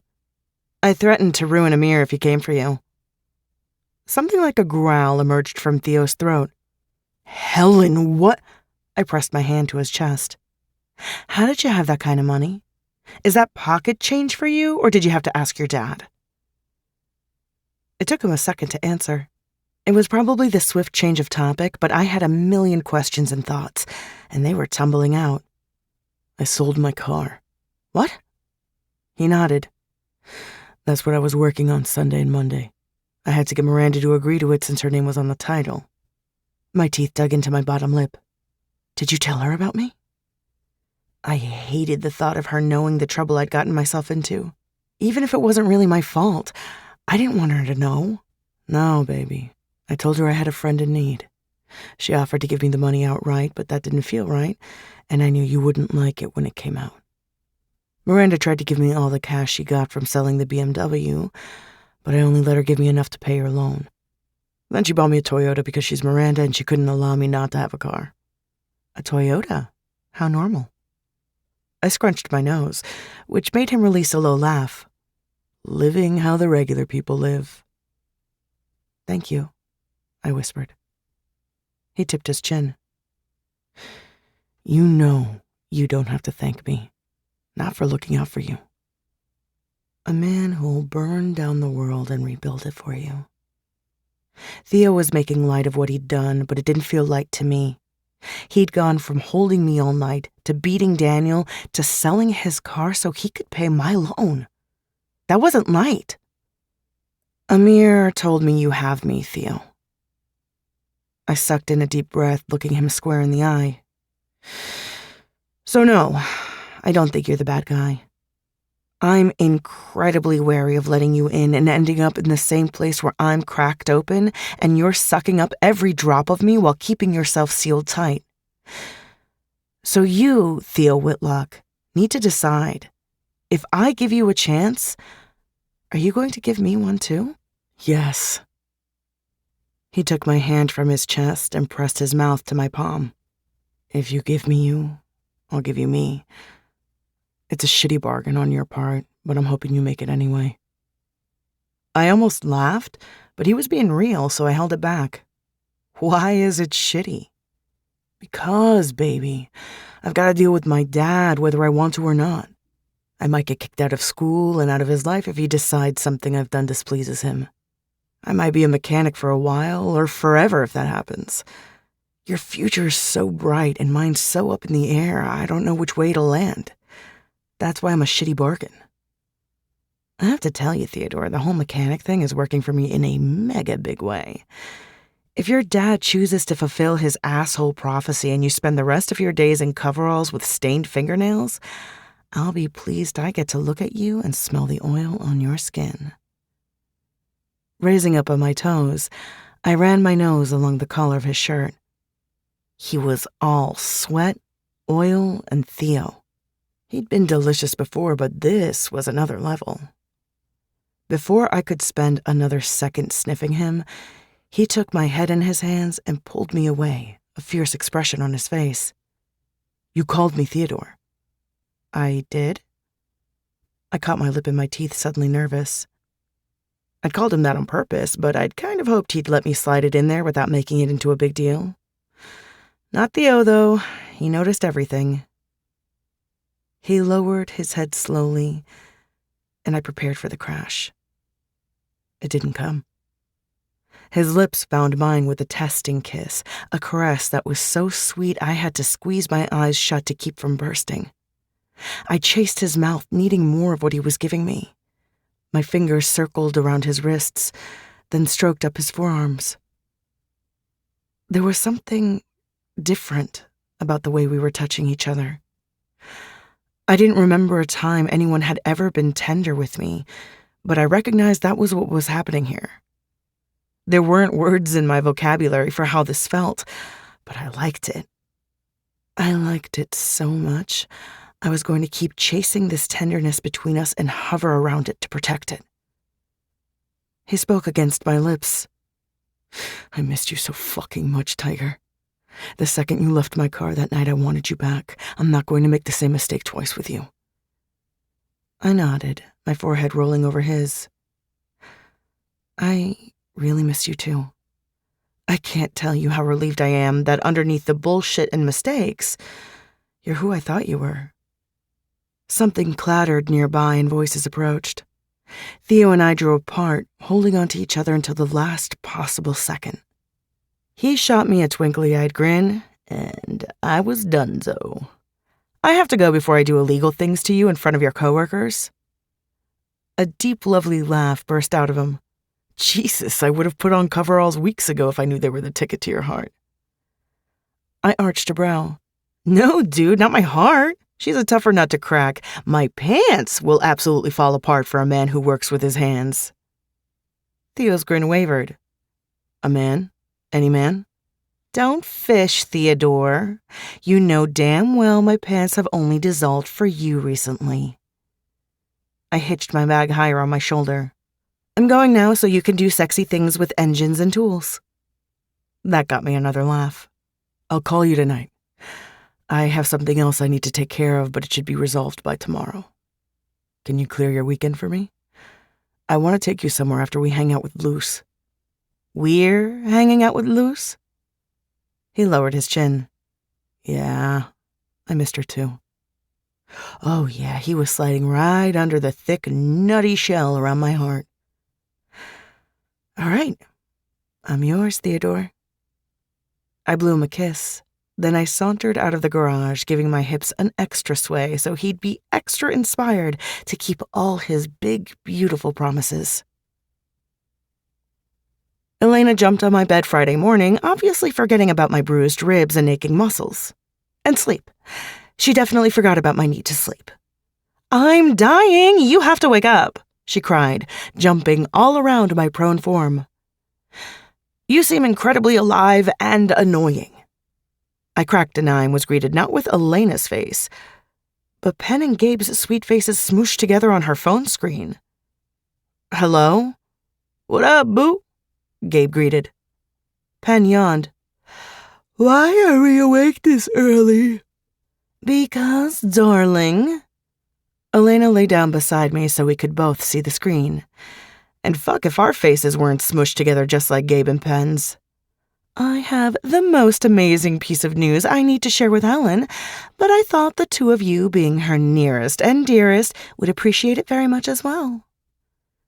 Gabe cleared his throat. "Look, Pen is nice, so she won't say it, but she doesn't actually care that Prada announced the color for next spring is going to be glaucous." Elena held up a finger. "That's not a color." "It is." He turned to Pen. "Tell him I pay attention to my color theory class, Lucky. Tell him I'm a good little student, and when I'm not, you take your ruler and—" Penelope covered his mouth with her hand. "Gabriel is a good student, and glaucous is the color of the skin of grapes and plums. Can we get back to why you called, Elle? I need to go back to sleep." Gabe winked at the screen. That's because someone wouldn't stop riding my dick all night. I'm not naming names, but it rhymes with schmellape. Elena rolled her eyes violently. Wow, I'm disgusted while also proud of my gorgeous cousin for getting it. I elbowed her side.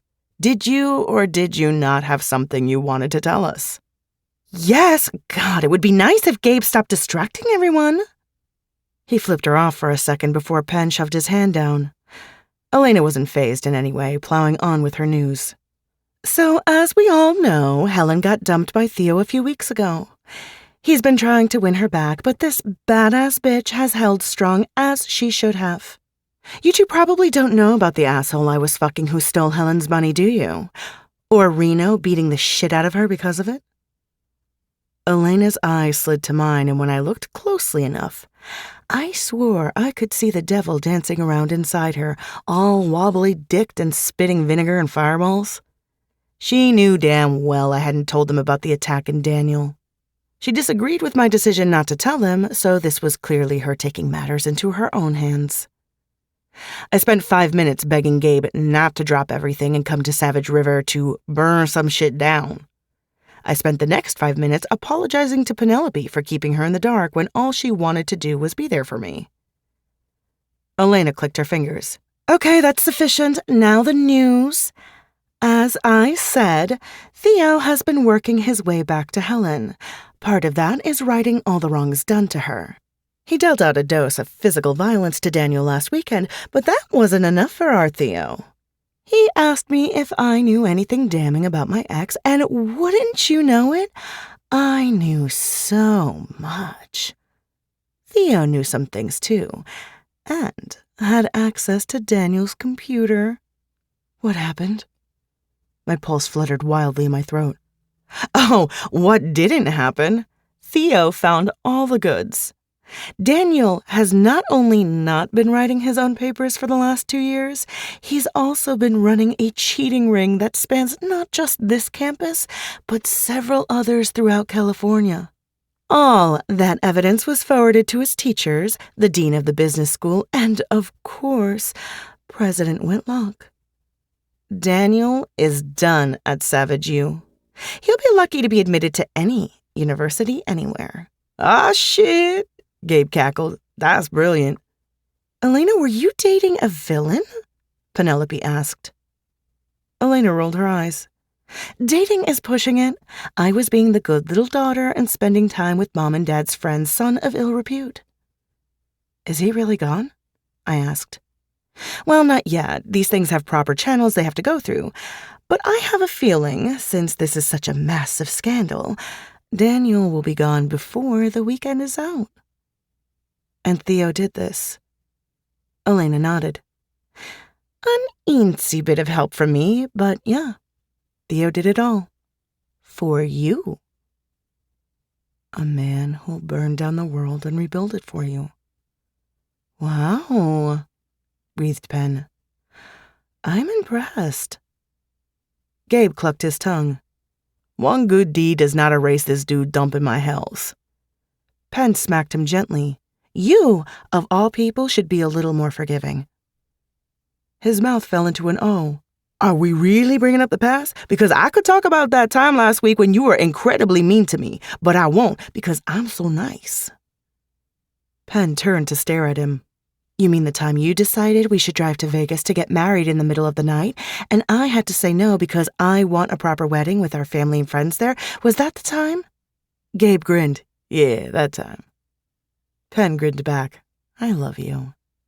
Elena groaned over Gabe's response, hanging up on them as soon as they stopped cooing at each other long enough for us to say goodbye. I sat up when she tossed the phone aside, and she stretched out like a cat on my comforter. I'm stuck with him for life, aren't I? She asked. Yep, those two are definitely lifers. Gabe's your fam. She sighed. It could be worse, I suppose, but not much. Then she sat up and swung her legs around to the side. Now, are you going to forgive Theo yet? I've forgiven him. I'm working on the trust part. That's hard as hell to repair once it's broken, and it's not like I give trust out like candy in the first place. Yeah, that would be difficult. Once people cross me, they're dead to me. I snorted. Dude, I remember you in high school. You don't have to tell me that. You're a savage. Thank you. She flipped her silky blonde hair behind her shoulder and went to my door, where she paused. To be honest, high school wasn't my best look. I'm not saying I'm no longer a savage, but I have a modicum of self-awareness now and a small dose of chill. Cocking my head, I gave her a nod. I see that. She finger-gunned me. Go get the boy.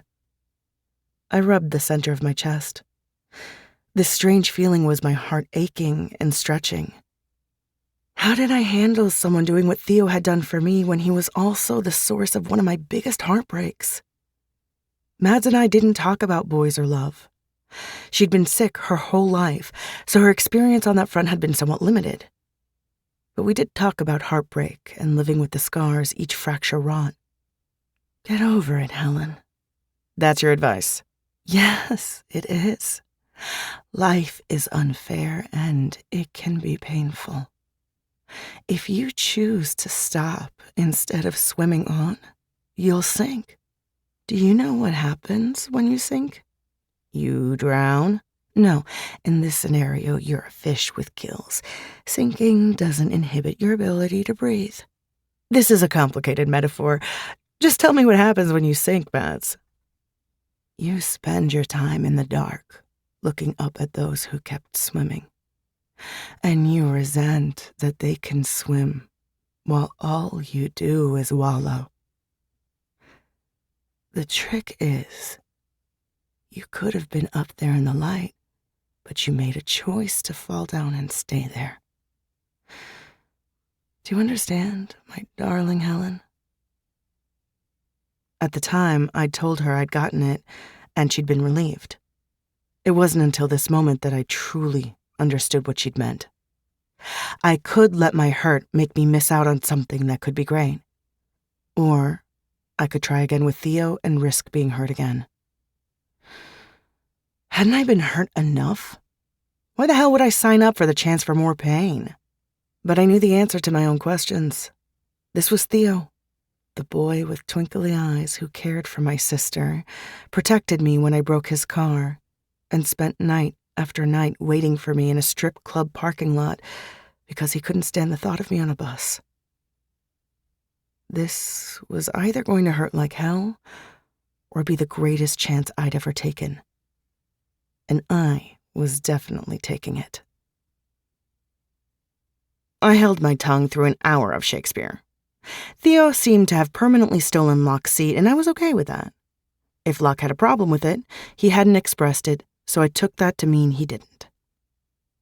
Theo took notes and paid attention to Professor Davis, but he kept some part of him touching me throughout the whole class. His leg pressed to mine, his arm around my chair, the brush of his thumb over my knuckle. By the time class ended, I was overheated and ready to burst. I slipped my hand in his as we started for the stairs. He paused and stared at our joined hands.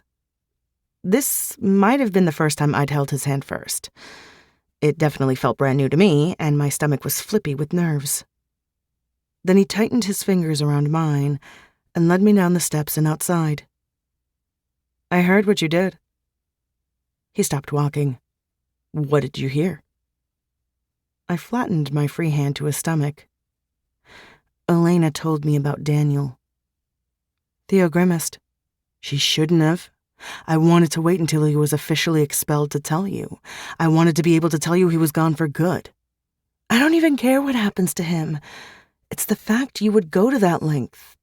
For me. I whispered the last part. It was hard enough for me to believe, let alone say. That's nothing.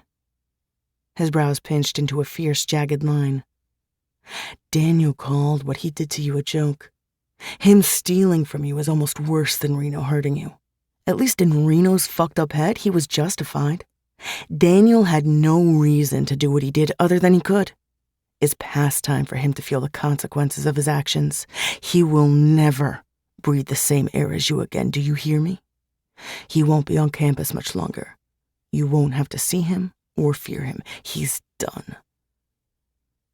I bit my lip, unsure if I was going to cry, smile, or scream at the top of my lungs.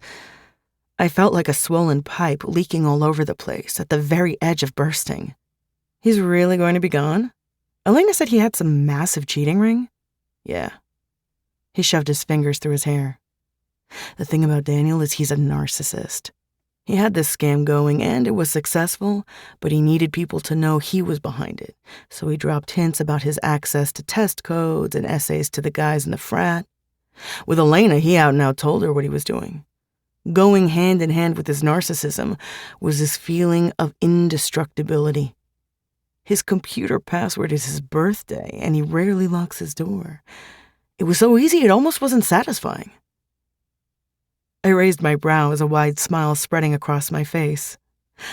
I loved hearing how stupid Daniel was. Pride goeth before the fall and all that. But it was. He stared down at me, nostrils flaring, then some of the twinkle came back to his eyes. Yeah, it was. It'll be even more satisfying watching all his stuff get tossed out of his room. That's coming soon. You ruined him. Just like I'd said and sincerely meant I would ruin Amir, Theo had done this for me. I will ruin anyone who even thinks of harming you. He took my face in his hands, tipping it back gently, his expression fierce. And not because I'm trying to win you back. This is for always. I will always fight with you and for you. The kind of man who'll be shoulder to shoulder with you in battle, and when push comes to shove, they'll step in front of you and take the brunt of it. I cleared my throat at a loss for what to say or think. Well, I sighed and stepped into him, my front flush with his. I think I should buy you some mozzarella sticks as a thank you. Theo's expression broke, and a grin tugged at the corner of his mouth. I have to go to work in an hour. That's enough time for a heap of mozzarella sticks? I tipped my chin up. And since you've been so nice, I'll even buy you a cookie. I'm not going to say no to an offer like that from my girl. Every time he called me his girl, my heart thumped so hard I could almost hear it. You just get to decide I'm your girl? No. He tucked a lock of hair behind my ear. It wasn't a decision. You've been my girl since you smashed my car. That was a fact, even when I was being stupid. You were always mine, and I've been unequivocally yours. I was beginning to think maybe he truly was mine. Chapter 29. Theo. We were driving through the desert. Helen had her window down, her feet propped on the dash of my new economy sedan. Every once in a while, she'd shift, and the tiny bell on her ankle had a subtle jingle. We'd been talking for the last 2 hours since we dropped off Luciana at her friend's apartment to spend the rest of the day and night. That kid was perceptive. The minute she saw me with her sister this morning, she let us both have it, but especially me. It's really about time you guys got a clue. That was how she greeted us when she'd spotted us waiting for her in the Palisades parking lot, side by side, not touching. Helen barked a laugh. What's that supposed to mean, kid? She propped her hands on her hips. You guys are so obviously in love. I could be blind and still see it. And where's Theo been for the past few weeks, while you were all sad and grumpy? I turned to Helen. Were you sad and grumpy? She folded her arms. I'm always grumpy. No, you're not. I stared at her hard, trying to read her. What about sad? She pushed my shoulder, but there was no force to it. She let me catch her hand and thread our fingers together. Shut up, Theo. I tugged her to my side and murmured into her hair. Dog days are over, Tiger. Luce sighed, her hands clasped at her cheek. I knew it! I knew it! I knew it! Helen's sigh was filled with a lot more annoyance, but her fingers tightened around mine, letting me know she didn't mean a second of it. Fine. Theo's back, Helen agreed. Luce poked her finger at me. And you're not going anywhere again. I pressed our joined hands to my chest. and I'm not going anywhere again. Now we were driving. I'd told Helen to pack an overnight bag, and she did, without asking any questions. Pretty sure I was still riding high in her esteem because of my work attire. Setting up Daniel's fall had also been a big part of it. I'd never desired to be any kind of hero, and by all accounts, I'd never lived like one. But when Helen smiled at me the way she had when I'd told her what I'd done, I got a little bit of a high. It made me think, while I might not be a hero, I'd always work my ass off to be Helen's champion, if she kept giving me those smiles and that blanket of heat in my gut. 3 hours into the trip, we stopped for gas and snacks. Helen came out of the convenience store with gold Elvis sunglasses and a Twizzler hanging out of her mouth. When she got to me by the gas pump, she traced the Twizzler along my mouth, then quickly replaced it with her lips. "We're going to Vegas, aren't we?" She pushed her sunglasses to the top of her head. "You're showing me where you grew up?" I tapped her nose. "Yep. I thought maybe you'd like to see the bright lights, too." "I hate to tell you this, but I'm underage. No gambling." I cupped her butt and pulled her into me. "I hate to tell you this, but even if you were 21, I'm broke. Sightseeing is free, baby." "You're not going to try to marry me, are you?" The thought didn't freak me out, but it wasn't on the agenda for this trip. Not today. She bit her bottom lip, but she couldn't hold back her grin. Then she reached into her bag and pulled out another pair of Elvis glasses. "Here, these are for kicking Daniel's ass, since I'm not allowed to say thank you." Laughing, I slid the sunglasses on my face, knowing then just as solidly as I'd known for weeks, or maybe since the first time I saw her, this woman was going to turn my life upside down, and I was going to love every second of it, because I was in love with her. And when it came down to it, I couldn't think of much I wouldn't do for her. I need some red on my lips, baby. It's been too long. Hooking her around the waist, I pressed her against my car. Reaching up, she took my sunglasses off. Then she ran her nose along mine and grazed her fingertips across my jaw and cheekbone and tipped her head back, inviting me in. I came readily, taking her mouth with mine in a slow, deep kiss. It wasn't wild, but it was passionate. It wasn't desperate, rather seeking. I asked, and she answered in soft sighs and the wet slide of her tongue. "You're mine, you know," I murmured against her lips. "Mm-hmm. And you're mine?" "Yes. I've given you every reason to doubt that, but I'm telling you right here, I won't again." She patted my cheek. "You better not. I bought you Elvis glasses, Theodore." I gave her but a squeeze. "They're officially a family heirloom. Now get in the car."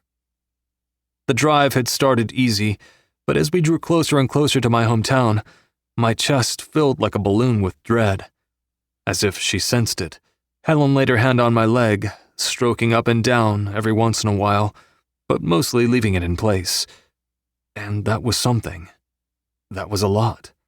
We grew up the same. There was no one there to offer us comfort when we needed it. But here she was, offering it to me as easy as breathing.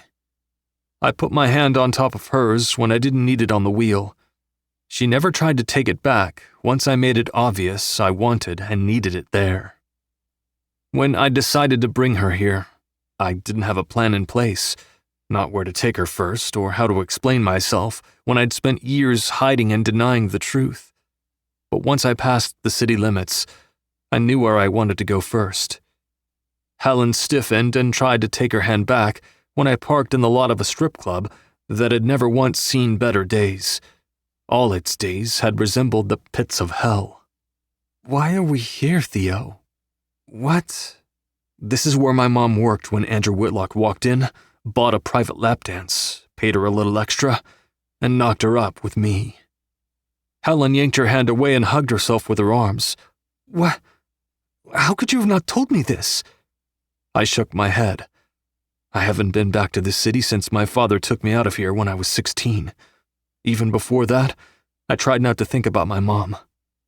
I stared at the gritty, run-down stucco building that housed a den of iniquity. It wasn't anything like Savage Beauty's, but every time I picked up Helen there, this was what I saw. So, am I like your mom? Is that what you're saying? Startled, I twisted to face her. Fuck no, I don't think that. I'm showing you this hellhole to explain my hang-ups about your job and why I reacted the way I did. It wasn't you. It's never been because of you. I should have told you, she interjected, about the times I stripped. I should have told you. But I didn't want you looking at me the way you did when you found out. And I knew you would. My exhale was heavy. I studied her folded arms, wanting the closeness we had on the drive here back. Not for the reasons you thought, but yeah, I did exactly what you feared. I looked out the windshield again. Something inside me popped, like a rusty lock springing open, and I wanted to tell her everything. She was sick. My pops, her dad, told me she had never been mentally well. This place, the things she had to do while she worked here, it only got worse. When I was little, before Pops knew I existed, she'd bring me to work with her. Some of my first memories are of hiding in the dressing room and sleeping in a pile of clothes. I can still feel the sequins digging into my skin. I scoffed, rubbing my arm at the phantom fabric digging into my flesh. I have no doubt I saw things a little kid should never see, but I think all that is holy my mind chose to protect me from those memories. The things I do remember are bad enough. I pounded my fist on the steering wheel. My chest was tight, throat clogged. I thought I'd come here, show Helen around, open up to her, and not feel it. But it was all hitting me. Every scary night. The sounds, the smells, the desperation for my mom to be safe and happy when she never ever was. I'd pushed it down and pushed it down, but it was always there. And sitting here with my girl, the one who'd broke the dam with a bat in her hand, a smile on her ruby lips, I was feeling it all. Helen brushed her fingers through the hair at my nape and murmured my name, but she didn't try to interrupt. She let me give her what I needed to. I should hate her. I do hate her. But she was my mom, you know. I had to stop, suck in a breath, push out the long-forgotten rush of pain that came along with having Shannon O'Reilly as my mother. She was my mom, and she was sick, and she never had a fucking chance. My pops did what he could when she was younger, but he didn't know jack about mental health, and she was good at masking. And then it was just too late. Too much bad had happened. This place, the despair on the walls, she soaked it up. It broke her body, then her fragile mind. She contracted Hep C somewhere along the line. Probably a slew of other things too. I don't know. It's a blur because I was a kid, 10 years old, and I was helping my mom out of bed because she was too out of it to do it herself. Theo. Helen pushed to her knees on her seat and leaned across the console to shove her face in my throat and wrap me in her arms. I hear you. Letting go of the wheel, I held the warm, solid, powerful girl in my arms who would never end up like my mom, who gave up fighting long before her fragmented mind and illness claimed her. Helen would come out of that world clean, not because of anything I did or didn't do, but because she was a warrior. She would fight until the end. Fisting the back of her hair, I brought my mouth to her ear and whispered fiercely, "You're not like that." Her lips moved against my throat. I know I'm not. I know, Theodore. You don't know how relieved I am that you know too. I was protecting myself. I flung my hand out in the direction of the club. From sliding back into this, it doesn't make sense, right? But logic doesn't touch the fear left over from when I was that little kid hiding in the dressing room. That's on me. All that's my baggage. She dragged her mouth along the taut tendons in my neck. I promise you, I understand now. I get it completely. I was an idiot to think I didn't still carry that. She pressed a soft kiss to the corner of my jaw. Wishful thinking. I understand that too. The door of the club opened, and a couple guys in suits that stretched across their massive frames strode out. They pointed to my car, and I hadn't gotten so soft I didn't recognize the potential for trouble when I saw it. I pushed Helen back to her seat and tore out of the parking lot before they could get close to us. They didn't look like upstanding gentlemen, Helen said. Nope, not if they work at a place like that. I drove to another part of town that was even worse.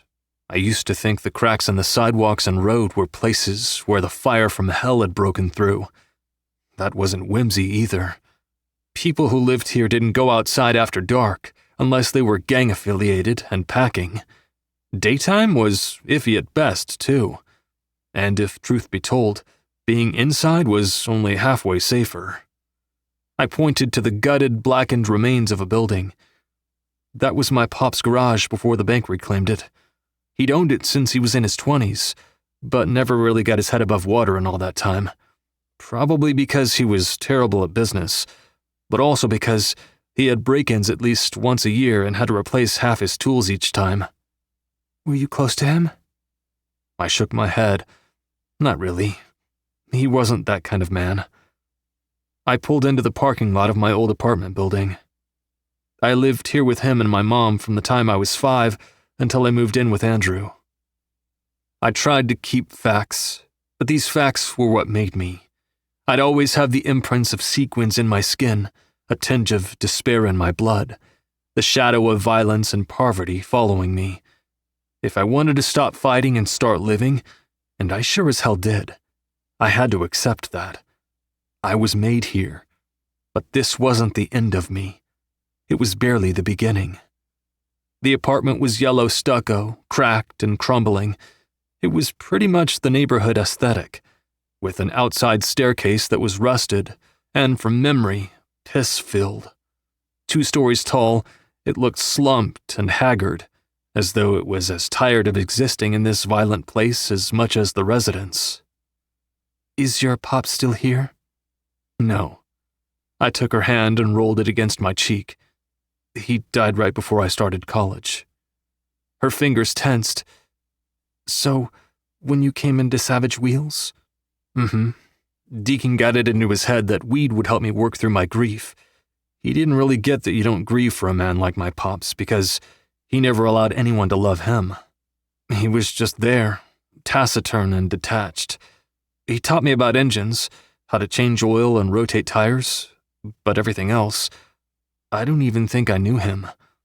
He was more like that random roommate you find on Craigslist than a grandpa. Is your mom still here? She asked carefully. Nope. She's probably dead, but I don't know. She took off when I was 10. Left me here with Pops. After a year, I stopped expecting her to come back. I inhaled deep, one final taste of this poisoned air. I'm never coming back here again.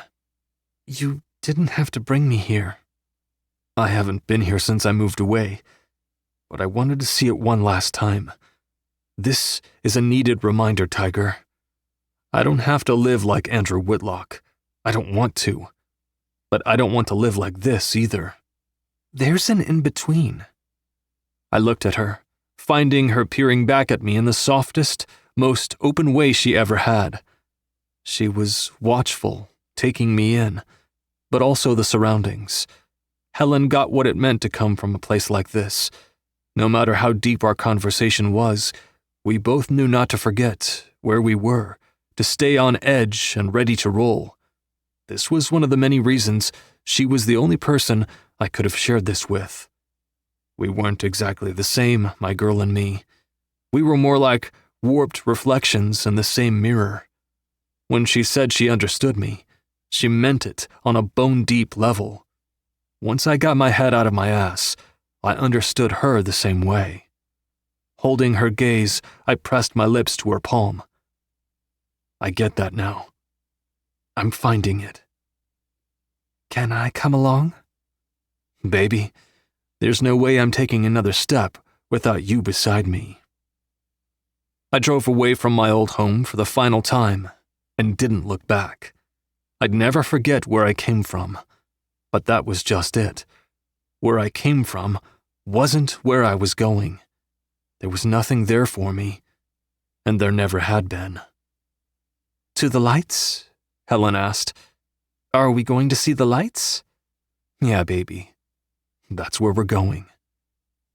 What I didn't say was I'd already seen the light, and she was a red-lipped, bat-carrying, badass beauty. Chapter 30. Helen. I'd been to embarrassingly few places and nowhere outside California except a couple quick trips into Mexico when my mom dragged me to her favorite special pharmacy to pick up her special medicine. Theo didn't make fun of me for absolutely gawking at the bright lights and massive hotels on the Strip. He held my hand and indulged my every whim, ducking in and out of hotel after hotel. After the intensity of his revelations, I thought he needed this, the easiness of being tourists without much care in the world, as much as I did. We ate dinner and walked around until midnight. Then we left the Strip to check into our room at a nondescript hotel. When the clerk asked if we wanted a room with 2 double beds or 1 queen, Theo deferred to me. I answered queen without missing a beat. I had missed this man badly in every way. I wasn't sleeping without him. Theo had given me everything. More than anyone ever had. He'd shown me his ugly, an ugly I never would have guessed by looking at him, by knowing him, by falling for him. I saw his ugly, and it made who he was that much more beautiful. By the time we walked into our hotel room, I was nervous. I wasn't the kind of girl who got nervous, not about sex, or really anything besides my sister's safety. This was new. The things I was feeling for Theo. It wasn't like how we were before. Now we were stripped down and raw, 2 people who'd revealed themselves and dared each other not to look away. I would never look away from him. It was Theo seeing me in the same way that made me want to hide. I wouldn't. I had a feeling if I wanted to, he wouldn't let me anyway. But the urge was there. I threw my bag down. I need a shower. Theo made sure the door was locked, then sat on the corner of the bed to tow his shoes off. I probably do too. My stomach swirled. God, he was hot even with his Elvis glasses on the top of his head. Maybe him being willing to wear them made him even hotter.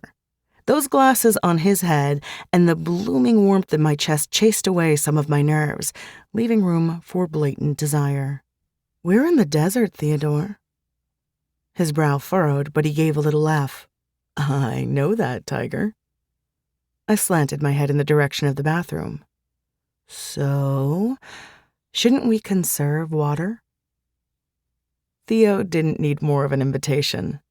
We were undressed and under the hot spray of the shower within minutes, washing each other, embracing and touching like it was our 100-year reunion instead of weeks. I'd said I had missed him, and that was true.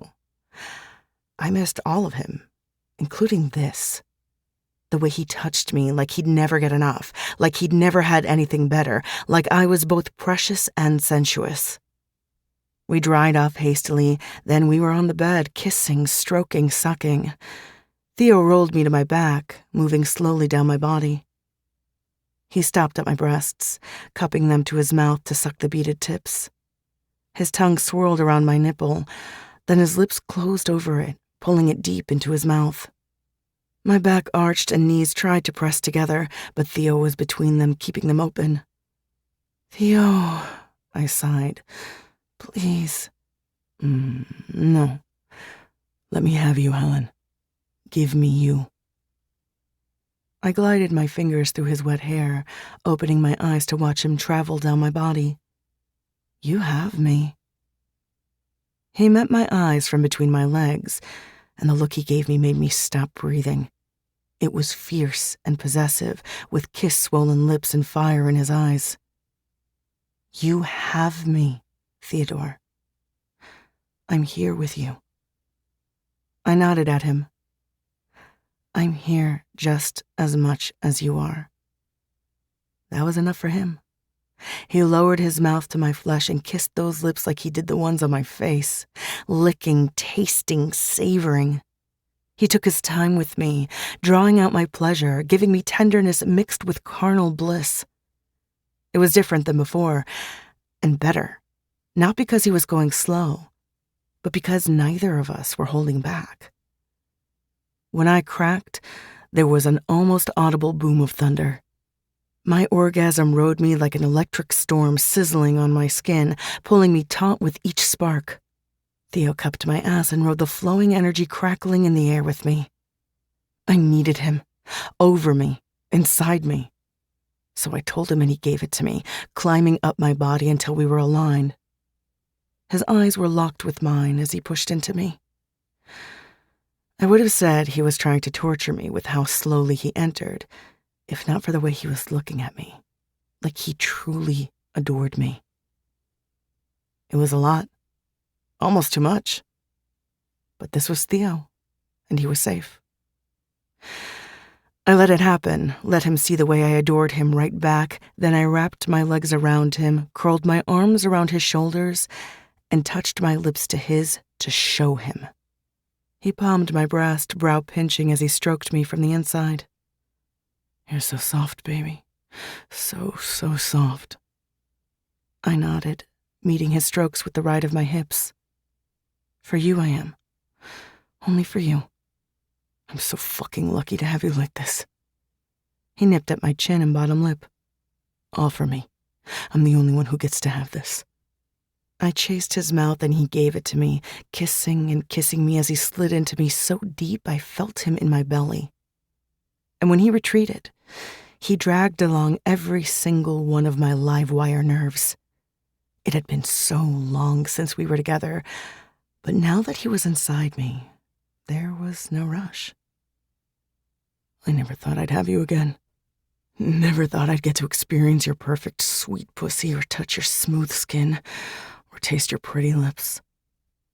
He gave me gentle, sipping kisses while the weight of his pelvis pushed on mine, hitting my swollen clit exactly how I needed.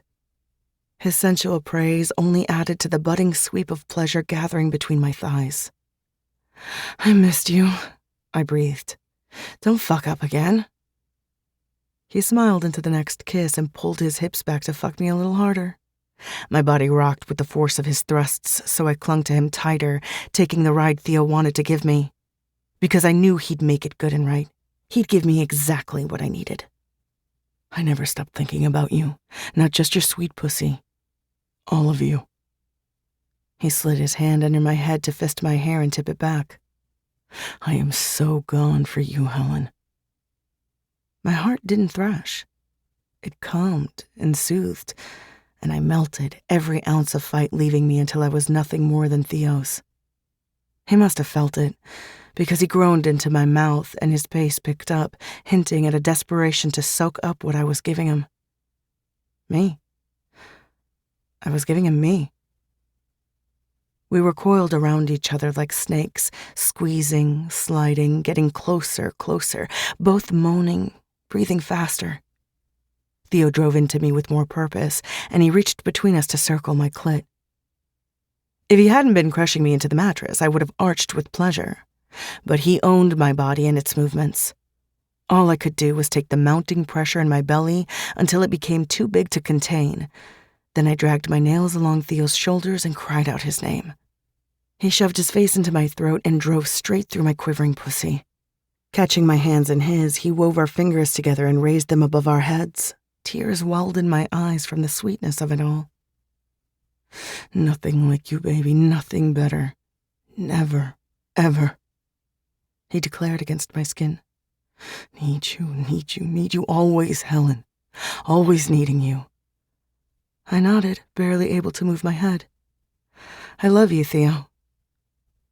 It was out before I knew it was coming, but I didn't have a second to regret it.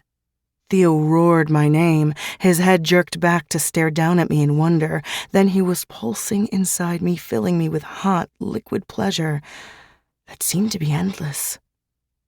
As soon as he was done, he rolled us, taking me on top of his chest. His hands wove through the sides of my wet hair, tilting my head from side to side like he was inspecting me. Then he pressed a kiss to my forehead, my eyelids, my nose, and finally my lips. I love you too, Helen.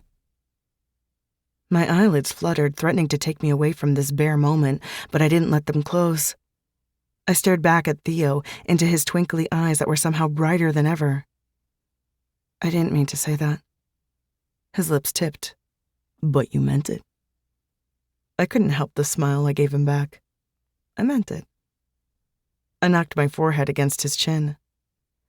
Just, be careful with me. If you decide to dump me again, can you let me down a little easier? Theo gripped my chin. Helen, I just told you I loved you and you're talking about me dumping you? Jesus, baby. My shoulder shrugged slightly.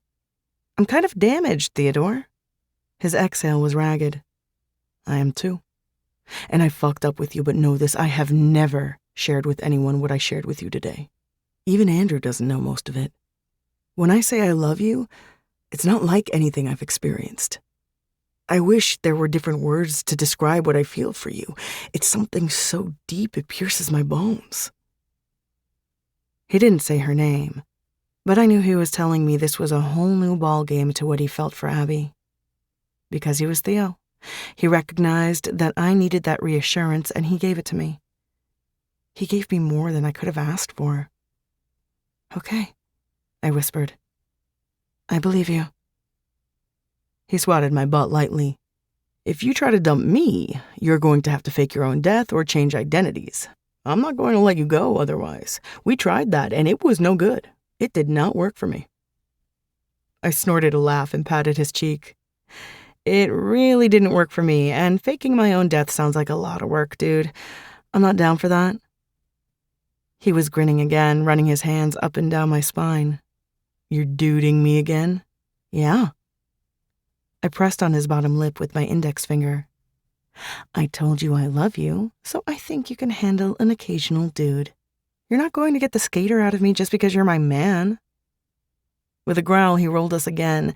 Then he sat back on his knees and flipped me to my front. His hand slid under my belly, raising my hips off the bed, ass in the air. His other hand came down on my butt cheek with a loud smack. You're gonna get it. He smacked me again. You're a bad girl, Tiger. I grinned at him over my shoulder. I thought I was your good girl. His eyes met mine, and the slow, sensual grin he gave me set me aflame all over again. You're so good you're bad, baby. Now, it's time we go over what it means for me to be your man. Dude, I whispered, giving him hell. Tiger. He outlined the curve of my hips with his hands. What me being your man means is I would never want to take the skater out of you. What it means is I'm going to take care of you in all the ways you need and that I see fit. It means sometimes I'm going to make love to you, and sometimes I'm going to spank your ass and fuck you dirty. He leaned over my back, brushing my hair over my shoulder. I shivered from his touch and the things he was saying. It means everyone is going to know you're with me, and I'm all about you. As your man, if anyone fucks with you, I will end them. I love you. I love you too, Theodore. I was panting from the seductive promises he'd whispered and almost swooning from the sweet. God, this man did it for me. Theo's erection slotted between my cheeks, and I groaned, my toes already curling. Then he smacked me between my legs, and I almost shot through the ceiling. My baby wants to play, he crooned. I want my man to play with me. Gladly. My eyes rolled back in my head when he started his version of playtime. Yeah, this whole being in love and having a boyfriend thing was going to work for me. It was going to work for me in every way. Chapter 31. Theo. We had a week before we were summoned to the Wellstein-Whitlock Manor. I was almost relieved when I'd gotten the text from Miranda. I'd known it was coming. Too much had gone down for me not to have to answer for it, including making it official with Helen, which Miranda somehow knew about. Then again, she had her finger on the pulse of campus. and I'd very publicly claimed my girl against every brick wall I could find. Word had gotten around. The week had been fucking fantastic, though. Even with the inevitable summons hanging over my head, I'd spent almost all my time I wasn't working or in class with Helen. She was good for me, and I like to think I was good for her too. She made it easy to want to try, and keep trying until I got it right. I had told her I could breathe for the first time when I met her, but since we got back from Vegas, it was like I had new lungs. The breaths I took were full and clean, and my chest was no longer weighed down by the past I'd been unable to face. "Holy shit, Theo." I laughed. "I told you it was a mansion in Malibu. Did you not believe me?" Helen peered up at the glass house Miranda's money had bought when she and Andrew got married. It wasn't quite on the beach, but it was right on the side of the highway and had ocean views from the roof deck. "I did, but still. Holy shit." I walked around to her side of the car and helped her out. Helen was wearing a dress. I'd seen her in a gown, and she'd been absolutely stunning. But this was the first time she'd worn a casual dress around me. This was almost sweet, if she hadn't made it sexy with her curves. Short and red with little white flowers, there was a ruffle at the hem and a tie at the side I planned on tugging when I took her home as soon as possible. Like the green gown at the banquet, she'd inherited this one from Mads too. "You saw where I grew up, imagining moving in here at 16 after living in a dump my whole life." She elbowed my side. "Okay, I see why you leaned in hard to the whole laissez-faire rich boy lifestyle. If I'd lived in a place like this when I was 16, I wouldn't have known what to do with myself." I peered down at her with narrowed eyes. "You wouldn't have changed." She lifted a shoulder. "We'll never know." Stopping her at the front door, I pulled her into my chest. "We can still make a break for it." "Nope. Let's get this over with. I'm actually looking forward to speaking to Miranda again anyway. Your dad, you can handle." "That isn't very encouraging, Tiger." She curled her fingers on the sides of my neck. "I'll be your buffer, okay? If your dad gets to be too much, I'll bring up my dead friend. That always stops people on their tracks." Even with as much as I was dreading walking through the door, she still made me laugh. "This is why I love you. You're always coming up with brilliant ideas." Once I stole a quick kiss and Helen wiped the red off my lips, we went inside. Miranda greeted us first, pulling us both into tight hugs.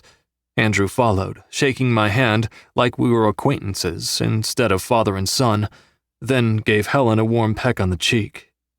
Miranda stole Helen almost immediately, offering her a tour. I tried to follow, but my father held me back with a clawed hand on my shoulder. "I've heard your grades are improving." I nodded, not even a little surprised he'd been checking. "Yeah, I have Helen to thank for that." He folded his arms. "In what way?" "She was as unimpressed as you with my commitment to school, and she let me know." "I suppose that's admirable for a girl like that." I slanted my head. "What does that mean?" He flicked his wrist. "I think you know. She comes from nothing, barely graduated high school.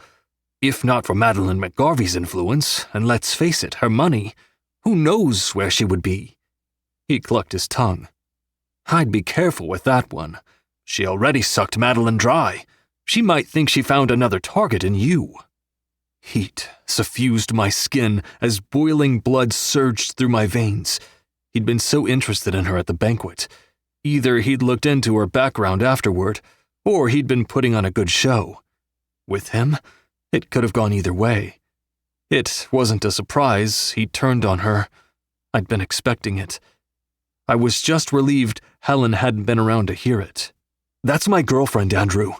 Never say anything like that about her again. I won't go into all the ways what you just said is untrue, but you have no idea what you're talking about. None at all." "Girlfriend? The doorbell rang before either of us could say anything else, which was for the best.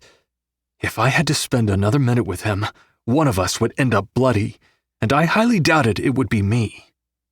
While Andrew was getting the door, I poured myself a Bloody Mary from the pitcher Miranda had set out in the kitchen, adding my own extra dose of vodka. I'd need it to get through brunch with my father and whoever else they'd invited to join us. A hand lay between my bunched shoulders. I spun, expecting Helen, and was severely disappointed. "Abby, what the hell are you doing here?" She kept her hand on me, sliding to my bicep. "That's some greeting, Thee. Wow." It wasn't a greeting, it was a question. "Why are you here?" She didn't drop her hand, but a fraction of the spark in her eyes faded. "Andrew and Miranda invited my parents and me for brunch. I didn't think it would be a problem, since we've both moved on." I gave her hand a pointed look. "Have you moved on? Really?" A slow smile spread across her pink lips, and all I could think about was the kiss she stole the last time we were in close vicinity, and the sickness I felt when Helen had to see Abby's gloss on my mouth. "Of course I have. Did you really think I'd be pining after you forever?" "Good. I'm glad for you." I said the words, but there was something I didn't like behind her smile. It read false to me. "Are you?" She stepped closer, tilting her head back to peer into my eyes. "There isn't some small part of you twisting into knots when you hear I'm with someone else?" Shrugging her off, I backed away. "Absolutely no part. Like you said, I've moved on." I strode from the kitchen, finding Helen with Miranda and Abby's mom, Jill. They were talking about Helen's dress when I joined them, hooking my arm around Helen's waist. Jill gave pause at the sight of me with someone other than her daughter, but she kept her opinions to herself, thankfully. "We were shopping in this little boutique Madeline found online." Miranda bit her bottom lip, but it didn't stop her chin from quivering. "She was always finding little places like that, taking me on adventures. I missed so much about her, but our adventures might be the thing that tops the list." Jill's gaze swept over Helen. "It's lovely that Madeline's treasures are getting the chance to live another life. That dress looks so pretty on you, Helen. Madeline would undoubtedly approve." "Thank you for telling me the story behind the dress, Miranda." Helen squeezed my hand at her hip. "And Jill, I hope she would approve. She was always teasing me for wearing cutoffs and holy Vans." Miranda swiped a knuckle under her made-up eye. "Oh, please. Mads would have been wearing Vans and skateboarding with you if she'd been up to it. That sounds exactly like her." Helen laughed. "She made me take her to a skate park so she could watch, so I have no doubt that's true. Her Vans wouldn't have been holy, though." Miranda released a watery laugh. "Oh, that's very accurate." Abby approached our group, holding out a Bloody Mary to her mother. "I ran into Thea in the kitchen, and he had the best idea." She raised her drink, then took a sip. This is delicious, Mir." Miranda sobered, her eyes bouncing between Abby and me. "Thanks, sweetheart. Why don't we all go outside to the patio? I have some absolutely delicious fresh fruit set up." The three of them were on their way, but I held Helen back. "I had no idea she'd be here," I murmured. "Would you not have invited me?" she asked. "No, I would have disinvited myself." Helen snorted a short laugh. "It's no biggie, Thee." I groaned at the terrible nickname. It was like nails on a chalkboard to me. "You're sure? We can leave if you're uncomfortable." "I'm sure. She doesn't bother me. I know you're with me." Helen flipped her hair, spilling soft waves of chocolate behind her back. "Was your father awful?" "Entirely. But I'm used to it." She hooked her arm in mine, and we headed to the patio. "How did he land Miranda?" "He's on his best behavior around her. Wait and see. He's like a lovesick puppy with his wife, though I haven't figured out if it's her money or her he's more crazy over."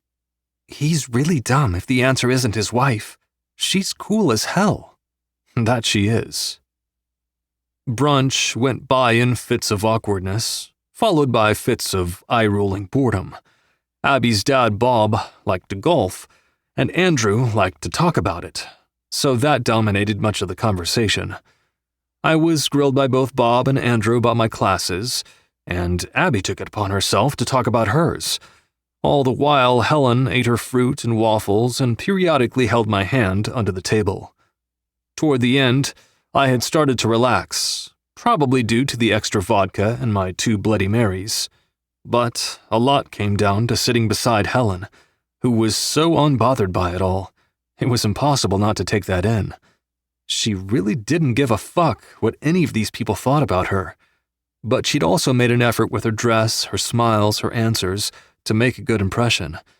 And that was all for me. Leaning close, so my mouth brushed her ear, I whispered, "I love you." She smiled without turning her head and squeezed my fingers with hers. The words didn't need to be spoken back for me to hear them. "Theo, son." Bob wiped his mouth with his cloth napkin. "I didn't see the i8 in the drive. Is that in the shop?" Abby giggled. "Daddy, Theo doesn't have the i8 anymore." "Oh, really?" Bob sat forward, resting his arms on the table. "What are you driving these days?" I cleared my throat. "The Toyota in the driveway is mine. I wanted something less flashy." Andrew scoffed. "He sold the i8 without a single word to me and came home driving that piece of shit parked out front. Let's just say I was not pleased." Miranda laid her manicured hand on his arm. "I explained to Andrew what happened. Theo had a friend in an emergency situation that required money to solve. Theo didn't want to ask me for a handout, so he proposed selling the i8. You know me.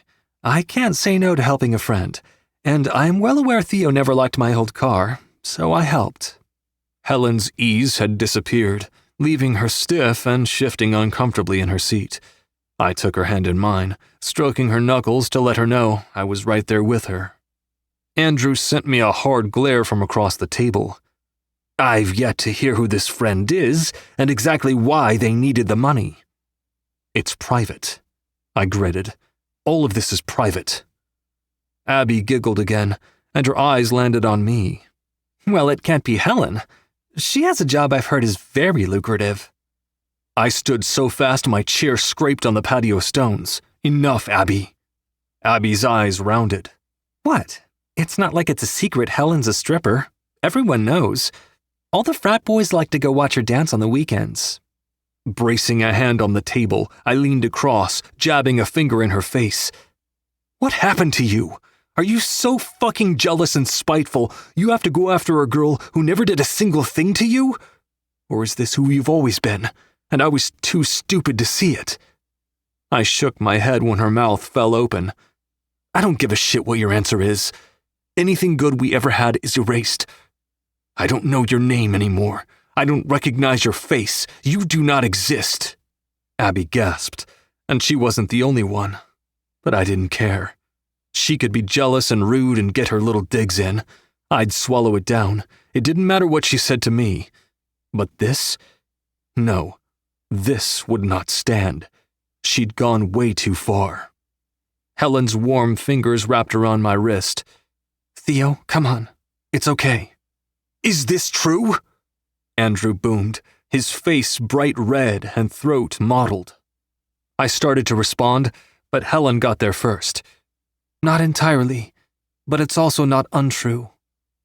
Enough was enough. I wouldn't allow Helen to be subjected to any more of this. Unwrapping her fingers from my wrist, I caught her hand, tugged her to her feet, and started striding for the door. My father barking my name stopped me. He spoke to my back. "Wait in my office, Theo. We need to talk." Without turning around, I nodded and continued inside. Once I'd gotten Helen well away from the patio doors, I backed her into a wall and bracketed her head with my arms. "Are you okay?" She stared back at me, earnestness in her expression. "Are you? You must be so embarrassed." "No." I captured her jaw, tipping her head back. "I'm not embarrassed. I'm seething. I don't know how Abby found out, but she had no right to spill your personal business to everyone. She's just a jealous little cunt. God, I'm so sorry." "Theo." She stroked my cheek with her fingertips. "You have nothing to be sorry for. I made my choices, and I have to own them. Abby might be jealous, but it's not like she lied." My fist came down heavily, making Helen flinch. She got one detail right. The rest was a pack of bullshit, and we both know it. The sound of heels clicking hurriedly on the marble floor froze us both. Abby came to a halt 3 feet from where I had Helen pinned to the wall, her eyes welled with tears. I shouldn't have done that, she rasped. I wasn't going to. It's just, Daniel told me about her when he found out I was coming here today. I guess I let my mouth get ahead of me. I told him I was mistaken on the details, but your dad wasn't really listening. I didn't mean— Shut up, I hissed. Get out of here. We are through. Abby glanced helplessly between Helen and me, then quickly spun on her toes and fled, a quiet sob following in her wake. With a sharp shake of my head, I pulled Helen from the wall and into my arms, her front flush with my side, her arms looped around my middle and her head tucked under my chin. I guess we know why Daniel's been quiet. Helen smoothed her hand along my side. He was waiting for an opportunity like this. Fuck Daniel, I gritted out. He'd been officially expelled, just as I knew he would. The evidence had been too damning, even for his father's fat pockets.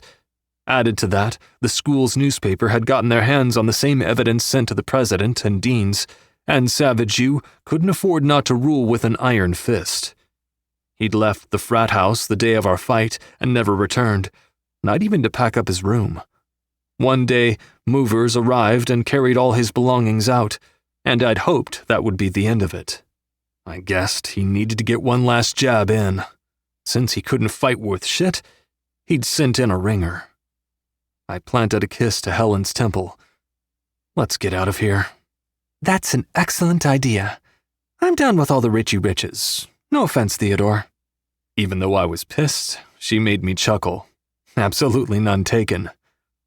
We headed toward the front door, but luck wasn't on our side today. My father met us in the hall outside of his office, blocking our path. Will you two step into my office? We need to have a quick conversation. His voice was calm, scarily so. The last thing I wanted was to have any length of conversation with him, but this was inevitable. We might as well get it over with.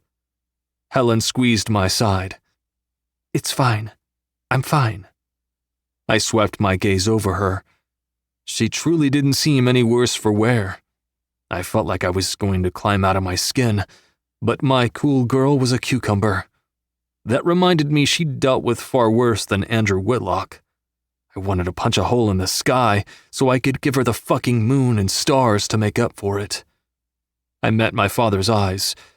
You have 5 minutes, and if you say anything to Helen I don't like, we're out. He swiveled, striding to his desk. Helen and I waited on the other side, neither of us moving to sit. Andrew opened a side drawer and withdrew a leather-bound ledger. My stomach revolted at the sight of it. Bracing both hands on his desk, he directed his gaze to my girl. I'm going to be blunt. I do not want a stripper in my family. Having a woman like you by his side will only hurt him. It's clear from her behavior, Abigail Fitzgerald isn't fit for Theo. But neither are you. That ship sailed when you fucked my mom, Andrew. My ears were ringing from the blood rushing through my veins. This is bullshit. Helen put her hand on my arm. No. Let's hear what he has to say. I'm curious. Andrew gave a wan smile. You're smart, I'll give you that. He opened the ledger, revealing rows of checks he tapped with a pen. Do you know what these are? Helen furrowed her brow. Aren't they checks? That's right. Now, you're going to tell me your price for walking away from Theo and leaving our family alone. Is it 5,000? 7? I almost laughed at the audacity of this man. He clearly didn't know anything about Helen if he thought for a second she'd entertain this offer. Helen sucked in a breath and peered at the checks. She glanced at me, then back to Andrew. 10,000. No. 2 words. That was all it took to stab me in the fucking gut. Chapter 32. Helen. Andrew's salt and pepper eyebrows shot up in surprise. I would have gone as high as 15. He chuckled like he was so damn clever, then started writing my check. But 10 sounds just fine. My nails dug into the palms of my hands. It's Helen Ortega, Ortega. Helen, Jesus Christ, came Theo's tortured protest. What are you doing? I raised a brow, but I couldn't look at him. I could not bear to see his expression. I'm being smart. Something choked and tormented clawed up his throat, and I felt it slide down mine. Hurting Theo hurt me right back, but it was a necessary evil. I didn't know what else to do. Andrew tore the check out with a flourish and handed it to me. My hands were steady as I accepted it. I sat down to inspect it and whipped up my phone. Checks are so funny. I scrunched my nose as I held my phone over the piece of paper. Isn't it crazy how I can just scan it with my phone and boom, the money is deposited in my account. I don't even have to go to the bank. Theo sank down in the chair beside mine, covering his eyes with his hand. I could feel his confusion and anger bubbling up, and I had to put an end to it. This was too much on top of too much. Hey, Theodore, can you send me your account info? His head slowly turned in my direction. His eyes were bleary and wet, barely focusing on me. What? He croaked. Oh, my heart. I hated doing this to him, but it would be over soon. Send me your account info and I'll transfer the $10K as soon as it clears. Baby? Theo squeezed his eyes as if to clear them. What did you say? Andrew slammed the ledger down on his desk. What is the meaning of this? You will do no such thing. I rose to my feet and braced my hand on his desk, just like he had. I can, and I will. I'm not for sale, Mr. Whitlock, and I'm not leaving Theo. If you decide you can't support a son who has a former stripper for a girlfriend, then that cash you so kindly gifted me will come in handy to him. But this is the last time you use me as leverage over your son. I hope we understand each other. There is no amount you could give me that would make me walk. If you want to try, I'll be happy to keep transferring it over to Theo each and every time. Are we clear? Theo rose behind me, pressing his front to my back. Angel of vengeance, you are going to pay for taking 100 years off my life, he murmured. I love you, I told him. Andrew had turned puce. If his coloring was any indication, he had to be in danger of stroking out at any moment. I don't know what kind of game you're playing, young lady, but you do not want to test me. You won't win. Remember who the president of your university is. I can very easily find a reason to have your enrollment revoked. That struck true fear in my heart, but I wouldn't be bullied. If I never graduated from Savage U and collected the money Mads left me, it would be a massive letdown, but it wouldn't break me. So I squared my shoulders and didn't even blink. Try me, old man. I don't know if you've noticed, but I'm really fucking scrappy. I won't back down. Enough. Theo squeezed my nape. You won't threaten Helen. What makes you think it's a threat?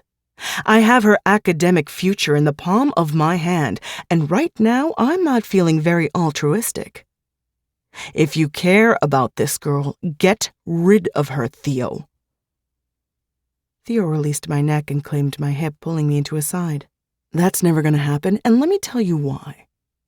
What do you think people will say if they find out you personally approved my wrestling coaches administering performance-enhancing drugs to me when I was a minor?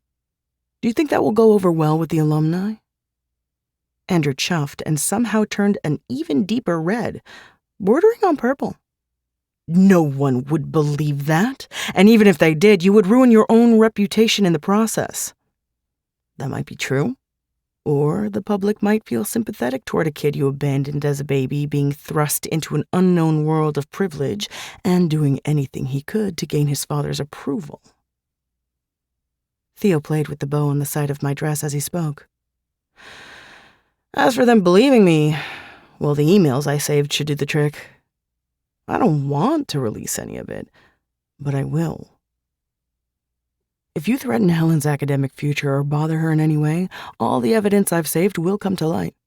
I think I have more of a leg to stand on than you do, but if I go down, at least I'll take you down too." Andrew was struck speechless, and honestly, so was I. I would never let Theo go down, but the fact that he was willing to, that he would ruin himself to save me, struck me so deep in my heart, I'd never lose it. This was love. Real love. And it was mine. "That's enough, Andrew." The three of us whipped around to find a stony-faced Miranda in the doorway. She turned her attention to Theo and me. "You two should go. Andrew and I have a lot to discuss." Theo didn't hesitate. He took my hand and pulled me along away from his father. At the doorway, Miranda stepped to the side, but she touched Theo's arm to stop him. "You will never have anything to worry about. Both of you. I'll take care of this." She gave me a fast hug, then patted my shoulders. "Madeline would want that. She would adore the two of you together.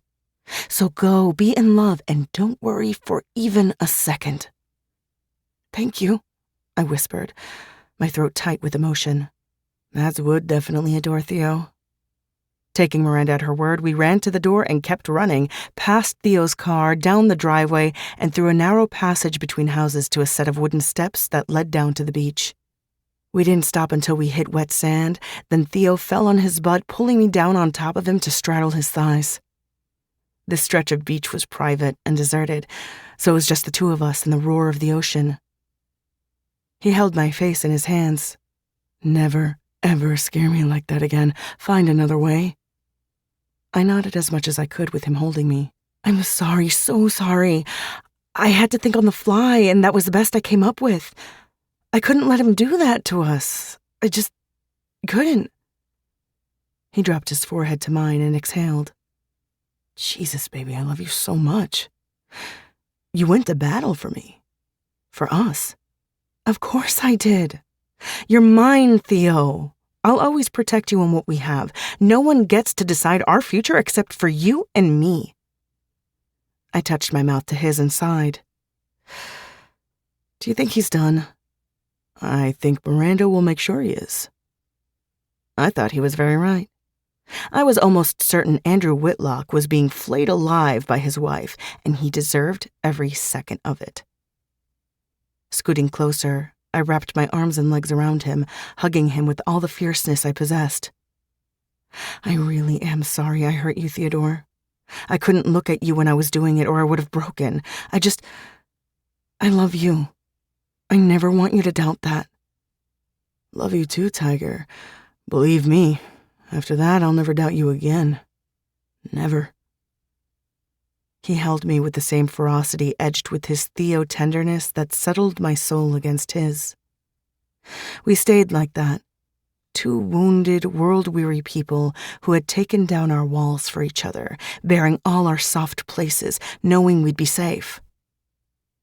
To think, I could have missed this if I hadn't had my Mads' words in my head.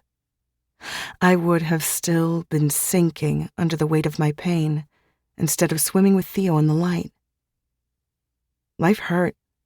It took and took. I'd learned that way too young. It took me longer to see the flip side. Sometimes life offered up something so big, it didn't erase the past, but it overshadowed it.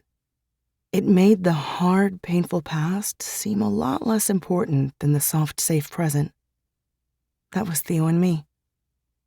He was the good, necessary kind of trouble I could keep getting into for a long, long time. He nipped up my jaw and pressed a sweet kiss to my cheek. "Love you, Tiger. Love you too, Theodore." Yeah. This just might be forever. Epilogue. Theo. 5 years later. I was on my ass, skateboard rolling in the opposite direction, being pointed and laughed at. Not for the first time, I wondered how I'd gotten into this position. Then a hand reached for me, helping me off the ground, checking me over for brakes, and I remembered. Helen. Are you broken? She tried to hold back her laugh, but Luciana was egging her on, snorting out little giggles, so it was no good. Helen burst out laughing again. How can a person be so incredibly athletic and have no sense of balance?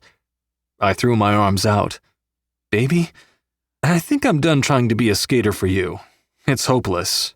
She tucked herself against me, petting my chest. I think you're right. I don't want you broken. You'll be no good to me then. I need you at full power. Gross! Luciana covered her ears and started humming at top volume. I can't hear you. I'm going inside to barf. She ran up our long driveway and into the house we'd bought and moved into a year ago, slamming the door on us. Helen and I weren't her parents, but we were close enough to that role that when we kissed, we grossed her out and she always left the room. At this point, we sometimes did it to drive her crazy, other times because we couldn't help ourselves. The truth was, Luce was 17 and still as sweet as she was when I met her at 12. I was pretty proud to say the worst part of her life was having to witness her sister and brother-in-law kissing every once in a while. I picked up my skateboard and touched my lips to Helen's forehead.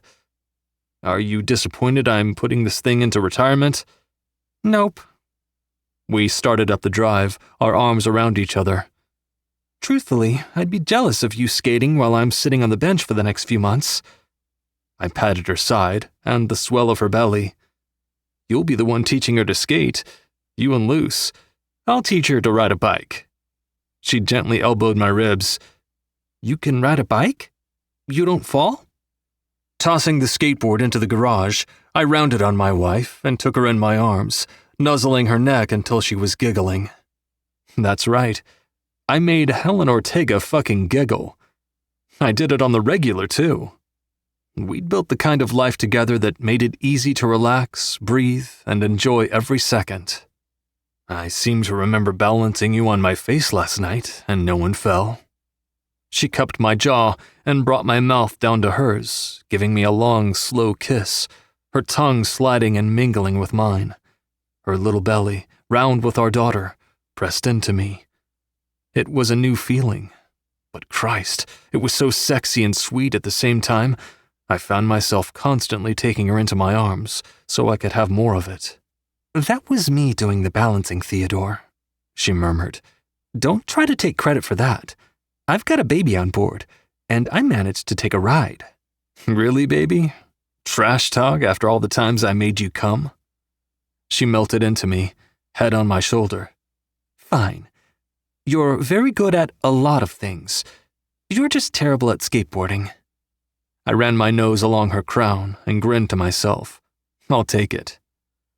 After a minute or two, we walked around the side of the house to the back patio, collapsing onto one of our double loungers beside our pool. Helen and I had gotten married when I graduated from Savage U, but it only took me a year after our showdown with Andrew to get her to agree to wear my ring. Gabe had been pissed Helen and I were engaged before he'd locked down Penelope, but he made it happen, then eventually forgave me and stood beside me as my best man at my wedding. Helen graduated from Savage U a year early, just like she had planned, got a job as a nurse, and entered her master's program. Now she worked as a labor and delivery nurse, and she absolutely loved it. I didn't know a lot of people who were eager to go to work, but Helen was one of them. The hours were long and she was on her feet sometimes her whole shift, but there was never a time she dragged ass out the door. She didn't have to work. Honestly, neither of us did. Madeline McGarvey had left Helen a lot of money. Hells called it fuck you money. In other words, my baby was a millionaire. She didn't take having that kind of change for granted. For her, it was room to breathe, and it had made it easy for us to take permanent custody of Luciana as soon as Hells had the money in the bank. Helen wove her legs with mine and rested her hand on my stomach, sighing. Tell me again what we have to do. I covered her hand with mine, moving her wedding band back and forth with my thumb. You know what we have to do. You made the list. I know, but I need you to tell me out loud so I'm not overwhelmed by all the words in my notes app. If you tell me in your lovely voice, it won't sound like so much damn work. Baby, I chuckled. Remember volunteering our backyard for Asher and Bex's wedding shower? That was all you. If it's too much, we'll figure— She covered my mouth with her hand. Don't you dare. It's not too much. It's the perfectly right amount. We bought this house to hold parties. So we're going to hold parties, damn it. I laughed behind her hand. Then I licked it. She snatched it back and tried to snarl, but I kissed it off her. We have had parties, and we'll have more parties. But this one— Shut it, Theodore. She knocked her head against my shoulder and gave me one of my favorite red-lipped smiles. I still have 4 more months of this pregnancy. You can't treat me like an invalid. But baby— Bending forward, I lifted her shirt to kiss her belly. You're a hot invalid. She shoved my forehead. Stop it and help me plan this party. I thought Grace was planning it. She is, obviously, but it's at our house, so I have to do things. Plus, she's busy with Bash and the baby. For the first 2 years of our marriage, and a year before that, we'd lived in a rental house halfway between campus and Luciana's school. We'd been hunting for something perfect, something comfortable, private, roomy, but not a mansion. When we found this place, we knew. It was the first big purchase Helen made with her inheritance. And it had been a fucking lot. But we were both pretty certain we'd be living in this house forever. Our backyard was what had sold me on the place. It was like an oasis away from everything, with a covered patio, pool with attached hot tub, and a wide but not overly big expanse of grass, all surrounded by trees to give us privacy. I wasn't any kind of landscaper or anything, but I liked to be outdoors, and within a couple days of living here, this patio with my girl snug in my arms had become my favorite place on earth. We had a lot of parties back here. First, a housewarming, then birthdays, Grace's baby shower, our anniversary, and now Asher and Bex's co-ed wedding shower. Her friends, who had become mine over the years, were really her family. There wasn't a lot she wouldn't do for the people she loved, because that was my little tiger, fierce and protective, with a massive heart. Luce stuck her head out the patio door. There's a party a bunch of people I know are going to tonight. Can I go? Helen raised a brow. Where is it? Luce checked her phone. This guy's house? His name is Javi? I don't know him, but I heard his kickbacks are really— Helen threw her flip-flop in Luce's direction. No, ma'am. I went to Javi's parties when I was your age. I know exactly what happens at Javi's parties. There is no way in hell you're going to a party at Javi's. Luce glanced at me, but I shook my head. I'd been to one Javi party, and that was enough for me to know our girl was not going there unless she walked over our dead bodies. And even then, Helen would probably reanimate just to stop her. Luciana groaned, but she didn't stomp off or curse us out. Geez, fine. I didn't really want to go anyway. I'm going to see if some of the girls want to come over and practice makeup tonight. I just got that new palette, and I've barely used it. She walked away, typing messages on her phone. Helen's eyes were wide, then she poked her belly. Okay, we got lucky with one kid. This one is going to be a hellraiser, I know it. Madeline. Helen was surprisingly superstitious, so she didn't like to refer to the baby by her name, but we both knew she'd be Madeline the second we found out we were having a girl. I hope she is. She'll be just like her mom, and I happen to like her mom a whole lot. Lifting her shirt, I traced the faint dark line that ran up the center of her. Before Helen got pregnant, I'd never looked twice at another pregnant woman. But her? God, I felt like a teenager again, walking around with a perpetual hard-on. My tiger was sexy always, but the added curves and knowing she was carrying our child sent my attraction to her into overdrive. She even smelled different, and I was constantly sniffing her. Helen palmed the bulge in my shorts. Maybe we should let her go to the party so we can have the house to ourselves tonight. I moved her hand away. I knew this wasn't going anywhere. Not until later, when I could get her alone. Wow, you're hard up, aren't you? Willing to sacrifice your sister for some action? Helen nodded enthusiastically. She'll be fine at Javi's. Okay, I started to get up. I'll go tell her. No, you won't. Helen tugged on the back of my shirt until I flopped down and rolled her on top of me. She shifted so her belly wasn't pressed against me, then snuggled under my chin. We didn't have a lot of this, just sitting and doing nothing, or reading to each other in our favorite chair.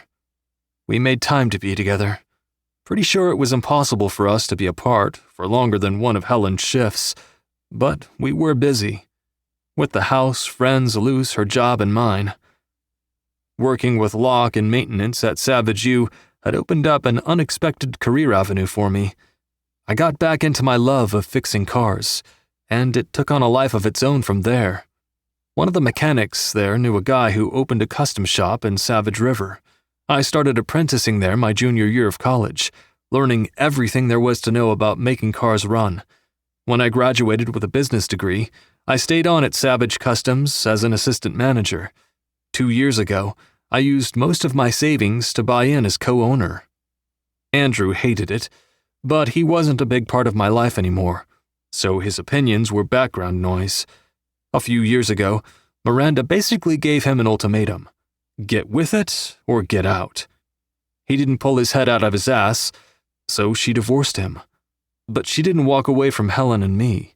She became the steady support system I'd never had, and she actually got a kick out of me going my own way and not following Andrew's path. She wholeheartedly approved, in fact. It was strange, really. I never thought I'd have that, even when I was bending over backward to seek it out from Andrew. I didn't need Miranda's approval, but it felt really good to have it. Helen and I spent a little more time relaxing and talking about the things we had to do to the house to prepare for the party next weekend. Then it was time to go inside to make dinner. Luciana liked to help Helen cook. Sometimes they let me chop. Other times I was relegated to being their fan club. Tonight was the latter. I sat on one of the stools at the island in the center of our kitchen, going over some paperwork for Savage Customs, while they prepared fish tacos and fresh pico de gallo. Helen and Luciana kept bumping into each other. Then they gave each other little shoves, laughing every time. I put my phone down to watch. Luciana didn't see the way her sister looked at her, but I did. Helen loved her like she was her kid, and it was there, written all over the way she watched Luciana cut tomatoes, in the soft curve of her lips, the warmth in her eyes at the small everyday acts they did together. I used to think I had to tell Helen to be soft. That was before I really got it. Helen didn't need to be told to be soft. She had always been that way. Not for a jackass kid in his stepmom's luxury car who told her he didn't want to be responsible for her feelings. No, the kid I used to be hadn't deserved Helen's kind of soft. The man I was now got to see it and revel in it every day. I didn't have to ask. That was just who she was when she was well-loved, and she loved well. Helen was a rolling storm. She was the spark in the air, the scent of rain right before it fell. Helen was lightning touching down in an open field, and the gentle breeze that carried the clouds. She was the steady mist that fell on thirsty ground and made it thrive. Helen Ortega Whitlock was soft, soft like thunder.